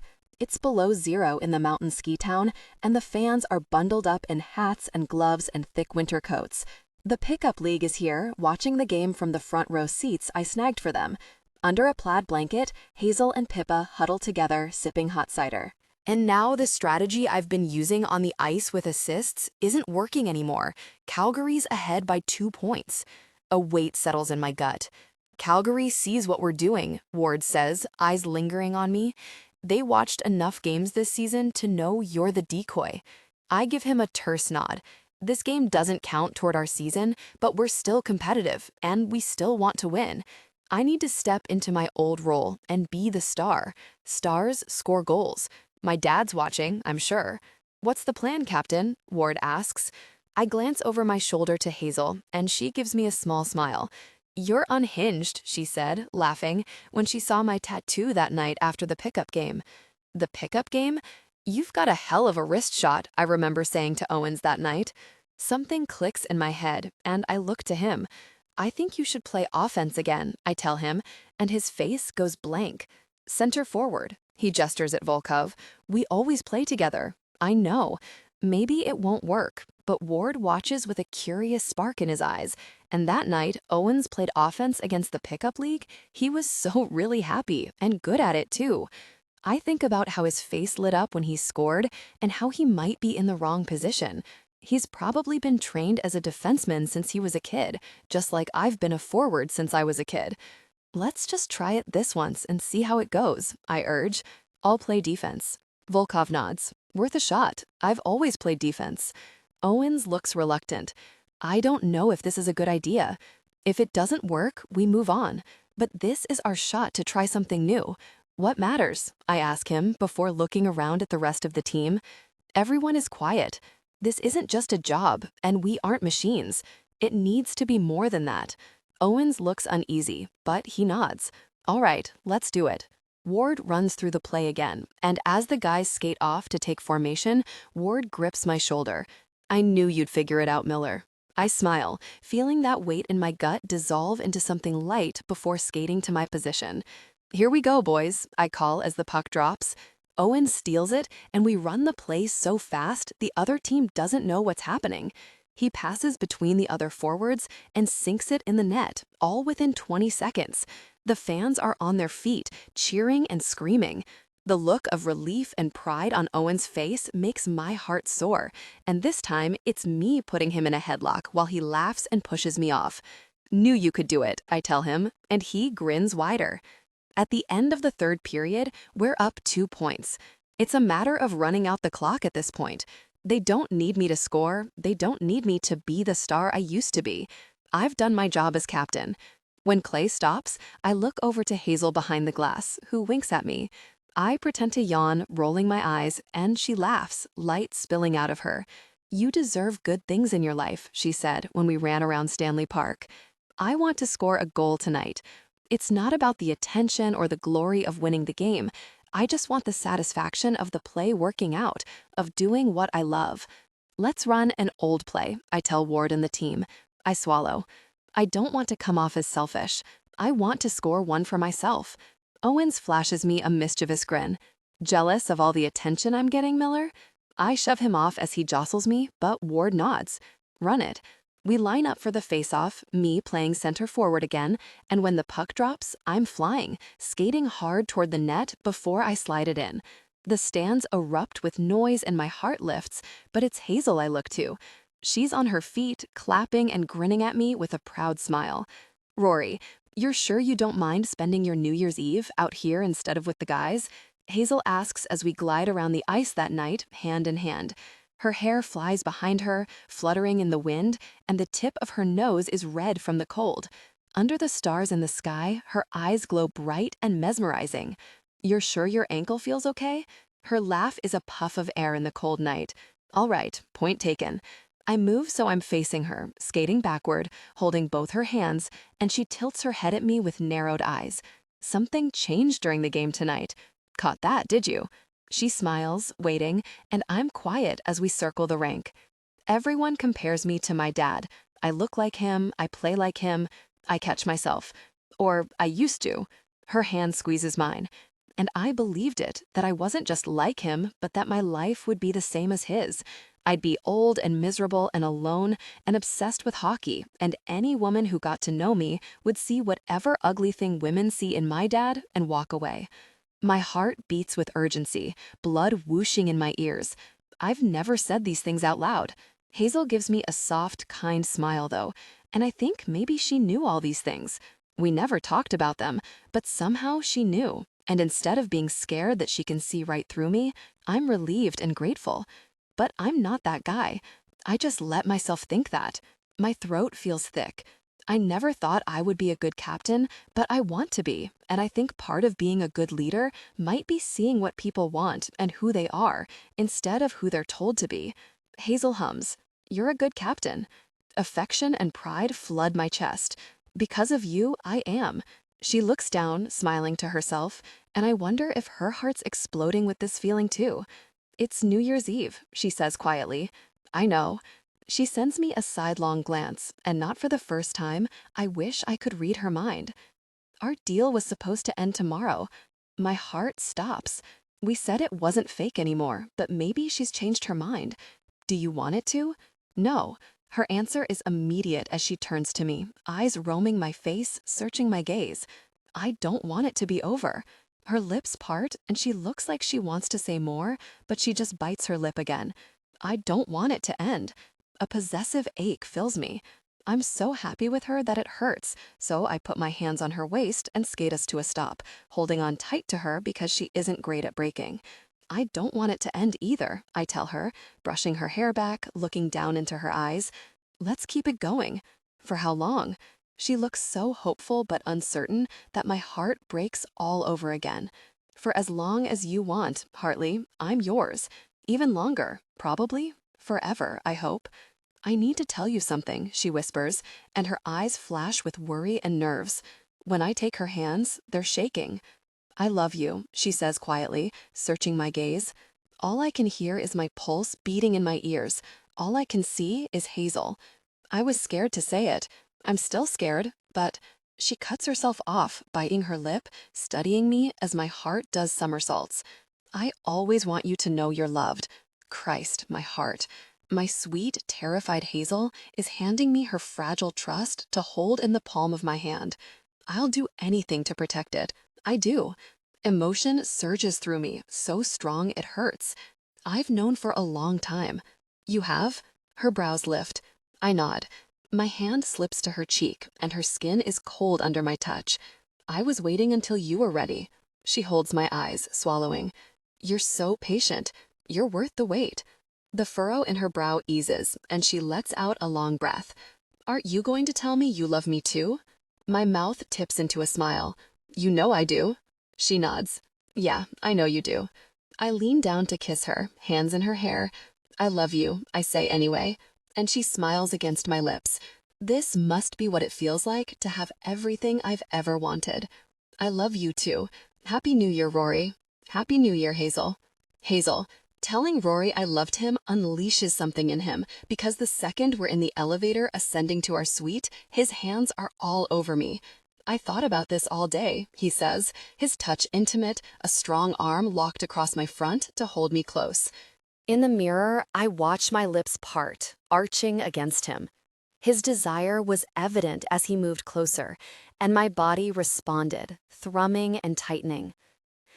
The elevator stops at a floor that isn't ours, and Rory takes his hand back, straightening up. The doors open, someone steps on, and the three of us stand there in silence while my heart hammers and my desire ached for more attention. Rory meets my eyes in our reflection, and he gives me a tiny smirk. I press down on my laugh. He's wild, and he makes me wild, and I can't imagine the trajectory of my life if we hadn't gotten together. Life would be so dull without him. When I'm 100 years old and thinking back on my life, I'll think about being in love with Rory Miller. The person steps off, and before the door is fully closed, his mouth crushes mine, claiming me. On our floor, we stumble to the door of our suite, kissing and laughing and fumbling for the keycard. We're not even inside yet, I laugh as he pulls my jacket off. Hurry up then, he says. My sweater is off the second we step in the door. His follows. The path to the bedroom is a trail of discarded clothes. Rory's hands are everywhere on me. His mouth is urgent, pressing kisses down my neck before returning to my mouth, coaxing me open. He slips an arm around my waist to hold me upright while he yanks my leggings off, before his gaze drifts over the cream lace set I'm wearing. His eyes glaze, and he lets out a heavy breath before he hooks the bra cups down, his touch intimate. My pulse quickened, and I sighed as his mouth worked, sinking my fingers into his hair and tugging lightly, pulling a deep moan from him. It's not sex with Rory, it's so much more. His pants and boxers disappear, and he removes my bra and underwear in a distracted way that makes me smile. His desire was evident as he handed me my jersey. Put this on, he says in a rough voice, eyes going dark, and a shiver runs through me. I'm independent and strong and self-sufficient, but I'm powerless against Rory's possessive, demanding side. I slip the jersey over my head, the fabric brushing against my skin as I pull my hair out of the neckline, and Rory's gaze roams me with territorial heat. I lean up on my tiptoes to kiss him, savoring the feel of his mouth on mine, the light scrape of his stubble on my chin, the feel of his sculpted chest under my palms. We kiss for maybe 10 seconds before his hands are on my hips and he's turning me around. We've bumped up against the dresser, and above it sits a large mirror. I meet Rory's hot gaze in the reflection, just like in the elevator, and his mouth hooks up. I love seeing you in my jersey, Hartley. His teeth nip my neck, and I press back into him. His hand drifted intimately, and more heat blooms inside me while I watched his hand work in the reflection. I love when you play nice for me. His eyes sear me, watching with satisfaction, and my desire grew. Rory. His touch became more insistent, and my eyebrows pull together. I don't want to wait. Greedy, he murmurs. So really greedy for me, aren't you? Every stubborn cell in my body claws at me to argue, but I nod, sighing with frustration and impatience. I want you. Something pleased and smug lifts in his expression, and he starts toward his bag for the condom, but I stop him with a hand on his arm. Wait, my heart hammers. I don't want to use a condom tonight. Rory's breathing turns shallow. I've never done that before. Neither. I've never trusted anyone to do this, but I trust Rory. I've never loved anyone like I love Rory. You sure? His eyebrow goes up, and his gaze locks with mine, so full of concern. I want to. Do you want to? He gives me that dark, knowing smile. Oh, Hartley, I want to. His mouth returns to mine, kissing me so sweetly. Rory's a perfect mix, cocky and competitive and playful, but with a sweet openness that makes me melt into him. His tongue glides against mine, and I breathe in his masculine scent that's forever imprinted on me. He pulls back, turning me to face the mirror, his hand heavy on my shoulder for leverage as he positioned himself. I flatten my hands on the dresser, bracing myself. My thoughts stop as they connected, and in the mirror, I see my parted lips, his slack jaw and pinning gaze, his big hand on my shoulder, tightening against my jersey. Gosh, he chokes out as they came together. This changes things. Holy gosh, Hazel. He leans closer, connecting deeply inside me while a shudder rolls through me. You feel so good, he groans in my ear, and I could reach a peak from hearing Rory's pleasure alone. He moved within me, hitting a spot inside me that scatters sparks up my spine. It's so intense this way, I moan. I know. His hand tightens on my shoulder, holding me steady while he moved with a steady rhythm, and my nerves start to fray. So really good with you, Hazel. You're exactly what I need. Rory taking his pleasure sends another ripple of heat through me. I responded to his presence, and a groan rumbles out of him. In the mirror, his eyes burn hotter. You like hearing that? His voice is a low tease in my ear, watching my reflection. You like hearing that you were exactly what my life was missing and that every moment is better with you? My gaze drops to the tattoo over the chiseled muscle of his torso, and I nod. Good. He hits a particularly sensitive spot, making me whimper. Because you're so really perfect, Hazel. His movements quickened, and a lock of hair falls into his eyes as he watches me in the mirror with a hungry look. I moan again, pressing back into him. The way Rory's touch affected me is making my blood heat and thicken, and I can feel the peak building low in my stomach. Yes, baby, just like that. Keep taking it. His eyes are feverish, and the heavy ache of desire tightens. His gaze drops to the jersey I'm wearing, and his nostrils flare with pride. As fully as you can. My desire intensified, and the feel of their intimate connection with nothing between us, it's like nothing I've ever experienced. His eyes clench tight, like he's grappling for control. I'm so really close, Hazel. Not yet, I moan. He shakes his head, gaze returning to me with a drugged, desperate look in his eyes. Not yet, he repeats to himself. Not yet, he muttered. You're so incredibly responsive. I clench my muscles on purpose, and his eyes widen. Don't you really dare, Hartley, he says with a laugh. He delivered a sharp, playful touch before he caressed me, squeezing. I'm obsessed with you, he growls, always have been. I tighten again, wearing my own smirk as his jaw ticks. You want to play? He leans forward, surrounding me, bringing his hand to me, drawing intimate circles in a way he knows is going to make me reach a peak. Really antagonist. I hold his eyes in the mirror, clenching tighter, and he shakes his head, wearing that lazy smile, circling faster.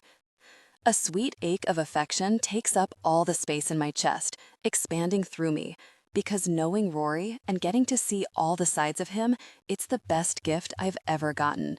Love bursts in my chest, and the tremors start. Rory, I moan, dropping my head.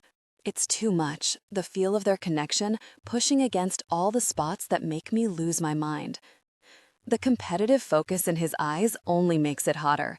I hate to lose Hartley, he grits out.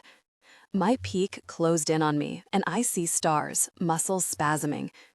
Wave after wave of pleasure ripples through me, but I anchor to the feeling of their intimate connection, his hand gripping my shoulder, and the desperate, possessive look in his eyes as I spin out, shuddering.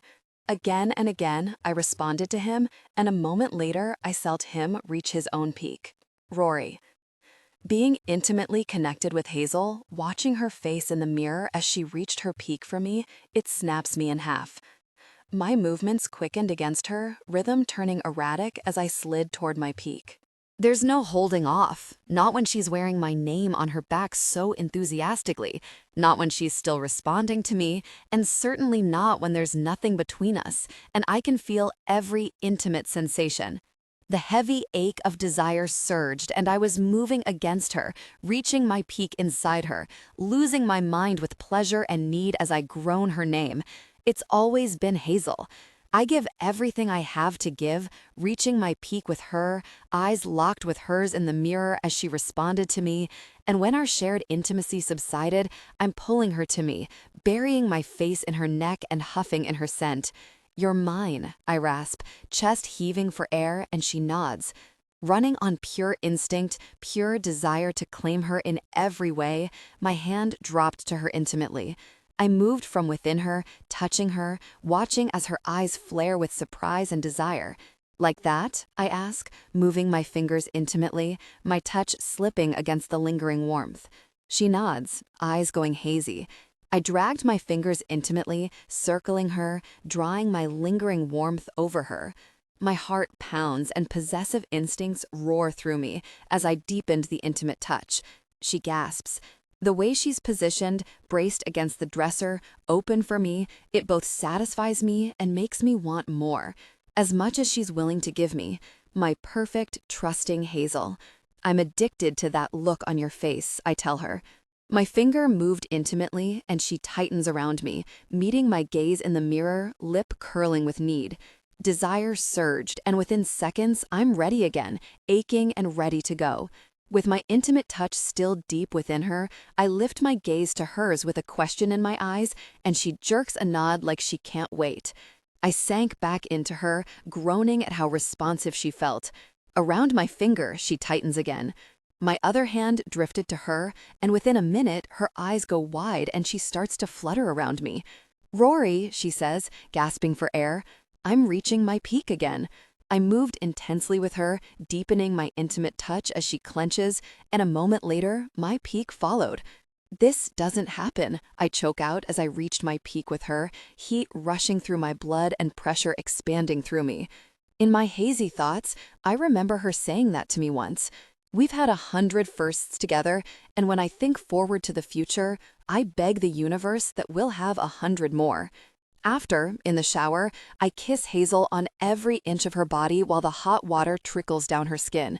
She once asked me what made me feel worthy, and I came up with nothing.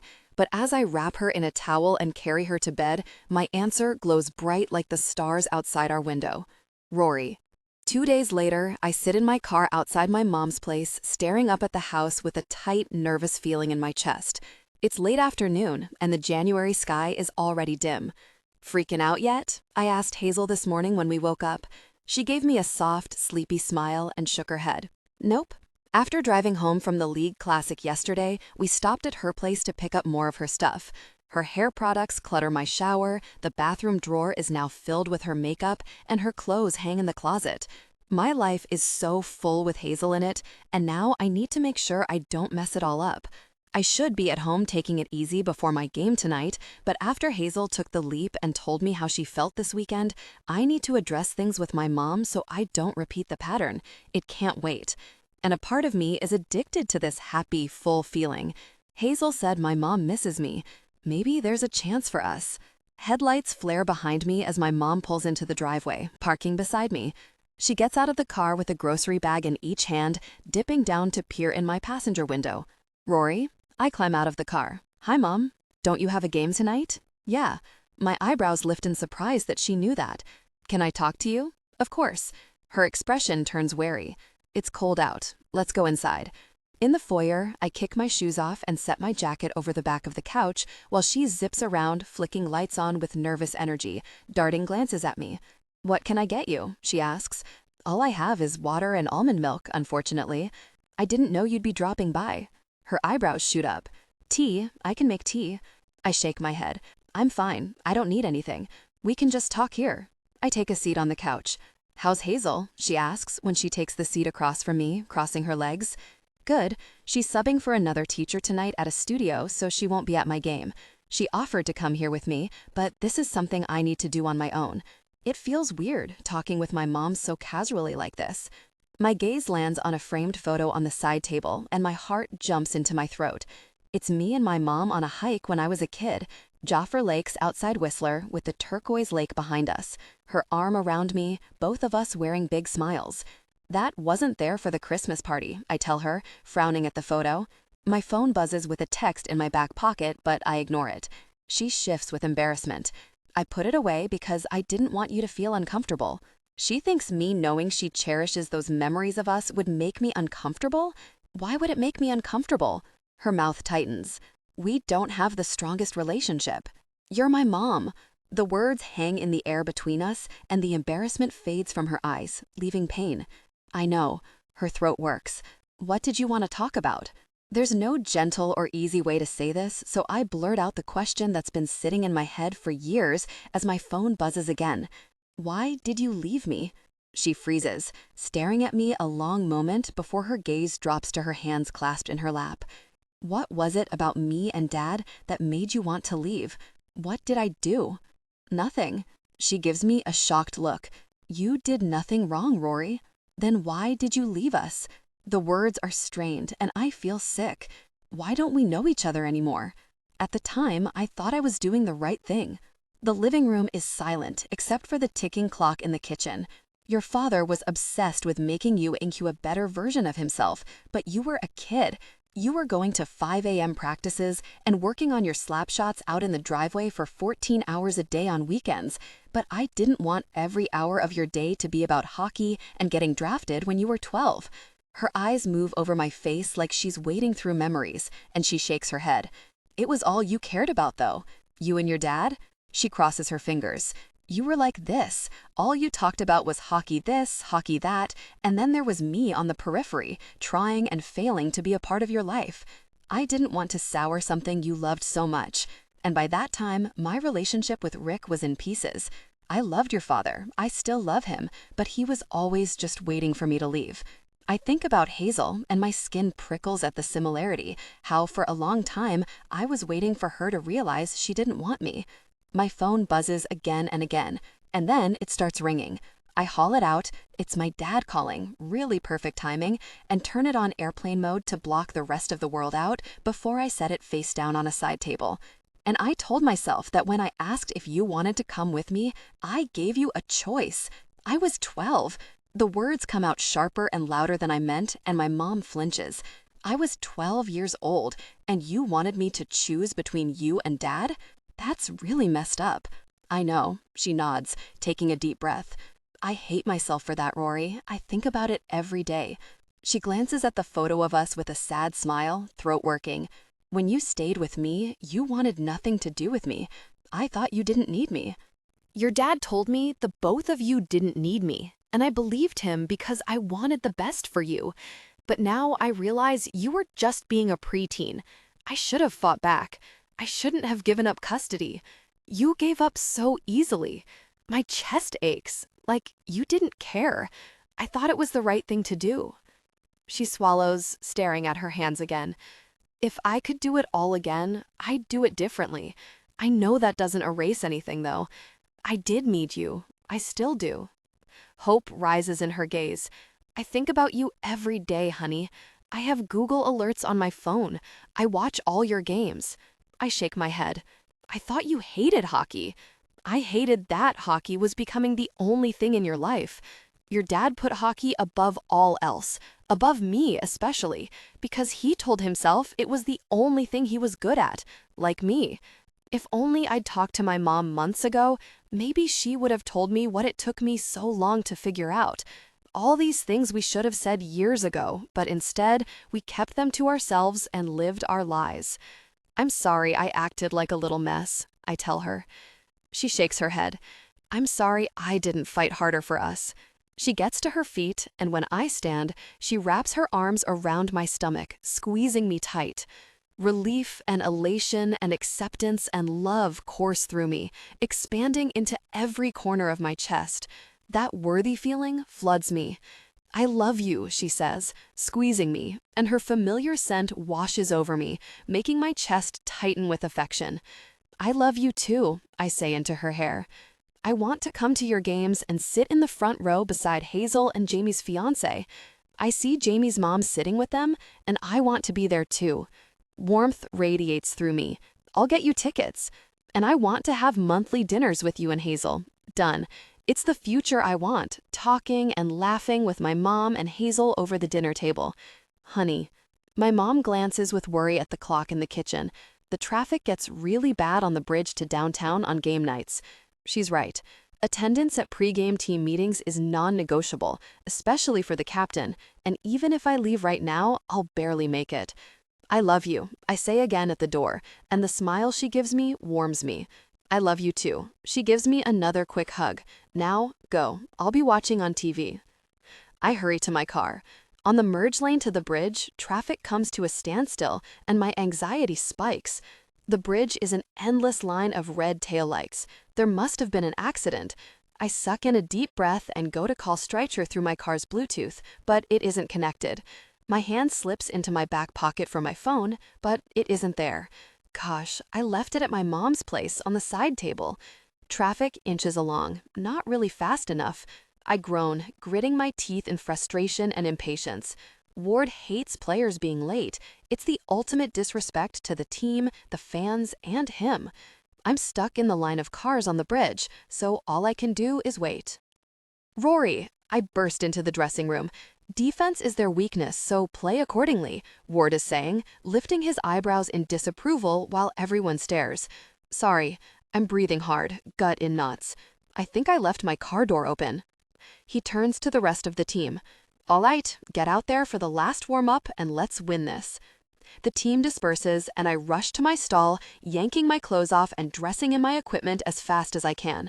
Miller, Ward's still frowning, you're in pre-game press tonight. I nod again, and he's gone. On the ice, I do a few laps before I head to the press station at the side of the rink. The reporter gives me a friendly nod. Good evening. As of this afternoon, an insider with the Vancouver Storm said the team is entertaining trade offers for you from various organizations. My pulse stops. I stare at the reporter, not sure if I heard right. And your father and agent, Rick Miller, she adds, confirmed the presence of these offers. The missed call from him, the texts blowing up my phone. We've seen a different playing style from you this season, and you're no longer the top scorer in the league, she continues, but I'm half listening. How does the Storm organization feel about this when you have the highest salary in professional hockey? She tips the microphone to me while my world collapses. I'm getting traded. I thought Ward was proud and all the pieces were falling into place, but now I'm being traded. I'm getting sent away from the woman I love. She signed a studio lease. She needs to stay in Vancouver. She's going to need me over the next year as she opens her studio. I can't leave her. Before our life together can truly start, it's over. I say the first thing that comes to mind. I'm not leaving. The reporter gives me a strange frown. The decision is up to the coach and owners, not me. Is there another organization you're favoring? No. I shake my head, pulse hammering. I'm not going. My words are sharp. I love this team, I love playing for Tate Ward, and I love my girlfriend. Her job and life are here, and I'm not moving away from her. I can feel the stubborn set of my jaw as I glare at the reporter. I'm not leaving. Hazel. I finished teaching shortly after 9 that evening, but instead of walking home to my apartment, I head to Rory's. Maybe I'll take some photos for him, I think, with a coy grin. Ward has a no phones policy in the dressing room, but Rory will see them after the game. The night is chilly as I walk, and I'm overcome with the urge to text him. When I pull my phone out, though, a slew of messages and missed calls light up the screen. 3 from Pippa, a few from my dad, texts from Hayden, and a handful of other players and staff. Call me, Pippa says. Finally, she answers when I call. Tell me what the freaking is happening. She hesitates. Tell me. People on the sidewalk flinch away from my sharp tone.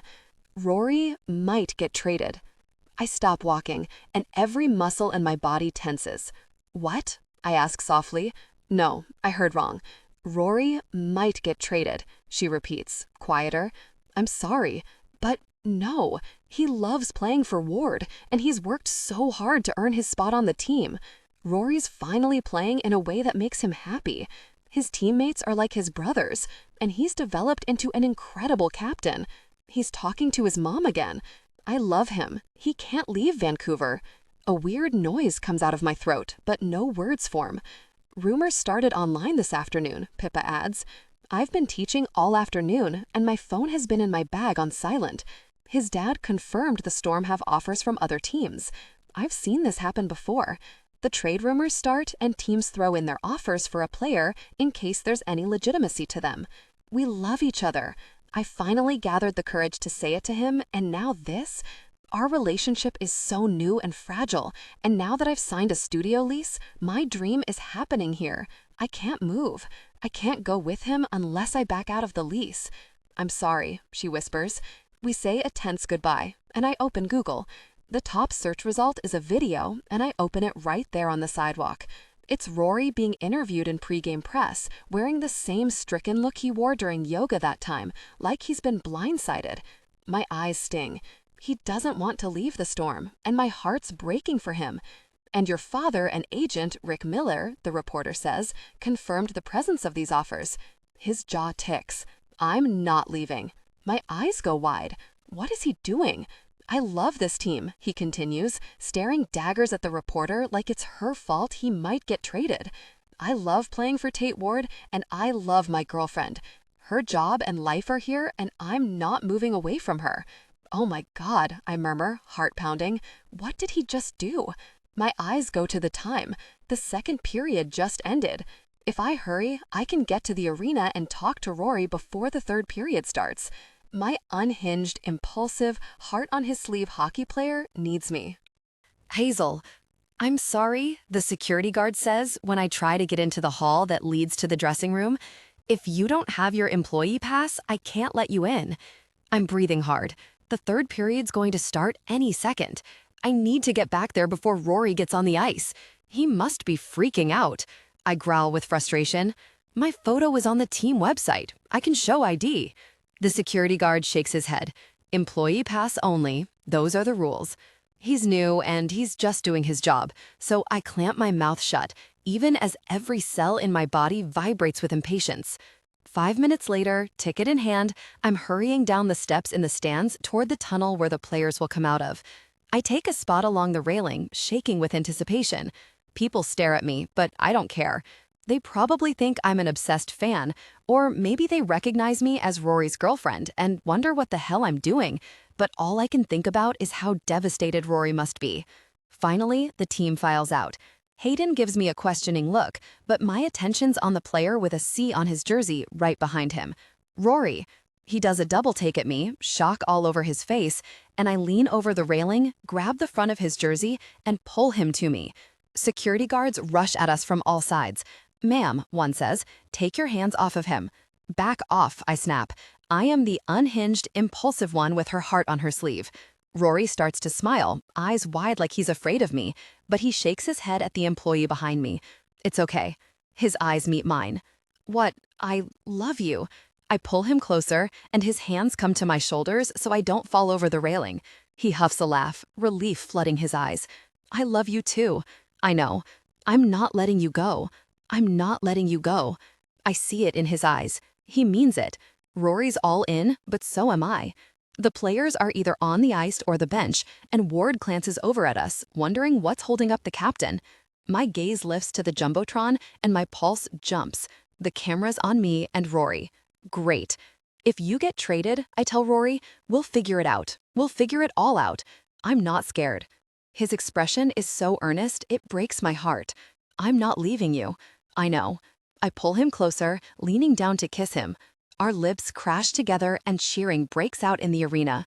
My feet are in the air, and a moment later, Rory's pulling me over the railing, setting me down, kissing me harder. The applause turns into a roar, people hooting and hollering as Rory's hand comes to the back of my head, and he kisses me deeper. I feel his kiss all the way to my toes, warming every nerve and cell in my body. When we break apart to sneak a glance at the jumbotron, our faces are still up there for everyone to see. I can't leave this team, Hazel, he whispers, worry in his eyes. I know. After the game, he says, holding my face, we'll go talk to Ward about the trade, okay? I nod, and he presses another kiss to my mouth. God, I hope Ward keeps him. The idea of Rory playing for another team after everything this season feels so wrong. Miller, let's go, Ward calls. Rory presses 1, 2, 3 more kisses to my mouth before pulling away, and I watch him skate to center ice for the puck drop. For the rest of the game, my stomach is in knots while the fans murmur around us about the trade. Rory. Outside Ward's office, we can hear him talking on the phone, probably fielding calls from other organizations. Nausea rolls through me, but Hazel slips her hand into mine. Freaking out yet? I ask. She shakes her head, eyes steady on me. Nope, I meant what I said about us figuring it out. I start, but she covers my mouth with her hand. I said, we'll figure it out. I sigh, nodding, and she replaces her hand with her mouth on mine.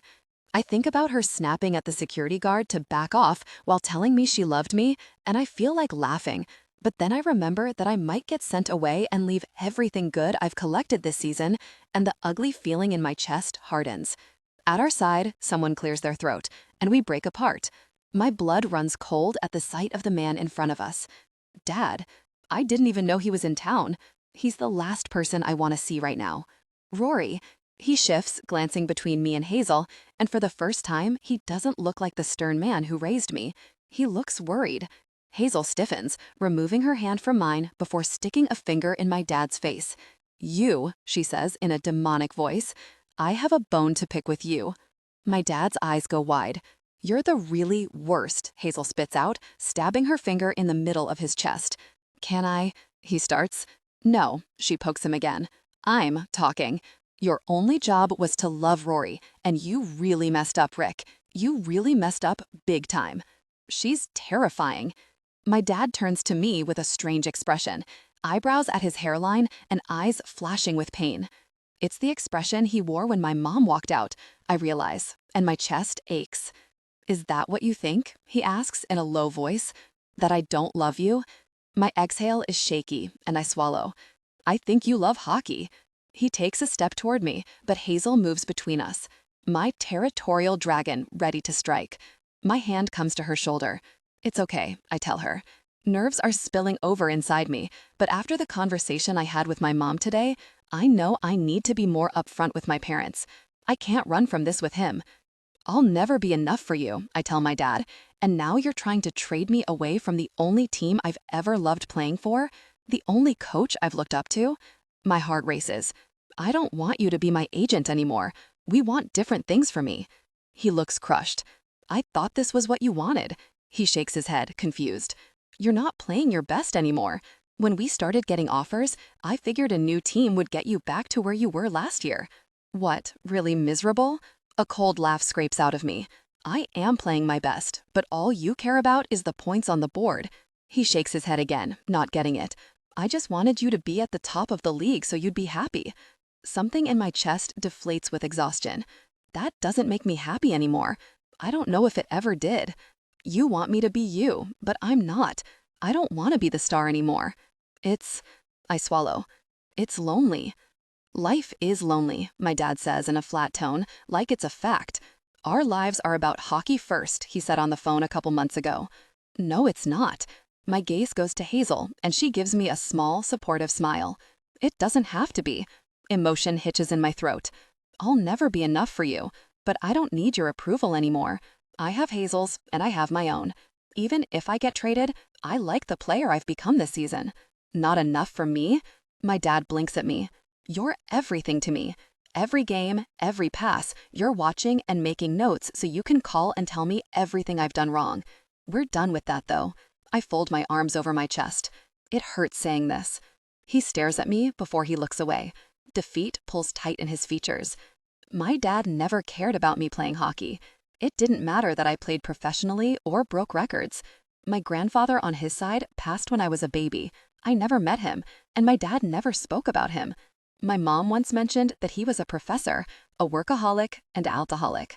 My dad runs his hand over his hair, and it's like looking in a mirror.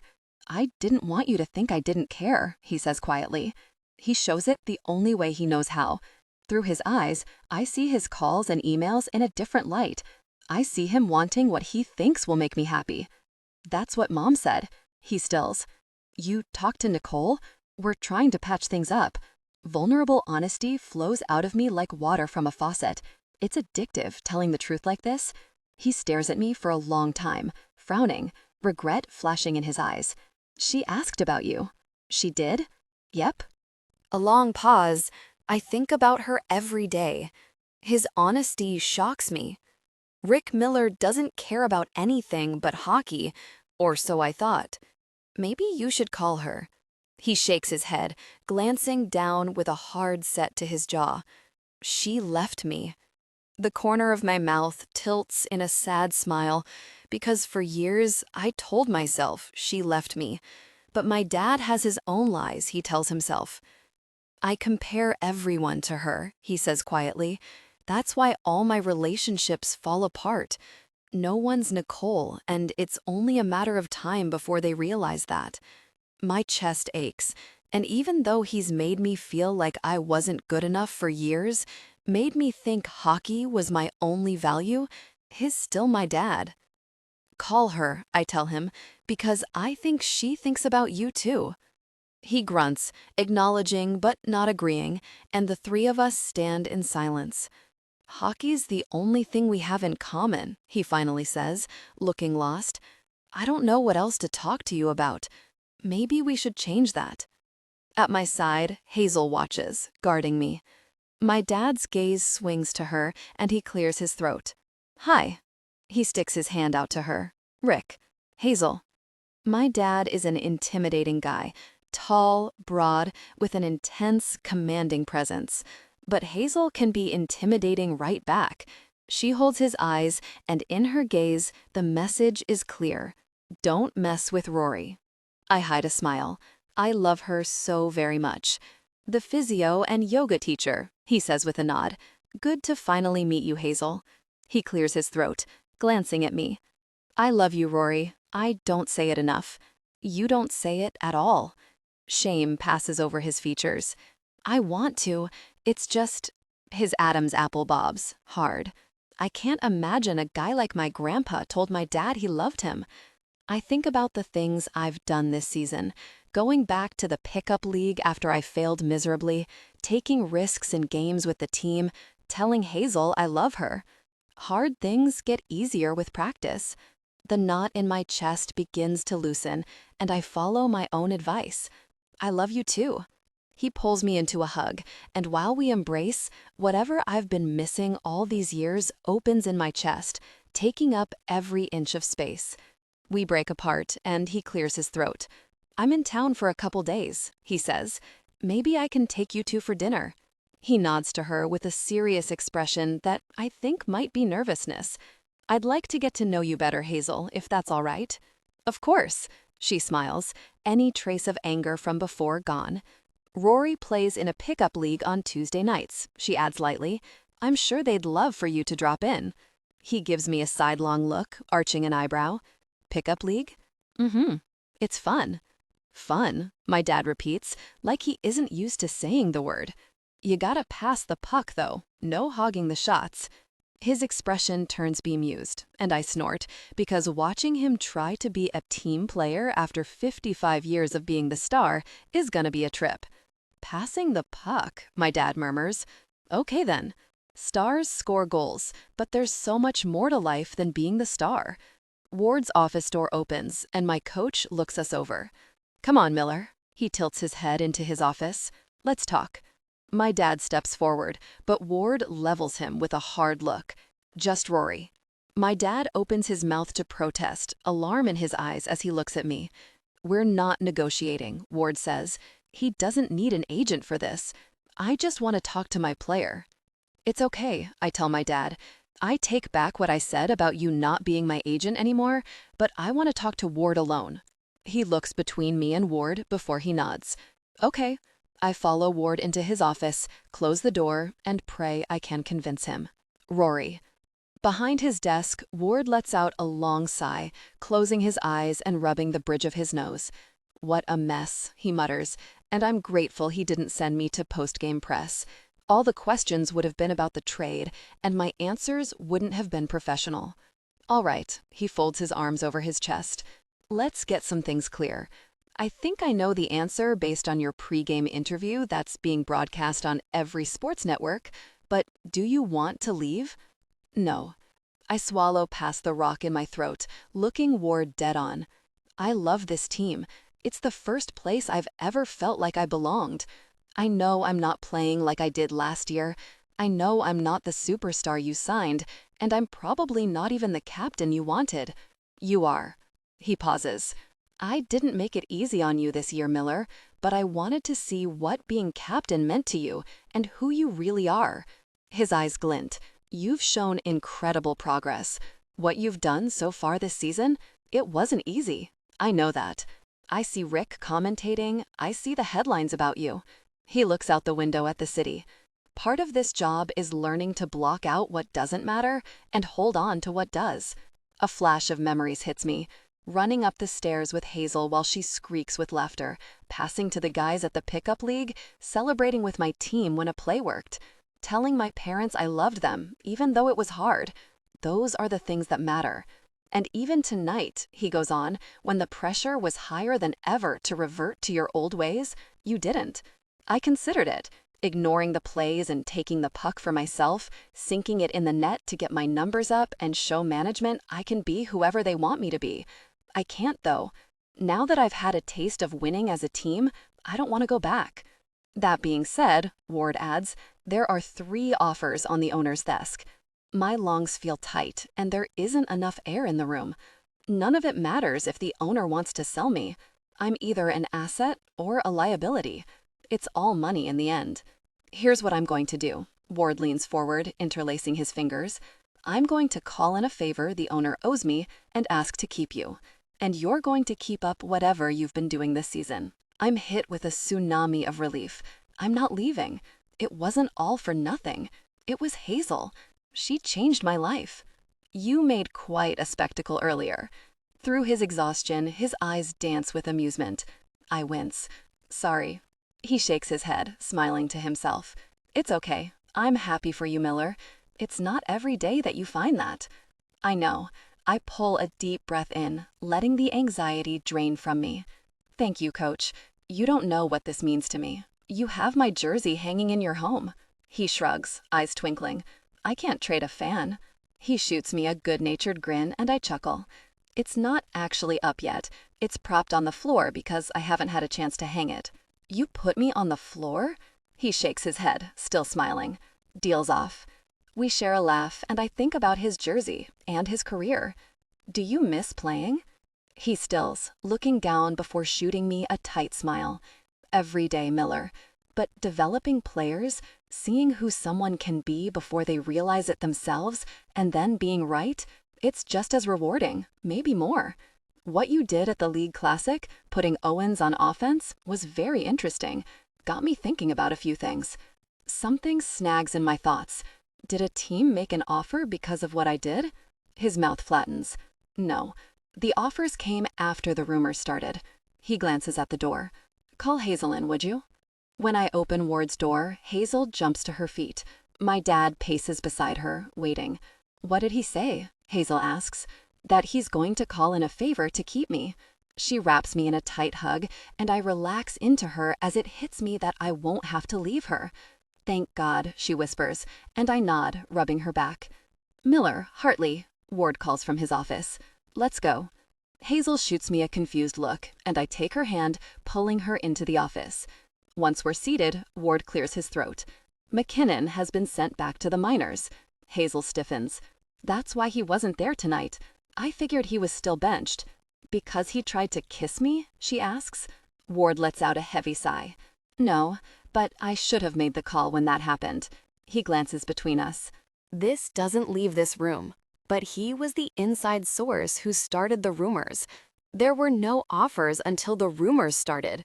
Gosh, I murmur. Yeah, he says, unimpressed.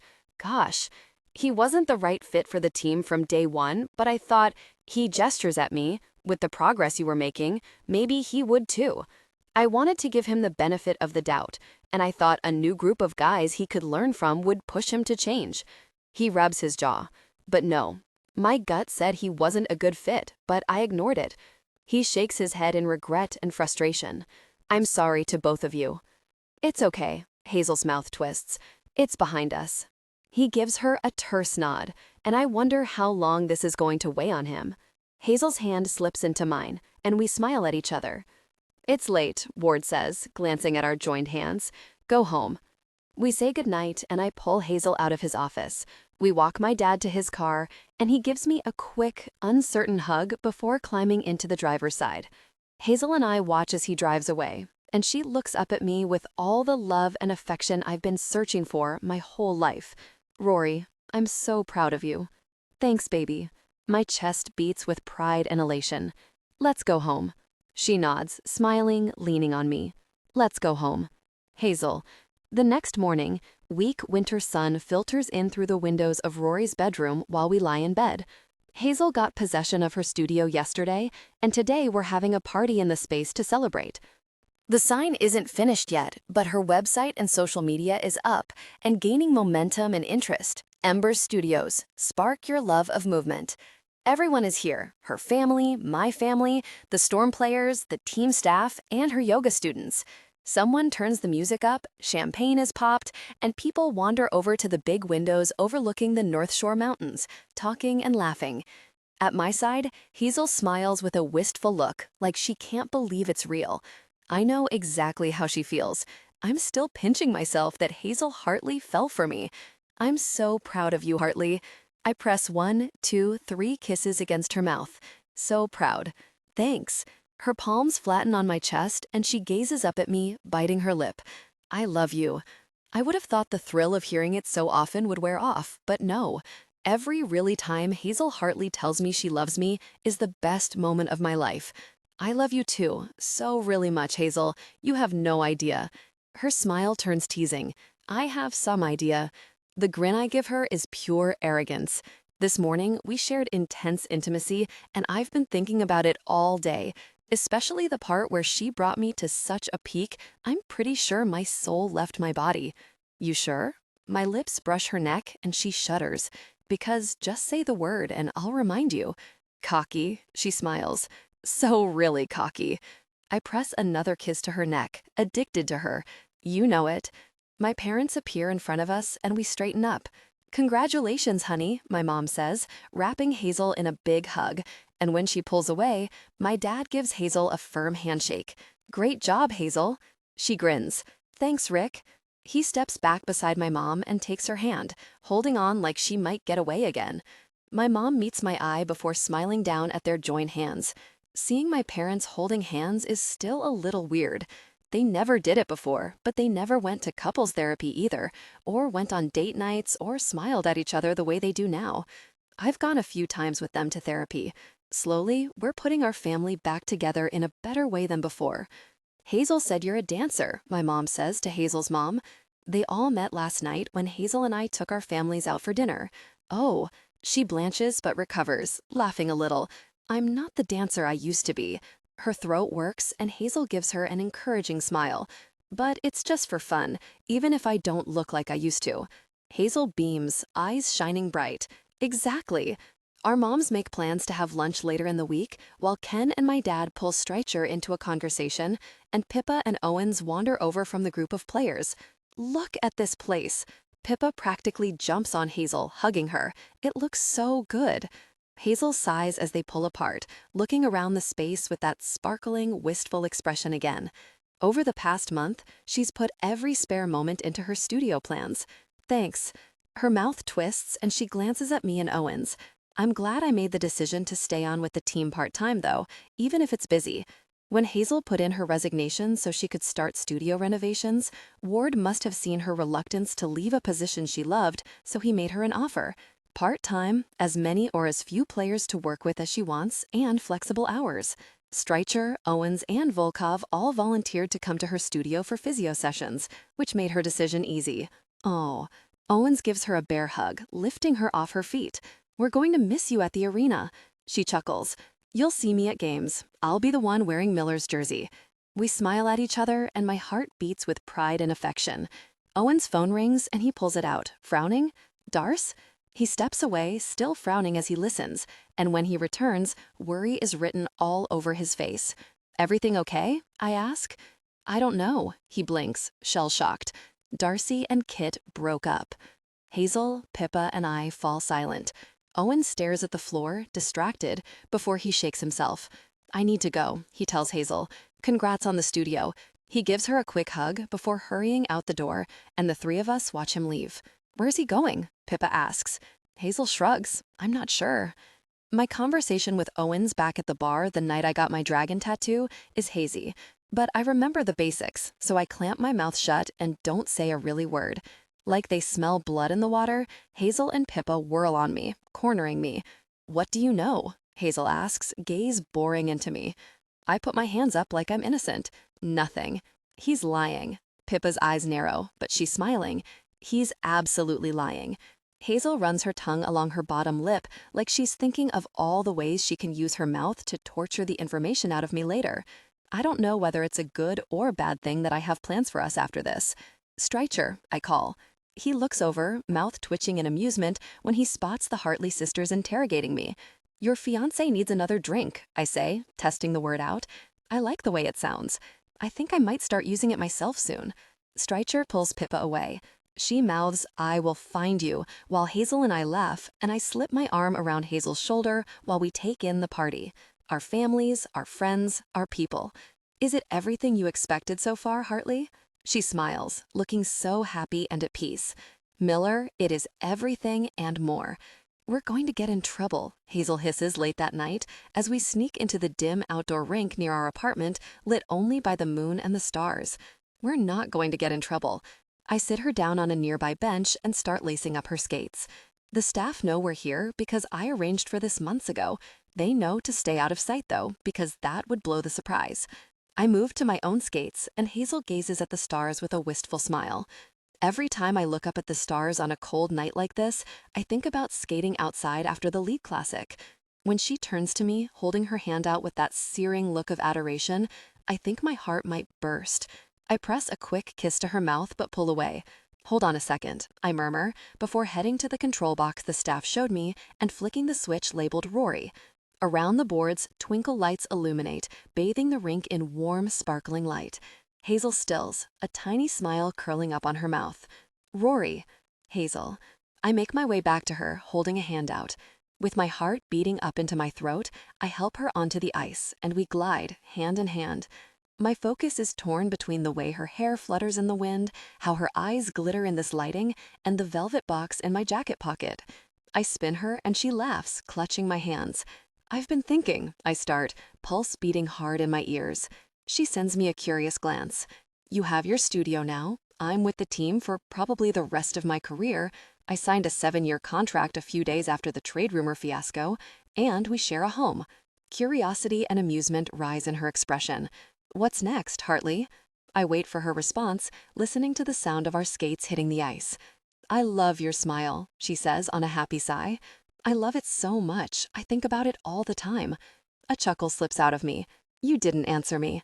"You're going to ask me to marry me," she says, lifting her chin and looking me in the eye. Butterflies burst into motion in my stomach, and I suck in a deep breath, narrowing my eyes at her, teasing her. "Yeah? Mm-hmm." She looks so confident, so certain. "Rory, I saw the ring, and now this." She smiles wider. "You saw the ring?" My eyebrows shoot up, but I'm grinning. "I didn't mean to find it, honestly. Did you like it?" I dragged Pippa and Strycher to the jeweler about 10 times to make sure the white gold band with a cluster of rare blue-gray diamonds was perfect. But if she doesn't like it, I'll toss it out the window and get her whatever she likes. "Yes," she says quietly, throat working as she glances at me. "I loved it. It isn't too flashy?" She rolls her eyes. "It is, but," she laughs, shrugging, "it reminds me of you." A sly, arrogant grin hitches on my mouth. "Huge, expensive, and gorgeous?" She shakes her head, smiling ear to ear, and my heart lifts up into the starry sky. "Yes, all those things. Also, her smile softens and she swallows. 1 in a million. Perfect for me. Everything I didn't realize I wanted. It isn't too soon. I know I'm reckless and impulsive, and we should probably date for at least a year before getting engaged, but Hazel's it's for me. Again, she smiles to herself, shaking her head. Not for us. I hum, nodding with a casual air like I'm not brimming with emotion. So, say I ask you to marry me, then what? Her eyes soften. Then I'll say yes. I move so I'm facing her, skating backward, and when my hands come to her hips, I slow us to a stop, gazing down into her stunning blue-gray eyes. You sure about that? Never been more sure of anything in my life. You can change your mind. She smiles. I won't. I won't either. I know. She tracks my hand as I slip the box from my pocket, and when I kneel, her eyes shine. Hazel Hartley, will you make my very life and marry me? Her smile, it's everything, and I'll remember this moment forever. Yes, Rory Miller, I will. I take her left hand and slip the outrageous sparkling ring onto her finger before I stand and kiss the woman I love, the woman who made me into the best version of myself, the woman I fell head over heels for years ago and who's finally caught up, the woman I can't wait to live the rest of my life with, get married to, have kids with, grandkids. I love you, she whispers against my lips. I love you too, Hartley, and I'll never let you forget it. So you kissed him and there was no chemistry? Wyatt raked his hand through his hair, mouth in a hard line. Kissed him? No. I made a noise of frustration. We never got that far. I spent the entire date talking about... I broke off before I said something embarrassing. Talking about what, bookworm? His dark gaze was back on me. I shook my head, pressing my mouth closed. He took another step toward me, and I backed up, the backs of my knees hitting the bed. Talking about what? I threw my hands up. You. Talking about you. Oh my God, you're so pushy. I rolled my eyes, when really my heart raced, my skin tingled. I had all this energy and nowhere for it to go. I put my hands on his chest to push him back a step, but he grabbed my wrists. A smug grin grew on his features. Paired with his dark gaze, the effect was hypnotic. Me? He raised his eyebrows, cocking his head. His hands scorched my wrists. It was like he ran hotter than normal people. Maybe that was why he was never cold in the water. I rolled my eyes again. You came up in conversation because of the surf lessons. Right, because of the surf lessons. His gaze stayed glued on me, still heated. So you didn't kiss him because it didn't feel right?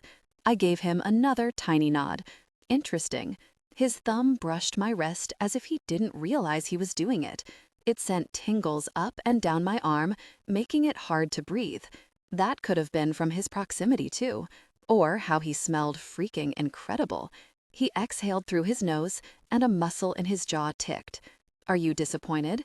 His chest rumbled against my hands as he spoke. I chewed my lip. No. Bex. Nice. His hands clenched my wrists at the mention of his name. But he's just a friend. I swallowed and met his gaze. I was looking forward to making out with someone tonight, but I don't want to do it with the wrong person. Well, that sounded suggestive. Wyatt's eyebrow ticked up, still watching me with that dark gaze, and a shiver rolled down my spine. His warm hands seared my wrists. My heart hammered in my chest. I inhaled a shaky breath, but it caught in my throat when Wyatt pressed his fingers into my wrist. Your pulse, he murmured. I nodded again. Another flutter through my core, another clench around nothing. He watched my face with heavy-lidded eyes. It's been a long time since you've kissed someone, bookworm. Another nod from me. I don't want you to be out of practice. His gaze dropped to my mouth, and he cleared his throat. You know, for when you meet the right person. Right. I don't want to be out of practice either. I swallowed again, watching the curve of Wyatt's mouth, noticing the rise and fall of his chest against my hands. My hands tensed, my nails dug into him, and his breath caught. So we should practice. I lifted a shoulder in a half shrug. Casual, so casual, like Wyatt. He frowned, like he was torn. He glanced from me to the window, then back to me, then to the bed behind me. My desire grew, and I almost whimpered. That never happened, and definitely not from standing beside a guy for a few minutes. I watched his mouth again. I wanted to kiss him. Just one. That would be enough. You know what? Forget this. I raised up on my tiptoes and kissed Wyatt. Okay, I am ready. Please paste the content you want me to rewrite.